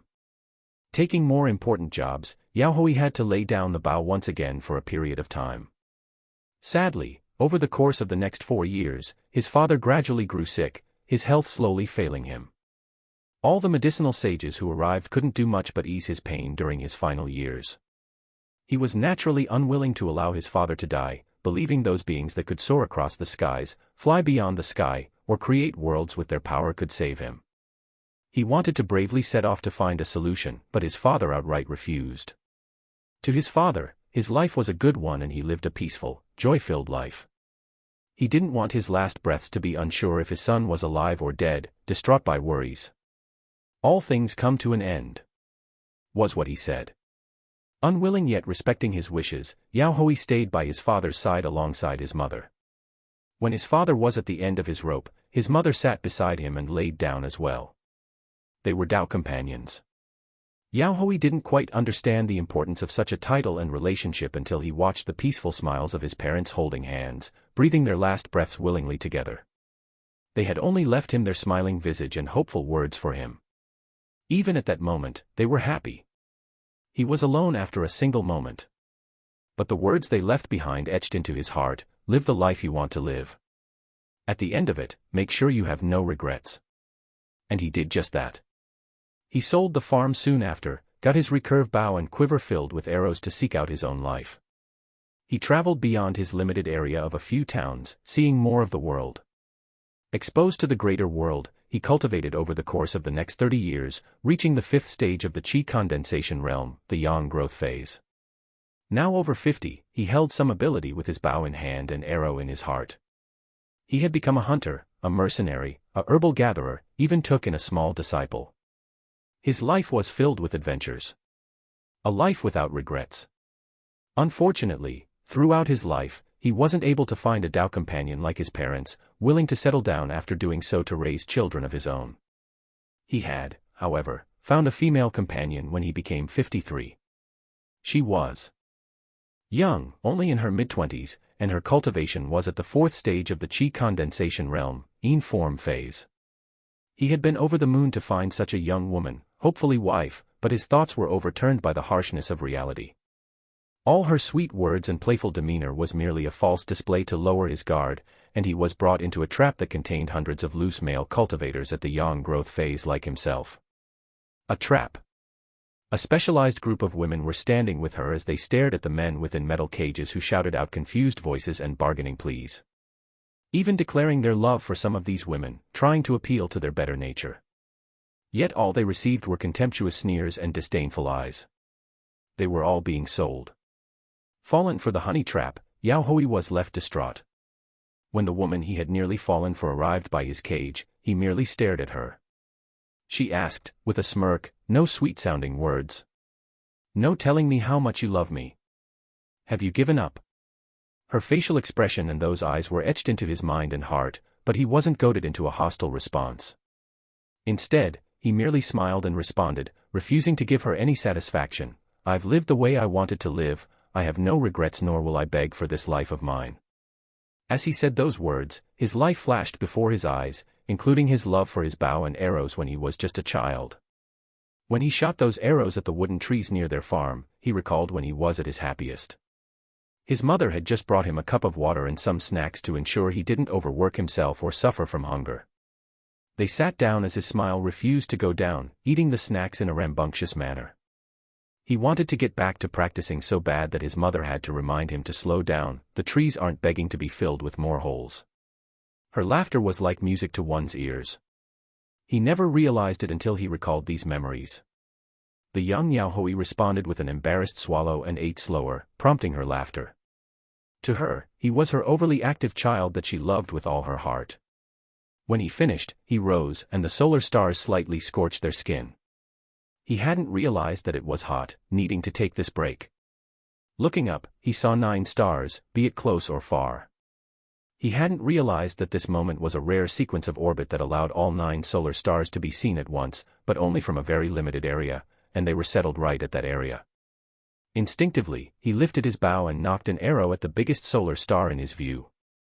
He shot it at the solar star. Ah! He exclaimed frightfully as the arrow fell a few feet from him, blinded by the solar stars in its descent.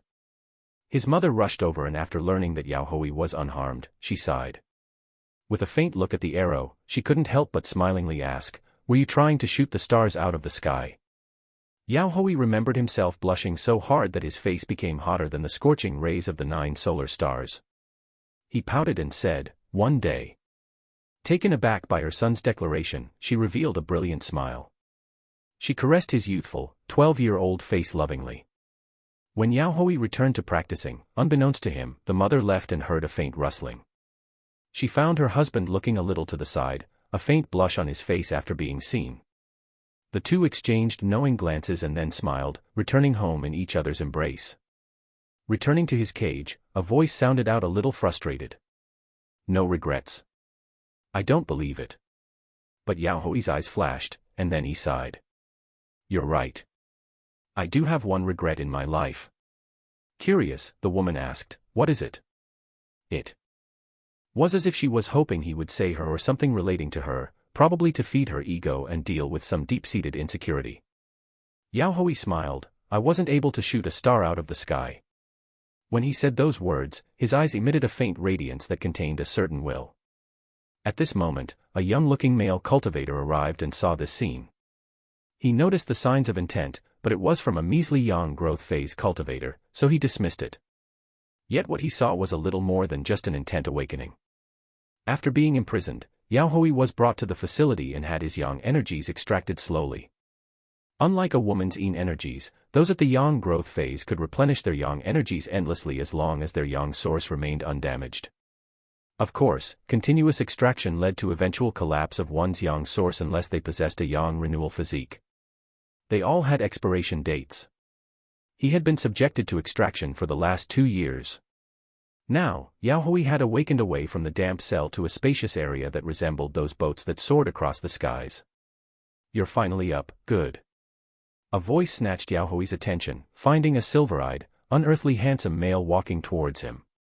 He felt a strange feeling in his mind that caused him to question his own sexuality for a moment. "You mind showing me?"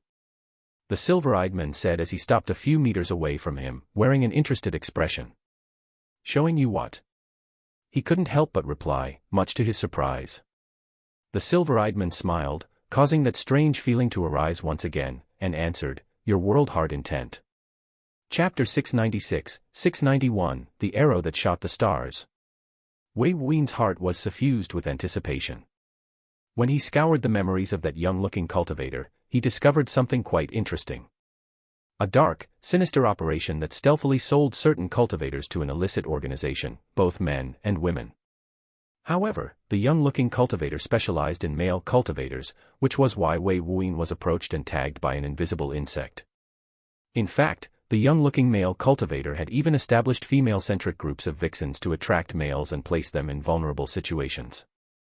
They were tasked to find loose and rogue cultivators who won't be missed, leading them into traps to be shipped off and sold. Normally, Wei Wuin wouldn't care much about such organizations. As long as cultivators existed, a differentiation of the weak and the strong, the exploitation of others will be a forever constant. The Everlore starfield could have been the same, if not for the myriad transformations all alchemists who established the Alchemist Association. The 4 extreme continent was more blatant. The elves captured treasure seekers and resold them back to their human counterparts for a profit, causing them to be turned into alchemic proxies or energy converters. The dark side of cultivation was always present. If not this, then the uprooting of entire clans or cities for resources or revenge. Death was abundant. Exploitation was endless. Wei Wuyin indulged in this life as well, especially if he had forcefully extracted any of her energies that day. During that time, he led a group of cultivators who tracked down and slaughtered the weak, old, and young on orders of the Scarlet Solaris sect. The women who were marked for death were given to the men as reward, brutal and violent. The men were forced into life-bound servitude, killed if they resisted. Cultivation is difficult and the world is cruel. Two absolute truths that will never be eliminated, be it for humans or beasts, gods or ghosts. It just didn't matter. Even the heavenly Daos saw nothing wrong with this. Bai Lin had just slaughtered millions yet would have been rewarded in her next life for doing so by the heavenly Daos. Wei Wuyin was born into this world, and he wasn't ignorant of its primal laws. As long as he lived his life with a clear conscience, whether it followed the bloodline of Sin's dogma or the heavenly Daos 3,000 commandments, he wouldn't mind living in such a cruel world. That being said, through the memories of the young-looking male cultivator, he discovered the faint hints of heart of the world of the heart intent. Immediately, he decided to see if, by some chance, the man was still alive. If not, it was just a minor detour. Wei Wuyin just hadn't expected that this so-called minor detour would end up being so fruitful. Not only did he find Yu Songli, gained copious amounts of karmic luck value, he also learned how blessed refueled their karmic luck value and discovered answers to many of his long-standing questions. He had even learned of Fushi's existence, obtained an artificial yang source quintessence of a yang renewal physique, and obtained an idea for a new alchemical product. This little trip was so beneficial that Wei Wuyin had heartfelt suspicions that these events could have been linked to his karmic luck value's recent deduction. However, there were no influential hints relating to any of it. This was just a product of his own decision and planning. He had to once again remind himself that the heavenly Daos were not responsible for all the benefits in life. Yao Hui felt incredibly confused. World heart intent. He was baffled and uncertain. What the hell was that? Let alone this, he had so many other questions, but he held them in for fear of angering Wei Wuyin. Wei Wuyin noticed the baffled expression on Yao Hui's face. Right, you're a low-level cultivator. Nostalgia infused his thoughts. He had only learned about the world heart intent, the three divisions of intent, after reaching the astral core realm and obtaining the blueprint knowledge from the tribulation. Do you know what intent is? Wei Wuyin asked. Yao Hui was still a little befuddled by recent events, but he didn't sense any form of hostility from this outrageously handsome young man, so he nodded. As a cultivator who overcame the elemental birth phase, he had birthed the four basic intents to ascend to the Yin form phase. A feat that took him 20 years to do. Wei Wuyin nodded and explained, intent is divided into three stages: intent seed, awakened intent, and world heart intent. He proceeded to explain their differences, how they interacted with the world as a form of will, including the differences between ethereal intent and material intent. Yao Hui felt his thoughts expand after learning this knowledge, feeling as if a few things had become incredibly clear in his cultivation path. He had never had a teacher nor any formal studies in cultivation, not enrolling in any of those academies. He lacked foundational knowledge. After processing all this information for a few minutes, he expelled out a breath of turbid air. He stood up suddenly, bending his back to Wei Wuyin in a bow, and in the most earnest voice he said, "Thank you, Senior." He knew that Wei Wuyin was likely an old-aged cultivator despite his young appearance, which is why he had such vast knowledge. He held deep respect to him, carrying his genuine thanks. But Wei Wuyin chuckled, "I'm younger than you, by a few years actually. So it's not really appropriate to call me Senior." If it was a random individual, he wouldn't mind it, but this man had caught his interest. Yao Hui's eyes widened, lifting to find the bright, playful smile on Wei Wuyin's face. He was in disbelief. Younger than him? He felt an urge to call Wei Wuyin on his bullshit, but he remembered that his standards were not the standard. "I apologize if I was disrespectful," Yao Hui said.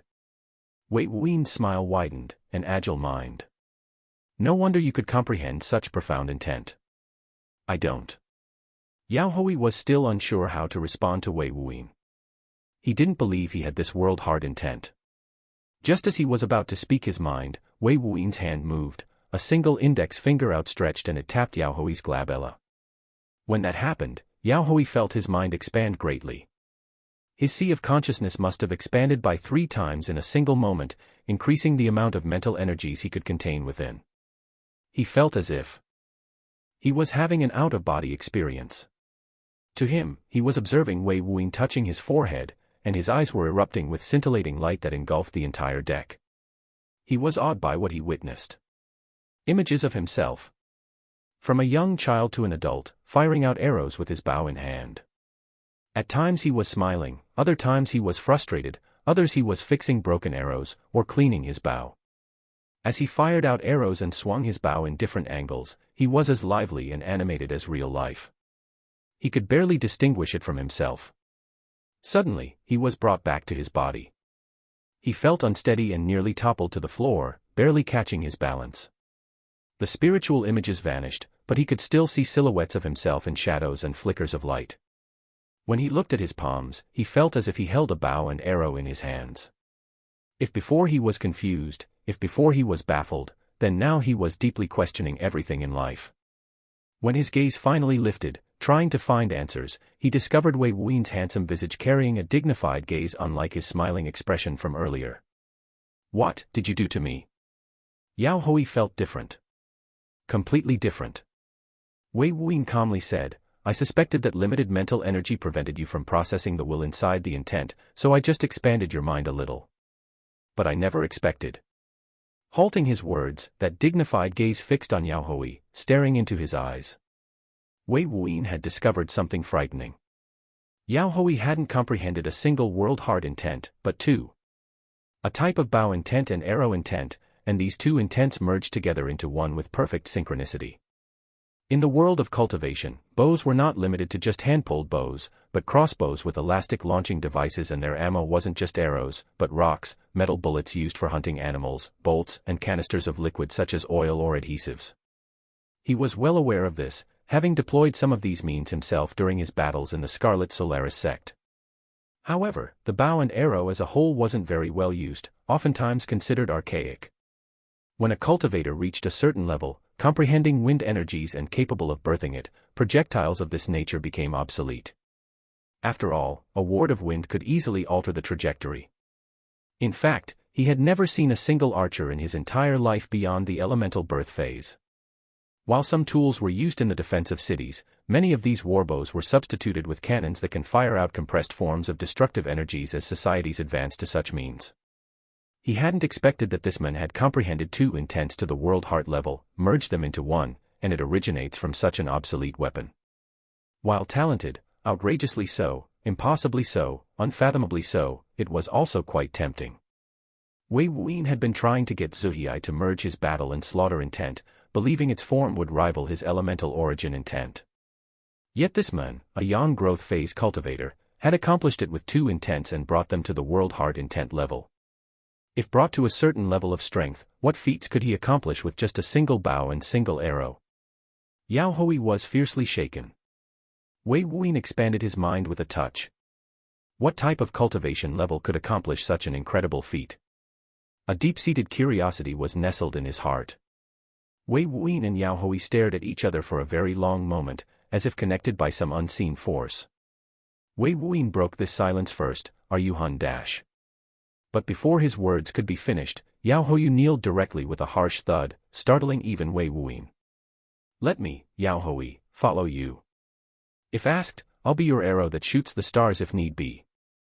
Wei Wuyin was taken aback by the initiative. With a hearty laughter, he couldn't help but amusingly said, "My arrow? The one that shoots the stars, huh? You don't even know if I have good intentions, yet you're willing to kneel before me and pledge your allegiance. Isn't that a little careless and unreliable?" Yao Hui's heart tightened. But he remembered his parents' words, and the last regret he had told that conniving woman. If one day, he could shoot down the stars in the sky, he would be able to be satisfied with life. "I don't want to live my life with any regrets, so no matter what," Yao Hui lifted his gaze to discover Wei Wuin's silver eyes, "I'm willing to follow you with all my heart." Wei Wuin was silent for a long moment, those words striking a heavy chord in his heart. Then, a bright smile overtook his expression, and with a hearty laugh. Then, the arrow who promises to shoot the stars, I can't let your heart be disappointed.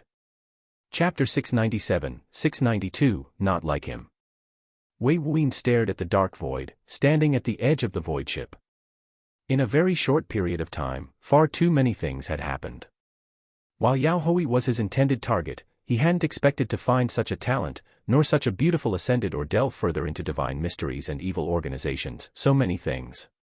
He would be lying if he said he wasn't a little overwhelmed. The peaceful times of the myriad monarch sect were slowly becoming nostalgic memories of the past. He had a feeling that he would be thrusted into more than just simple conflicts that could be dealt with by a single sentence like before. From what Wu Yu had told him, his actions and those of the ascendants were shaking up the eternal sky starfield. His Neo-Dawn Eclipse Pill was on the cusp of changing the conventions of cultivation and definition of talent and foundations. He expected it to be incredibly well received, but in truth, he also expected that the eternal sky starfield should have other alternatives. And while they did, it wasn't even close. Wei Wuyin hadn't expected it to set off such chaotic and turbulent waves and undercurrents. The True Element sect had even leaked out news of his chosen position, using his name, a mere mortal, as leverage to gain breathing room. He expected a society that had tens of thousands of ascended would have been far, far more advanced. However, his status as a mortal sovereign alchemist was still as impressive as being an emperor alchemist in the Everlore starfield. If the truth of who he is became more rampant without the corresponding power, would he end up in an unfavorable situation? He truly overestimated the grand cyclic stellar region's abilities, believing his abilities were negligible, just potential. This was due to Ma Zheng's actions, believing the old man was investing in a future talent, not a current expert. Did you want something different? Eden asked at this moment. As his alchemic Eden astral soul nestled in his sea of consciousness, Eden was well aware of almost all his thoughts and emotions that originated from his primary mind, including his apprehension to be in the spotlight so soon. I don't know, Wei Wuyin truthfully said as he leaned forward, observing the far-off planets and solar stars of the nine-star starfield. Due to the hefty personal cost to traverse using void portals in the limits of the starfield, and by Lin's need to recover her strength, the void ship was the only alternative left. They'd been traveling for a few days, yet still so far away from the planet Blue Glow. At this pace using an archaic void ship, it might take over a year to return. Who cares? Conflict, peace, war, or status, what's it before a true void dragon? There's no restraint that exists that can confine us, the embodiment of freedom. Kratos said indifferently, its tone incredibly domineering. TCH, King echoed his agreements. If they created waves, so be it. Before its edge, who dared to resist? Their simple thinking caused Wei Wuyin to smile a little, lightening his emotions. The two were quite domineering. I think it's perfect, Ori chimed hesitantly, perfect. Wei Wuyin's curiosity was lit. The three other astral souls settled down as they paid attention to Ori. They were all curious as well. Ori was momentarily startled by the focused attention, but then its spirit trembled excitedly. Yes. Yes. Yes. Perfect. Why must we hide who we are? Danger. We escape it. Threat? We eliminate it. Spotlight. We take it. The four listened. When they heard those words, the three astral souls trembled with fierce agreement. If something's a danger, beyond their abilities, they can flee. Kratos believed there was nothing it could escape from, no danger enough to bring it fear. It had even hid from that strange creature in space. Weren't they fine? If something's a threat, they deal with it. A saber's edge brings an end to all problems, and King embodied that ideal. Death was absolute, and so was its sharpness. If the spotlight is there, why hide? Just take it. Eden had lived as an isolated existence trapped in its own body that lived in fear and abuse for an innumerable amount of years. Now, the alchemic Tao was limitless and it could accomplish anything, including being heard and respected, being free and having the family it always wanted. Ori was just happy to be here. Wei Wuyin had felt rather complicated that his fame exceeded his abilities, especially with the starfield being a mess of complicated intrigue and networks. He wanted to take it slow, gaining slow attraction as a talent to be nurtured, not overly outstanding in comparison, but just enough to attract some attention. The most notable issue was the Imperial clan. He wasn't like the king of Everlore, he was a genuine threat by himself. If the Sand clan had a choice, they would have tried to snuff him out. But he stayed safely in the Myriad Monarch sect's main planet and astral territory, never giving them a single chance. Nor allowing the Alchemist Association to gain an advantage to dictate his status or future. Furthermore, he can't hide his combat prowess in this stellar region, it was thoroughly known by almost everyone in his now-destroyed starfield. In fact, he threatened the entire stability and hierarchy of the Grand Cyclic Stellar region because of his might. And with the Neo-Dawn Eclipse pill already out there as evidence, ample evidence at that, he knew what awaited him was unimaginable conflict. He was thinking of shrinking back and allowing himself to grow quietly, but the Ascendants were also explosive in their feats. He had to return. Even Xiaobing was being schemed against already, and if it wasn't for Wu Yu's decisiveness, she could have suffered if he remained inactive. "Are you afraid?" Eden asked. Wei Wuyin clenched the railings with his hands, distorting it with his strength. Was he afraid? Others view him as unfathomable, intelligent, filled with foresight and incredible means, and while he was all those things, he was also aware of his situation. So was he afraid? No, he decisively answered. The four astral souls quieted down. Wei Wuin's silver eyes reflected the dark void and its boundlessness. A glimmer of unfathomable emotion suffused his eyes. "I'm not afraid, I'm excited. So excited that I think I'll cause the deaths of others and yours." "That's right." "Afraid?" "Absolutely not." "Fearful to take the spotlight?" "Never." "Threats? Dangers?" They stimulated him.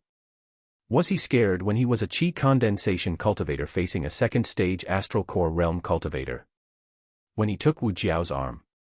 Was he afraid of the second calamity? No. He sped it up. Was he afraid when he intended to face a star devourer hell-bent on devouring solar stars? He chose to stay. Was he afraid when he intended to steal an entire planet from 3 Ascended? When he was brought into a fortified prison? When has he ever been afraid of taking risks? Regardless of what, Eden, Kratos, King, and Ori all originated from his soul, mind, and body. If they weren't afraid, how could he be? They were domineering, how could he not be? However, he wasn't alone. And this was a situation where others were involved, variables occurring in the front, back, and in the shadows. A single wrong move could cascade into a sequence of horrific events. There were even earthly saints involved. The moves he wanted to make, the future he sees for himself, the chaos that might unfold, it was all far too massive. "Good," Eden said. "Roar." Kratos erupted with a loud, aggressive draconic roar that shook the void. TCH, saber light coursed through the optic nerves of Wei Wuin's eyes, effusing a sharp, glaringly fierce brilliance. "Let's do it then. Why worry? Why worry? We're in this together." Ori excitedly yelped. Those words resonated with them all. Especially Wei Wuin, his eyes lifted to observe the world before him. He looked to the left and the right, then looked beyond the 9-star starfield, saw all of it beyond, including the eternal sky starfield. He wasn't like the king of Everlore. Then, in this life, I want it all. Chapter 698, 693, Eternal Monarch's Windfall and Growth. Far off from the 9-star starfield, there was the dominantly renowned existence within the Grand Cyclic Stellar region, the Eternal Sky Starfield. Residing at its edges, further defined by its location at the edge of one of the 16 domains, the Everlore domain, was a recently created planet named New Everlore. Its gorgeous spherical structure at the far reaches of the starfield, receiving the least amount of radiance from the solar star, including the refined mystic essence. It was classified as an astral-graded planet by default, but when originally placed on that stretch of graded scale, it was at the lowest end imaginable when created by the Everlore Domain's Everlore Association, specifically through the means of the Sand clan. The amount of effort infused within was at its bare minimum. There was no nurturing or means to accelerate its growth to a sustainable level. A rough estimate was established that several hundred years would have to pass before the planet is fully refined by the mystic essence emitted by the supermassive-sized eternal sky solar star and became stable. This meant its inhabitants wouldn't experience a steady development of resources at a certain level for a long, long time, with most being barely useful for chi condensation experts. The decline of such a cultivation civilization circumstance was ordinarily destined to be held over a long period, and many experts or youthful talents should have used their means to depart, joining other forces to retain their rights to cultivate. The Everlore Association had even established a 5-year trial that sent recruiting envoys to the planet to gather the latent, underdeveloped talent for their own purpose, not caring about the eventual dissolution of the Everlore domain's identity, slowly intending on integrating their newfound society and culture into it while eliminating the old, archaic systems of a now-destroyed starfield. However, the Everlore Association received a massive, unexpected surprise during their trip a year ago that faintly shook the entire starfield for a moment. Somehow, the entire planet was absolutely thriving. The size of the planet was large, sufficient to house trillions, and the resources needed to feed and sustain these living beings were plenty. The projections of a poverty, brutal, war-drenched civilization that would eventually consume themselves hadn't occurred at all. The envoys found them prospering greatly instead, be it their lively and high-yield fields or their environments that suited cultivation. They weren't lacking in either, nor in food or organization. Furthermore, not a single talented youth decided to follow them, much to their mind-blowing disbelief. The greatest attributed reason for this order to their knowledge was the Eternal Monarch sect. It had been formed shortly after settling, and over 90% of the forces on the planet had submitted to its leadership. The name of Wu Baozhai, the charismatic and capable princess of the Grand Monarch lineage, and Wei Wuyin, the Neo-Dawn Ascendant Emperor, was sufficient to force the vast majority to place their pride down.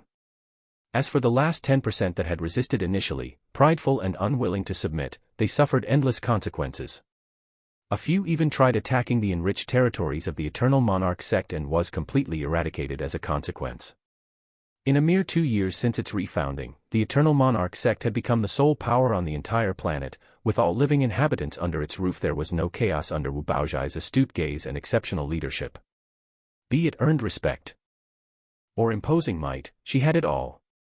Despite Wei Wuyin's absence and Wu Yu's identity remaining a secret, she had forged a strong, stable force with her name as its pillar, bestowing her a generous yet fully earned reputation as an adept leader. At Eternal Monarch sect's everlasting Imperial Mountain, one of the 10 everlasting mountains, the top figures of the sect were gathered. Wu Baozhai was seated in the main conference hall, a spacious, simple yet well-decorated room. An oval seating arrangement was established here with a large oval table made from a type of astral-graded oak wood. At the moment, she sat at one end atop a throne.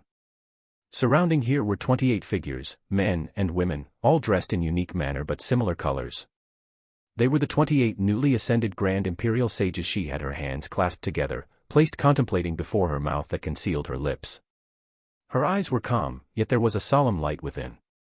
Those before her were all powerhouses of the former Everlore starfield that had chosen to arrive on the new planet to begin anew. This included Qin Rui and Yaozhen. Not a single one of them lacked a cultivation base at the Realm Lord phase.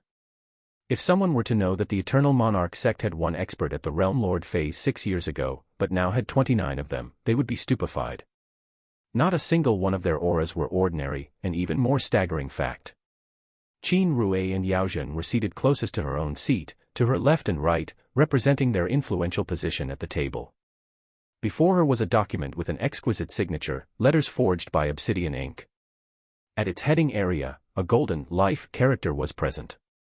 She wasn't the only one with a solemn gaze. Wu Baozhai glanced at the document.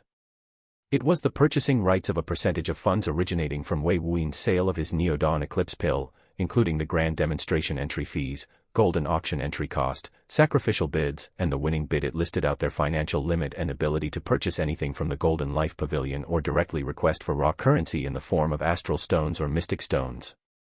Whichever they pleased. While it wasn't a huge percentage, the amount before them left their hearts unsettled. Wu Baozhai spoke out after a long moment of mutually accepting silence. He really did this. She had a faint, almost unnoticeable wry smile. This can't be real, right? This amount. A middle-aged woman remained dubious to accept this. It's been 6 years since their settlement, and they've learned various details about the Eternal Sky Starfield, including the Grand Cyclic Stellar region as a whole. Since the most recent golden auction had brought the 9-star Starfield into the picture, most with any information acquiring means learned about the total picture. Would the 9-star Starfield's main force, 9-star Sainthal, be the future ruler of the entire stellar region due to successfully purchasing the Neo-Dawn Eclipse pill? To most, it felt like a hoax, but some bought into the idea, and even fervently believed in it. Regardless, no one could remain ignorant of the 23 Starfields any longer. An old man with a grand, thick black beard and stout body spoke in a husky voice. "It's him." His words settled the hearts of most, eliminating any further word of disbelief. This was genuine because it was him. That was all that mattered. Qin Rui glanced at the document, her eyes flickering with various thoughts. Since the Eternal Monarch sex establishment, the growth of New Everlore and its cultivators were explosive, yet also well managed. There was a need to do so, because Wei Wuyan's support within those spatial rings he had left behind would eventually run dry. Wu Baozhai's foresight had lessened the shift in a slower cultivation lifestyle. While they could cultivate astral-graded materials, it was still too difficult to effectively convert this into power. A cultivator required far too much time refining these materials' volatile energies, extracting the essence and remaining energies, converting and absorbing it into their spirits of cultivation. This still needed to be further processed in accordance to certain cultivation methods, making it a very lengthy cultivation schedule for most, while alchemical products were faster, more effective, and eliminated all but one step and a half. Sometimes, alchemical products only needed half a step. The issue was that alchemical products required time, resources, and immense effort to succeed. The Eternal Monarch sect had already fallen back to their old habits, trying to compete for resources amongst each other due to its limited quantity. Faint signs of inner conflict were brewing, mostly because the planet might have experienced its fair share of artificial nurturing, but it still couldn't upkeep the sheer number of cultivators present. Yet this proxy purchasing rights, these available funds, would once more induce growth in their forces. It was so incredibly timely that Wu Baozhai speculated that Wei Wuyan had planned it all, even down to her usage and division of material and alchemical resources he'd given her. But now, the reason behind their silence and thoughts were, how were they going to spend this absolutely absurd amount of wealth in the most efficient manner? This meeting was called for that reason, yet for an entire hour, no one had even spoken out anything but disbelief and acceptance. It was just so much money. The strongest amongst them were only realm lords. Even an ascended would be floored, yet Wu Baozhai had to find a balance between disciples, elders, the planet, and its normal inhabitants.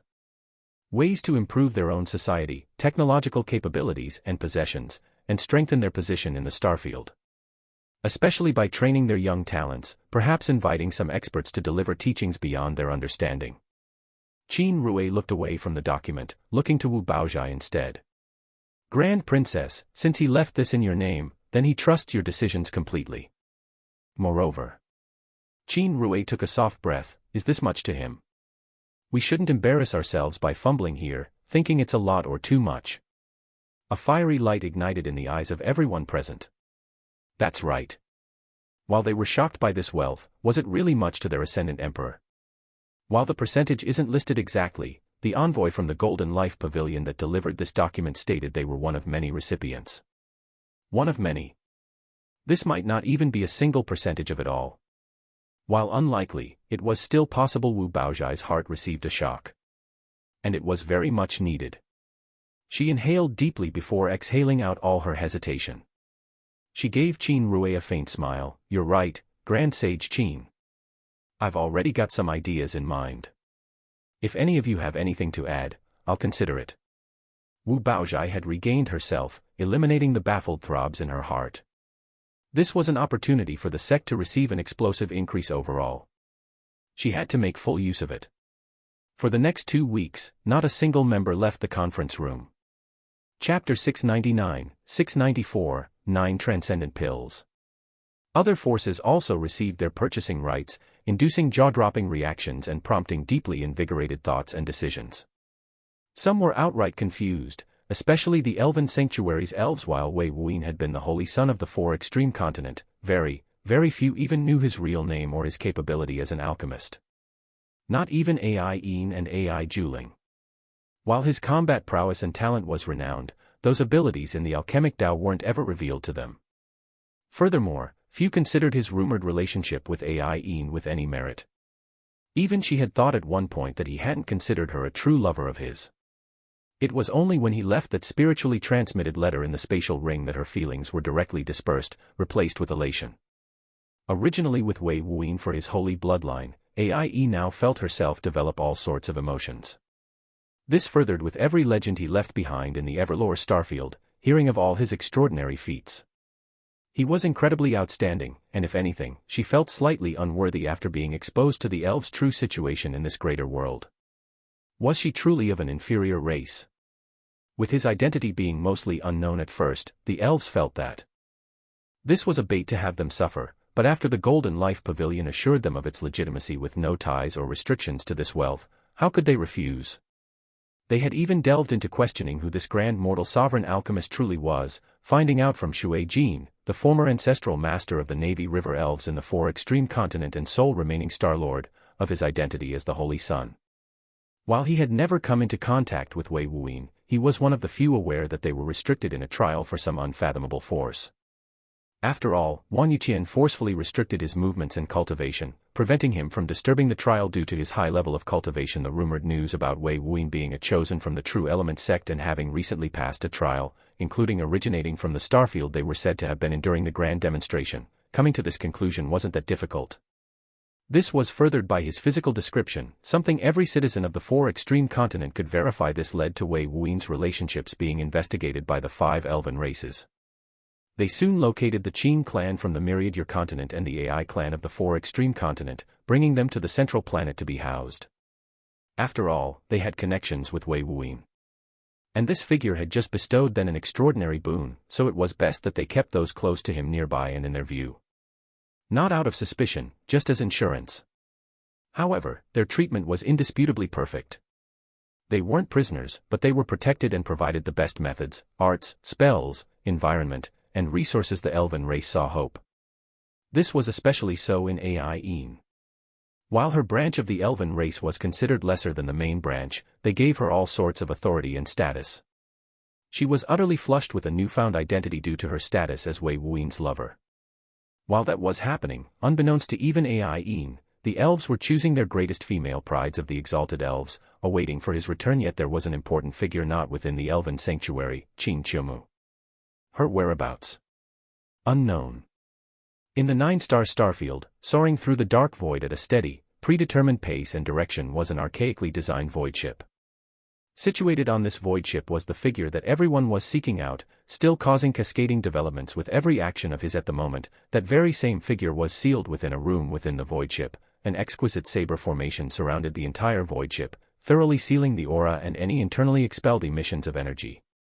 Thankfully too, because at the edges of the formation was utmost purity mist that was absurdly thick. After being restricted to just a small area, the utmost purity mist had condensed into almost liquid form. If it was allowed to be expelled, its reach would be extreme and downright noticeable by even astral core realm cultivators on other planets. The semi-permeable atmospheric layer would have been easily breached. Wei Wuyin was currently thoroughly focused, with Bai Lin by his side. The fire phoenix expelled embers of nirvanic flames out at times. Her golden-colored eyes were affixed to the cauldron. She had rarely been introduced to the mysteries of the alchemic Tao, but watching Wei Wuyin work, and his side profile that was utterly focused and determined caused her heart to radiate admiration. Despite her role being fairly minor in terms of what needed to be done, she was putting in 110% effort to perfectly coordinate with Wei Wuyin. The process continued for 4 minutes. An entire array of changes of the 7 methods went through a speedy yet stable transition. At the end of it, Bai Lin retreated a small distance, already experienced with the next set of events. Wei Wuyin executed a single hand seal. His alchemical force poured out in copious amounts into the cauldron. Despite its small size, what could be considered enough to fill a small-sized planet's ocean worth of astral force was sent into the cauldron. Wei Wuyin shifted hand seals, and then clasped his hands into a ball. With a faint tremor in the air, the room shook slightly. This was the briefly manifested and dissipated manifestation. Wei Wuyin let loose a light breath. Satisfaction painted his entire expression with a smile. With a wave, 9 pills that were like 9 azure-colored solar stars emerged. They each had transcendent radiance belts. Their auras were otherworldly, touching the borders of mortal and mystic Daos. Awed by this, he couldn't help but start laughing in jubilation. He had done it. He had used the earthly 9 concoction method to great success for products at the 9th grade, and even introduced mystic-graded materials to success. The earthly 9 concoction method was a difficult method of the alchemic Tao where an alchemist concocts 9 portions of materials simultaneously, attempting to mirror the process between them. This allowed for a mass production of sorts. One of the core reasons why Wei Wuyin possessed so many alchemical products at once for the lesser grades was due to the advanced version of the earthly 9 concoction method, the 33 heavenly method, which was far more difficult in theory. If perfectly done, it could concoct 9 or 33 products in the time it takes to perform a single successful concoction. This was his first time succeeding in concocting 9 transcendent quality 9th grade products simultaneously. This process was incredibly taxing on one's reserves and mental energies. Furthermore, it was quite risky. Wei Wuyin could only carry a small cube of Terra Mystic ore, limiting his amount of transcendent quality concoctions, so every failure meant one less potential product. He would need to return to Wuyu and obtain another cube to replenish, or obtain it from somewhere else. Allowing the 9 pills to slowly float about in a strange orbit around him, Wei Wuyin was beside himself with joy. He thoroughly basked in this momentous accomplishment, knowing that it served as verification of his steady progression as an alchemist in the Eden Earth sect. Back on the Myriad continent, his former teacher had once taught that an alchemist couldn't be considered an officially recognized alchemist of their rank until they could successfully concoct 9 products simultaneously using the earthly 9 concoction method. While this was absurd and somewhat arbitrary in most cultivation civilizations, Wei Wuyin had always carried this belief in his heart and set it as a standard for himself. With this session of concoction completed, he now felt as if he had finally reached the absolute limits of the mortal rank as an alchemist. A wave of satisfaction coursed through his mind, heart, and soul that led to clearer thoughts. Bai Lin pushed her head towards Wei Wuyin, receiving his instinctual caress on her head towards her neck. "You did a great job," Wei Wuyin smilingly praised. She had worked hard, so she deserved all the applause and praise. After all, he couldn't have done it without her. After a few minutes to regain his calm state of mind, he turned his attention to the 9 high-tier, transcendent quality, 9th grade astral world deluge pill. It was the advanced version of the series of foundational enhancement products, the Astral Sea Pill, Astral Great Sea Pill, the Astral Ocean Pill, and Astral Great Ocean Pill. They were the pills that Wei Wuyin had been using to expand the quantity and quality of his astral force within his world. See, Wei Wuyin's eyes brightened considerably. "Let's see how impressive you are at the transcendent level." He reached out for one. Chapter 695, Transcendent Benefits. The Tao of alchemy and its 4 products was potentially limitless, restricted only by unknown reactions, fusions, and combinations that have yet to be tested or discovered. It was divided into pills, elixirs, paste, and pellets, each with their own specific, tailored purposes. These 4 products were further divided by 3 ranks, mortal, mystic, and amp, immortal, and even further divided by 3 tiers, low, high, and amp, peak. Those 2 aspects of the alchemic Tao reflected an alchemist's skill and rank. But the most important aspect of the alchemic Tao wasn't its diversified grade, but the resulting qualities that were produced. While often neglected, with most alchemists being satisfied with a low-quality turnout, the quality of a product defined its effects, its limits, and potential. Those products at the impure quality, one of the 5 qualities, performed a reduced percentage of a product's full effect, yet leaves behind volatile impurities that can accumulate and poison the spirit, body, mind, or even the soul. Despite this, it was the most commonly concocted quality known to almost all alchemists. It's also the most commonly consumed quality, with cultivators using other methods to expel, purify, or refine the impurities in their bodies over time lest it severely weakens them. Most diseases and illnesses afflicting cultivators were the result of impurities reacting violently within their bodies. Due to different types of products being consumed at varied paces, different illnesses were generated that were hard to identify or treat. Even a cultivator's lifespan was typically affected, not just their strength or physical health. Low-quality products, despite their name, were all 100% impurity-free, with the primary and secondary effects of the product being fully activated. It translated to low measured success. It was a complete success, but the lowest level of success possible. This could be the result of numerous variables, such as an insufficient fusion process or energy dilution causing the product to be unable to be pushed to its limits. The next was high-quality products, otherwise referred to as high-measured success by alchemists. These products had their primary and secondary effects at a 100% effectiveness, unlike low-quality products that had their secondary effects at roughly 2% to 5%, barely noticeable. All products functioned on the alchemic rule of 3, with most having 3 stages of effects that are elevated or activated by its quality. Peak quality products boost both primary and secondary effects by an additional 50%, and sometimes activate the third effect. These third effects were oftentimes miraculous, outright heaven-defying. The most notable example of a third effect was the Everlore Ascension pill. Its third effect generated Everlore Zenith Essence instead of the standard Everlore Essence, allowing cultivators to retroactively gain a Zenith mortal state, one of the requirements to ascend successfully. It could overturn a cultivator's insufficient foundation, giving them the qualifications to surpass the mortal limits. The last quality, however, was difficult to gauge and measure. It was called transcendent, and it meant transcendent measured success, beyond all standard limits essentially. These effects were unpredictable because they infused qualities beyond the product's ranks. For example, mortal rank transcendent products are infused with mystic qualities, and mystic rank transcendent products are infused with immortal qualities. This could lead to an outright change in the effects, changing its primary, secondary, and tertiary effects entirely, or elevating it to such an extreme that its borderline reaches unimaginable levels, or even activating an heaven-defying fourth effect. The second of which happened to the World Light Refraction Elixir, allowing Wei Wuyin to perceive into the origin of all light and manifest his primary light from his astral souls. It totally broke his understanding on what the concept of light meant, discovering that solar stars were not the origin of light, neither were the true light said to have been created by the heavenly Daos, but the soul itself. He wondered if the heavenly Daos true light is its soul light. Regardless, it was ridiculously hard to predict how mortal rank products would react to mystic energies, essences, or intent. Normally, an alchemist is fully aware of their product's effects after concoction, as they visibly sensed every change in structure, form, and essence that it underwent. Yet even Wei Wuyin couldn't predict the effects of the transcendent quality World Light Refraction Elixir. That was merely an 8th grade product, but the Astral World Deluge pill was a genuine 9th grade product and of the high tier at that. He had absolutely no idea how it'll affect him.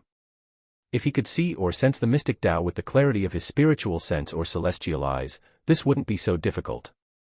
In fact, he would instantly know what it would do. But he couldn't. So every refinement was an experiment as long as he remained within mortal limits.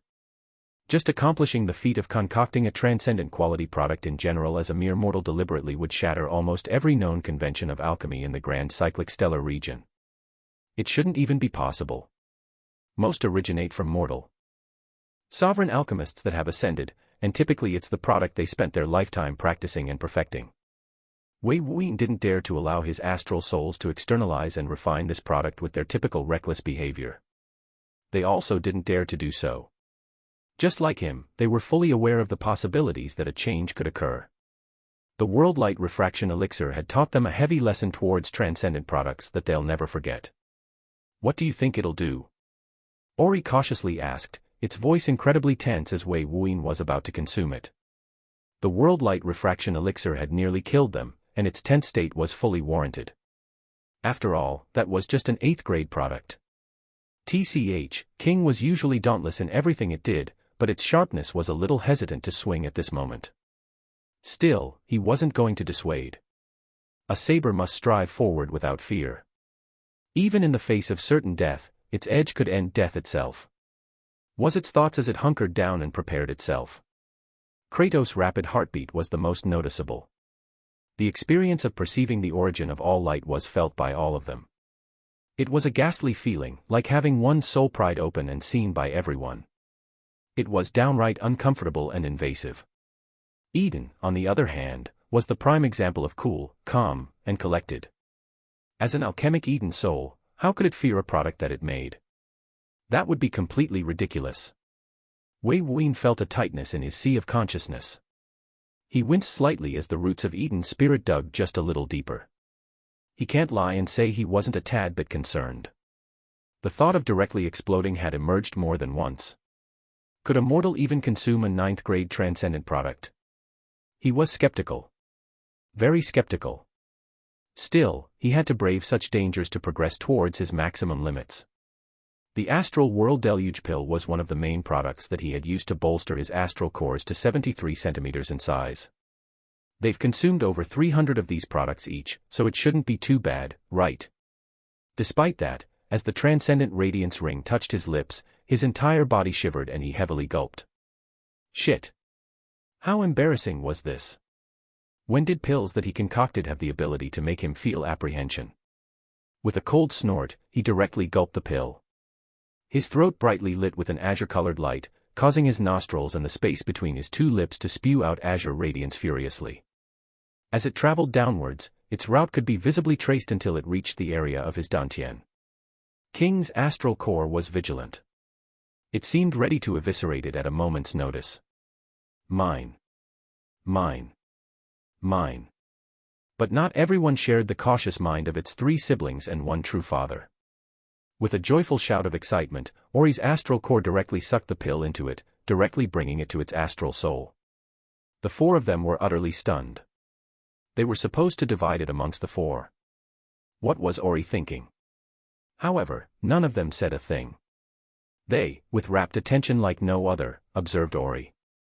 The sounds of tense mental pulses could be heard by the 4, causing Wei Wuyin vicious headaches. The sounds of ferocious heartbeats could be heard by the 4, causing Wei Wuyin explosive body aches. The sounds of saber howls could be heard by the 4, and Wei Wuyin's meridians felt an endless stabbing pain. Can you 3 just stop? Wei Wuyin was in more pain than when he overly exhausted all his strength or was scorched by his own pellets until he was just a burnt piece of flesh. The latter of which was excruciatingly painful. The 3 of them were just too tense at the moment. Ori's state had their paramount importance, so Wei Wuyin's shout led to nothing. He just had to suffer, unable to laugh or cry while they remained vigilant. After a few hours of silent refining, Wei Wuyin was sprawled on the floor, not even paying any attention to anything anymore. The pain was too unbearable.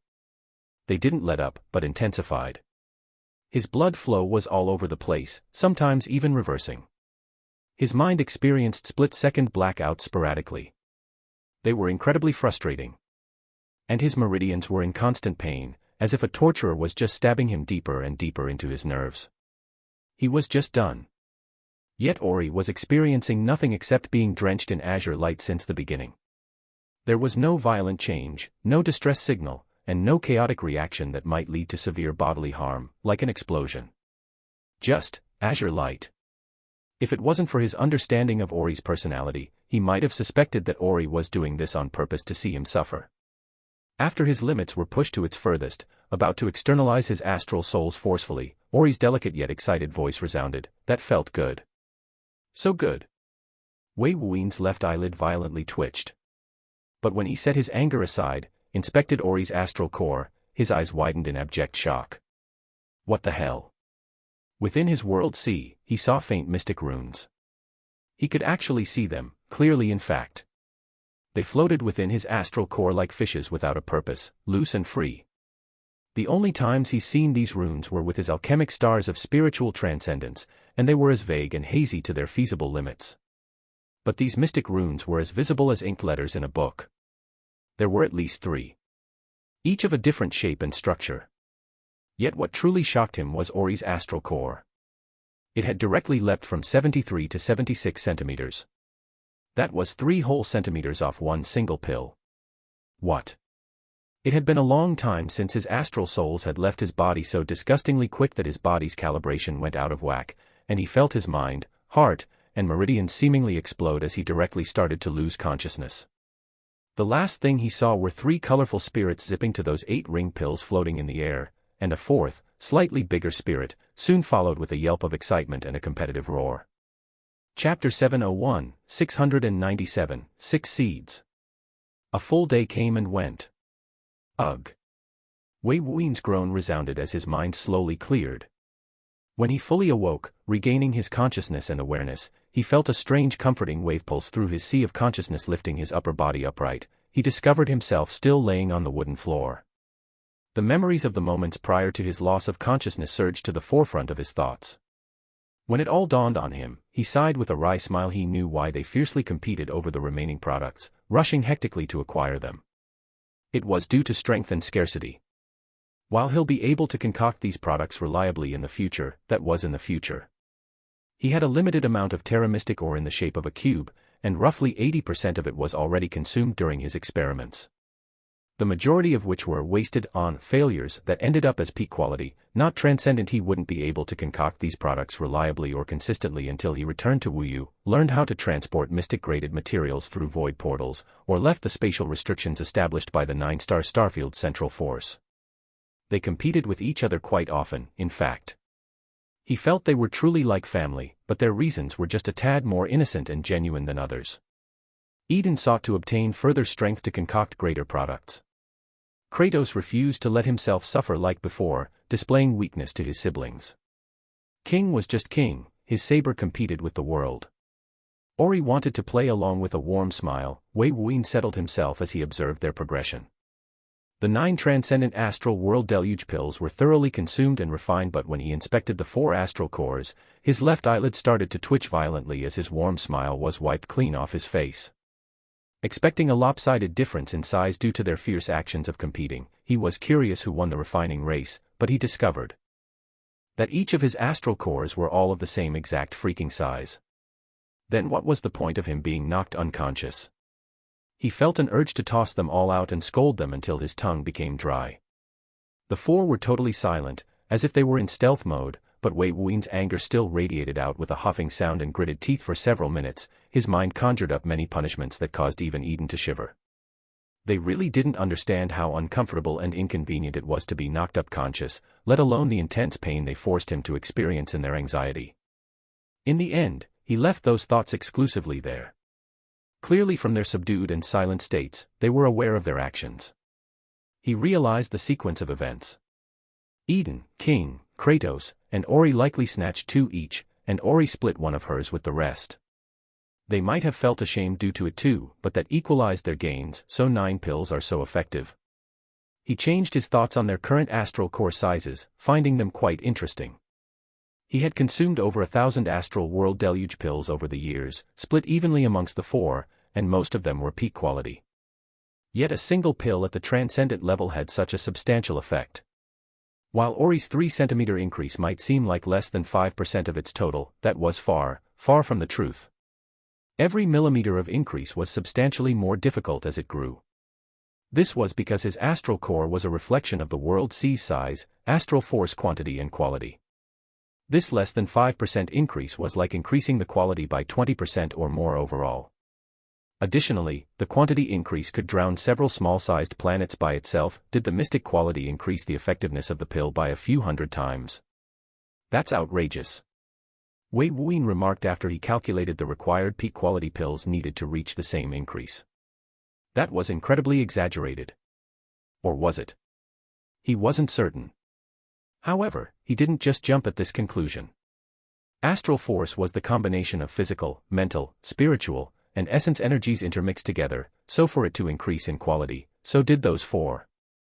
He tested his energies, realizing that all 4 of his innate energies were elevated drastically beyond their limits. Furthermore, he felt a strange fluctuation of energy flowing through his innate energies. He couldn't pinpoint it, but it was certainly there. Mystic essence. Energy. Intent. He felt that this could be it, but that wasn't exactly right. Still, he measured all 4 of his astral cores and realized they were each 79 centimeters each, a full 6 centimeters larger than before. He hadn't reached his limits yet, but he felt it approaching. Have you guys tested or figured out what those runes are? When Wei Wuyin delved into their world seas, he discovered mystic runes floating within. They didn't seem very large, roughly a centimeter each, but that was only in the metaphysical perception they gave off. Much like the word sea itself, if he released it out into the dark void, it would flood a large region for hundreds of thousands of miles. So if he extracted these runes, they could be planet-sized. Large-sized ones too, we tried, Eden answered. The other 3 remained silent, even a little sullen. This astounded him. They tried and failed. They had various means in their repertoire, yet they failed. He had to inspect these runes again. There were only 6 runes in each of their world seas. Each rune was differently shaped but similar in size, and they were consistent in each of their seasonally 6. They give off strange vibrations. It's a little scary, Ori said.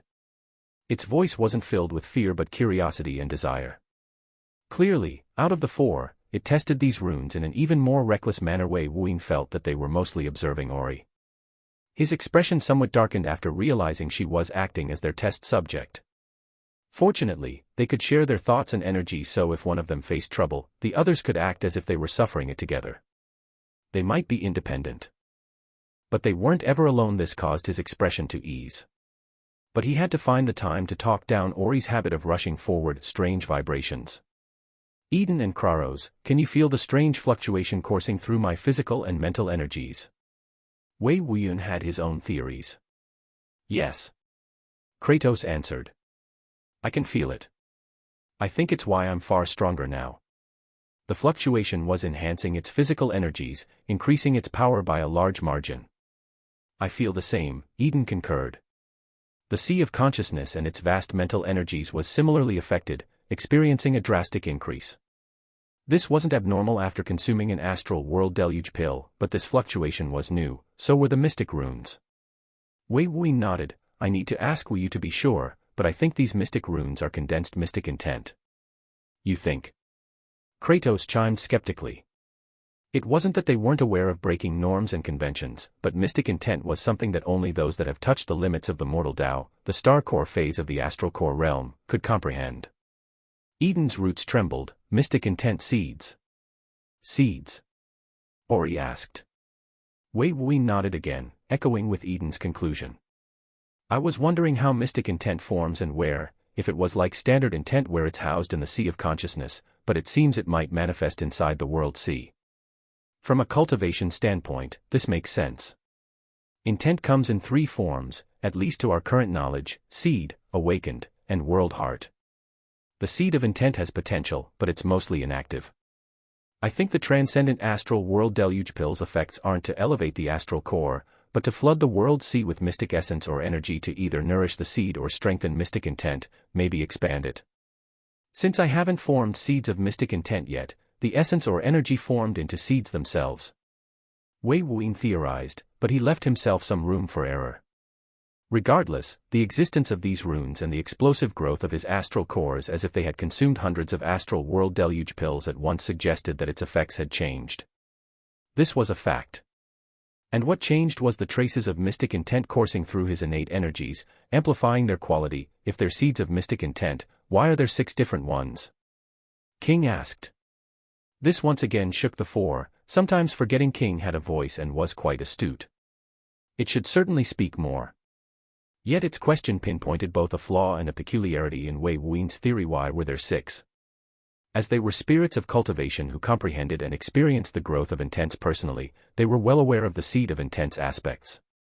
For example, Ori had comprehended multiple fire intents but only established a single seed of fire intent once. I don't know. Wei Wuyan answered honestly. He was as baffled as they were.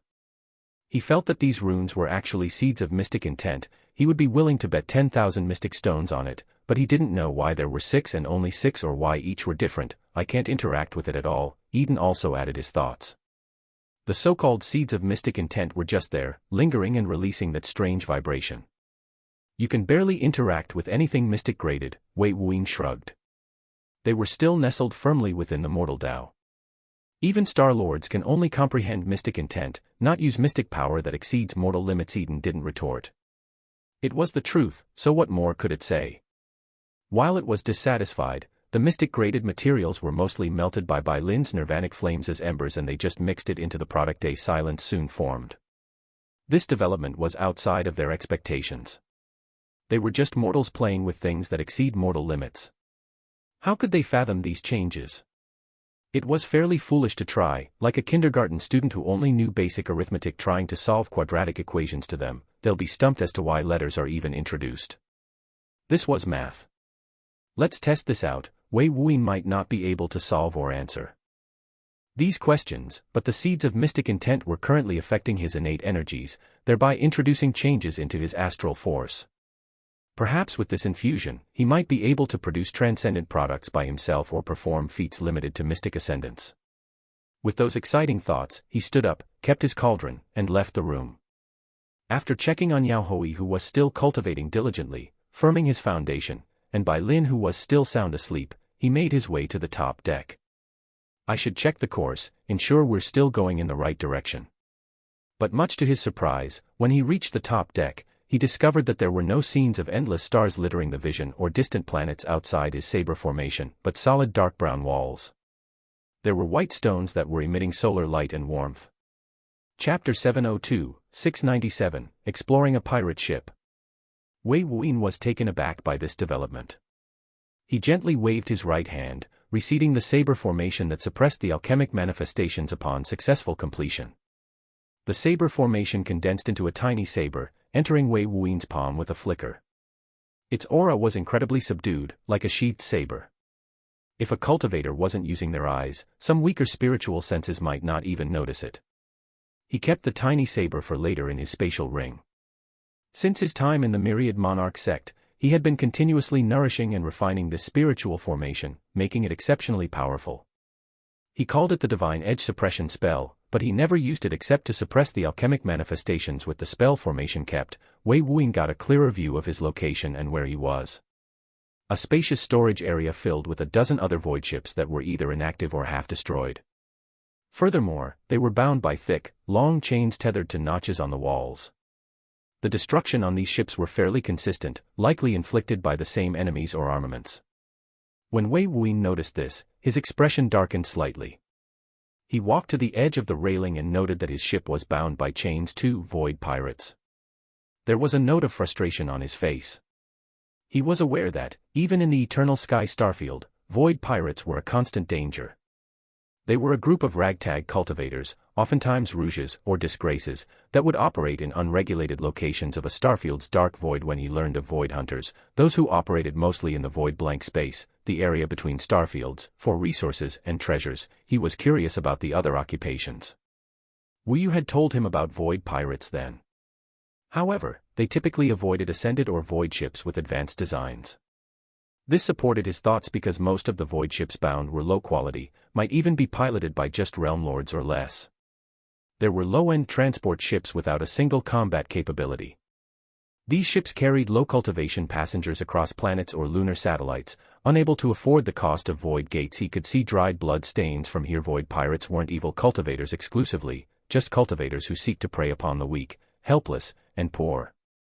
In fact, according to Wu Yu, the stronger ones were even devised by some higher-level forces to regulate their territories and rid themselves of disliked individuals. While this could be construed as a conspiracy, most knew this was the case. Wei Wuyin lifted right sleeve, realizing his karmic luck value remained unchanged. This meant he hadn't received a deduction while unconscious, so this wasn't a lucky chance. It was likely just a result of bad luck. He didn't have a full crew of cultivators overseeing things, and he essentially placed it on autopilot, so these void pirates must have thought it was an abandoned ship with a functioning barrier. The Saber Edge Suppression spell didn't have any active offensive or defensive abilities, designed to seal off manifestations produced by the alchemic Tao and the aura inside. But they might not have known what it was, so they assumed with the surface-level inactivity, there was no one on board. A ghost ship. Wei Wuin's thoughts were correct, hitting the issue on the nose. Are there ascended here? While void pirates often lacked genuine ascended as leaders, there could be exceptions. But ascended were heavily desired by any power. This type of reckless and low lifestyle wasn't very suitable when one can live like a monarch. Instead, he used his spiritual sense to sweep across the entire ship. When he did, his expression changed. This was a much larger void ship, roughly 10,000 times larger than his own. It was almost the size of a tiny-sized lunar satellite. So big. There was a concealment formation engulfing the giant void ship, allowing it to soar through the dark void unnoticed by conventional sensory means. It wasn't very high level, however. While there was mystic energy flowing through it, it lacked certain mystic qualities that the shadow egg had in spades. It might be at the level of a quasi-mystic formation. This was still an exquisite formation, but Wei Wuyin could easily notice this ship with his celestial eyes. But there were no auras that resembled genuine ascended here. Still, his curiosity was stoked. He frowned a little, turning back to the door and realizing that Yao Hui was still cultivating. With a flick of his finger, he left behind a protective spiritual spell. Unless a Star Lord arrived, they wouldn't be able to disturb Yao Hui, and if they did, Bai Lin would notice and deal with it. She may be a little sleepy after she awakes, but genuine ascended had been refined by her flames. Those mortals, no matter how developed, were not threats with that settled, he leapt off his void ship and landed on the ground. There truly were a dozen void ships all around. This was the first time Wei Wuyin experienced a pirate's void ship, so he was bound to be a little curious. He walked forward with his silver eyes observing the walls. Soon, he arrived at the gate that led into the ship's interior, and the living quarters of the crew. It wasn't guarded, shocking him. This pirate crew isn't very diligent, huh? What if someone was hiding here? When he thought about it, he was amused.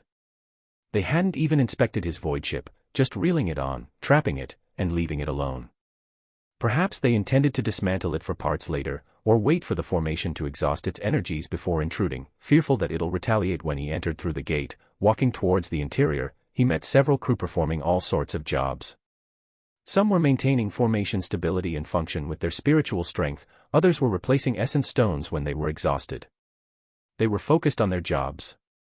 He saw Chi Condensation Realm and Astral Core Realm cultivators, but mostly these low-level crewmates were at the Chi Condensation Realm.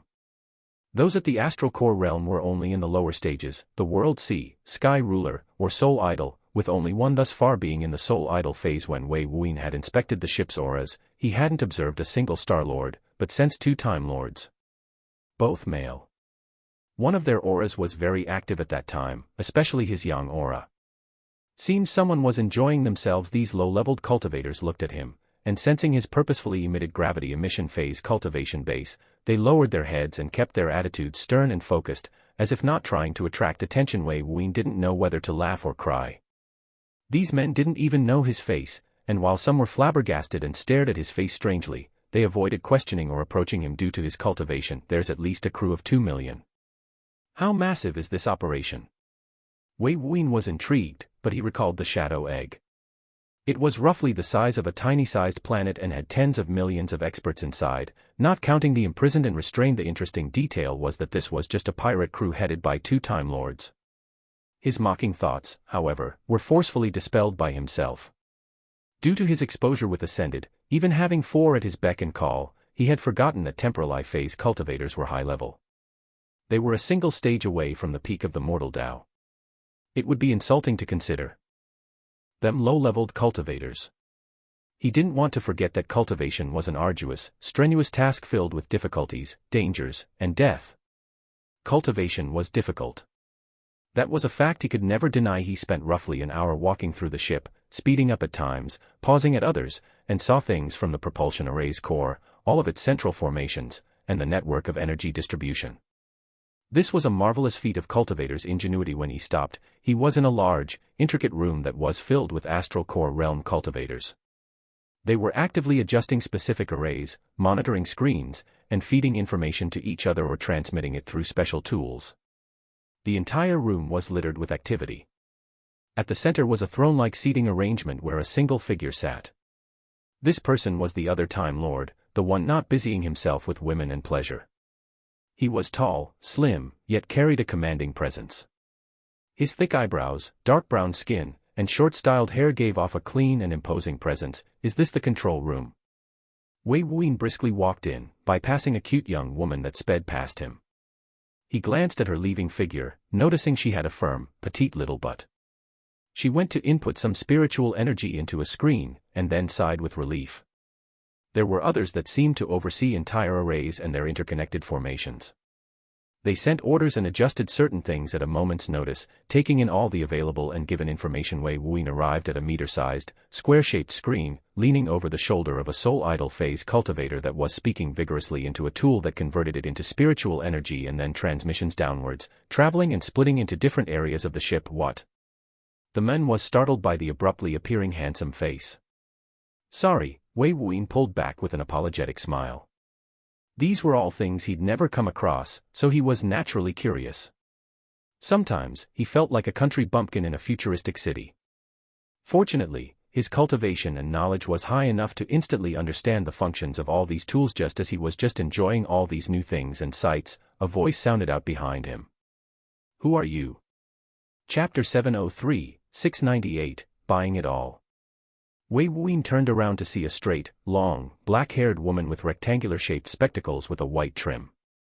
She was quite pretty with a fair complexion, giving off a stern and serious look. She used her index and middle finger to push her spectacles up the bridge of her nose, staring at Wei Wuyin intently. Me. Wei Wuyin pointed at himself and asked, putting on an innocent expression. The woman was instantly startled when Wei Wuyin turned around. She had never seen someone so handsome, especially those silver eyes of his that seemed to reflect her image. She went silent for several seconds, lost in his eyes. All she could hear was the fierce pounding of her heart and the heat rising on her face. "Miss, are you okay?" Wei Wuyin was used to these reactions, only furthered when his reputation was matched alongside it. So he merely smiled and asked, glancing at the others who were now looking at him. It seemed that there were quite a few that had kept their eyes on him, distracted, so this woman had taken notice of his actions. Well, it was hard to keep a low profile. The woman had a gravity emission phase cultivation base, so she was his equal in terms of cultivation level. It was no wonder that she questioned him and no one else had. Hierarchy must be pretty strict here. A tight operation, huh? The woman had to go through an entire inner monologue before settling herself, a monologue that no one but herself knew. Still, her face had a blush that wasn't fading, so some could deduce a few clues of what it was about. She tried to keep up her firm, commanding appearance, but failed quite spectacularly. "Yeah, you." "I'm fine, you." Wei Wuyin chuckled, "I'm doing fine, Mississippi." He gave her a soft nod, looking at the others who were staring at him. He turned to the Time Lord, but his eyes flashed with spiritual light and wasn't watching or paying attention. This room was quite spacious, and he was at the center, while they were nearing the edge. It would be strange if he noticed every interaction, considering there were roughly 10,000 people in this room, and they were all actively moving or surging with spiritual strength. "I guess I can't keep this going for much longer, huh?" After noticing that more and more people were being attracted to him and the ensuing commotion of his presence, he couldn't help but sigh out with a hint of disappointment. He was enjoying being a tourist, seeing everyone work seamlessly together. "I should get a crew," Wei Wuyin thought. He had been operating his archaic void ship by himself, and it led to this current situation. What if he had unintentionally entered into a conflict between Ascended and had his ship blow up because it was unpiloted? He was lucky he didn't enter another shadow egg. Or unlucky, depending on how you saw it. "What's your name and station, sir?" the woman asked after composing herself, trying to keep her prestige as a commanding presence. If she allowed others to see her stumble like a fool because of a handsome man, that'll throw away her face. Still, she embarrassed herself a little by adding, "Sir," while addressing someone of equal cultivation. Wei Wuyin's thoughts were elsewhere, but the woman claimed it with a spark of an idea. Most of these individuals were rogue cultivators striving to cultivate. He could see their strengths were shaky, the impurities in their bodies were thick, and even the woman might rival Yaozhen during his time as Grand Imperial Sage of the Myriad Monarch sect. In the standards of this stellar region, that was pathetically low. But this was the low end of this civilization. There existed pirate or bandit-like existences in the Everlore starfield too, but they were incredibly weak. Almost none of them were even astral core realm cultivators, and they operated in low-tier continents or planets. If you had a backing, why resort to experiencing these struggles? While all these tools seemed futuristic and amazing, they would pale in comparison to the Golden Life Pavilion, who could bring the spiritual senses of an entire stellar region to a single location with unerring clarity. Wei Wuyin's eyes suffused with radiance. He didn't say his name, realizing that this could leak out his location to those seeking it, but he instead smiled. His smile caused the woman and those around him to lose focus again. "I don't have a station. I'm not a part of this ship's crew. My ship was inadvertently mistaken as a ghost ship and was taken while I was resting, so it was placed in your ship." He started to explain himself fully, curious about this operation. "I took a look around until I arrived here." The activity of the control room started to slowly become affected, with members turning to look at Wei Wuyin. His voice was clear, sending out sound waves through the control room so everyone heard. And heard they did, including the Time Lord seating at the central location. The woman was taken aback. Not a crew member. Ghost ship? She recalled them finding a ship like 12 hours ago, and it was uninhabited. Reports said it was an abandoned ship with a remnant energy shield. They had reeled it in after finding no signs of life present on board. Unfortunately for them, the saber spell had resulted in false readings. Not a part of the crew? She asked again for clarification, still in disbelief. Wei Wuyin nodded, glancing at the temporal phase cultivator that had turned his attention to him. a dark light reflected in his gaze. Wei Wuyin returned the stare with a slight smile. "I'll be direct," he shivers down his spine. He had doubts that this young man with an unearthly visage that could shake the world wasn't an ascended. Even if his aura suggested the gravity emission phase, that speed wasn't remotely at that level. "So what do you say? Since you're all pirates, I'm sure you must have a price." After saying this, Wei Wuyin flipped his palm to reveal his failed peak astral world deluge pill, a genuine high-tier, 9th-grade product that was certainly worth hundreds of thousands of astral stones.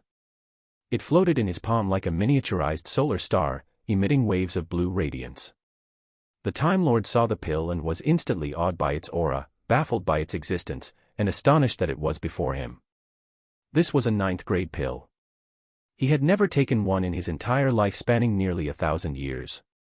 Not even an impure one. A heavy, deep resounding gulp of desire echoed in the silent room of 10,000.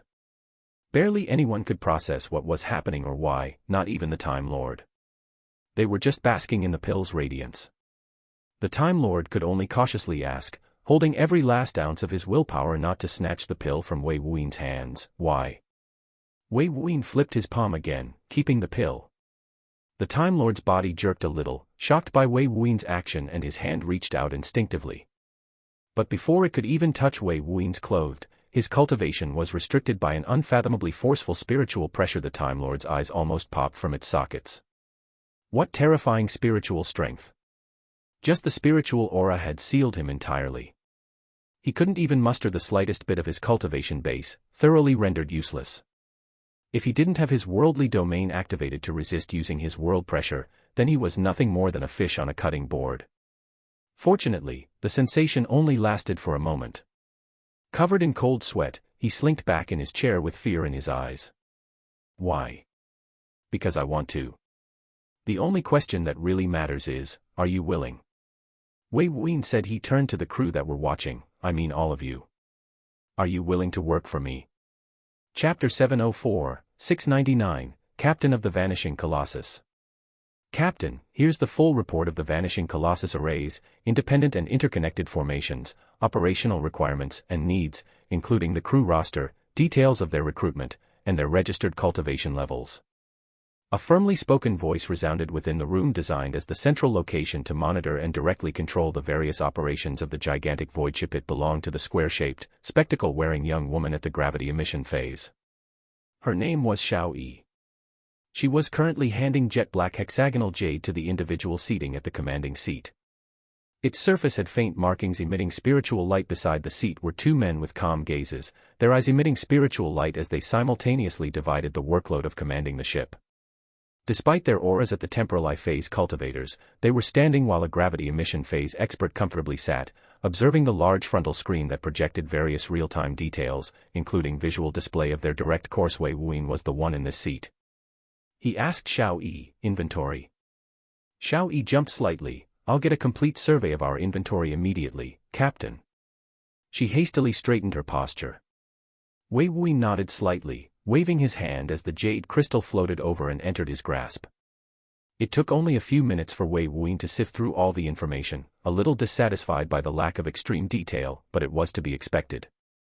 Xiao Yi breathed a sigh of relief, giving Wei Wuin a glance, and rushing off with a faint blush. Shortly after Wei Wuin made his offer, the entire room went into a silent yet animated uproar. The Time Lord sitting at his now occupied seat, formerly referred to as Captain Lu, was caught off guard. So was everyone else. Eventually, a huge gathering took place that involved the top-tier members of the ship. Wei Wuin thought he'd have to display aggressive tactics, even outright kill a few to take control of the ship initially, but after showing a few products, giving out a few casually concocted 8th-grade products to placate and give a taste to some, the vast majority of the crew acquiesced with full willingness. The Time Lords were the first to give up power, especially the second leader of the ship, Captain Chang. Just the sight of a peak-tier 8th grade had sent him spiraling into hysteria. Wei Wuin was slightly fearful that he might have a heart attack or a seizure. This took him by surprise, but after thinking about it for a moment, he came to realize that the entire purpose for these pirates to exist, to form these united groups, was a means to obtain better cultivation resources. Since he offered far better conditions, they weren't unwilling in the slightest. As for the rest, they didn't particularly care who they served, just that they received profits they were owed for work. After a few hours, the former captains were reassigned as lieutenants of Vanishing Colossus, and Wei Wuyin had taken the leadership position. It's been 3 days since, and he had just received details about the Vanishing Colossus's internal operations and requirements. During this time, he was learning about the Void Pirates' modus operandi and the Vanishing Colossus history. According to his 2 lieutenants, the name Vanishing Colossus originated from its former owner, a cultivator at the Mystic Star phase, the first stage of the Mystic Ascendant realm or 10th stage of the Astral Core realm, depending on how you view it. He had spent his entire life savings after failing his ascension, establishing a concealment array powerful enough to avoid all sensors beneath the mystic level. It had a similar function as the Shadow Egg as well, capable of camouflaging within the dark void and thus vanishing from sight. Due to its large size, it was named the Vanishing Colossus. While simple, Wei Wuyin had to praise how apt it was as for the work of Void Pirates. They mostly performed stealthy acquisitions of low-level void ships, stripping them for parts, obtaining whatever wealth was on the individuals on board, and capturing them. They would then systematically investigate their background and ransom them back to their clans or families, if they can afford it, or to an underground trading network to shady organizations. The lucky ones were recruited as crew, put to work for a steady income stream and cultivation resources. The slightly unlucky ones would work for free, just room, board, and some freedoms. There were even some who were set to be ransomed back, but had been captured for over a decade, awaiting for the Vanishing Colossus to arrive near or at their planet or lunar satellite of origin. There were a few evil cultivators present, but not too many. Most just cultivated normally. The overall operation was quite simple really, shocking Wei Wuyin on how they survived for so long. Was this really profitable? Enough to sustain 2 million individuals. According to them, the Vanishing Colossus has lost leaders and deteriorated continuously over the years, even suffered devastating damage, but it had always survived by the skin of its teeth. The crew would rotate with each blow, and even Lieutenant Lu was a captured cultivator turned crew member roughly 800 years ago. Lieutenant Chang had been born from 2 members on the ship, both longtime pirates. Prior to his conception. They further detailed their income streams. The majority of their income typically originated from contacts.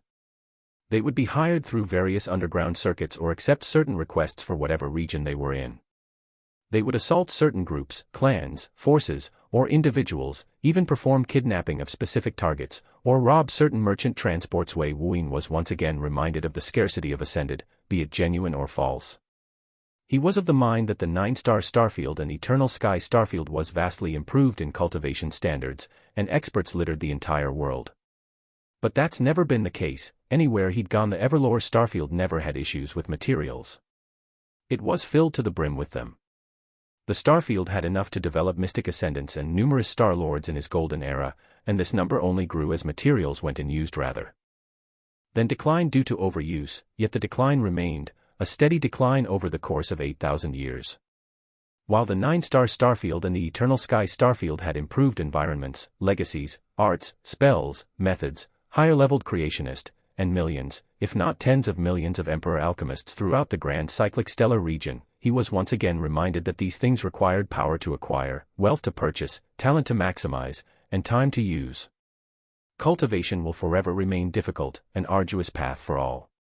And the population was still as disproportionately structured amongst experts and alchemists as it was in Everlore Starfield, where only 5 million Astral Core Realm cultivators existed amongst trillions of cultivators and less than 30 Emperor alchemists existed overall. When he learned that the 9-star Starfield had publicly renowned mortal sovereign alchemists, he was amazed, but he later learned they numbered 19, he was blown away. 19. Just 19. 19. The entire 9-star Starfield had a population in the quadrillions, and new births were occurring every day to inflate that number further. Yet after tens of thousands of years since its history farthest recorded origins, only 19 were properly fostered in the present day.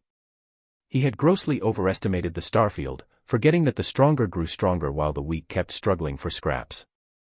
These Time Lords had never even seen a 9th-grade product, and had consumed less than 10 8th-grade products total. Their cultivation bases were largely due to their environment being so rich, their ages being so high, and their cultivation efforts being extremely diligent. While they might be considered as the bottom of society, that was quite untrue in Wei Wuyin's opinion. These Time Lords have worked hard to acquire wealth and purchase available resources, not just products, but suitable cultivation materials to refine and absorb for their methods. There were others, the true bottom of society, that don't risk their lives in risky operations or ventures, but settle for complaining about those clans and forces that have everything, and their cultivators who are born with silver or golden spoons, sulking on their ancestors' effort.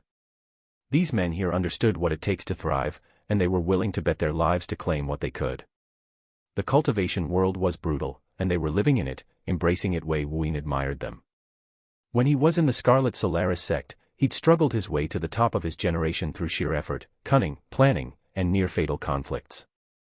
He didn't know how many assassination attempts he faced, where he barely survived, or the concessions he had to make, or situations he had to navigate. More familiar with the realistic standards of this world, he no longer had this dismissive attitude to lower-leveled cultivators or those who fought for their means. They had work ethic and willingness to pursue their goals.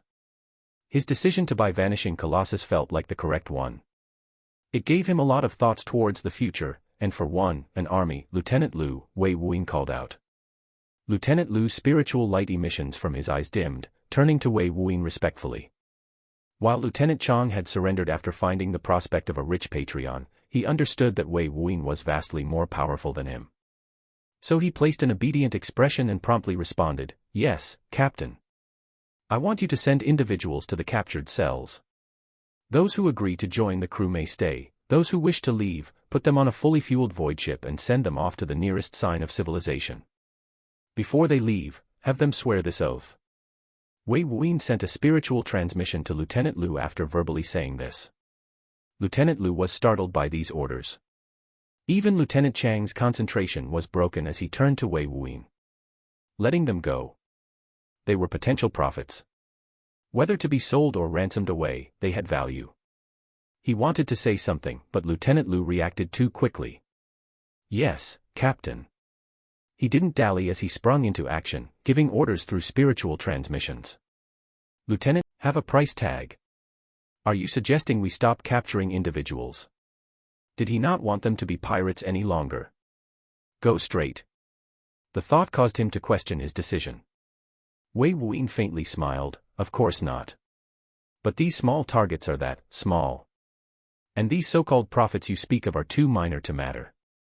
A single 9th-grade product would cover 1 million of them, so why bother performing such a time-consuming task? Money to an alchemist is merely a tiny inconvenience, but information and influence, that's the currency I seek." After explaining this, both lieutenants felt shivers down their spine. They had an inkling of what Wei Wuyin intended from his words, but they felt that grasping the entirety of it was outside their scope of thinking. Wei Wuyin's silver eyes were brightly lit, reflected within his pupils were a flowing network of interconnected plans slowly manifest at the forefront of his thoughts.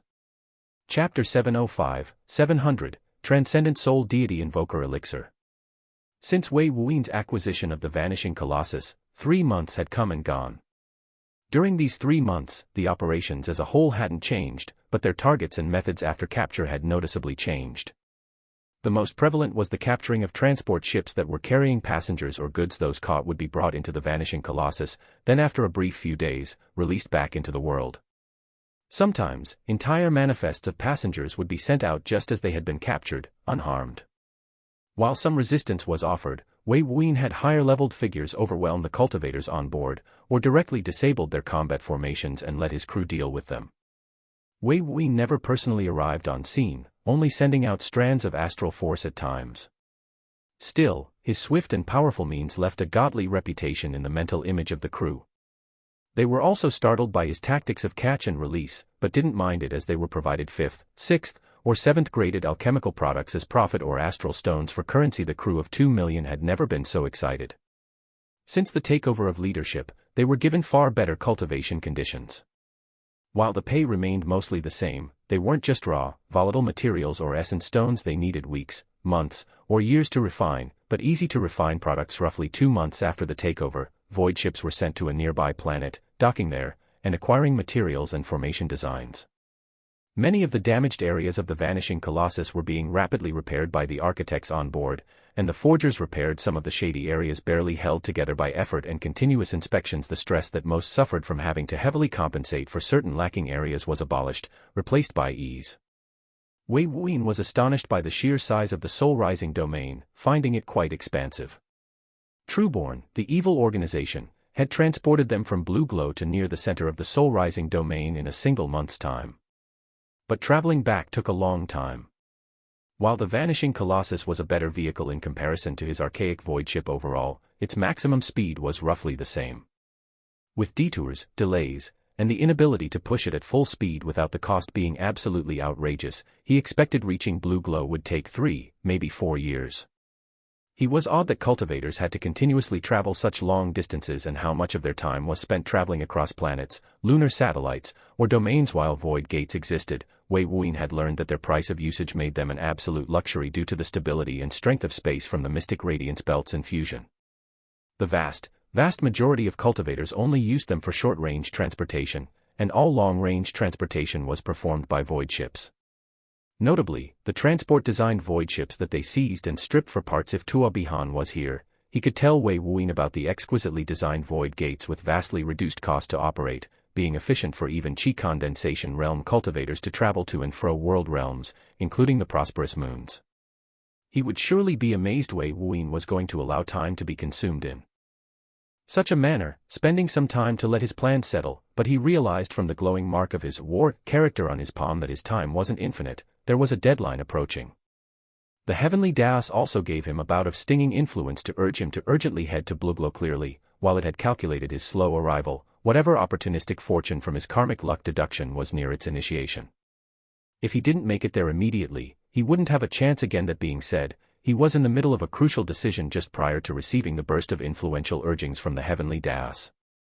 He sat in his captain's quarters, sealed from all his crew. Bai Lin nestled behind him acting as the softest cushion, as he observed 4 small vials. They were transparent, and the ounce of liquid within strangely had faint, vague mystic runes swimming within, but they were shattered and incomplete, unlike the 24 in his world seas. Still, if pieced together, they matched perfectly to his own. He had expended the last of his Terra Mystic ore to concoct these 4 elixirs, coming to the realization that the 6 seeds of mystic intent might have improved his cultivation base and innate energies, but not his ability to concoct transcendent products by himself. That said, his ability to concoct peak-quality products elevated. Even if casually performed, he hadn't made a single low-quality product of any grade, completely unlike his normal self. Wei Wuyin even felt that he had lost the ability to make low-quality products unless he deliberately decided to lower the quality. If he acted with even an iota of seriousness, high quality was its end result. Transcendent Soul Deity Invoker Elixir. This was the high-tier, 9th-grade elixir that had heaven-defying properties, allowing a cultivator to exceed the natural limits of their soul idol.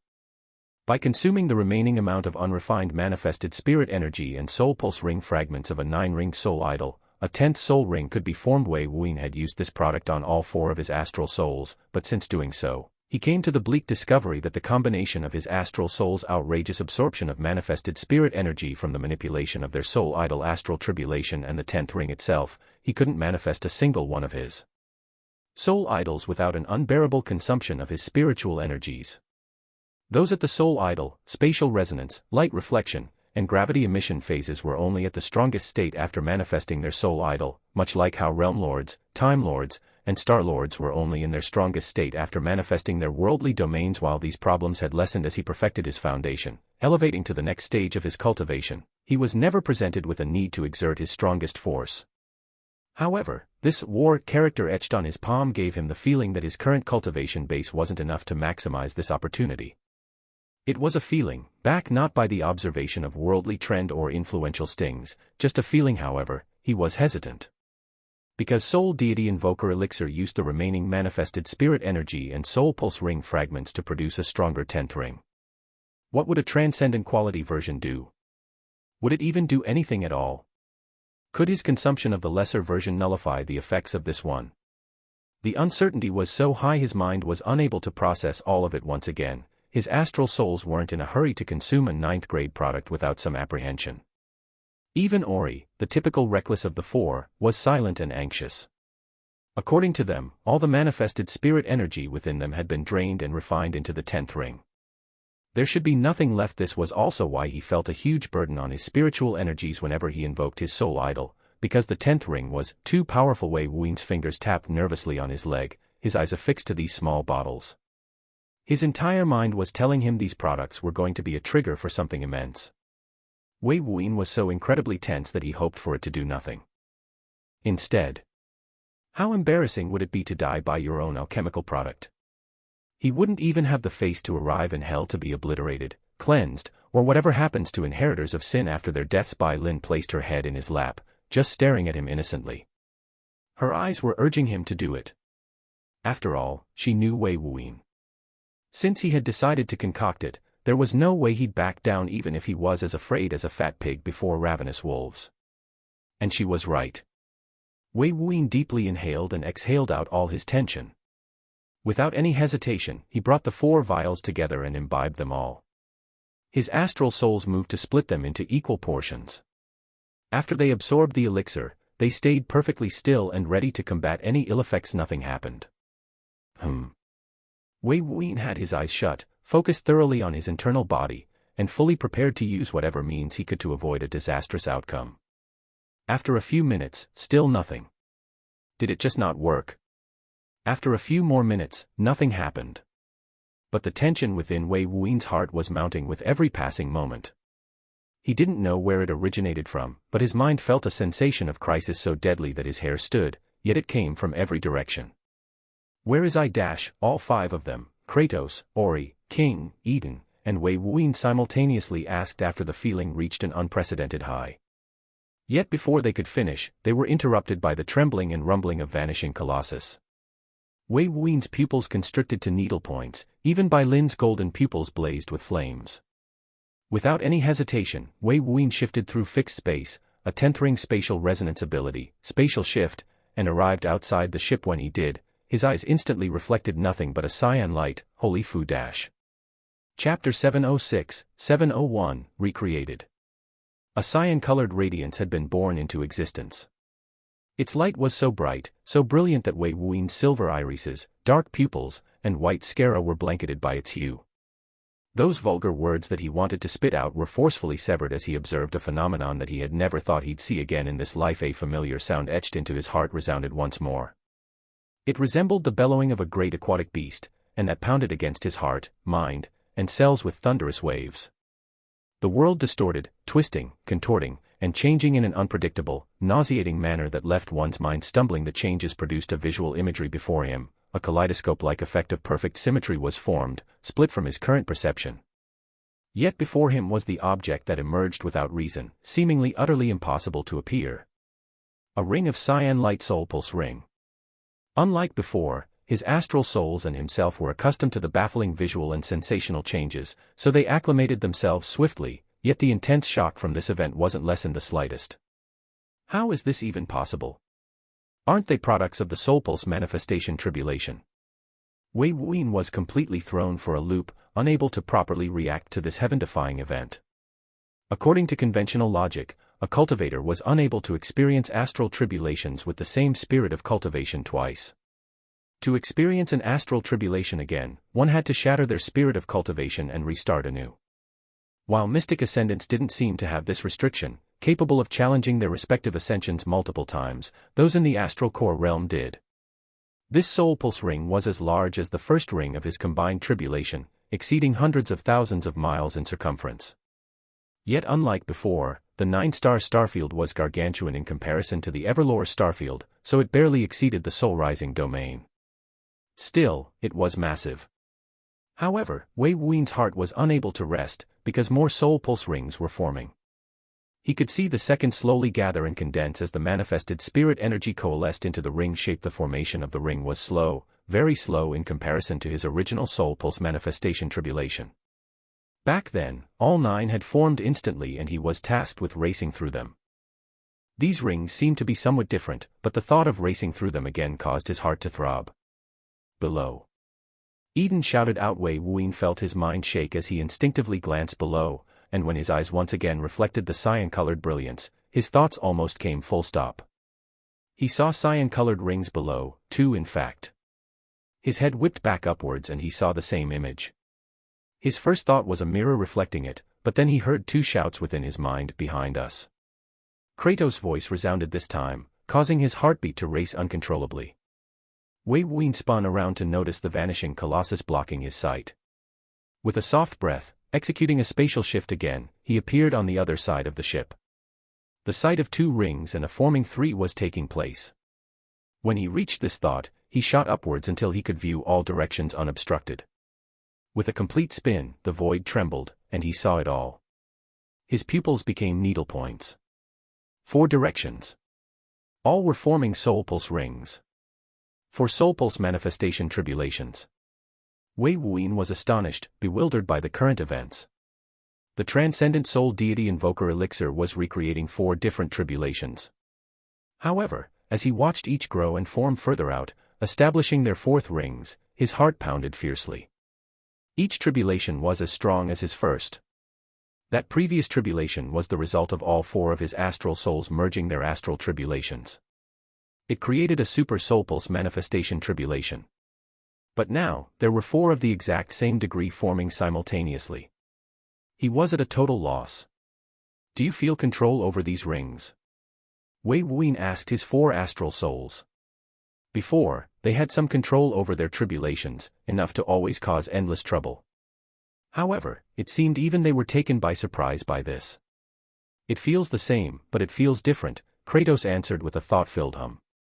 It seemed Kratos still spoke cryptically whenever it was stumped.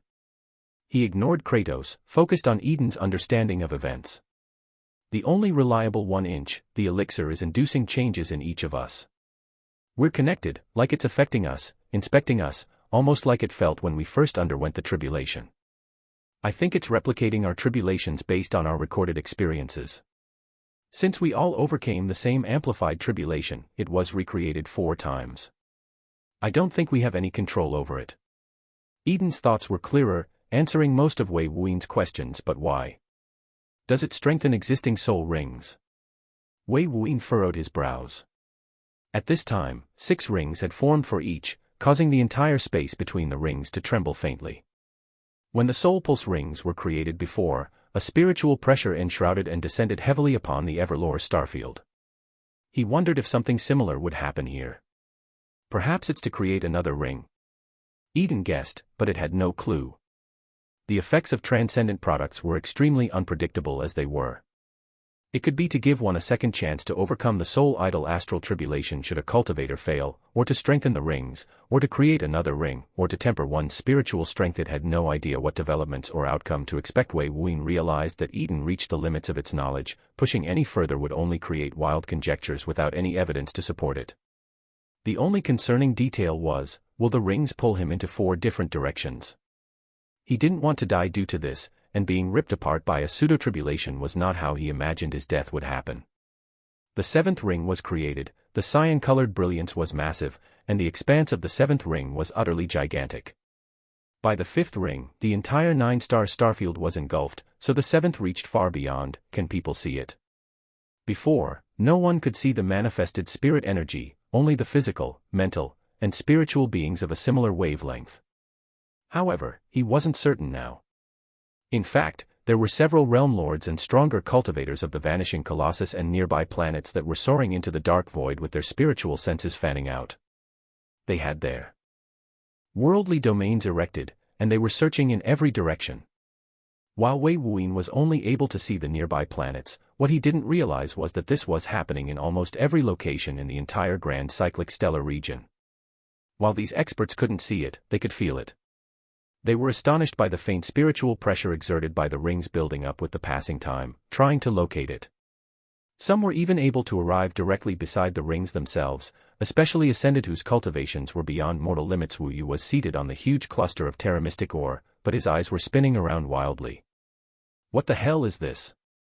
While the spiritual pressure wasn't intense, it engulfed him entirely. It felt somewhat uncomfortable. Reminds me of a tribulation. In the Eternal Sky Starfield, the Elementus Domain. A small-sized planet controlled by the parasitic existences of the True Element sect, an area belonging to a relatively independent Silver-tier force with connections was there. The entire area was ravaged by signs of an intense battle, elemental origin energies littered throughout. Junior. An aged, thunderously malicious male voice exploded out with a raging momentum. Do you dare? Somewhere, there was a gray-eyed youth with a smirk of confidence.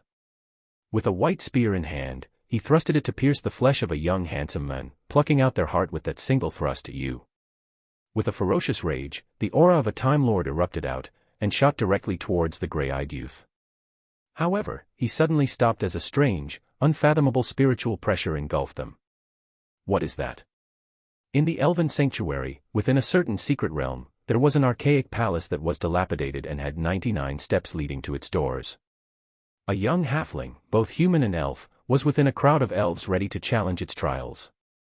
While the other elves didn't notice, the halfling felt his hairs stand, his senses incredibly sensitive. What's happening?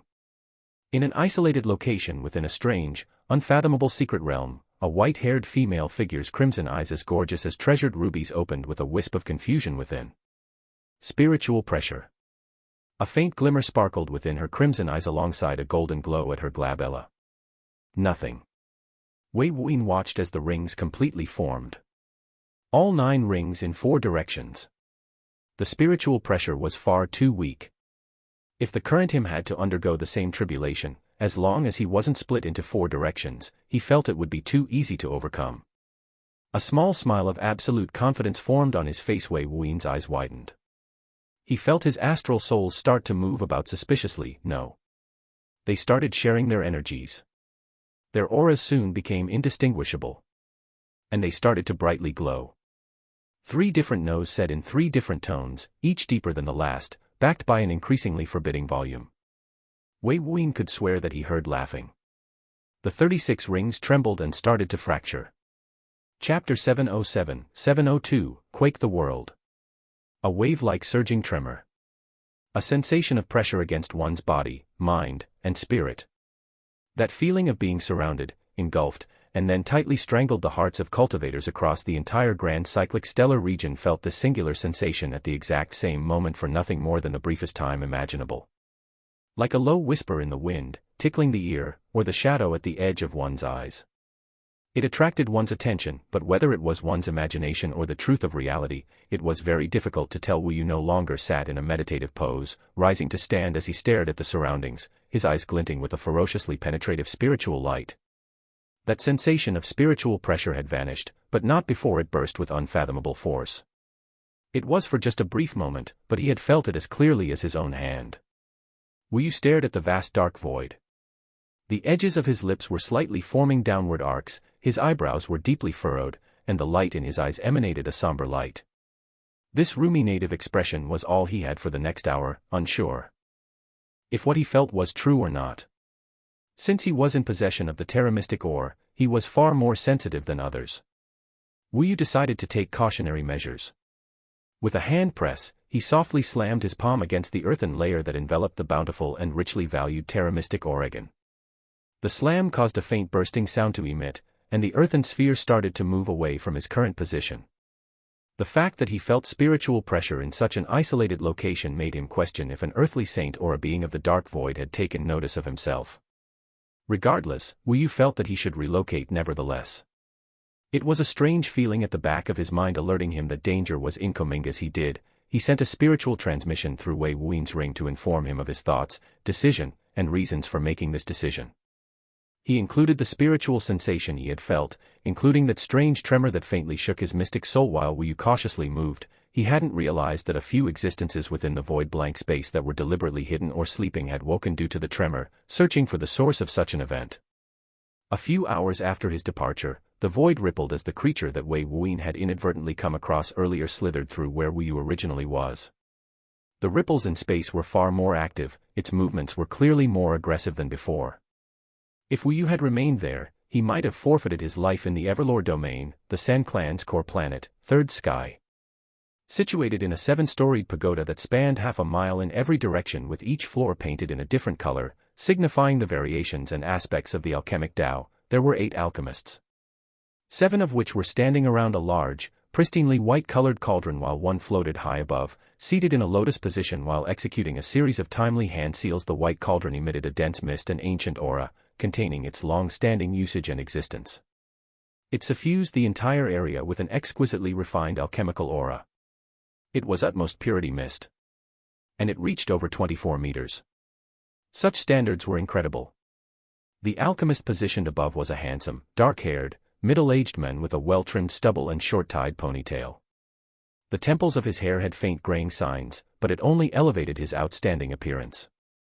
With a focused expression, alchemic force was poured carefully and precisely into the cauldron. He was San Luoyang, the same alchemist that handled the exodus of trillions from the Everlore starfield.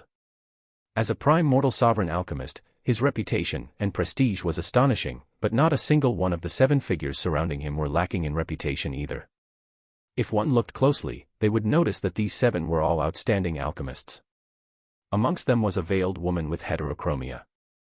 For those who observed the grand demonstration, she was an unforgettable existence. Muyura, the Twilight alchemic sovereign. Furthermore, the other 6 alchemists were also mortal sovereign alchemists of astonishing renown and ability, and they were currently all heavily focused while concocting in a coordinated manner. At the top of their heads were faint signs of sweat. Their spiritual senses were careful and evaded each other for fear of disturbing the process, yet unable to retract their spiritual senses. Clearly, this product wasn't ordinary at first. All disturbances from outside were directly blocked, including the initial surge of spiritual pressure. But when that momentary tremoring burst occurred, it leaked into the pagoda through the formations, and 3 mortal sovereign alchemists were caught off guard, their spiritual senses running amok for a split second. Yet it was enough. Like a domino falling in a coordinated manner, the initial chaos only created more. The spiritual energies of these alchemists went wild and they tried to compensate, but they were 3 separate individuals, not of one mind. The others were also distracted, just more stable, yet they clashed with the others. Boom. Boom. Bwah. The cauldron spurted out a deep, heavy sound after 2 explosions of spiritual sense composed of spiritual strength.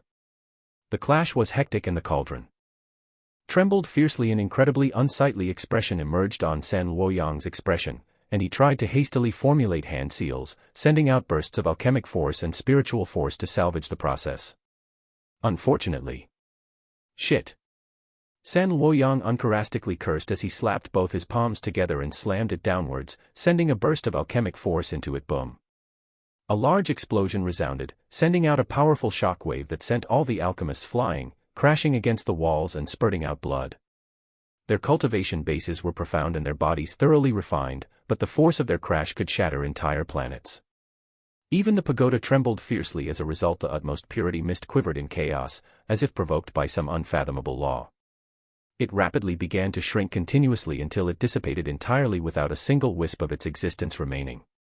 The cauldron that once emitted a powerful utmost purity mist of 24 meters, likely aged in the thousands of years since its creation, had lost its right to possess the name utmost purity. Normally, utmost purity mist wouldn't dissipate upon failure of a product or if an impure quality product was concocted, but after it reaches a certain point, typically beyond 18 meters, a product of 18,000 successes, a single failure caused it all to dissipate without reason. It was as if the cauldron was no longer worthy of the utmost purity mist that is created. San Luoyang's expression wasn't just dark, ugly, enraged, or had gritted teeth, but all of them and more. He grunted as he landed on the ground with a thunderous stomp, holding a pill in his hand that emitted a faint dim radiance. He glanced at the 3 alchemists that caused this unfixable chaos. They were still coughing blood and moaning in agony. One of them was unconscious. San Luoyang's handsome face distorted into a snarl, his hand opening as a green-colored pill had a single mystic runic marking on its surface, but it was incomplete.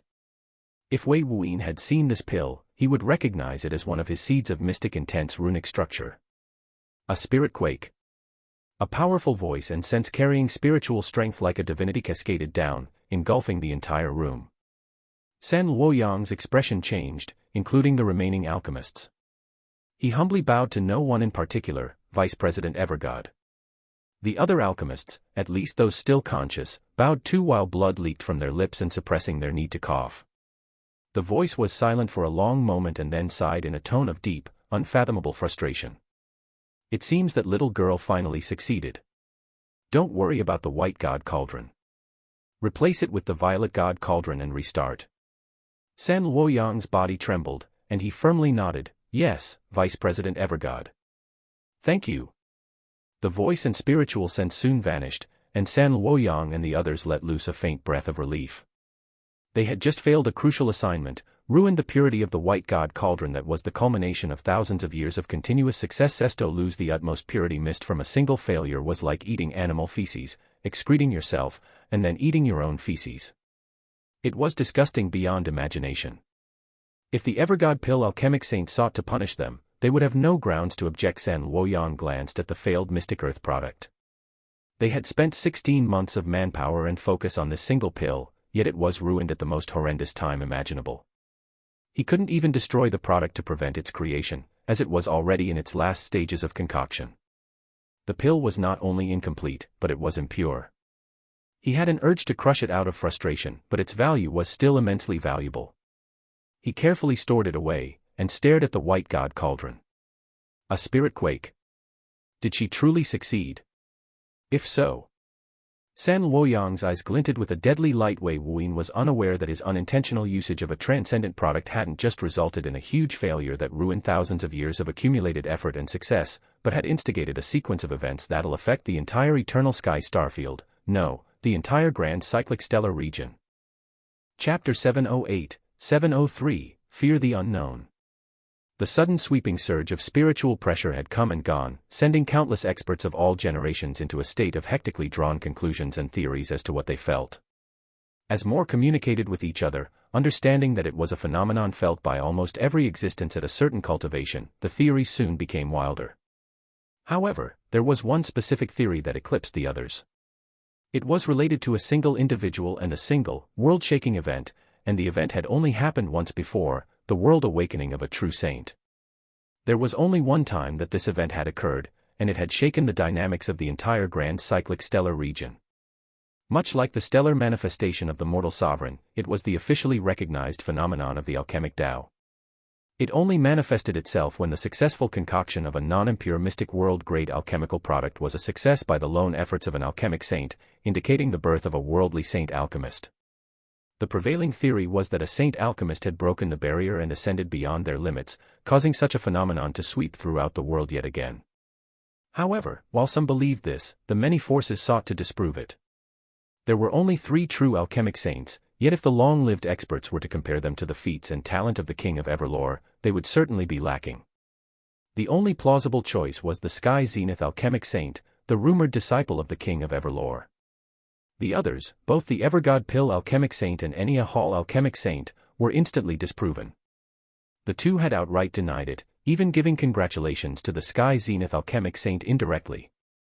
Their words might not have directly confirmed it, but they alluded to her success, and such had instigated the world to roar in shocking surprise. However, the imperial clan of the Eternal Sky Starfield had remained silent, caught off guard by such accusations. Shortly after the phenomenon, the imperial clan had gathered their bearings and put out a statement that the phenomenon had nothing to do with the Sky Zenith Saint Alchemist, and they would investigate to learn more of its cause. However, alongside their delayed response and the 2 alchemic saints' indirect congratulations, the imperial clan of the Eternal Sky Starfield received heavy skepticism. Furthermore, there were rumors passing around that the mystic world-grade product was the legendary unnamed pill that was once theorized by the King of Everlore himself, the pill that allowed one to gain insight into the worldly saint phase. Wild speculation suggested that it was the same product that was within the Chosen King competition. The secret and key to becoming a worldly saint. While there wasn't much evidence to support this, the phenomenon and implications of it suggested an iota of truth. And that was all that was needed, the smallest possibility of it being true. To add, the Sky Zenith Saint Alchemist had not made an official statement herself, only sending out the proxy mouthpiece that was the Eternal Sky Starfield's imperial clan. In fact, she hadn't made an appearance in nearly 30 years, causing the spreading theory that she was working on a mystic world-grade product during the time a stronger foundation to stand on. A silent undercurrent of uncertainty started to manifest across the 22 other starfields. It brought along the particles of fear, apprehension, and struggle. While there was the saying that the Neodawn Eclipse pill from a few years ago would eventually create the true ruler of the grand cyclic stellar region, there was no real panic in the hearts of the 23 starfields and their mystic tier forces. Cultivation was a marathon, not a sprint. While the pill will accelerate a cultivator's speed, ensuring the successful completion of the realm world phase, it was merely that. It might be heaven-defying, world-shaking, and ruler-defining to some, but not to these forces. Eventually, the product will be widespread and available to them, and a few decades of advantage wasn't sufficient to cause them worry. But a mystic world-grade pill that might enlighten cultivators to the Secrets of worldly saint phase of the mystic ascendant realm. This caused a surge of abject fear in their hearts. Because while a worldly saint appearing might not determine the ruler of the stellar region from the others, in the imperial clan, it most certainly would. The core reason for this wasn't the worldly saint themselves, but the sky zenith alchemic saint's potential. The king of Everlore vanished shortly after his ascension as worldly saint alchemist, and he was a neutral existence that didn't care about much except the alchemic Tao in the eyes of most. A benevolently neutral existence that sought greater heights, not wealth, authority, and territory. If she could concoct this product once, she could do it again, and again, and again. In the end, the amount of worldly saints born in the starfield after 10,000 years will certainly be numerous, and limited solely to the imperial clan. While it wasn't certain, an unclear timer formed in the hearts of too many powerhouses. A ticking clock that would determine their eventual submission, loss of culture and tradition, forcefully assimilated into the eternal sky starfield. A threat. She was a threat to their independence. She was a threat to their authority. She was a threat to their lives, their family, and their descendants. Sometimes, only an idea was enough to push the needle. The 22 starfields could feel the looming pressure, hearing the ticking timer that would eventually lead to their end. Furthermore, it wasn't only felt by the other starfields, but numerous forces within the eternal sky starfield felt it. This was especially so for certain organizations that were at odds with the imperial clan, surviving off the mythical oaths established thousands of years ago. Normally, they wouldn't be afraid. A mythical oath was insidiously difficult to break. However, difficult did not mean impossible. A mythical oath's strength was relative to the party swearing the oath, much like how the degree of backlash was dependent on the one who swore the oath. For others, but not a worldly saint alchemist. Prior to his abrupt disappearance, the king of Everlore left 7 products called the 7 World Wonders of Everlore, detailing and theorizing 7 mystic world-grade products. One of which was the pill that could potentially create a worldly saint. The very same pill the others believed to have been concocted. Another was of an elixir that could shatter a mythical oath if forged by those at or beneath the earthly saint phase. Like all oaths, a seed is planted within all those enforced by its limitations and rules, and the seed was vulnerable to high-level cultivators and the alchemic Tao. Wei Wuyin had given Tuo Bihan a spirit-cleansing elixir, a product of similar design whose primary effect was removing spirit oaths and secondary effect could purify the spirit of impurities. These products have existed. The only oath that couldn't be broken was heavenly oaths, and that was only because the resulting power or means to do so was incredibly difficult, almost making it absolute and unshatterable by almost every existence. Yet its vague nature of decision-making made it very unreliable. If this product was successfully concocted by the rumored Sky Zenith alchemic saint, then the livelihood of every single force within the eternal sky starfield was no longer protected. They, too, felt that pressure. No longer protected by their past oaths, where would they go? How would they live? A few of the noble clans didn't even have earthly saints, attaining their right to own rich resources and occupy an enriched environment from the supermassive mystic radiance belt, including the protections promised by the eternal sky saint. Without those oaths, they would be kicked out or worse, outright slaughtered. How could they not be afraid? The straw that truly broke the camel's back, that pushed that needle to an unstoppable spin, was the Golden Gate Pavilion. When the theory was wildly thrown about, the top-tier forces didn't just seek answers from the imperial clan, but from the heavenly seers. However, what they received was unexpected. While Ascended had protections against being peered against by some seers, it wasn't absolute. If the Golden Gate Pavilion truly sought out information, none could hide from their all-seeing gazes. This was evident by their conflict with the imperial clan thousands of years ago, spilling their crucial secrets. Yet when asked about the origins of the phenomenon, the heavenly seer's response was, unknown. A single word. To them, it was enough. Chapter 709-704, Soldier of War, Sent Elsewhere. Within the soul-rising domain, outside the planet known as Bluglo's atmospheric layer, a white and golden winged creature of 22 meters in height. We're here. The exuberantly youthful voice of Bai Lin sounded out, causing the sleeping Wei Wuyin to awaken. He was laying on Bai Lin's back, hurtled into sleeping posture, and when his silver eyes revealed themselves to the world, the ever-flowing, explosively radiant spiritual light leaked. Those gorgeous eyes of his were hidden once again, sealed behind his eyelids and a uniquely flickering spiritual formation inscribed on his eyelids. Wei Wuyin softly sighed. Not even rising from his resting position, he said, "Bring us directly there." Unlike before, Wei Wuyin had no intentions of stopping at a nearby city to seek out information regarding the war character and any suspicious events lately. He was usually cautious, wanting to see if he could pry some clues to this karmic luck fortune. But with the influential urges the heavenly Daos was sending to him, he decided to face it directly. There was no time for further detours. Since he took the Transcendent Soul Deity Invoker Elixir, an entire month had passed by. He couldn't delay any longer than he already has, and the thunderous and continuously pounding influential urges sent to him by the heavenly Daos further his belief in this. If he waited any longer, he might miss this fortuitous chance entirely, so he left the Vanishing Colossus along with Bai Lin, leaving Yao Hui cultivating on the Vanishing Colossus. They flew through the dark void at full speed for the last 3 weeks to arrive here. He deeply wanted to open a void portal, but the distance was just too great with the restrictive means established by the 9-star starfield. He had drained himself earlier by transporting a few tens of thousands of miles with Bai Lin, himself, and Yu Songli before. He might outright fail and exhaust his bloodline source in attempting to do so. He couldn't risk either occurrence. To prevent any uncertainties or conflict that might ruin his plans after leaving, he ordered the Vanishing Colossus to dock and focus on cultivating. He had to spend roughly a week of restlessness to concoct millions of 5th and 6th grade alchemical products to provide for the crew.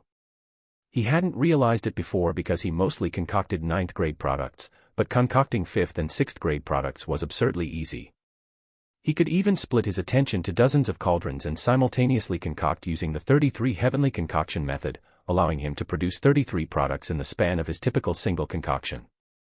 For products of that grade, that was a few seconds at most. In a few seconds, he could, using dozens of cauldrons simultaneously, concoct over 1,000 products. In a week, more than a few million products were made. While they were merely 5th and 6th grade products, the materials used for them being terrifyingly abundant, this feat would cause every alchemist in the stellar region to reel in horror. It was just a pity that 5th and 6th grade products did not contribute to utmost purity mist growth. Regardless, he ensured that each crewmate swore oaths of silence regarding the products, and he left them all in the hands of his 2 lieutenants to be orderly distributed.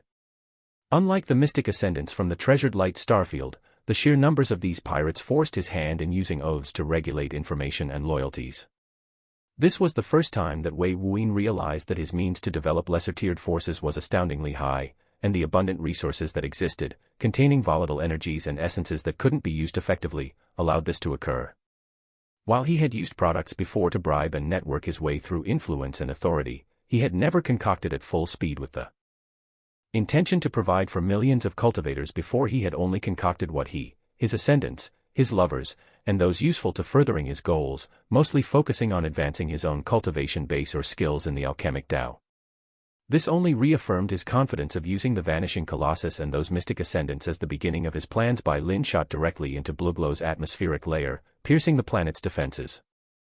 There was a faint flickering layer of light before it shattered like glass. Her body's forward momentum was unable to be halted.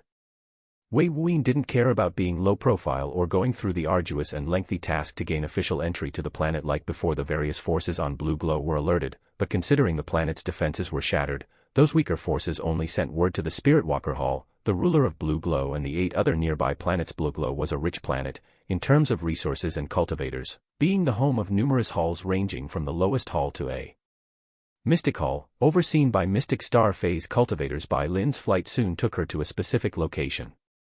It was a location without the slightest trace of living activity. A vast, grassy plain that stretched for hundreds of miles. However, it was seriously devoid of materials. Even the air itself felt odd. When the closed-eyed Wei Wuyin arrived, his eyebrows abruptly lifted. Bringing his palm to his face, he observed it with his eyes still closed, using his spiritual senses as a substitute.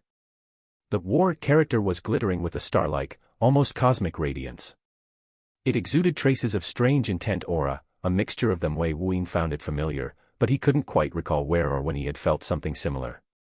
"It's here," he said. Bai Lin let loose a clarion cry, and landed with flapping wings. She twisted her neck here and there to observe the vast, open grassy plains, yet found nothing in particular.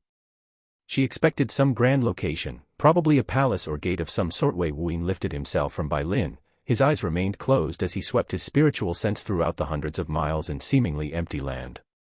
He couldn't find anything either, but the reaction from the war character on his palm and the stellar map that led him here was true. He did learn something interesting from the young-looking cultivator's memories about Blue Glow. According to him, it was an ancient planet. One of the few known planets that had a long history dating before the nine-star Starfield's founding. Moreover, it had no artificial makers on its surface or core. This indicated that it was a naturally formed planet developed after the stellar region's birth. Since roughly 95% of the planets in this starfield were created by Ascended, having either extracted the small amounts of origin essence within naturally forming planets or merging them into their own creations, this was a fascinating discovery. It only furthered Wei Wuyan's belief that this war character and its fortuitous chance had unfathomable implications. The only issue he couldn't understand was, why did it seek him out? It didn't make any sense, because it felt targeted. Even if the heavenly Daos manipulated it, these karmic luck deductions are results of its influence, not downright created out of thin air. Wei Wuyan walked around, Bai Lin next to him, as he held the war character out. He wanted to see if any reaction would happen, because he didn't know how to activate or use this UUUMMMM. A deep, droning sound erupted, causing the wind currents to grow sporadically violent. Wei Wuyan's robes were lifted and fluttered about, and in moments, he was surrounded by a twisting hurricane of raging winds. Bai Lin cried out, but she found herself being pushed back by the winds. Her golden eyes blazed with nirvanic flames, her feathers showed signs of igniting into flames. Wait. Bai Lin, retreat. I'm okay. Wei Wuyan shouted to Bai Lin, feeling the temperature of the area start to rapidly increase.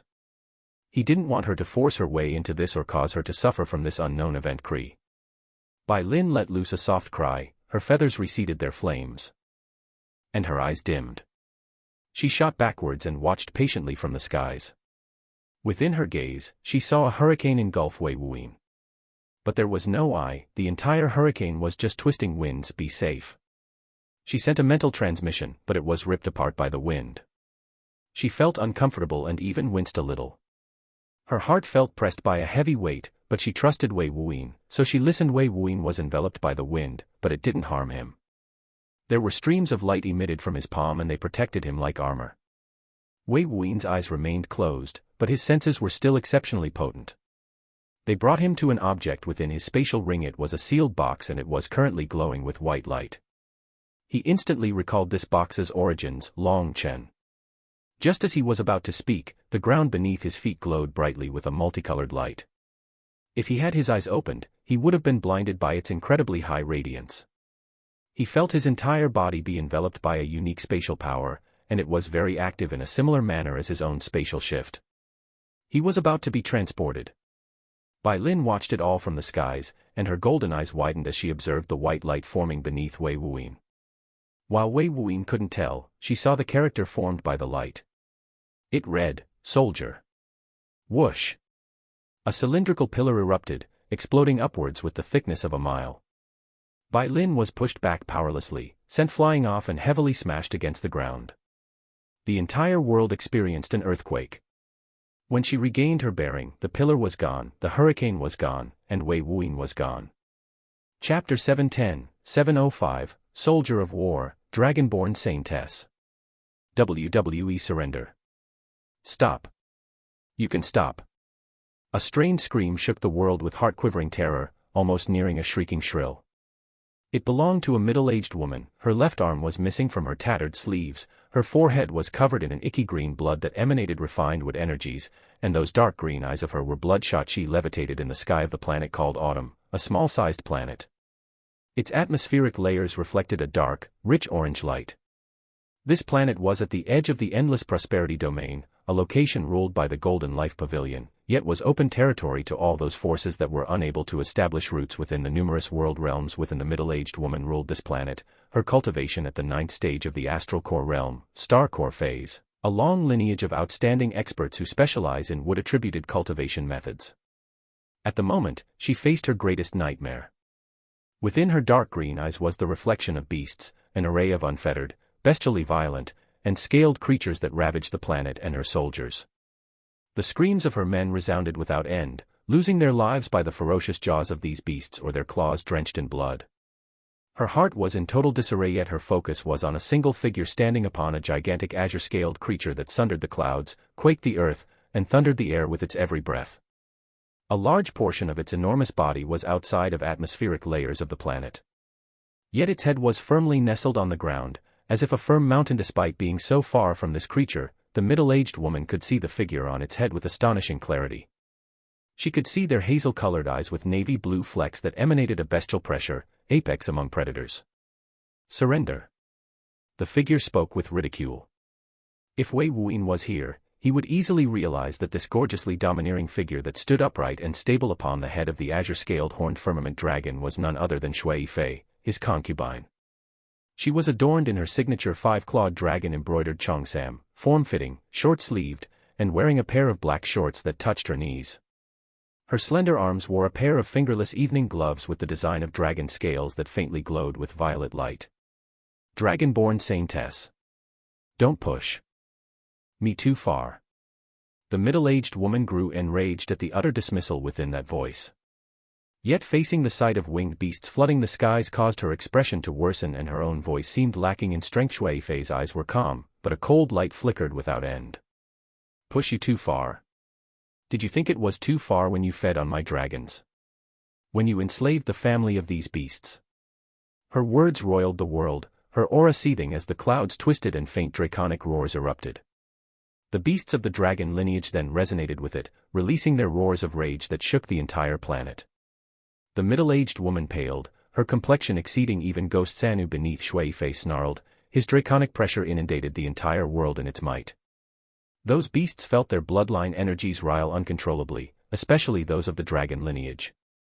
They acted even more ferociously, ripping against the defending experts with greater violence.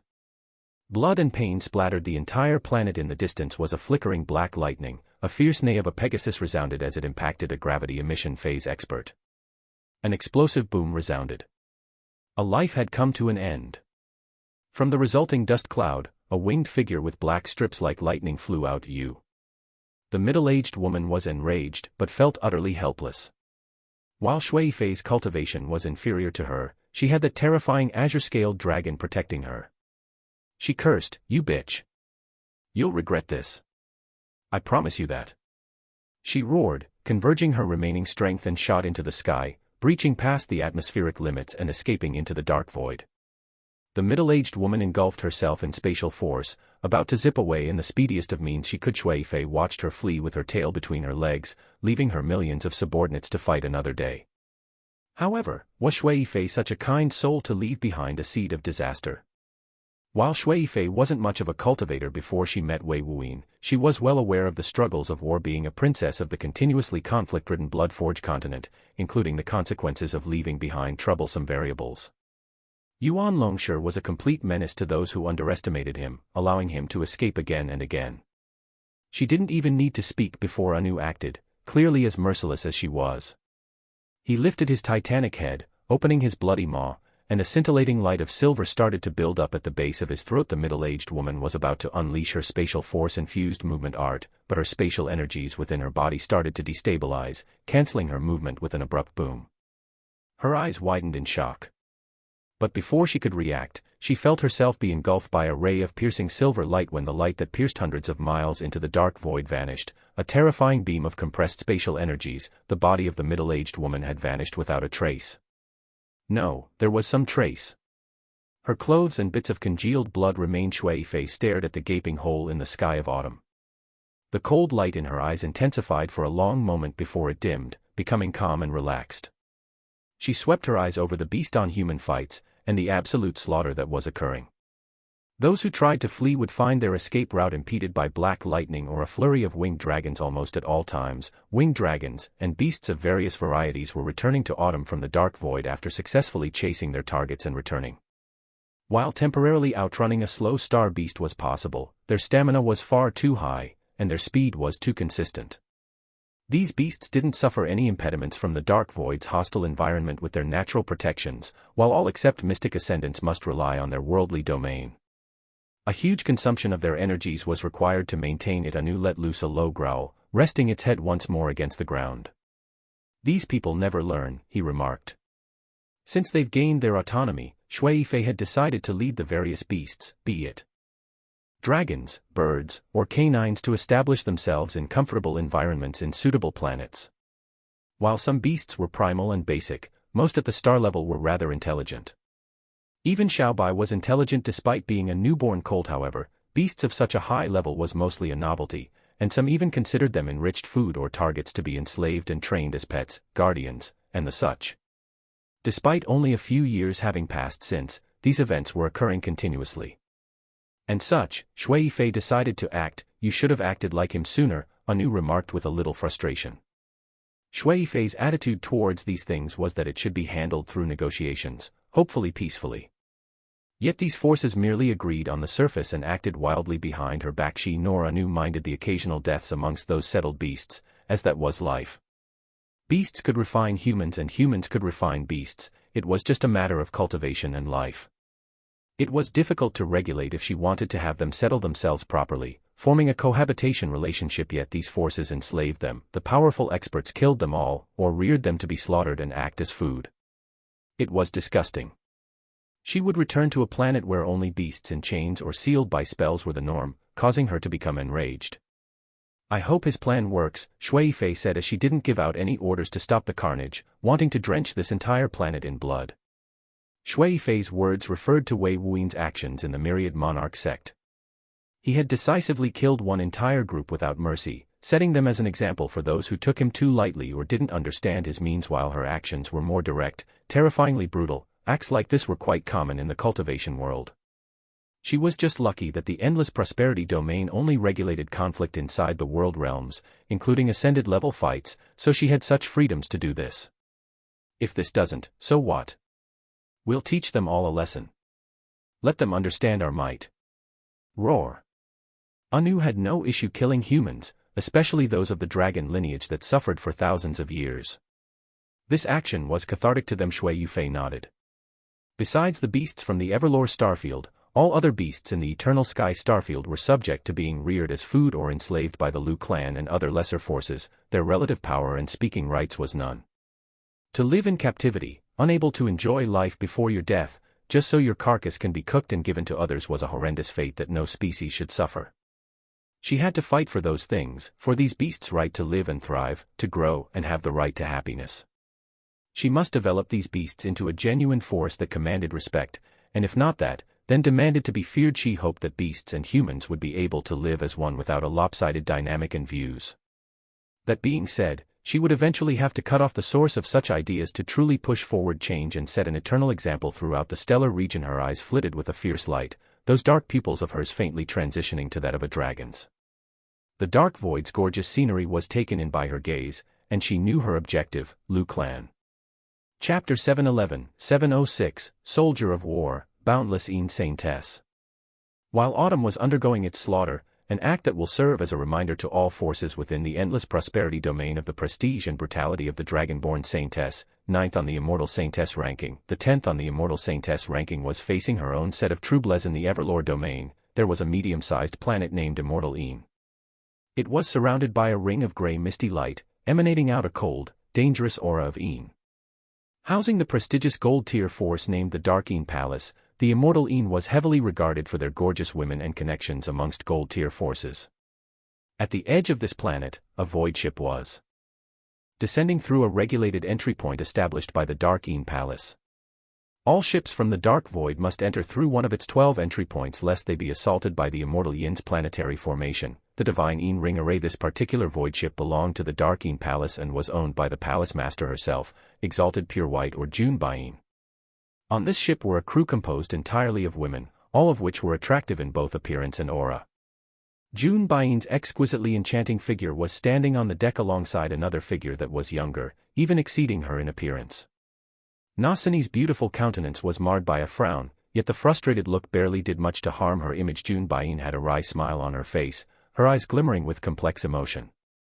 This young woman, who was originally accepted as a core disciple due to her unique physique, had become the Dark Een Palace's chosen and the nominated 10th rank Saintess on the Immortal Saintess ranking. After that unknown Venerable and Ma Sujiang arrived, she had taken Nasani in as her personal disciple, teaching her the most unique and powerful Een arts, but this young woman was quite problematic. No, she was outrageously domineering and fierce. The Dark Palace had its fair share of shady practices, including even engagements with organizations that practiced a variety of evil methods. In fact, some of their girls would often go missing.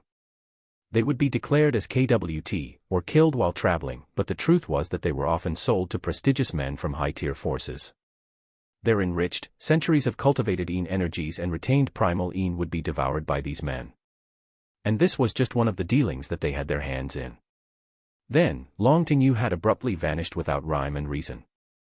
Nasini and this Longtingyu stemmed from the same destroyed starfield, the Everlore starfield, and seemed to have a close relationship. Due to this, Nasini had deeply investigated all the illicit practices by the Palace. Furthermore, Junbain accommodated for fear of enraging whatever force or backing that this Nasini belonged to. She wasn't an idiot. That unknown Venerable and Ma Sujiang arriving, both acting extremely strange in regards to Nasini, carefully towing the line, she knew that Nasini's status was extremely special now. Nasini was acting as if she controlled the Dark Palace, directly severing the relationship with these shady partners and even ransacking a few of them in search of Longtingyu. What was worse, during a battle, a mystic star phase cultivator had held her up, and then another acted to capture Nasini. However, without warning, a phenomenon of endless stars and imperial might manifested, and that mystic star phase expert was brutally slaughtered. It terrified her and her opponent, so much that her opponent directly fled in fear. Not only was Nasini's status special, but she was protected by a genuine ascended. Yet Longtingyu was nowhere to be found, and Junbain was at a loss. Because she genuinely had nothing to do with it. Now, she was left having to abide by this little girl's words that said, Nasini's vicious actions of uprooting entire forces during this period had gained her a name, the Boundless Saintess. This was because she took things to an extreme, and devastated these forces without any mercy, and possessed a unique physique that bestowed her immense energies. She was a woman with a mission, a feared existence by many. Almost every gold-tier force in the domain was afraid she would descend, unable to harm her, and unable to resist. It was her unknown background and means that allowed her to elevate her position to the 10th rank on the Immortal Saintess ranking, including her own exceptional talent and beauty as she ravaged the world. There were few who didn't know the name, Nasini. Sini, I don't think our Dark Palace had anything to do with Longtingyu's disappearance. I think an unfathomable expert acted, taking her away. They definitely exceed any connections we have, Junbain tried to explain. She was really vexed by this development. It was even worse with Nasini acting as the leader, even commanding her. But when she thought about Ma Sujiang's words of that unknown venerable capable of breaching the planet to kill her, she accepted her circumstances for now. She had extended her lifespan after failing her ascension with hard effort and a lot of sacrifices, so she didn't want to throw that away. However, if anyone knew that Master was acting so meekly to their disciple, she would feel as if all her face was thrown away. Nasini's furrowed brows deepened. She looked to the runic marking on the back of her right hand that glittered with light, filled with stars that moved about animatedly. Clenching her fist tightly, a surge of mystic power caused the space to quiver. Junbain felt the pressure and took several steps back, her heart thrumming with fearful hymns. The exalted pure white was contemplating running, her heart just unable to handle that constantly engulfing pressure. Yet Nasini didn't act, merely unclenched her fist and relieved the stifling pressure. She said with an indifferent voice, I know. After saying this, she retreated back into the internal quarters of the void ship, leaving behind the trepidation of her figure in Junbain's heart. Nasini stopped in the hallways, slamming her fist against the wall with a harsh pound. I know, you wouldn't just protect me, right? She recognized this phenomenon within the runic mark as the same one as Long Chen's ring. Whenever it exploded with power, revealing itself during their struggles, this star-filled manifestation with an imperial aura was always the result. However, she knew that the ring was in Wei Wuyan's possession. Furthermore, he had left her that ring. She believed that he left protections in her body during that time, unbeknownst that it was Wu Yu who had done it personally after the letter. She believed that Wei Wuyan was responsible for this mark, and she didn't think he would leave Longtingyu without any protection. While she didn't receive a ring, it was unlike him at all. And she would be right, Wei Wuyan might not have directly left her a spatial ring, but Xiang Ling had one. Considering their relationship, he considered them as one. Wu Yu was aware of his romantic relationships and knew about Xiang Ling and Longtingyu's own intimate relationship like mother and daughter, so there was no way he wouldn't act to protect her in accordance with his orders. However, his mark was removed by an demonic force of unfathomable power, and even Wu Yu, a quasi-demi-mortal lord, was unable to locate her. If she considered that Wei Wuyin likely left a similar mark on Long Tingyu, then Long Tingyu must have been taken away by a powerful being. She didn't want to believe she died, because the mark activated instinctually, so a commotion should have erupted if the individual had ill intentions. Long Tingyu was like a little sister to her, and she was deeply emotionally invested. Their relationship was so close that Long Chen's deliberate action of allowing her to suffer harm had caused Long Tingyu to break away from him. After which, their relationship became closer than ever, even joining the same force together. Long Tingyu had even joined the Darkine Palace because she knew Nasini was going to be there. As for Nasini's actions of dealing with those shady forces and eliminating the Darkine Palace's connections with them was only because of her own revulsion and disgust. She was intent on remodeling the Darkine Palace, and one day, make it hers to rule. The runic mark just allowed it to happen sooner, but it wasn't limitless. So she had to use what little power left with intelligence and caution. Her eyes lit with a determined brilliance. If you've been taken, I'll find you, and if a single hair on your head is harmed, I'll.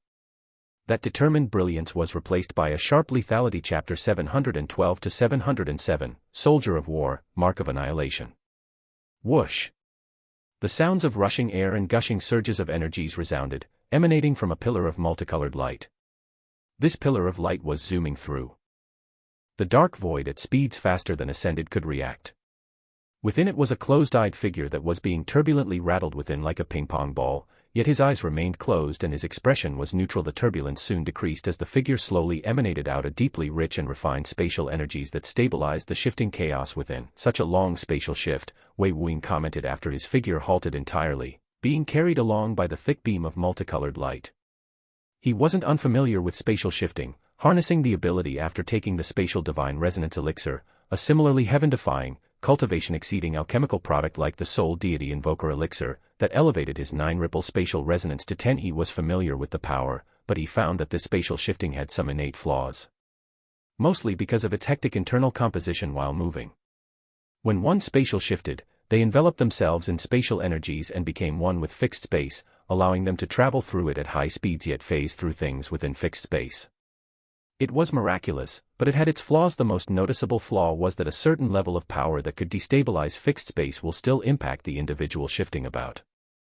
It was mostly useful for traversing long distances and avoiding obstacles while in transit, an innate movement ability.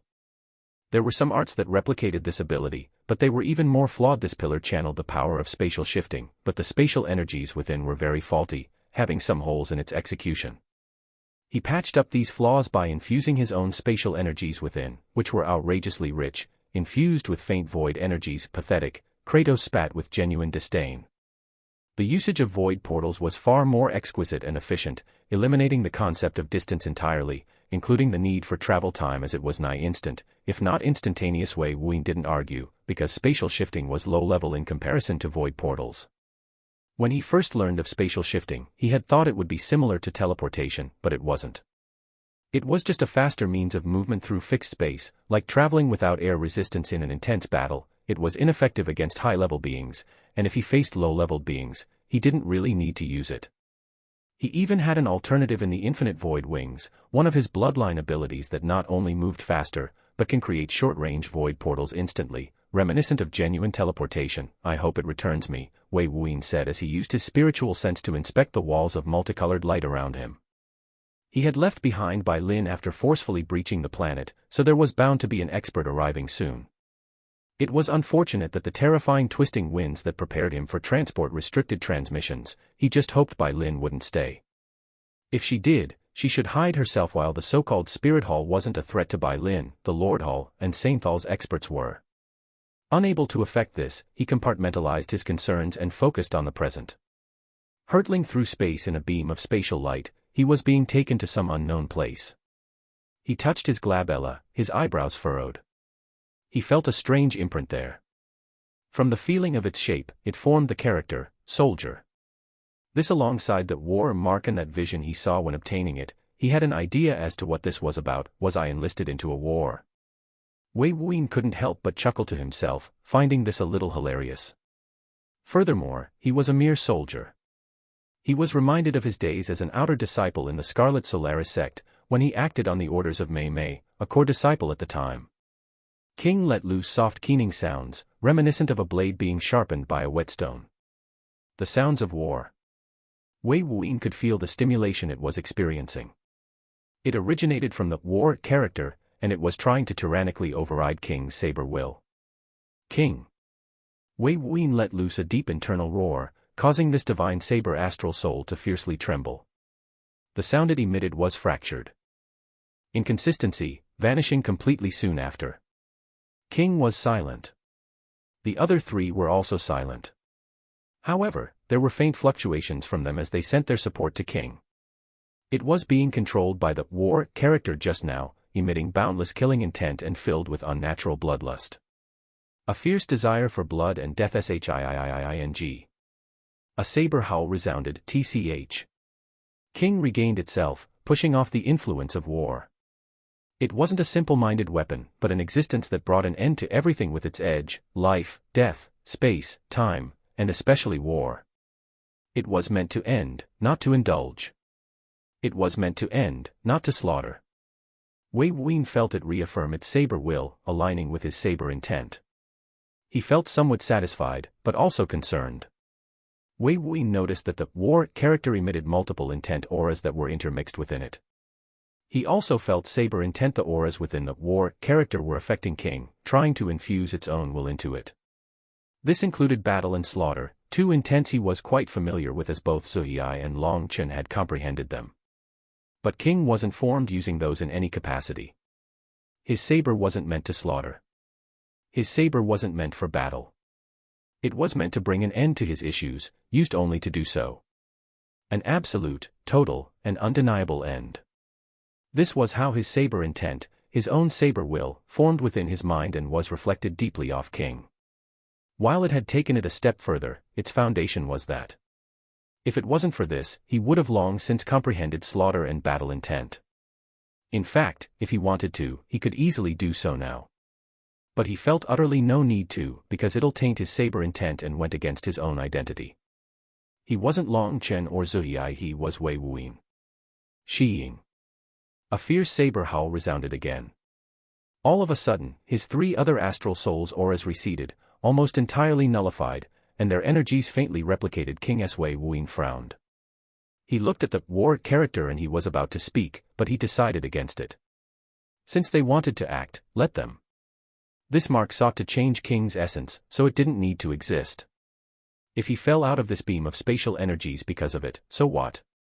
If he lost his qualifications to participate in this so-called fortune, so fucking what? He held out his palm. From his dantian, sea of consciousness, and beating heart, an unfathomable amount of spiritual energies flooded into a single location, his divine saber soul. With the surge of immense power, King's saber light was condensed within until it brightly lit within his body. The sounds of saber howls were ceaseless. Wei Wuyin felt a sharp and deep pain within him, but he remained totally calm. For King, he decided to suffer in silence. A boundless surge of saber light left his dantian, making its way towards his right hand with unstoppable momentum. The mark of war started to thrum violently, realizing a threat was incoming. Yet it could do little except release some glinting light of futile resistance. The saber light flooded it instantly. Eek. A very strange screech resounded, like the death throes of an energy source. Wei Wuyin's entire hand was covered in blood, dripping out its gray colors onto the spatial walls. It merged with the walls and the multicolored light started to become enveloped, outright devoured by the gray color. Wei Wuyin was startled by this development. But more, he couldn't react as the mark of war character in his hand was changing. A distinct aura prevailed, taking over all the others with relentless might. Strangely, the war character was morphing into another character. Annihilation. Wei Wuyin expected saber to replace war, so this took him by surprise. Just as he started to ponder why this happened, the mark of Eden's life force acting to heal his mangled and damaged hand, the gray had entirely overtaken the cylindrical pillar of light, and then a strange popping sound exploded. When he heard it, he felt his spiritual sense directly warp. Chapter 713, 708, Soldier of War. Cost of admission. Whoa. Whoa. Whoosh. A gushing cascade of sound alongside deep and loud droning echo accompanies a descending beam of piercing gray light upon a large oval platform constructed from translucent glass.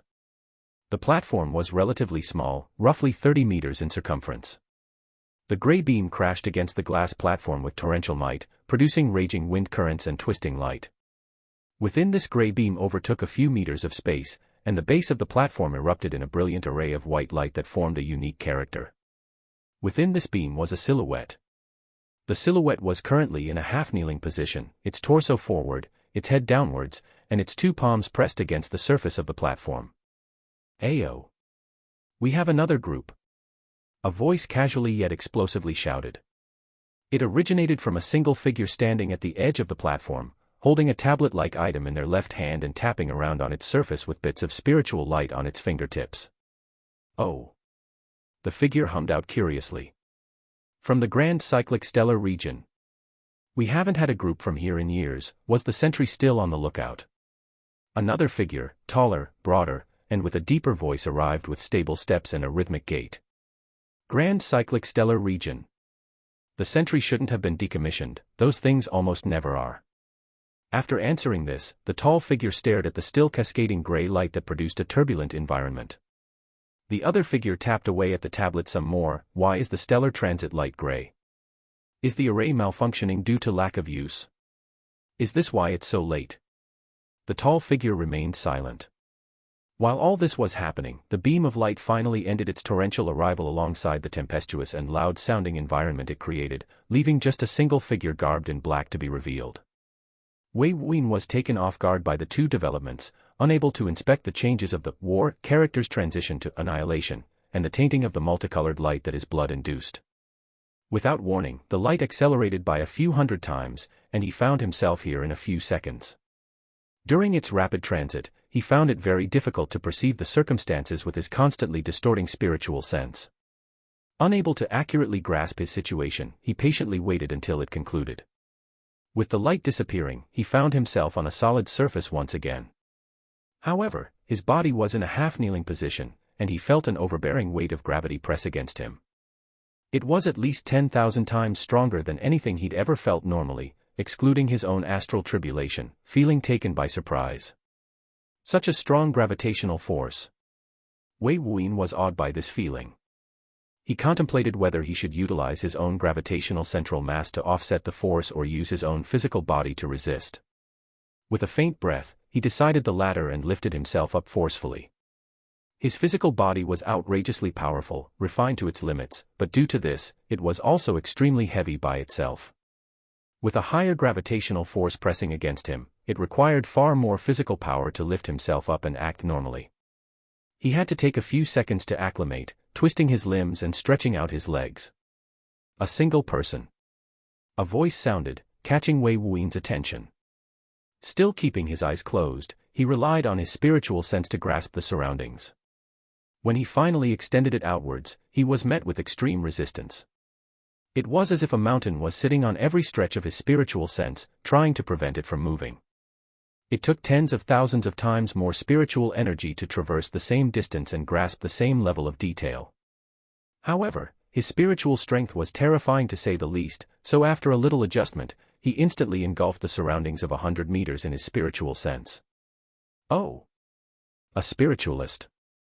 A deep voice sounded out. Wei Wuyin's spiritual sense honed onto it, finding a tall, very tall, and broad existence. He was at least 7 meters tall. A literal giant that dwarfed Dashan by over 2 times in height. Next to that giant of a figure was a smaller one, but still incredibly tall, about 5 meters in height. Wei Wuyin would be forced to look up if he was using his eyes to see. "It's a human!" The 5-meter giant exclaimed, clearly quite shocked by the appearance of a human. The giant turned to his taller partner, asking curiously, "Is this a mistake? How can there be only one person, and a human at that?" The 7-meter-tall figure furrowed its thick brows. "It doesn't matter." "It doesn't." Wei Wuyin inspected the two figures while they exchanged words. They were both outfitted in heavy armor of exceptional design, seeming like the knights depicted in fairy tales on the Myriad-Year continent. He always wondered why the Myriad-Year continent's lore was quite rich, depicting legends and stories far beyond the imagination or limits of its experts. He mused if there was something there, a greater mystery. Because these knights' armor looked almost exactly the same, from the roundish pauldrons to the spiked knuckles. While they lacked helmets to conceal their expressions and faces, almost everything else was identical. Subconsciously, he touched his necklace that housed the myriad-year continent in crystallized form. After the two giants discussed his existence, Wei Wuyin tried to expand his spiritual sense outward. If he was in the Everlore starfield, at his current level of spiritual energy and strength, he could easily grasp the entire starfield with relative ease. If he tried to release his spiritual sense to its maximal extent in the 9-star starfield, he would still be able to grasp a large portion of whatever domain he was in, yet here, every meter of distance further intensified his consumption of spiritual energy.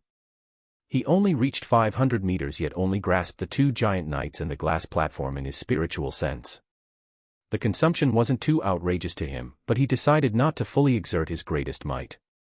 If he did, perhaps grasping over 100,000 meters in his senses wouldn't be far-fetched. Regardless if he's a single person, a human, or a spiritualist, since he was brought here by the stellar transit light, then the Sentry must have selected him due to having the cost of admission, the taller giant firmly said.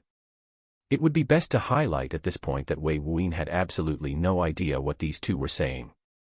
Their language was entirely different from his own, so he could only gather some clues from body language and vocal tone.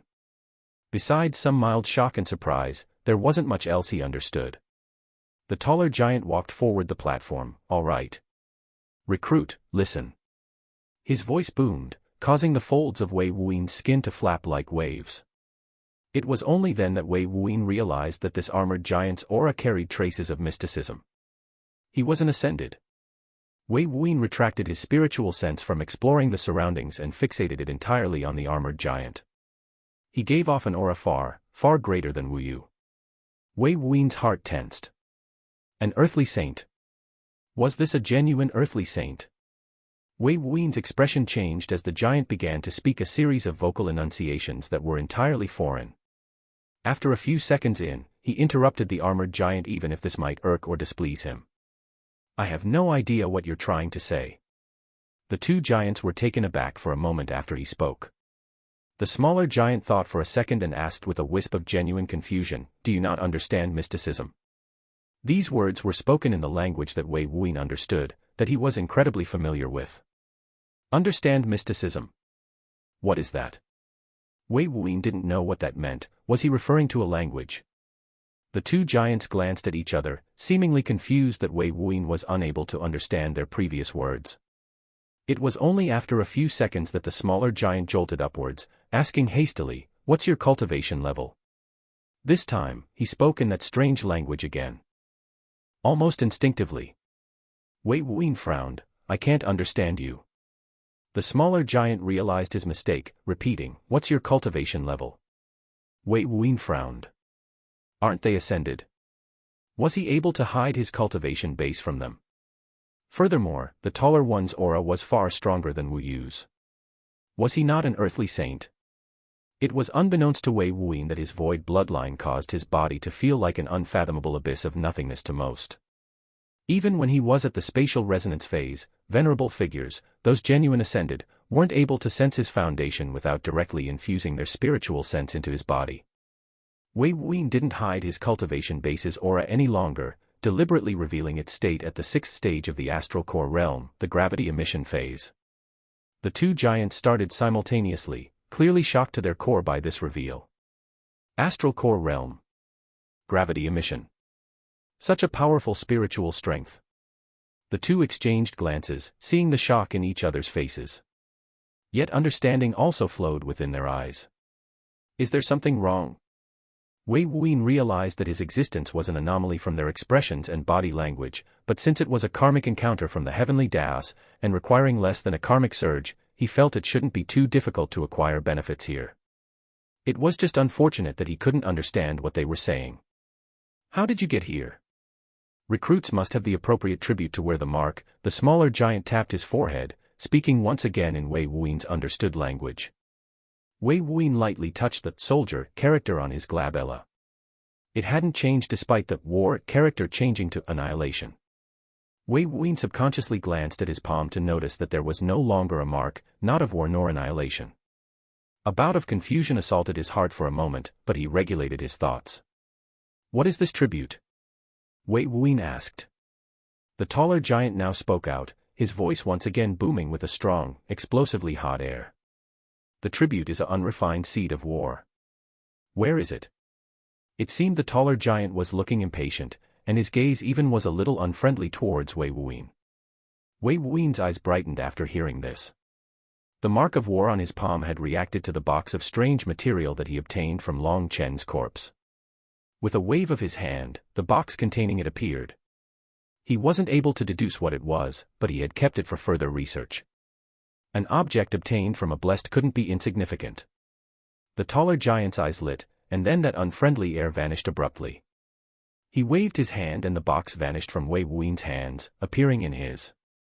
With a brief nod after a quick inspection, he gave Wei Wuyin a firm stare reminiscent of a commanding officer of a mortal military unit. "Your tribute is accepted. You're now admitted to the 49th unit of the Helix Titan Battalion." After saying this, the tall giant spoke some words to the smaller Titan in that strange language called mysticism, and gave Wei Wuyin a last glance. With a firm gait, he left without looking back. The smaller giant had a wry smile, a wisp of pity in his eyes as he observed Wei Wuyin.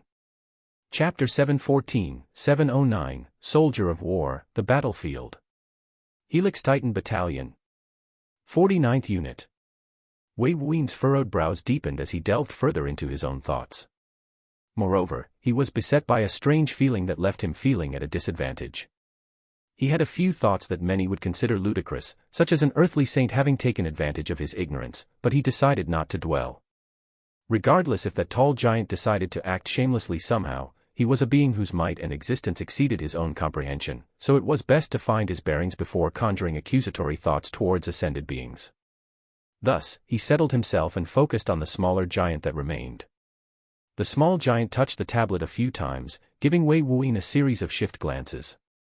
After a minute of tapping away with spiritual light at his fingertips, the smaller giant said with a soft exhale, "All right. I have your measurements, physical description, cultivation base, and date of arrival all recorded. I need to ask a few more questions to finalize your recruitment application and forge your identity rune." The small giant slightly pursed his thick lips. Normally, he was speaking with titans, mostly ascended beings, not humans, and definitely not a mortal at the gravity emission phase. To embarrassingly add, it was a human at that. To think the Helix commander's greed would drive him to recruit a human, not send him off to his own race to be deployed. This was no different than sentencing him to experience difficulties. Wei Wuyin grasped that this was a legitimate process to be recruited, but hesitated. "I'll be honest, I have no idea where I am or why I'm here. Can you fill me in?" "Oh." The small giant couldn't help but be taken aback by Wei Wuyin's response. Yet after considering the specifics and details of his arrival, he felt that he understood. Wei Wuyin must have arrived here by mistake. "I see. Well, I guess I'll begin with introducing myself. I am 7th Division Spirit Captain Zun Maya of the Helix Titan Battalion. You can call me Captain Zun from here on out." Captain Zun. Wei Wuyin realized this place had genuine military rankings, even divisions. Spirit Captain. He was baffled by this designation. He couldn't help but ask, "Helix Titan. Is this military unit mostly composed of titans? Those from the actual Titan race?"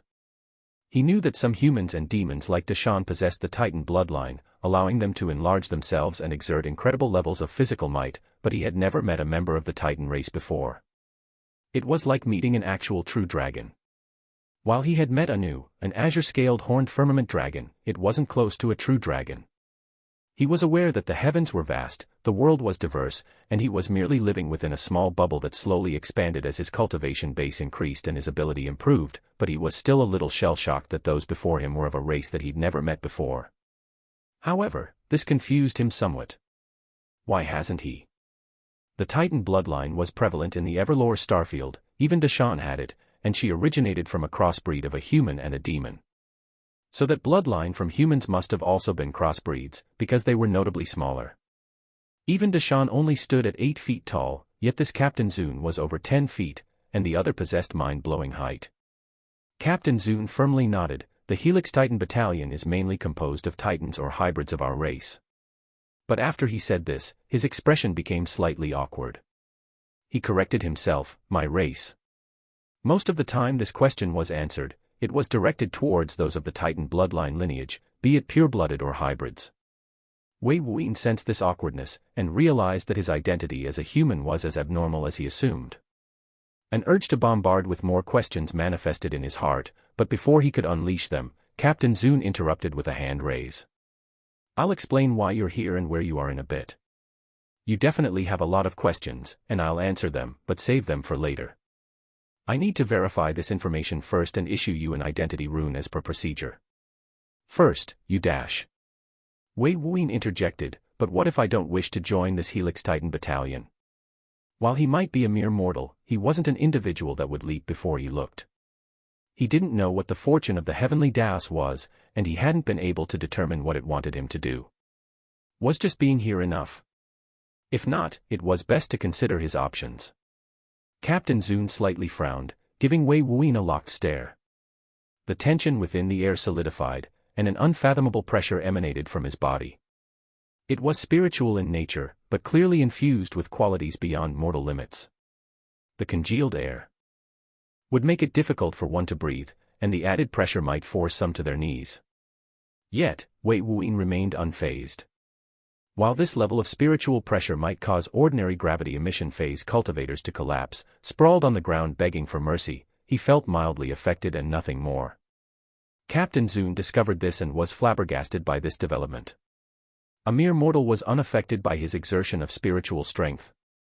As a spiritualist, he felt a little awkward considering Wei Wuyin was a mere gravity emission phase cultivator. Could he have a mystic graded resistance tool on him? Was his first thought, reminding him that for Wei Wuyin to possess a seed of war as a gravity emission phase expert was indicative that his status was not normal. It was only then that Captain Zun realized that Wei Wuyin's eyes were closed shut. Was he blind? His curiosity broke his focus and the spiritual pressure dissipated. In the end, Captain Zun decided not to test Wei Wuyin here and displayed a show of aggressive force. It was already unfortunate that Wei Wuyin was in this predicament out of ignorance. He didn't want Wei Wuyin to suffer more. You've already given tribute to join our battalion, so there's nothing more you can do about it even if you refuse. If you wish to leave, you can either take the road to your next life or reach the quota. Those are your only choices. Of course, you could desert, but we'll then execute you. Quota. Wei Wuyin had his suspicions earlier, but those words verified them. The so-called seed of war was a tribute for entry that was supposed to be given to the battalion he wished to join, and if he had some understanding or a higher cultivation base, perhaps he would have been given a broader range of choices. Unfortunately, he was taken advantage of due to his ignorance. As for actually leaving, he had no intention to do so until he grasped his circumstances. That being said, Wei Wuyin didn't find this irksome. Since the heavenly Daos sent him here without any clues, no prompting, then everything at this moment must be part of the fortuitous opportunity. Captain Zun ignored Wei Wuyin's dissatisfaction and began to ask his questions. You were born in the Grand Cyclic Stellar region. Wei Wuyin shook his head, correcting, the desolate Dragnet Stellar region. Oh. Captain Zun was once again taken aback. Wei Wuyin didn't belong to the Grand Cyclic Stellar region. But he took the stellar transit light from there to here, and the desolate Dragnet Stellar region was nothing but a decrepit backwater location barely sufficient to house beasts. It was entirely unsuitable to be cultivated. You reside in the Grand Cyclic Stellar region, right? There was a hint of skepticism in his voice. Wei Wuyin thought about it for a moment and nodded. Since the last habitable starfield within the desolate Dragnet Stellar region had been destroyed, his current place of residence should be considered within the Grand Cyclic Stellar region. Captain Zun proceeded to ask a series of simple verification questions, such as name, age, and gender. Wei Wuyin answered without any falsehoods, and when asked if he was blinded, he also replied that he wasn't. Although a little shocked, Captain Zun seemed to have come to his own conclusions regarding his closed eyes and didn't ask further. The process soon came to an end. Wei Wuyin felt that it was a pity that his eyes were unable to grasp the surroundings during this time. With a soft breath, he walked off the platform and leapt towards Captain Zun. Arriving directly beside him, their height difference and bodily stature was quite apparent. Wei Wuyin felt Captain Zun's physicality was intriguing. He was always of the belief that Titans had enlarged muscles, being muscular creatures, but that wasn't the case at all. Captain Zun was quite slim, and he seemed more like a larger-scaled version of a human than a Titan of legends. While Wei Wuyin was inspecting Captain Zun was similarly inspecting him. There was a glint of surprise in his eyes when he noticed Wei Wuyin casually approaching. There was a carefree air about this human that staggered him, as if the situation was well within his grasp. To see this from a mere mortal was interesting. Captain Zun strongly said, "Normally, I'd leave the explanation to a lesser-ranking soldier, but since you're a non-hybrid human, I don't want you to face any untoward discrimination and lead to any gaps in your knowledge, or the issue of needing to punish them for neglecting duties or insubordination." There was a hint of vexation in his tone. Wei Wuyin softly chuckled. This Captain Zun had good foresight. However, these worries also made him realize that his situation might not be ideal. He abhorred discrimination and those who acted with unjust prejudice, especially because of what he suffered in the past. Captain Zun stared at Wei Wuyin for a long moment. What a strange human. We'll begin with the battlefield. Also, don't interrupt me until I'm finished. You can ask questions after. Understood. Wei Wuyin strongly nodded, "Yes, sir." Since he was entering an army or military, he'll recognize and respect authority as long as it didn't push him into disadvantageous positions. Captain Zun returned the nod, "Good." After a brief moment to formulate his thoughts, he continued, "You're in a realm referred to as the battlefield. It is not within a stellar region, not exactly. It's a chaos realm, a world-type realm with multiple entry points that can only be entered through specific nodes at certain times with a unique activator. Its location is, as the name suggests, chaotic. The battlefield is not a location to cultivate. As you can see, the essence here is extremely thin, the living conditions here are hazardous to most. You should have already felt the immense gravitational force and restrictions on spiritual sense. The ambient mana here is completely still, so trying to manipulate it is almost entirely impossible. This essentially makes flight, even for us ascended, it's difficult, let alone for you mortals. It's not a habitable realm, but that's besides the point. The battlefield was not created to act as a cultivation ground, not directly anyway. It's a brutal trial and a bloody competition within one, set up by the 3 ascended sovereigns of our galactic zone. It's used to temper cultivators, commoners and geniuses alike, as well as decide contentious matters between the ascended sovereigns. Wei Wuyin's breathing accelerated. Chapter 715, 710, Soldier of War, 2 Worlds Greater. Wei Wuyin had expected to be blown away by this location's origins, perhaps even be exposed to a strong hidden power within the grand cyclic stellar region, but this was far beyond anything he had imagined. Chaos Realm. 3 ascended sovereigns. Galactic Zone. Those 3 things sent his mind into a flurry of raging questions. Fortunately, he recalled Captain Zun's earlier words and repressed these questions, allowing him to complete his explanation. Yet he had to verify some things. Firstly, he began to absorb the ambient essence. Since it had become a habit of his to cultivate with alchemical products, his 4 astral souls had outright refused to absorb ambient essence within the world to cultivate. It was unrefined and carried faint traces of natural impurities. These were the same impurities that were within impure quality products, but in minute amounts. This was why he hadn't noticed the thin essence right away, and he was typically used to visually perceiving essence, energies, and mana using his celestial eyes. While his spiritual sense had been spread out, the gravitational force and difficulty to extend it outwards had inadvertently distracted him. Knowing this detail, he had to investigate. It took a brief moment for him to realize that the essence here was not just abnormally thin but downright low quality. It was barely qualified to reach the levels of chi essence. This was not an environment conducive to cultivation at all. Just moving in this high gravity would exhaust one's physical energies. These energies couldn't be rapidly replenished through essence conversion either. However, this wasn't an issue to those with strong physical bodies. The stronger one's body, the less physical energies needed to exert for movement in the environment. Considering some Star Lords and all ascended had refined their physiques, this issue would be minimized for them. Secondly, he tried to interact with the ambient mana. He didn't utilize his zenith origin state immediately, wanting to test things slowly. He soon discovered that Captain Zun was right, the ambient mana was still, almost frozen. In this environment, flight via mana manipulation would be difficult for some, downright impossible for others. Lastly, he felt the composition of the air, light, and heat. Captain Zune had stated that the environment was hazardous. With his true dragon bloodline and various cultivation-based qualities, he didn't rely on the world to sustain himself. Even the air he breathed was created by his own wind energies. After living in the dark void for 6 years, this became an unintentional habit.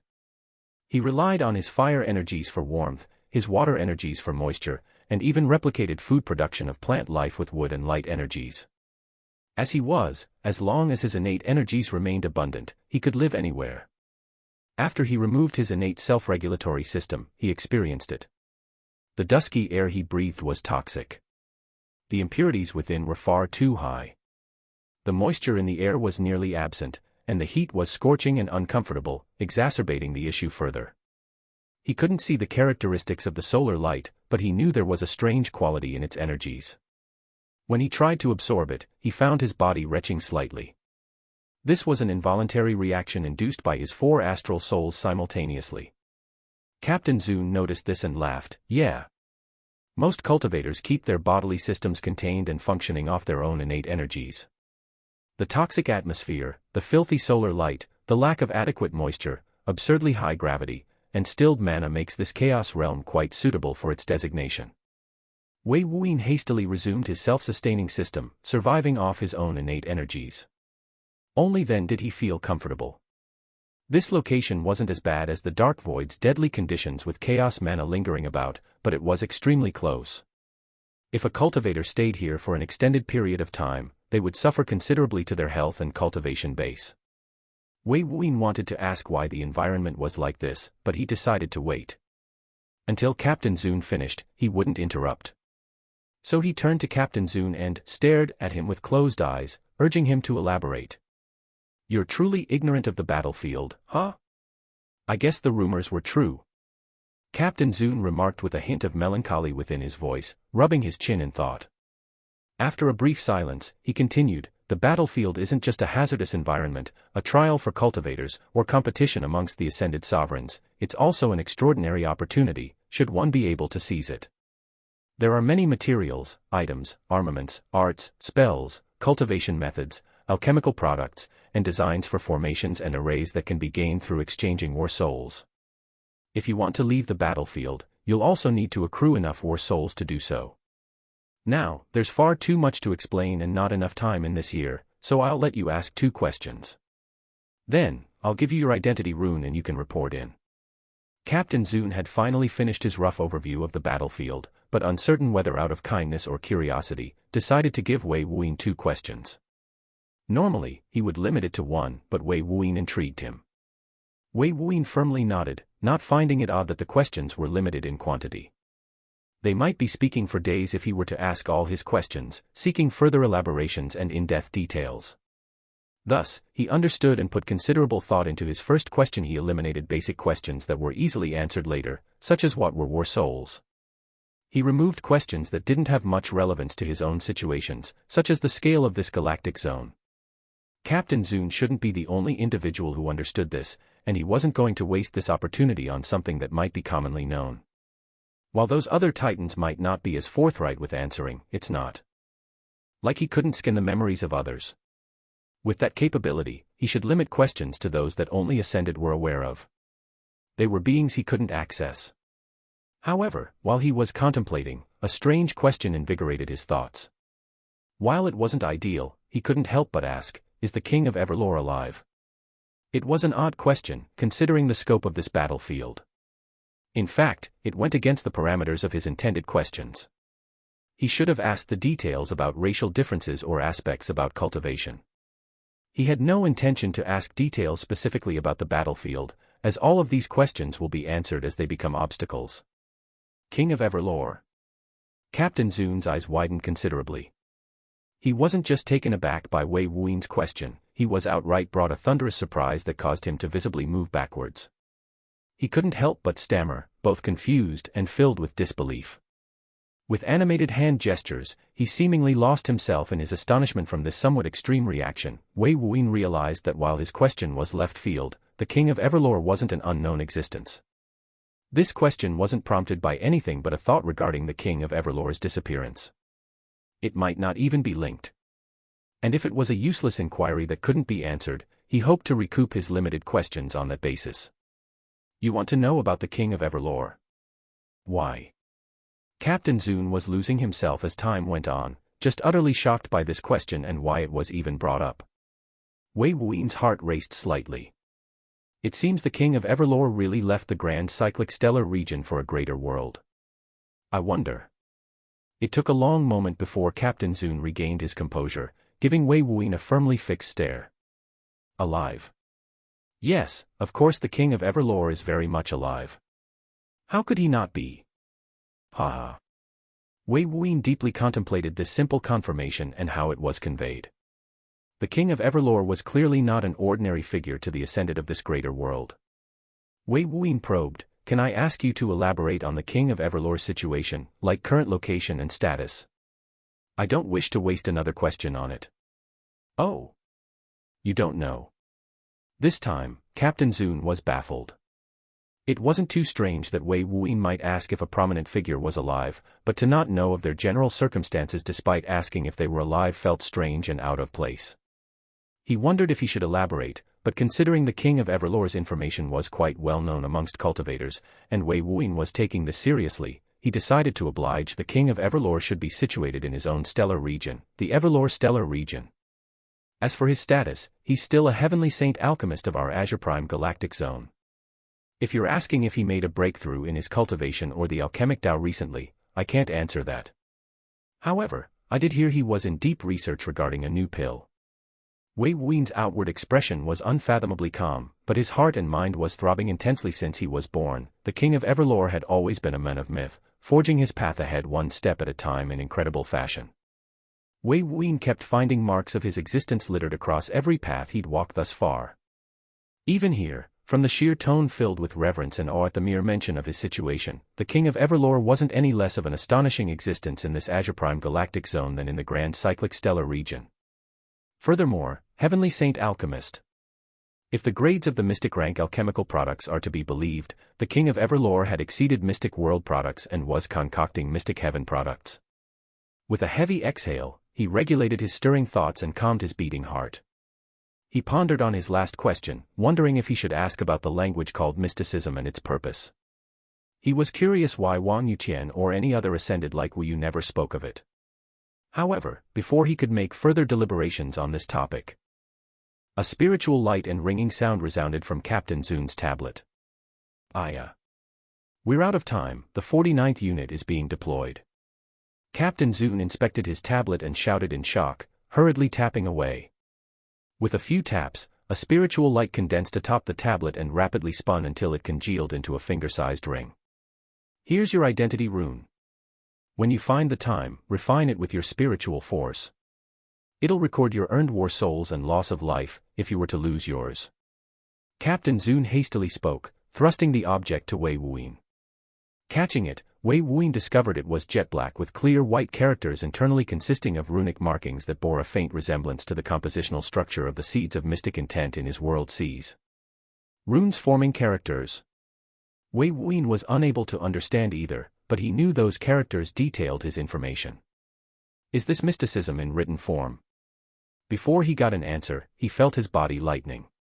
A spiritual light engulfed him, filled with mystic power. Captain Zune gave an apologetic smile, this'll hurt a little. Don't break too many bones. Wei Wuyan sensed Captain Zune forming a hand seal, emitting out spiritual light in spades whoosh. Wei Wuyan couldn't even react before he was rocketed into the sky, encapsulated by a thick bubble composed of spiritual light at incredible speeds. Chapter 716, 711, Soldier of War, 49th Unit's new recruit. Encapsulated tightly within a spiritual bubble, Wei Wuyan took his current circumstances in stride. The abrupt send-off wasn't outside his expectations to begin with, so how could he be nonplussed by this development? After all, the heavenly Daos were urging him to arrive as soon as possible. When he considered it from this angle, then his opportunity was tethered to this 49th unit of the Helix Titan Battalion. While he was a little disappointed that he couldn't ask his second question, it wasn't too important. He was, however, amazed by the sturdiness of the transporting bubble. His right hand caressed its inner surface, feeling the pure spiritual strength within. Captain Zun referred to himself as a spirit captain. Was this a special designation for those who were spirit-type cultivators? When he was considering Venerable Blue Cloud, Venerable Kuan Yiming, and Venerable Slaying Sword as subordinates, Wu Yu had explained Venerable Blue Cloud as an adept spirit-type cultivator, an expert who had extraordinary control over their exertion of spiritual aspects. These cultivators had impeccable control over their spiritual strength and possessed unique, strange, and varied spells. As someone who cultivated the celestial eyes of spiritual divinity, he was quite aware of how varied and powerful these spiritual spells and cultivation methods could be. Thus, he was interested in them. If what Captain Zun said was true, that one can gain arts, spells, and cultivation methods through the battlefield, then this was a decent opportunity. He wondered if the heavenly Daos opportunity was this. The one thing he lacked most was high-level arts and spells, relying mostly on his terrifying foundation, a few legacies such as the blood-forging mystic method, true dragon transmutation method, saber method, and a few self-created designs of arts and spells. While his combat skills were not insignificant, he had only cultivated for a very short period of time relative to others, with most of his time spent on concoction of alchemical products. If he could grasp other refined methods, either adapt or integrate these means into his own, he would certainly spike in strength. Furthermore, this adverse environment reminded him of the 4 extreme continents' season of regression. Here, cultivations were bound to be severely weaker, yet even further suppressed. Not only was the mana still, but the ambient essence and energies here were pitiful. Besides internally self-cultivated power, there was no other crutch to grasp. Since I've been given this opportunity, I can't waste it. Reminding himself of this, Wei Wuyin settled his thoughts and decided to enjoy the ride. Back at the platform, Captain Zun was frowning as he observed the bleakly dusky skies that Wei Wuyin wasn't able to see. There were clouds that roiled chaotically, flickering bits of invisible lightning that sundered portions of the clouds, only visible due to the splitting they caused. The ground was tinted dark sanguine, permanently painted by constant blood rain. The entire environment seemed like something directly out of a piece of horror literature. In the far distance, no life could be seen, just lifeless jagged mountains and fragmented boulders. Normally, when cultivators were to first arrive, they would be terrified by the bloody scent and sights that some would just piss themselves then and there.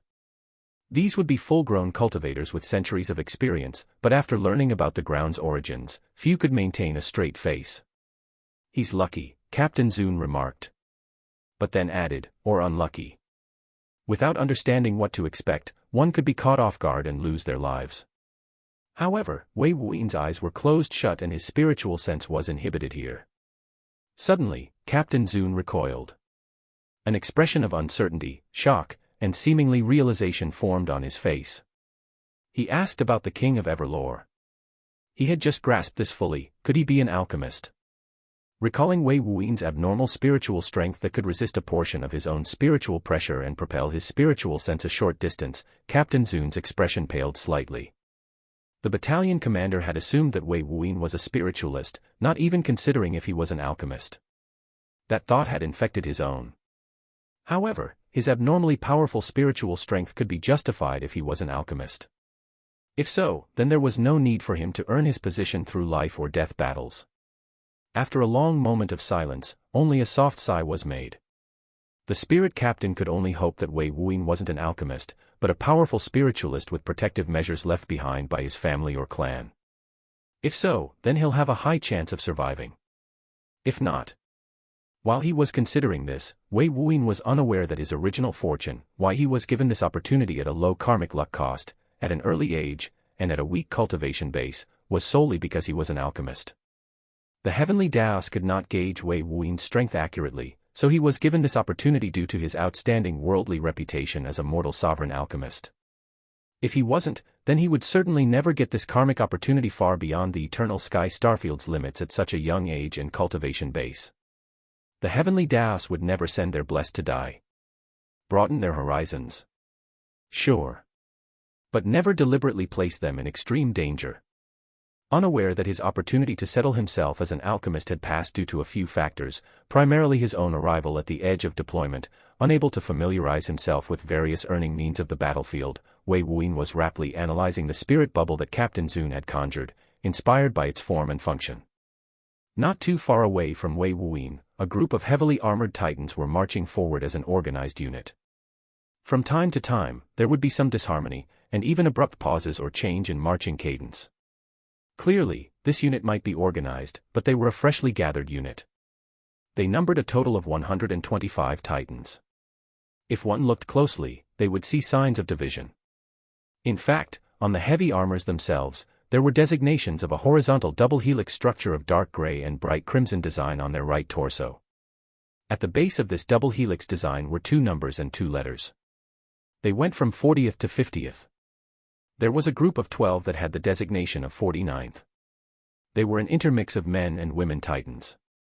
They were roughly all of the same size, roughly 4 meters in height, barring a single individual that seemed to be observing each of these titans with a severe gaze.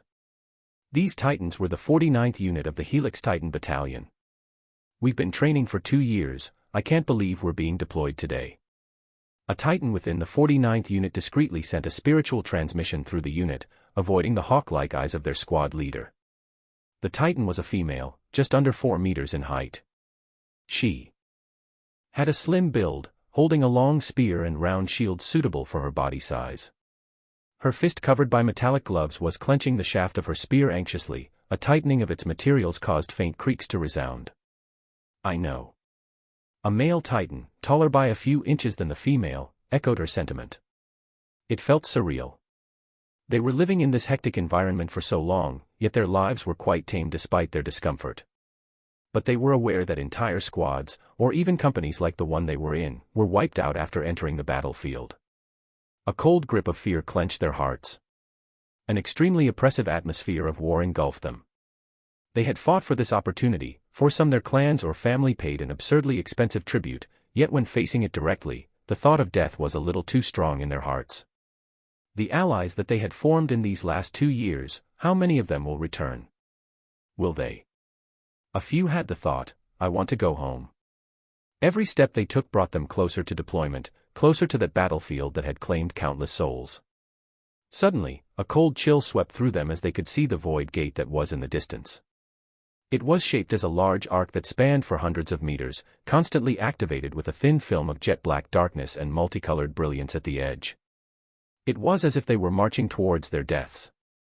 A few imagined an execution platform had replaced the void gate's large arc, even saw themselves waiting for the guillotine to drop. A collective gulp occurred through roughly half the members of the 125-unit company of trained titans. Furthermore, they were all not low-level cultivators, but genuine astral core realm cultivators at the star core phase. True stallards. Their company leader's aura wasn't ordinary. As he marched forward at the forefront of the group, releasing bits of his imposing aura to ensure the group of his strength and confidence, one could see that he was a genuine ascended. A second stage of the mystic ascendant realm cultivator. It was this beyond mortal limits aura that settled a few of their pounding hearts. Yet it wasn't enough for some. The cold sweat building up within their armor was unsettling, and they could hear their heart beating, a voice at the back of their heads whispering a reasonable desire to retreat. They were peak astral core realm cultivators. They didn't need to die for rewards, just comfortably cultivate at home and enjoy their nepotistically earned resources. So what if they might never reach a high cultivation level? It was enough to live for 1,000 years than to die in the next few days, no. Some stopped their steps out of fright, contemplating whether they should. Boom. Boosh. Clang. The sounds of clashing armor and bodies falling on the ground caused the 125-unit company to collapse in disorder, and some were outright crushed by their panicking neighbors. A few weapons were swung out due to panic and unexpected stimulation. The abrupt chaos caused their training to kick in and attack their allies, and some were even injured. Cease. Cease this immediately. The company leader fiercely ordered, his aura rising to incredible levels. Yet the chaos did little to halt, causing the company leader's expression beneath his helmet to become quite unsightly. Aye. Suddenly, an armored titan was explosively sent flying in a shriek of pain, traversing 1,000 meters in a blink. The loud terror-filled scream caused the disorder to cease for a moment, everyone watching as the titan crashed into the ground while unconscious. The entire company was silent, turning to the perpetrator. A figure just slightly under 2 meters was standing before them with an innocent expression, as if he hadn't just sent someone flying 1,000 meters out. The figure was the focus of everyone's attention, a bit of respite from their troubled hearts and fright-filled minds. A human. What was a human doing in the Titan's camp? The strangeness of it calmed the situation down instantly. The small figure looked around, finding the soul. Ascended amongst the unit with his spiritual senses. With brisk steps, he walked and drew everyone's gazes. Unaware of the official salute, the figure directly announced, 49th Unit's Wei Wuyin reporting for duty. Chapter 717, 712, Soldier of War, accepted without issue. The declaration of this human generated a stilted environment bereft of sound. The Titans that had just been in disarray, almost in total chaos and even striking at their allies in confusion and panic, were all observing this new arrival. This event was so unexpected that the few that had thoughts of deserting immediately, escaping with their lives intact and their souls unclaimed by the fires of war, had those very same thoughts drowned out by this deafening silence. A human. The silence lasted for several seconds, but was ended by the soft voice of a Titan soldier. This voice served as the ignition of a commotion. A series of hushed murmurs and uncertain, uneasy comments followed. Why is a human here? Did he just send G2 flying? I can't sense his cultivation. Is he an ascended? Is he a spy? The comments and speculation started to become suspicious, but none of these Titans acted. They observed this shouting human that said he was a member of their battalion. In the face of these accusations and comments, Wei Wuin's eyes remained tightly shut, but he could sense the Titan's gazes all veering in his direction, totally affixed to his figure. With the eyes of over 100 Star-Lord-level cultivators staring at you, the ordinary gravity emission phase cultivator would collapse, but Wei Wuin remained unfazed. Just a few moments earlier, he was soaring through the skies in a spirit bubble, but then, without warning, it popped. The timing matched the beginning of the ensuing chaos, so when he crashed into the large bodies of Titans, he went unnoticed. A Titan had even launched an attack at him in a frightful delirium. Wei Wuin was given a fright and struck back. He even thought this was the battlefield, and thrusted his fist towards the Titan's heart. Fortunately, he caught a glimpse of the double helix design and the 49th beneath it, and turned his lancing fist into a slamming palm.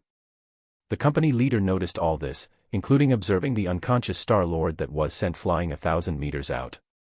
When Wei Wuin descended, he had sensed the aura of the spirit Captain Zun Maya, so he was skeptical of his origins or purpose. It was the only reason he hadn't acted immediately. But after hearing Wei Wuin proclaim himself as a member of the 49th Unit, a portion of his company, he was taken aback. Could he be an intruder? Is our headquarters under attack? A paranoid Malin Titan questioned, his hands tightly gripping his axe. He had a front-row seat to Wei Wuin's action of sending a Titan not much weaker than himself flying with a single palm. How could he not grow frightful and suspicious? The fear in his voice generated an atmosphere of panic, especially since none of them could sense Wei Wuin's cultivation. Even though Wei Wuin announced himself, they all noticed he wasn't a Titan but a genuine member of the human race. The various Titans started to hoist their weapons to the ready, as if the battlefield was going to begin here. They started to face Wei Wuin as if he was a great enemy, getting organized rather rapidly, demonstrating their steady and reliable training of 2 years had paid off. If Wei Wuin so much as twitched, they were ready to jointly strike. The tension in the air was palpable. Enough. The company leader shouted aggressively, at the utmost limit of his patience. He violently released his ascended level aura, causing the Titans to shiver in terror. Their tensed bodies caused them to freeze. Wei Wuin felt this raging aura and realized it wasn't of a higher quality than those 3 venerables, but it was certainly stronger. This ascended was at the second stage of the mystic ascendant realm, the soul of mysticism phase, but his foundation was sturdier and richer than those 3 by a large margin. The figure was taller than all the other Titans present, yet shorter than Captain Zun. This made him realize that the height of a Titan likely reflected their bloodline strength. If this was true, then Deshan's 8 feet height was indicative of a weaker bloodline. Still, she must be taller than other Titans of her cultivation level because she had the demonic lineage of a violet mountain alongside it. The company leader stepped forward and arrived before Wei Wuin. His facial features were concealed by a terrifying-looking helmet with a sharp spike at each of its temples, and eye holes that were extremely sharp and narrow. Wei Wuin could barely see the dark brown eyes hiding behind them. Wei Wuin didn't wait for the company leader to ask, or for him to get into position to subdue him. That would be completely silly. Clearly from his body posture and demeanor, the company leader was about to act against him. So he brought out his identity rune that was the ring and held it in front of himself, giving indisputable proof of his identity and position. The company leader was truly intending to act, suppressing Wei Wuyin before interrogating him with extreme prejudice until this matter was probably sorted. After all, when Wei Wuyin arrived, he sent a soldier flying with a single palm yet still emanated the aura of a mortal. Yet when he saw the identity rune being brought out in a direct manner, that ferocious expression hidden beneath the mask changed. Yet he couldn't help but say aloud, "But you're a human." Wei Wuyin wore a wry smile. Unfamiliar with the circumstances of this military, Wei Wuyin could gather just from that single unintentionally spouted sentence that there was likely no humans in this division of the military. While it didn't seem humans were a strange sight, they were certainly rare here, wherever here was. The company leader reached out and the identity rune was taken from Wei Wuyin. After he inspected it, including all its details, the expression on the company leader's expression became even more awkward and uncertain. It recorded all of Wei Wuyin's preliminary information, and the most notable was his place of origins, Grand Cyclic Stellar Region. Degree I thought that stellar region was, degree the company leader's thoughts were rummaging through his memories. While the event had taken place long before his birth, happening roughly 80,000 years ago, the Grand Cyclic Stellar Region was once ruled by Titans and taught as an important location in their historical studies. According to his history teacher, the Grand Cyclic Stellar Region was named after the Grand Cyclic Titanic Emperor, a worldly saint of their race. He was immensely talented, incredibly powerful, and outright an ambitious character with a dauntless demeanor, yet met an untimely end at the hands of a Stardevourer. A figure that had the slightest chance of becoming a heavenly saint had died to a celestial entity.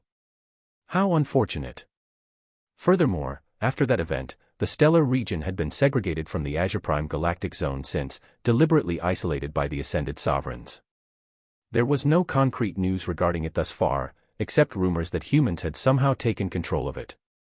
Just like Captain Zun, this company leader of the Titan race reacted the same way as he somewhat understood what happened to Wei Wuyin, and even the truths about the Grand Cyclic Stellar Region, so the rumors were true. There was even a similar tone of melancholy within his voice. Wei Wuyin's brows faintly furrowed. He felt a strange sensation from those dark brown eyes suffused with a little bit of frustration and helplessness staring at him. For a full minute, the company leader merely stared at Wei Wuyin and then glanced at the identity rune. He was assigned to their company, specifically the 49th Unit, by Battalion Commander Boris. He was unwilling to accept a human, but seeing that he was merely at the 6th stage of the Astral Core Realm, his death on the battlefield will be swift. 6th stage of the Astral Core Realm. A mere gravity emission phase cultivator. Impossible. The eyes beneath that helmet bulged slightly. He started to inspect Wei Wuyin closely, finding that he was unable to glean into his cultivation base with precision or bloodline origin. How could a 6th stage Astral Core cultivator send a 9th stage Astral Core cultivator, and a Titan at that, flying with a single palm? With a more inspective gaze, he realized that Wei Wuyin had his eyes tightly shut, and there was a faint spiritual sense gathering information from the surroundings. To have such spiritual strength to casually emit out his spiritual sense, was this a spiritualist? As if figuring out the answer to this conundrum, the company leader nodded his head as if to say, "So that's it." After settling this, his mind figured out what likely happened. Wei Wuyin had arrived with an unrefined seed of war unintentionally and had been taken advantage of by Battalion Commander Boris, directly recruiting him and sending him off without explaining things about the seed. After all, every acquisition of a seed of war must be submitted to headquarters with reason and can only be accepted if the arriving group, in this case, individual, was accepted into their battalion. How cruel. Unfortunately, that was just how greedy and opportunistic their commander was. Instead of sending Wei Wuyin off to the human camp where he might be regarded as a talent and protected after offering his seed of war, he was pushed onto Titans who cared little about his tiny life, even considering him an intruder or spy at first glance. The very same pity that Captain Zun felt towards Wei Wuyin, now this company leader similarly felt. Wei Wuyin was starting to feel slightly uncomfortable. It was strange to sense the air of pity in others. Even during his Scarlet Solaris Sect days, he wasn't pitied by anyone. However, he still kept his composure. "Sir, is there an issue with my identity rune?" The company leader sighed in his giant heart, returning the identity rune. "There is none. I am Lieutenant Colonel Zun Torju, you may refer to me as such from henceforth. You'll be the 13th member of the 49th squad. Go, find your squad leader." After saying this, Zun Torju turned, and his aura grew fiercer. "All of you. Listen." As he proceeded to berate these men, he spoke out a tried and true speech in the hopes of delaying their fears. While he had lost control, as an ascended, could he truly not have suppressed these men at the first sign of their disorderly nature? How could he not notice? He was deliberately allowing their fears to manifest so that he could deliver this speech, as he'd done many times before. Despite its help in taming their fears for now, the fact he had to give this speech many times was quite telling of its efficiency. Wei Wuyin was somewhat taken aback by the readied acceptance, including the casual dismissal after he'd sent an armored titan flying for 1,000 meters. After all, that was a Starlord-level titan, and he was a mere human. He expected more, he didn't know what he was expecting, just a little more. Was there something he was missing? Wei Wuyin was a little frazzled as Zun Torju gestured for him to hasten. He gave a faint smile and shot off to find this squad leader of his, preferably to learn more about the battlefield.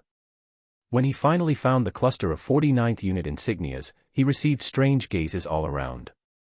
Deciding to take the initiative, he asked, "Where's our squad leader?" However, those words provoked even greater looks infused with strangeness. Two titans soon brought over, carried in an unconscious titan that had a palm-sized dent in his torso's armor. There was a faint trickle of blood leaking from the mouth area of his helmet. Wei Wuyin recognized that figure, his eyes widened slightly. Oh my! Did he just? Well, that was one way to make an impression. Chapter 718, 713, Soldier of War, Spiritualist. The awkwardness was quite stifling within the squad. The supposed squad leader was awake, but his complexion was incredibly pale, as ashen as snow itself. Despite having a rather burly body with protruding muscles, the air of dominance he normally exuded was deflated. In fact, G2, the squad leader of the 49th Unit in the Helix Titan Battalion, and highly renowned Star-Lord, required the assistance of two soldiers to maintain his footing. Wei Wuyin stood off to the side, being like a dwarf amongst tall beings. The stares and glares were quite noticeable, but Wei Wuyin pretended they didn't exist. It wasn't his fault that this squad leader had lost his mind, randomly assaulting individuals in his devolving panic. In a way, it was G2's fault. That being said, Wei Wuyin kept these thoughts to himself. He was surrounded by a foreign race, with not a single member amongst them being beneath the 9th stage of the astral core realm, genuine Star-Lords. It would be foolish to antagonize the pack needlessly. Zun Torju soon finished his rousing speech, reordering the 40th through 50th squads in his company. Wei Wuyin shuffled along, still being relatively short. This actually caused him to feel slightly awkward. While he wasn't the tallest, he was in the upper echelon of height in his race. At the very least, he never felt short as a full-grown man. Ayo, a voice sounded out, soft and feminine. The voice added, Ayo, you. At this point, Wei Wuyin noticed that a female titan was calling out to him. When he turned and looked in her direction, his spiritual sense swept across her and grasped her appearance. She was quite fit, having firm muscles and a sturdier frame. Fortunately, those muscles weren't bulging and explosive, and it gave her a fierce and tigress-like air. She reminded Wei Wuyin of Deshan, but Deshan's thickness of her thighs and breast area was more prominent. That battle freak dawned in his memories, and a strong lingering yearning emerged in his heart. He hadn't seen that gorgeously energetic and passionate figure since the 4 Extreme Continent, nearly 7 years ago. Thinking about the time spent away, their last moments together where her sensual moans were as clear as the sounds of his own heartbeat, the melancholy increased to higher levels. Fortunately, those emotions were soothed by his intentions to see her again. Despite pushing off to war, he firmly believed that he would return. While a man can prepare for death, they should never expect to die.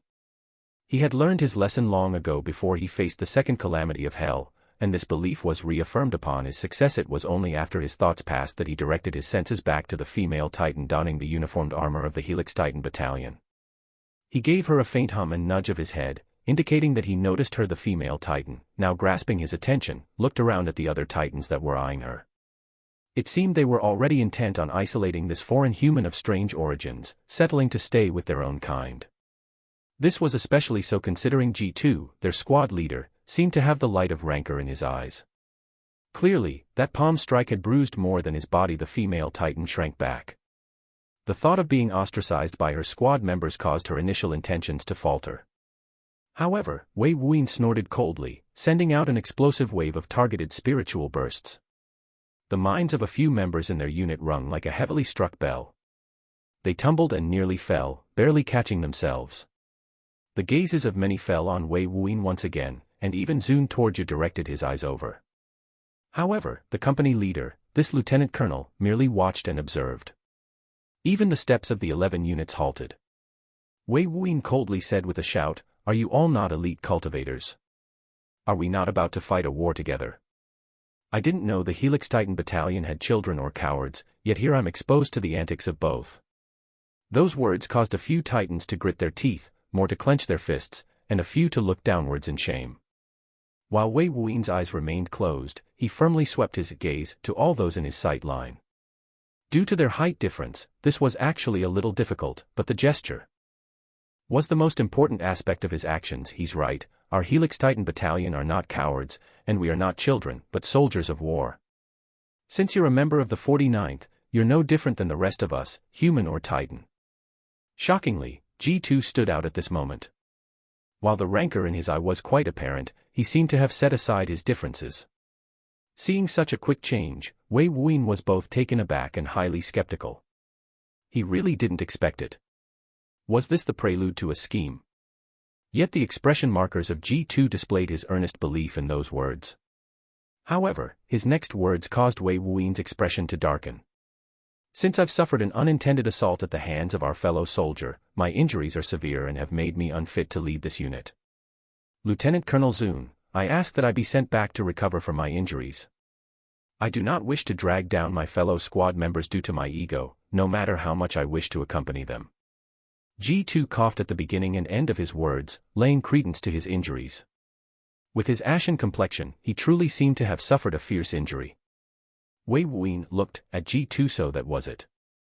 Inwardly scoffing in his heart with disdain, Wei Wuyin realized that no matter what race there was, shameless beings existed. No matter what. Zun Torju glanced at G2 with a faint sharpness in his eyes. In the end, he held back his desire to send this squad leader flying again. There was indeed a series of rules that kept an injured soldier from being allowed to enter the battlefield or lead. However, there was no way Wei Wuyin injured a Star Corps phase expert to such an extent where they couldn't fight, especially since he was only at the gravity emission phase. No wonder G2's expression was so pale when he returned. This was likely his plan from the get-go, wanting to back out with deserting. Why else would a squad leader assault others except to use this chaos to his advantage? Go. Zun Torju had no desire to entangle with this shameless Titan nor be cited for going against some of the military rules. He'll deal with him later. For now, he turned to Wei Wuyin and said, "Since you were responsible for causing his injuries, you're promoted to squad leader." "But Lieutenant Colonel..." A Titan of the 49th Squad hurriedly shouted out his disapproval, yet his next words were shoved back in his throat after Zun Torju's aura briefly flared and killing intent mustered in his eyes. "I'm using my authority to do so, so why the words? Any other objections?" Zun Torju coldly asked, his appearance rather sinister and frightening. With the killing intent leaking from the eye slits of his helmet, no one said a thing in opposition. Wei Wuyin frowned slightly, but he didn't object in the end. He hadn't expected this. Still, it was a welcome development.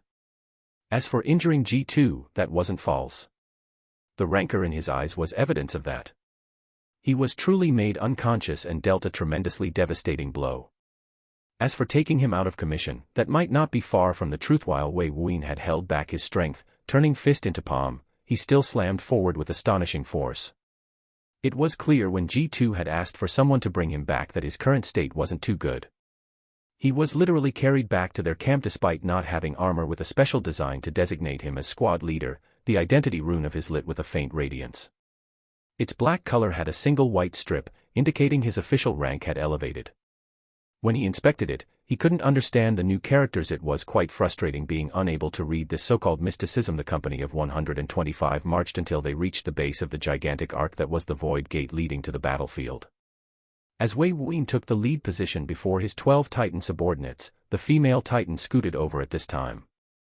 While Zun Torju handled a few things with spiritual light flickering from his fingertips, dancing at the edge of some panel at the sides of the void gateway, Wuyin felt that the world he was being exposed to was developing more and more technology-wise. He remembered his amazement when he saw moving stairs, and now there were panels and screens revealing real-time spiritual projections. It was amazing. "AOA, sir." The female titan spoke again. She realized that Wei Wuyin had suddenly become their squad leader and her form of address needed to change. Losing its informal manner, Wei Wuyin turned once again, seeing this female titan. He had nearly forgotten about this woman after being promoted as a squad captain so suddenly, experiencing the shamelessness that even titans seem to possess. "Is there an issue?" Wei Wuyin asked. The female titan gave the closed-eyed Wei Wuyin a glance. Despite his height being relatively short in comparison to them, she couldn't help but think that he was quite handsome. A little too handsome. She blushed a little. However, she calmed herself rather quickly, revealing her excellent mental fortitude. "Sir, are you a spiritualist?" Wei Wuyin's expression showed some change, revealing his interest. He felt as if he had heard this saying before, but it didn't feel the same. What Wei Wuyin didn't realize was that the term spiritualist was said in mysticism by Battalion Commander Boris, hence why it felt familiar yet unfamiliar. If anyone knew that Wei Wuyin had this feeling, they would be shocked. Only those who've come into contact with the ways of mysticism should experience this. Typically only Star Lords had such qualifications, beings at the very edge of the mortal limits. "Why do you say that?" Wei Wuyin didn't outright reveal his ignorance. Earlier, he had pretended that he was aware of Titans' reputations, even going as far as to say they weren't cowards or children, so he didn't want to lose that image of being knowledgeable and reliable. This was especially so as a squad leader. The female Titan looked at Wei Wuyin for a long moment, then her expression became awkward. She asked directly, "Do you not know what spiritualists are?" Wei Wuyin's expression darkened. He had deliberately wanted her to reveal why she thought this, not lobby an accusation. There were already eyes from his squad and the others glancing his way. Women had frightening instincts, and their words were quite harmful. Deciding to own up to his ignorance, Wei Wuyin answered without skipping a beat, "I don't." "Why don't you explain it to me?" After revealing a casual and unconcerned smile, the hearts of everyone shook slightly. To them, they felt as if Wei Wuyin was insulted by the female Titan's question, calling him ignorant before his squad members and now forcing her to explain something so simple before everyone. Even the female Titan was taken aback, a trace of awkwardness in her heart. Why did she ask such a stupid question? Of course he knew what a spiritualist was. He was likely one. When she thought about his previous words, her emotions went into turmoil. Wei Wuyin was unaware of their thoughts, feeling that he might as well admit his ignorance since he was put on blast. "Well." Urging, Wei Wuyin could tell that Zun Torju was nearly completed. The female Titan nodded, saying after a faint breath, "A spiritualist is a cultivator that has fused with their spirit of cultivation with their sea of consciousness and physique, replacing their mental and physical energies with spiritual energies. They become spiritual beings or a spiritualist." Wei Wuyin's expression froze. Wait, that was possible. Chapter 719, 714, Soldier of War, a new type of cultivation. Spiritualist. Such a novel concept invigorated Wei Wuyin's mind, expanding his horizons and opening up pathways in his train of thoughts that he didn't know existed. Yet he was stumped almost immediately, finding some inconsistencies with this spiritualist concept from his currently limited knowledge. Spiritual energy was the combination of physical, mental, and essence energies filtered through the soul that was uniquely extracted during the chi condensation realm process, the moment one established their spirit of cultivation. Then, spiritual energy was reintroduced in a balanced ratio of physical, mental, and essence energies to create metaphysical chi, the fundamentals of a cultivator's strength. If one replaced their physical and mental energies with spiritual energies, wouldn't there be some confusing overlap? How could metaphysical chi be produced if it lacked these crucial components? He was outright stumped by this for what seemed like a decade within his thoughts, his mental energies expended at an extremely fast rate to deduce and consider these elements.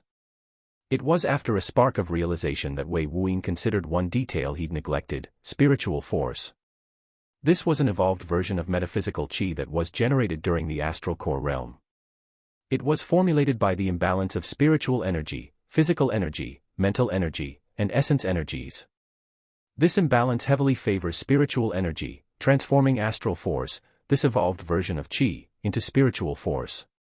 This type of force was the primary power source of all spiritual spells at the astral grade, and why spells at the astral grade level were far more effective than their lesser versions.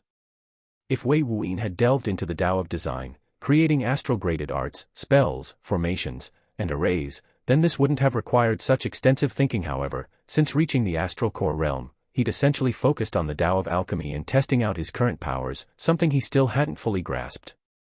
Be it the means of draconic void energy, elemental origin energy, alchemic Eden energy, he was still exploring their vast mysteries, not even capable of delving into advanced concepts. To put it simply, quite pathetically in fact, his comprehension of arts, spells, formations, and arrays was still at the Qi condensation realm, with a few exceptions.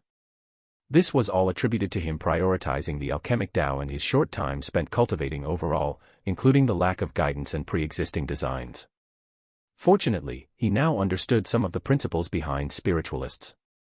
They replaced Qi and astral force with spiritual Qi and spiritual force, directly allowing spiritual energy, which has physical and mental energies, to replace theirs. It was an extreme act, and there might be some complications, even outright disadvantages. The most obvious would be discarding an entire vein of arts and aspects of cultivation, such as creation. After all, creation was centered around the balance of physical, mental, essence, and spiritual energies, creating metaphysical Qi that could interact with the world, even gain permanence. However, the advantages would be tremendous as well. The reserves of spiritual energies one would possess would be outrageously high, so spells, formations, and certain arrays that were too costly to be executed by a single cultivator could be perfectly performed. What some cultivators didn't realize was that the vastness of physical energies in one's body, its potential, was utterly massive. The amount of physical energies Wei Wuin's body, bloodline, and cells contained would eclipse all four of his world seas combined. This was just a matter of quantity, not quality.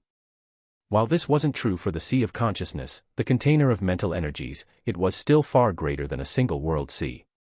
If replaced by spiritual energies, the amount of spiritual force a cultivator possessed would be outright ungodly spiritualist. A spiritual being. The wonders of cultivation were boundless. While Wei Wuin's mental energies had been rapidly used, coming to all these conclusions, only a few seconds had passed in real time. He couldn't help but directly ask, "I see. Why do you think I'm a spiritualist?" The female Titan was immersed in her self-generated awe, making one realize that she was just fascinated by these types of cultivators. The others listening also turned to Wei Wuin, giving him a strange stare. In their minds, it seemed Wei Wuin was just torturing the female. After all, the concept of spiritualist wasn't unfamiliar to anyone with the qualifications to enter the battlefield, and Wei Wuin was showing all the signs of being one. The female Titan also thought that Wei Wuin was doing this on purpose, yet her mind was filled with impassioned thoughts as she explained, "This isn't the battlefield, so the spiritual sense restrictions are pretty lax, but it's still roughly 10,000 times more costly to use one's spiritual sense here than in the outside world. You've been using your spiritual sense." She trailed off, looking at Wei Wuin. Wei Wuin was enlightened. They had mistaken his absurdly high spiritual strength through continuous refinement, a byproduct of his highly elevated physical, mental, and essence energies, as having vast spiritual energies. Well, he did also have far more spiritual energies than those of his cultivation base, but that was due to him having 4 astral souls. In fact, the spiritual energies that his astral souls contained weren't outrageously high in comparison to his astral core's size. The reason his astral force and world sea was massive had to do with the strength of his 4 aspects of energies, expanding it greater and greater, capable of storing more astral force than normal as a result. While his upper limits of his energy reserves had elevated due to various means, such as his true dragon bloodline, Eden's continuous expansion of his sea of consciousness, refinement of his body by elemental origin energies, it wasn't that vast of a difference quantity-wise. To put it simply, if both Wei Wuin and the female Titan had 100 units of spiritual energies, a single unit of her energy would be expended in a minute, while Wei Wuin's would take 24 hours. This was brought about by their difference in spirit units and spiritual strength, not spiritual energies. Due to this, she had mistaken Wei Wuin as having enormous spiritual energy to continuously power his spiritual sense, so had everyone else. In fact, Wei Wuin was well aware that the amount of his spiritual energy might not exceed these star core phase Titans. One's cultivation base was highly reflective of their spiritual energy limits and the potential of their astral soul as a whole, hence why his limits elevated with each stage, and Wei Wuyin was only at the gravity emission phase. He hadn't even formed his domain seed yet. That said, he suddenly recalled that he needed to concoct transcendent version of his Neo-Dawn Eclipse pill before he ascends, since his estimation of the Neo-Dawn Eclipse pill's peak quality effect meant it could merge with one's self-created domain seed, increasing its potential outright. If the transcendent version was like the soul deity invoker elixir, then he must take it prior to ascending the next phase and maximize his cultivation foundation. Sir. The female titan broke Wei Wuyin out of his thoughts, bringing him back to reality again. The continuous expansion of his horizons was a little overwhelming. Unlike most cultivators that gradually learned about these principles and studied these aspects, he was just being drowned by it all. He was like a youngster that just went from addition to multiplication in arithmetic. What else did he not know? Was spiritualist the only new type of cultivator? Was there more to what he already knew? Purists? Could Tua Bihan's path be secretly terrifying with unique arts and methods? He was just too ignorant of these things. Thank you for enlightening me. However, I'm not a spiritualist, Wei Wuyin answered honestly. After that, he slightly frowned. He decided in his heart that he would acquire these so-called war souls and obtain as much cultivation information as he could from this greater world. If he was going to face the calamities of hell, stay alive, reach the realm of sages, and accomplish his goals to conquer, then he needed to know all possible avenues available to him. Despite his answer, the others felt that Wei Wuyin was teasing the female titan, dismissing her due to that insulting assumption. After all, Wei Wuyin had his eyes closed, and was releasing his spiritual sense in a range of several hundred meters at all times. They could distinctively feel it around their bodies. Who else would be able to handle such exhaustive actions except a spiritualist? Yet before these thoughts could take effect as expression changes, the void gate started to make a series of mechanical noises, all soldiers of war, at the ready. Zun Torju shouted thunderously, causing the bodies of all these titans to tense. They all stared at the black abyss that was the void screen that would lead them to the battlefield. If before, they were somewhat leisurely, relaxed by Zun Torju's speech, then now, they were once again reminded of their circumstances. Some gulped, some gripped the handles of their weapons. Almost all their breathing hastened or halted. And their hearts started to race. The only exception amongst this company of titans and star-lords was a single person, Wei Wuyin. Since his Scarlet Solaris sect days, he had been cultivating a relatively peaceful path through usage of wealth, influence, and status. Now, he was thrown to the wolves filled with ignorance, about to be thrown into a strange battlefield by the heavenly Daos where the weakest soldiers were star-lords. Behind his closed eyelids was flickering saber light and his body released faint draconic roars. Kratos and King were amped. They wanted to finally use their full strength. The bare minimum was star-lords. Wei Wuyin's expression drastically changed. This didn't make sense. The heavenly Daos, who couldn't sense his actual strength and state, had given him an opportunity to fight in such a high-level battle. This didn't make sense at all. Something's wrong. Wei Wuyin's thoughts were like rapid-fire explosions as he went through all of the recent events, realizing that he had somehow missed something along the way. An opportunity. Did he miss his fortuitous encounter? Was it Captain Zun? Battalion Commander Boris? Was it the opportunity to back out and return to the headquarters? Was it something else entirely? Just as Wei Wuyin was about to take a step back, the void gate activated and he felt his body lift slightly off the ground. A vastly powerful, unable to be defied suction force was emitted by the void gate's abyss-like screen of jet blackness and he was propelled forward before he could even think. His body entered the void gate as his mind roared and Kratos and King cheered. Chapter 720, 715, Soldier of War, Fall. Whoa. Wei Wuyin's auditory senses were instantly overwhelmed by the sounds of rushing water and surging winds. Their combined volume were unexpected and outrageously loud to the point one could feel as if their body was caught within a fierce, enveloping, and torrential storm of rain and wind. It wasn't just the sound, Wei Wuyin felt his entire body experience intense turbulence as he entered the void gate. This was an experience he'd never felt before, even when he traversed the void before, it wasn't remotely as chaotic as this. Unfortunately, the speed of his movement caused his spiritual senses that were struggling to release itself outwards, attempting to grasp their surroundings, were being subjected to a titanic level of restriction. It was adhered to his body, so he was ignorant regarding his current circumstances. The spinning and twisting of his body was all he could feel, and he felt tempted to open his eyes. However, when he did, the rays of intense spiritual light leaked outwards and an unbearable pain stung his eyes. Hurriedly closing them, he could only struggle to regain control of his out-of-control body. "Sir!" A loud shout filled with power breached the veil of chaos that Wei Wuyin heard, faintly allowing him to realize that his body was spiraling at an intense speed. He was rotating like a bouncy yo-yo, and that voice felt as if it was zooming past him, sometimes close, sometimes far. Despite all this, he remained absolutely calm. "Sir." The voice sounded out again, yet it was weaker than before. This time, Wei Wuyin recognized its direction instantly. Just as he was about to act to draw closer, the voice sounded out and Wei Wuyin felt a strange urgency swell within him. "Sir." "Sir." This concerned voice wasn't alone. "What the fu dash? Watch out. Watch out. Watch you dash. Oh my go dash." Boom. Wei Wuyin felt the hard ground meet his flesh and bone. The ground gave way to his refined body, sinking and cracking ceaselessly. The earth lifted and crashed downwards, other bits of earth hugged against his flesh as it buried him, and he could feel faint wetness on his back. I fell. Wei Wuyin felt his body feel a tinge of pain as he realized what had just happened. He had crashed into bits of solid earth, impacting the ground at terminal velocity. While Wei Wuyin might not seem heavy, he weighed a tremendous amount as he stored a vast quantity of energy within his body, particularly his flesh buried within the earth. Wei Wuyin tried to release his spiritual sense outwards. The first thing he noticed was a pile of crushed flesh and blood beneath him, causing his expression to change. It was only when he noted the blood belonged to a non-titan that his heart settled down. However, as he moved a little, his hand touched a crushed skull that leaked out cranial fluid. Moving that to the side, he tried to gather his bearings once again, but his expression continued its shift. He felt as if the weight on his spiritual sense had elevated to roughly 10,000 times greater than before.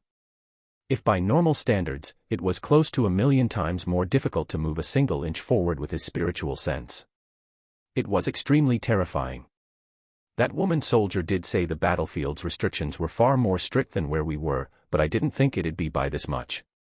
Wei Wuyin felt genuinely pressed in his attempts to expand his sensory range. He had to muster a vast quantity of his spiritual strength and heavily increase his usage of spiritual energy, pushing out until it reached 50 meters. Then, and only then, did he realize that he was surrounded by bits of mangled bodies and crushed corpses. They were all non-titans. They were humans. Wei Wuyin's spiritual sense, however, could not escape his burial grounds. He was surrounded by crushed rocks and sundered earth, his bodily outline was perfectly shaped, and he seemingly crashed deep into the ground. The corpses and body parts weren't just due to his collapse, but the earth had swallowed these figures and they were crushed by the terrifyingly refined earth. None of these humans had bodies even close to his durability or strength, so they were ripped to shreds after. When he pushed his sense further outward, his thoughts were odd. There was an abyss-like chasm that had formed, creating a long slit that spanned for over 100 meters. A horrified scream sounded within his senses as the body of a human fell into the chasm, crashing into the earth and bouncing against the jagged walls, splatting the earth in their blood and painting it red. Yet the earth was so hard that when they fell in and touched the bottom, their body released a sickening sound on impact, like a bag of sand hitting metal. It sent shivers down one's spine. And the life signs of this individual came to an abrupt end. Wei Wuyin slightly frowned. He realized that his void dragon scales had manifested instinctively, recalling his strange feeling from earlier. It had acted as a protective layer for his body, so he wasn't introducing his scaled hands and nails turned dragon claws. He dug out of his current state until he entered the chasm. There were still some fragmented rocks that fell down after being dislodged from up above. When he finally escaped his buried state, only then did he realize how deep he was. It wasn't just a few dozen meters deep, but he was roughly 2 kilometers buried in the earth. It was only when he shot his senses directly upwards did he gauge that distance. His expression darkened considerably, as if night had fallen on his face. How fast did he drop? And why did he drop from such an absurd height? Reeling in his spiritual sense, he kept it 50 meters in every direction. If I didn't have such a tough body, wouldn't I have become a pancake? When he thought about dying in such an embarrassing manner, he sighed as his scales receded. If one wasn't prepared, one could die in horrible ways, and oh. Wei Wuyin looked up and saw a body descending at absurd speeds, about to crash against the bottom of the chasm. When he heard the crying voice of despair, his heart raced. It was the female Titan. He hurriedly expended more spiritual energy, expanding his senses to envelop 500 meters in every direction. When he saw the 4-meter tall body flailing as it fell, descending at an incredible speed, he hurriedly acted. When he moved, he instantly realized that the gravity of this battlefield was just as absurd as the restriction on spiritual sense. No wonder they couldn't fly. This was almost 1,000,000 times the gravity of a normal planet. How outrageous was this? This reminded him of his gravity source astral tribulation. While not close to his maximal gravity output from his black hole, it was still terrifying to say the least. Yet he didn't hesitate to draw upon his strongest physical power and exploded towards the direction, racing forward until he was directly beneath that incoming body, and expelling out a surge of wind force from his mouth. He directly impacted her falling body with a gushing wind force that sought to slow down her raging descent. She, too, was descending at terminal velocity. If she landed at her current speed, she would undoubtedly meet a brutal and devastatingly swift death. The rushing wind served its purpose, slowing her down instantly, and Wei Wuyin hurriedly jumped and caught her large body in a strangely held bridal carry. Her tall height, lengthy form, and heavy armor made it a little awkward for Wei Wuyin. Even Deshan wasn't this difficult. When he landed back on the ground with a heavy thud, the female Titan was nestled safely in his arms. The female Titan yelped. You're alive." The sheer amount of abject shock in her voice was undisguised. However, Wei Wuyin wasn't focused on her at the moment, but his wind force that he exuded out into the world. His brows furrowed to the point they were nearly vertical. He noticed that his astral force was subjected to a very strange restrictive power in the air, causing it to considerably weaken. The state of it was extremely terrifying, and he felt as if his astral force barely exerted a single percentage of its original power. While this was still incredibly powerful, it was mind-boggling how restrained that was. Suddenly, his mind was brought back to the scenes he had witnessed when he was selected by the Mark of War. The scene of entire beings fighting, killing each other in brutal, mortal-like ways and dying pathetically as a result. He had originally thought that this carnage was the result of genuine non-cultivator mortals at war, but now experiencing the restrictive environment of this world, he felt only those at the 9th stage of the astral core realm, Star-Lord-level figures, would have the means to even inhabit these hazardous conditions. If those who hadn't refined their physiques with their star cores were here or had abnormally strong bodies, they would be crushed into pulp by the extreme gravitational force. In the matter of milliseconds, Wei Wuyin kept his spiritual sense extended, remaining in the chasm without moving. He finally spoke to the female Titan that was still in shock. "What happened to me?" The female Titan's expression changed, feeling somewhat awkward that she was being carried by someone half her height. While Wei Wuyin's arms were rather powerful, there was a bit of discomfort with gravity pressing against her heavy body. Yet when she heard Wei Wuyin's question, her eyes lit as she said, "You fell dash." Thud. Crack. Dush. The sound of flesh and bone slamming against hardened earth abruptly resounded, startling the female Titan into a frightful jolt. Her vigilance rose as she turned her head to see a large figure that was dead, its head half split at the forehead by a sharp weapon. Her expression drastically changed as she recognized it was a member of their company. Seeing the figure's right eye loosely hanging from their sockets, blood and brain fluids dripping downwards, and their body still twitching shortly after death horrified her. Yet she clenched her fist and said in a steel-like manner, "Let me go." Wei Wuyin's frown lessened in intensity. He released her and allowed her to stand on her own 2 feet. Wei Wuyin wasn't able to grasp the surroundings, his visual ability was gone and even his spiritual sense was foggy here, so he could only notice the female Titan glancing upwards. "We have to go. Back up," she said as she reached the walls, not waiting as she used her metal gloves to grab the jagged and protruding parts of the chasm. She heavily breathed out as she grunted upwards. The earth was still stable in some areas, so she was starting her long climb. Despite her near-death experience, she was rushing back to support her allies. Her determination was downright fearsome and admirable. Wei Wuyin was taken aback by this development. However, he realized she couldn't fly. He fell silent for a long moment, observing the female Titan make her way upwards with gusto and grit. However, she was extremely slow. This is so frustrating. Wei Wuyin felt weaker than he had prior to taking the Transcendent Soul Deity Invoker Elixir. At least he didn't have to restrain the spiritual strength of 3 of his astral souls then or seal his celestial eyes. Since he arrived on this battlefield, he had only exerted a single astral soul's worth of spiritual strength, yet it still exceeded a certain limit of his. Wei Wuyin hadn't expected the transcendent elixir would push them to such absurd levels of power. Furthermore, he was operating in this unique environment ignorant of its rules and the enemies present. Screw it. Wei Wuyin's thoughts ceased all unnecessary considerations. Typically, he would keep his cards hidden in his sleeve, but he decided against doing so unless it was absolutely needed. He stepped forward by a single step, his body's bloodline energy stimulated by his will. Drawing upon his true dragon bloodline, he directly entered his draconic form. With hexagonal scales colored gray, his body's musculature tightened yet seemed far more powerful and prominent than before. With a shrug of his shoulders, his infinite void wings sprung forth for roughly 10 meters in length, far smaller than before, but their tangibility was far greater. With his true draconic form invoked, he tapped into Kratos and King's spiritual strength entirely, causing his spiritual sense to vastly expand, encapsulating an entire kilometer in every direction. Even the clarity of his senses were heightened. The female titan felt the overwhelming surge of spiritual strength envelop her, and her grip missed its intended destination, causing her to nearly fall to her death.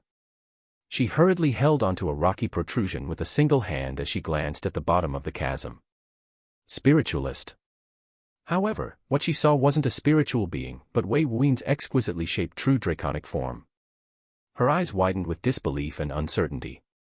Was this? Wei Wuyin soared upwards until he arrived before her, reaching out with his eyes still closed. Those wings of his barely move, yet they allowed him to easily hover in this intense gravity. His expression was exhibiting the utmost calm as he stated, "We're returning." He didn't give the female titan a chance to speak. The collar of her body armor was grabbed by him and he flew upwards.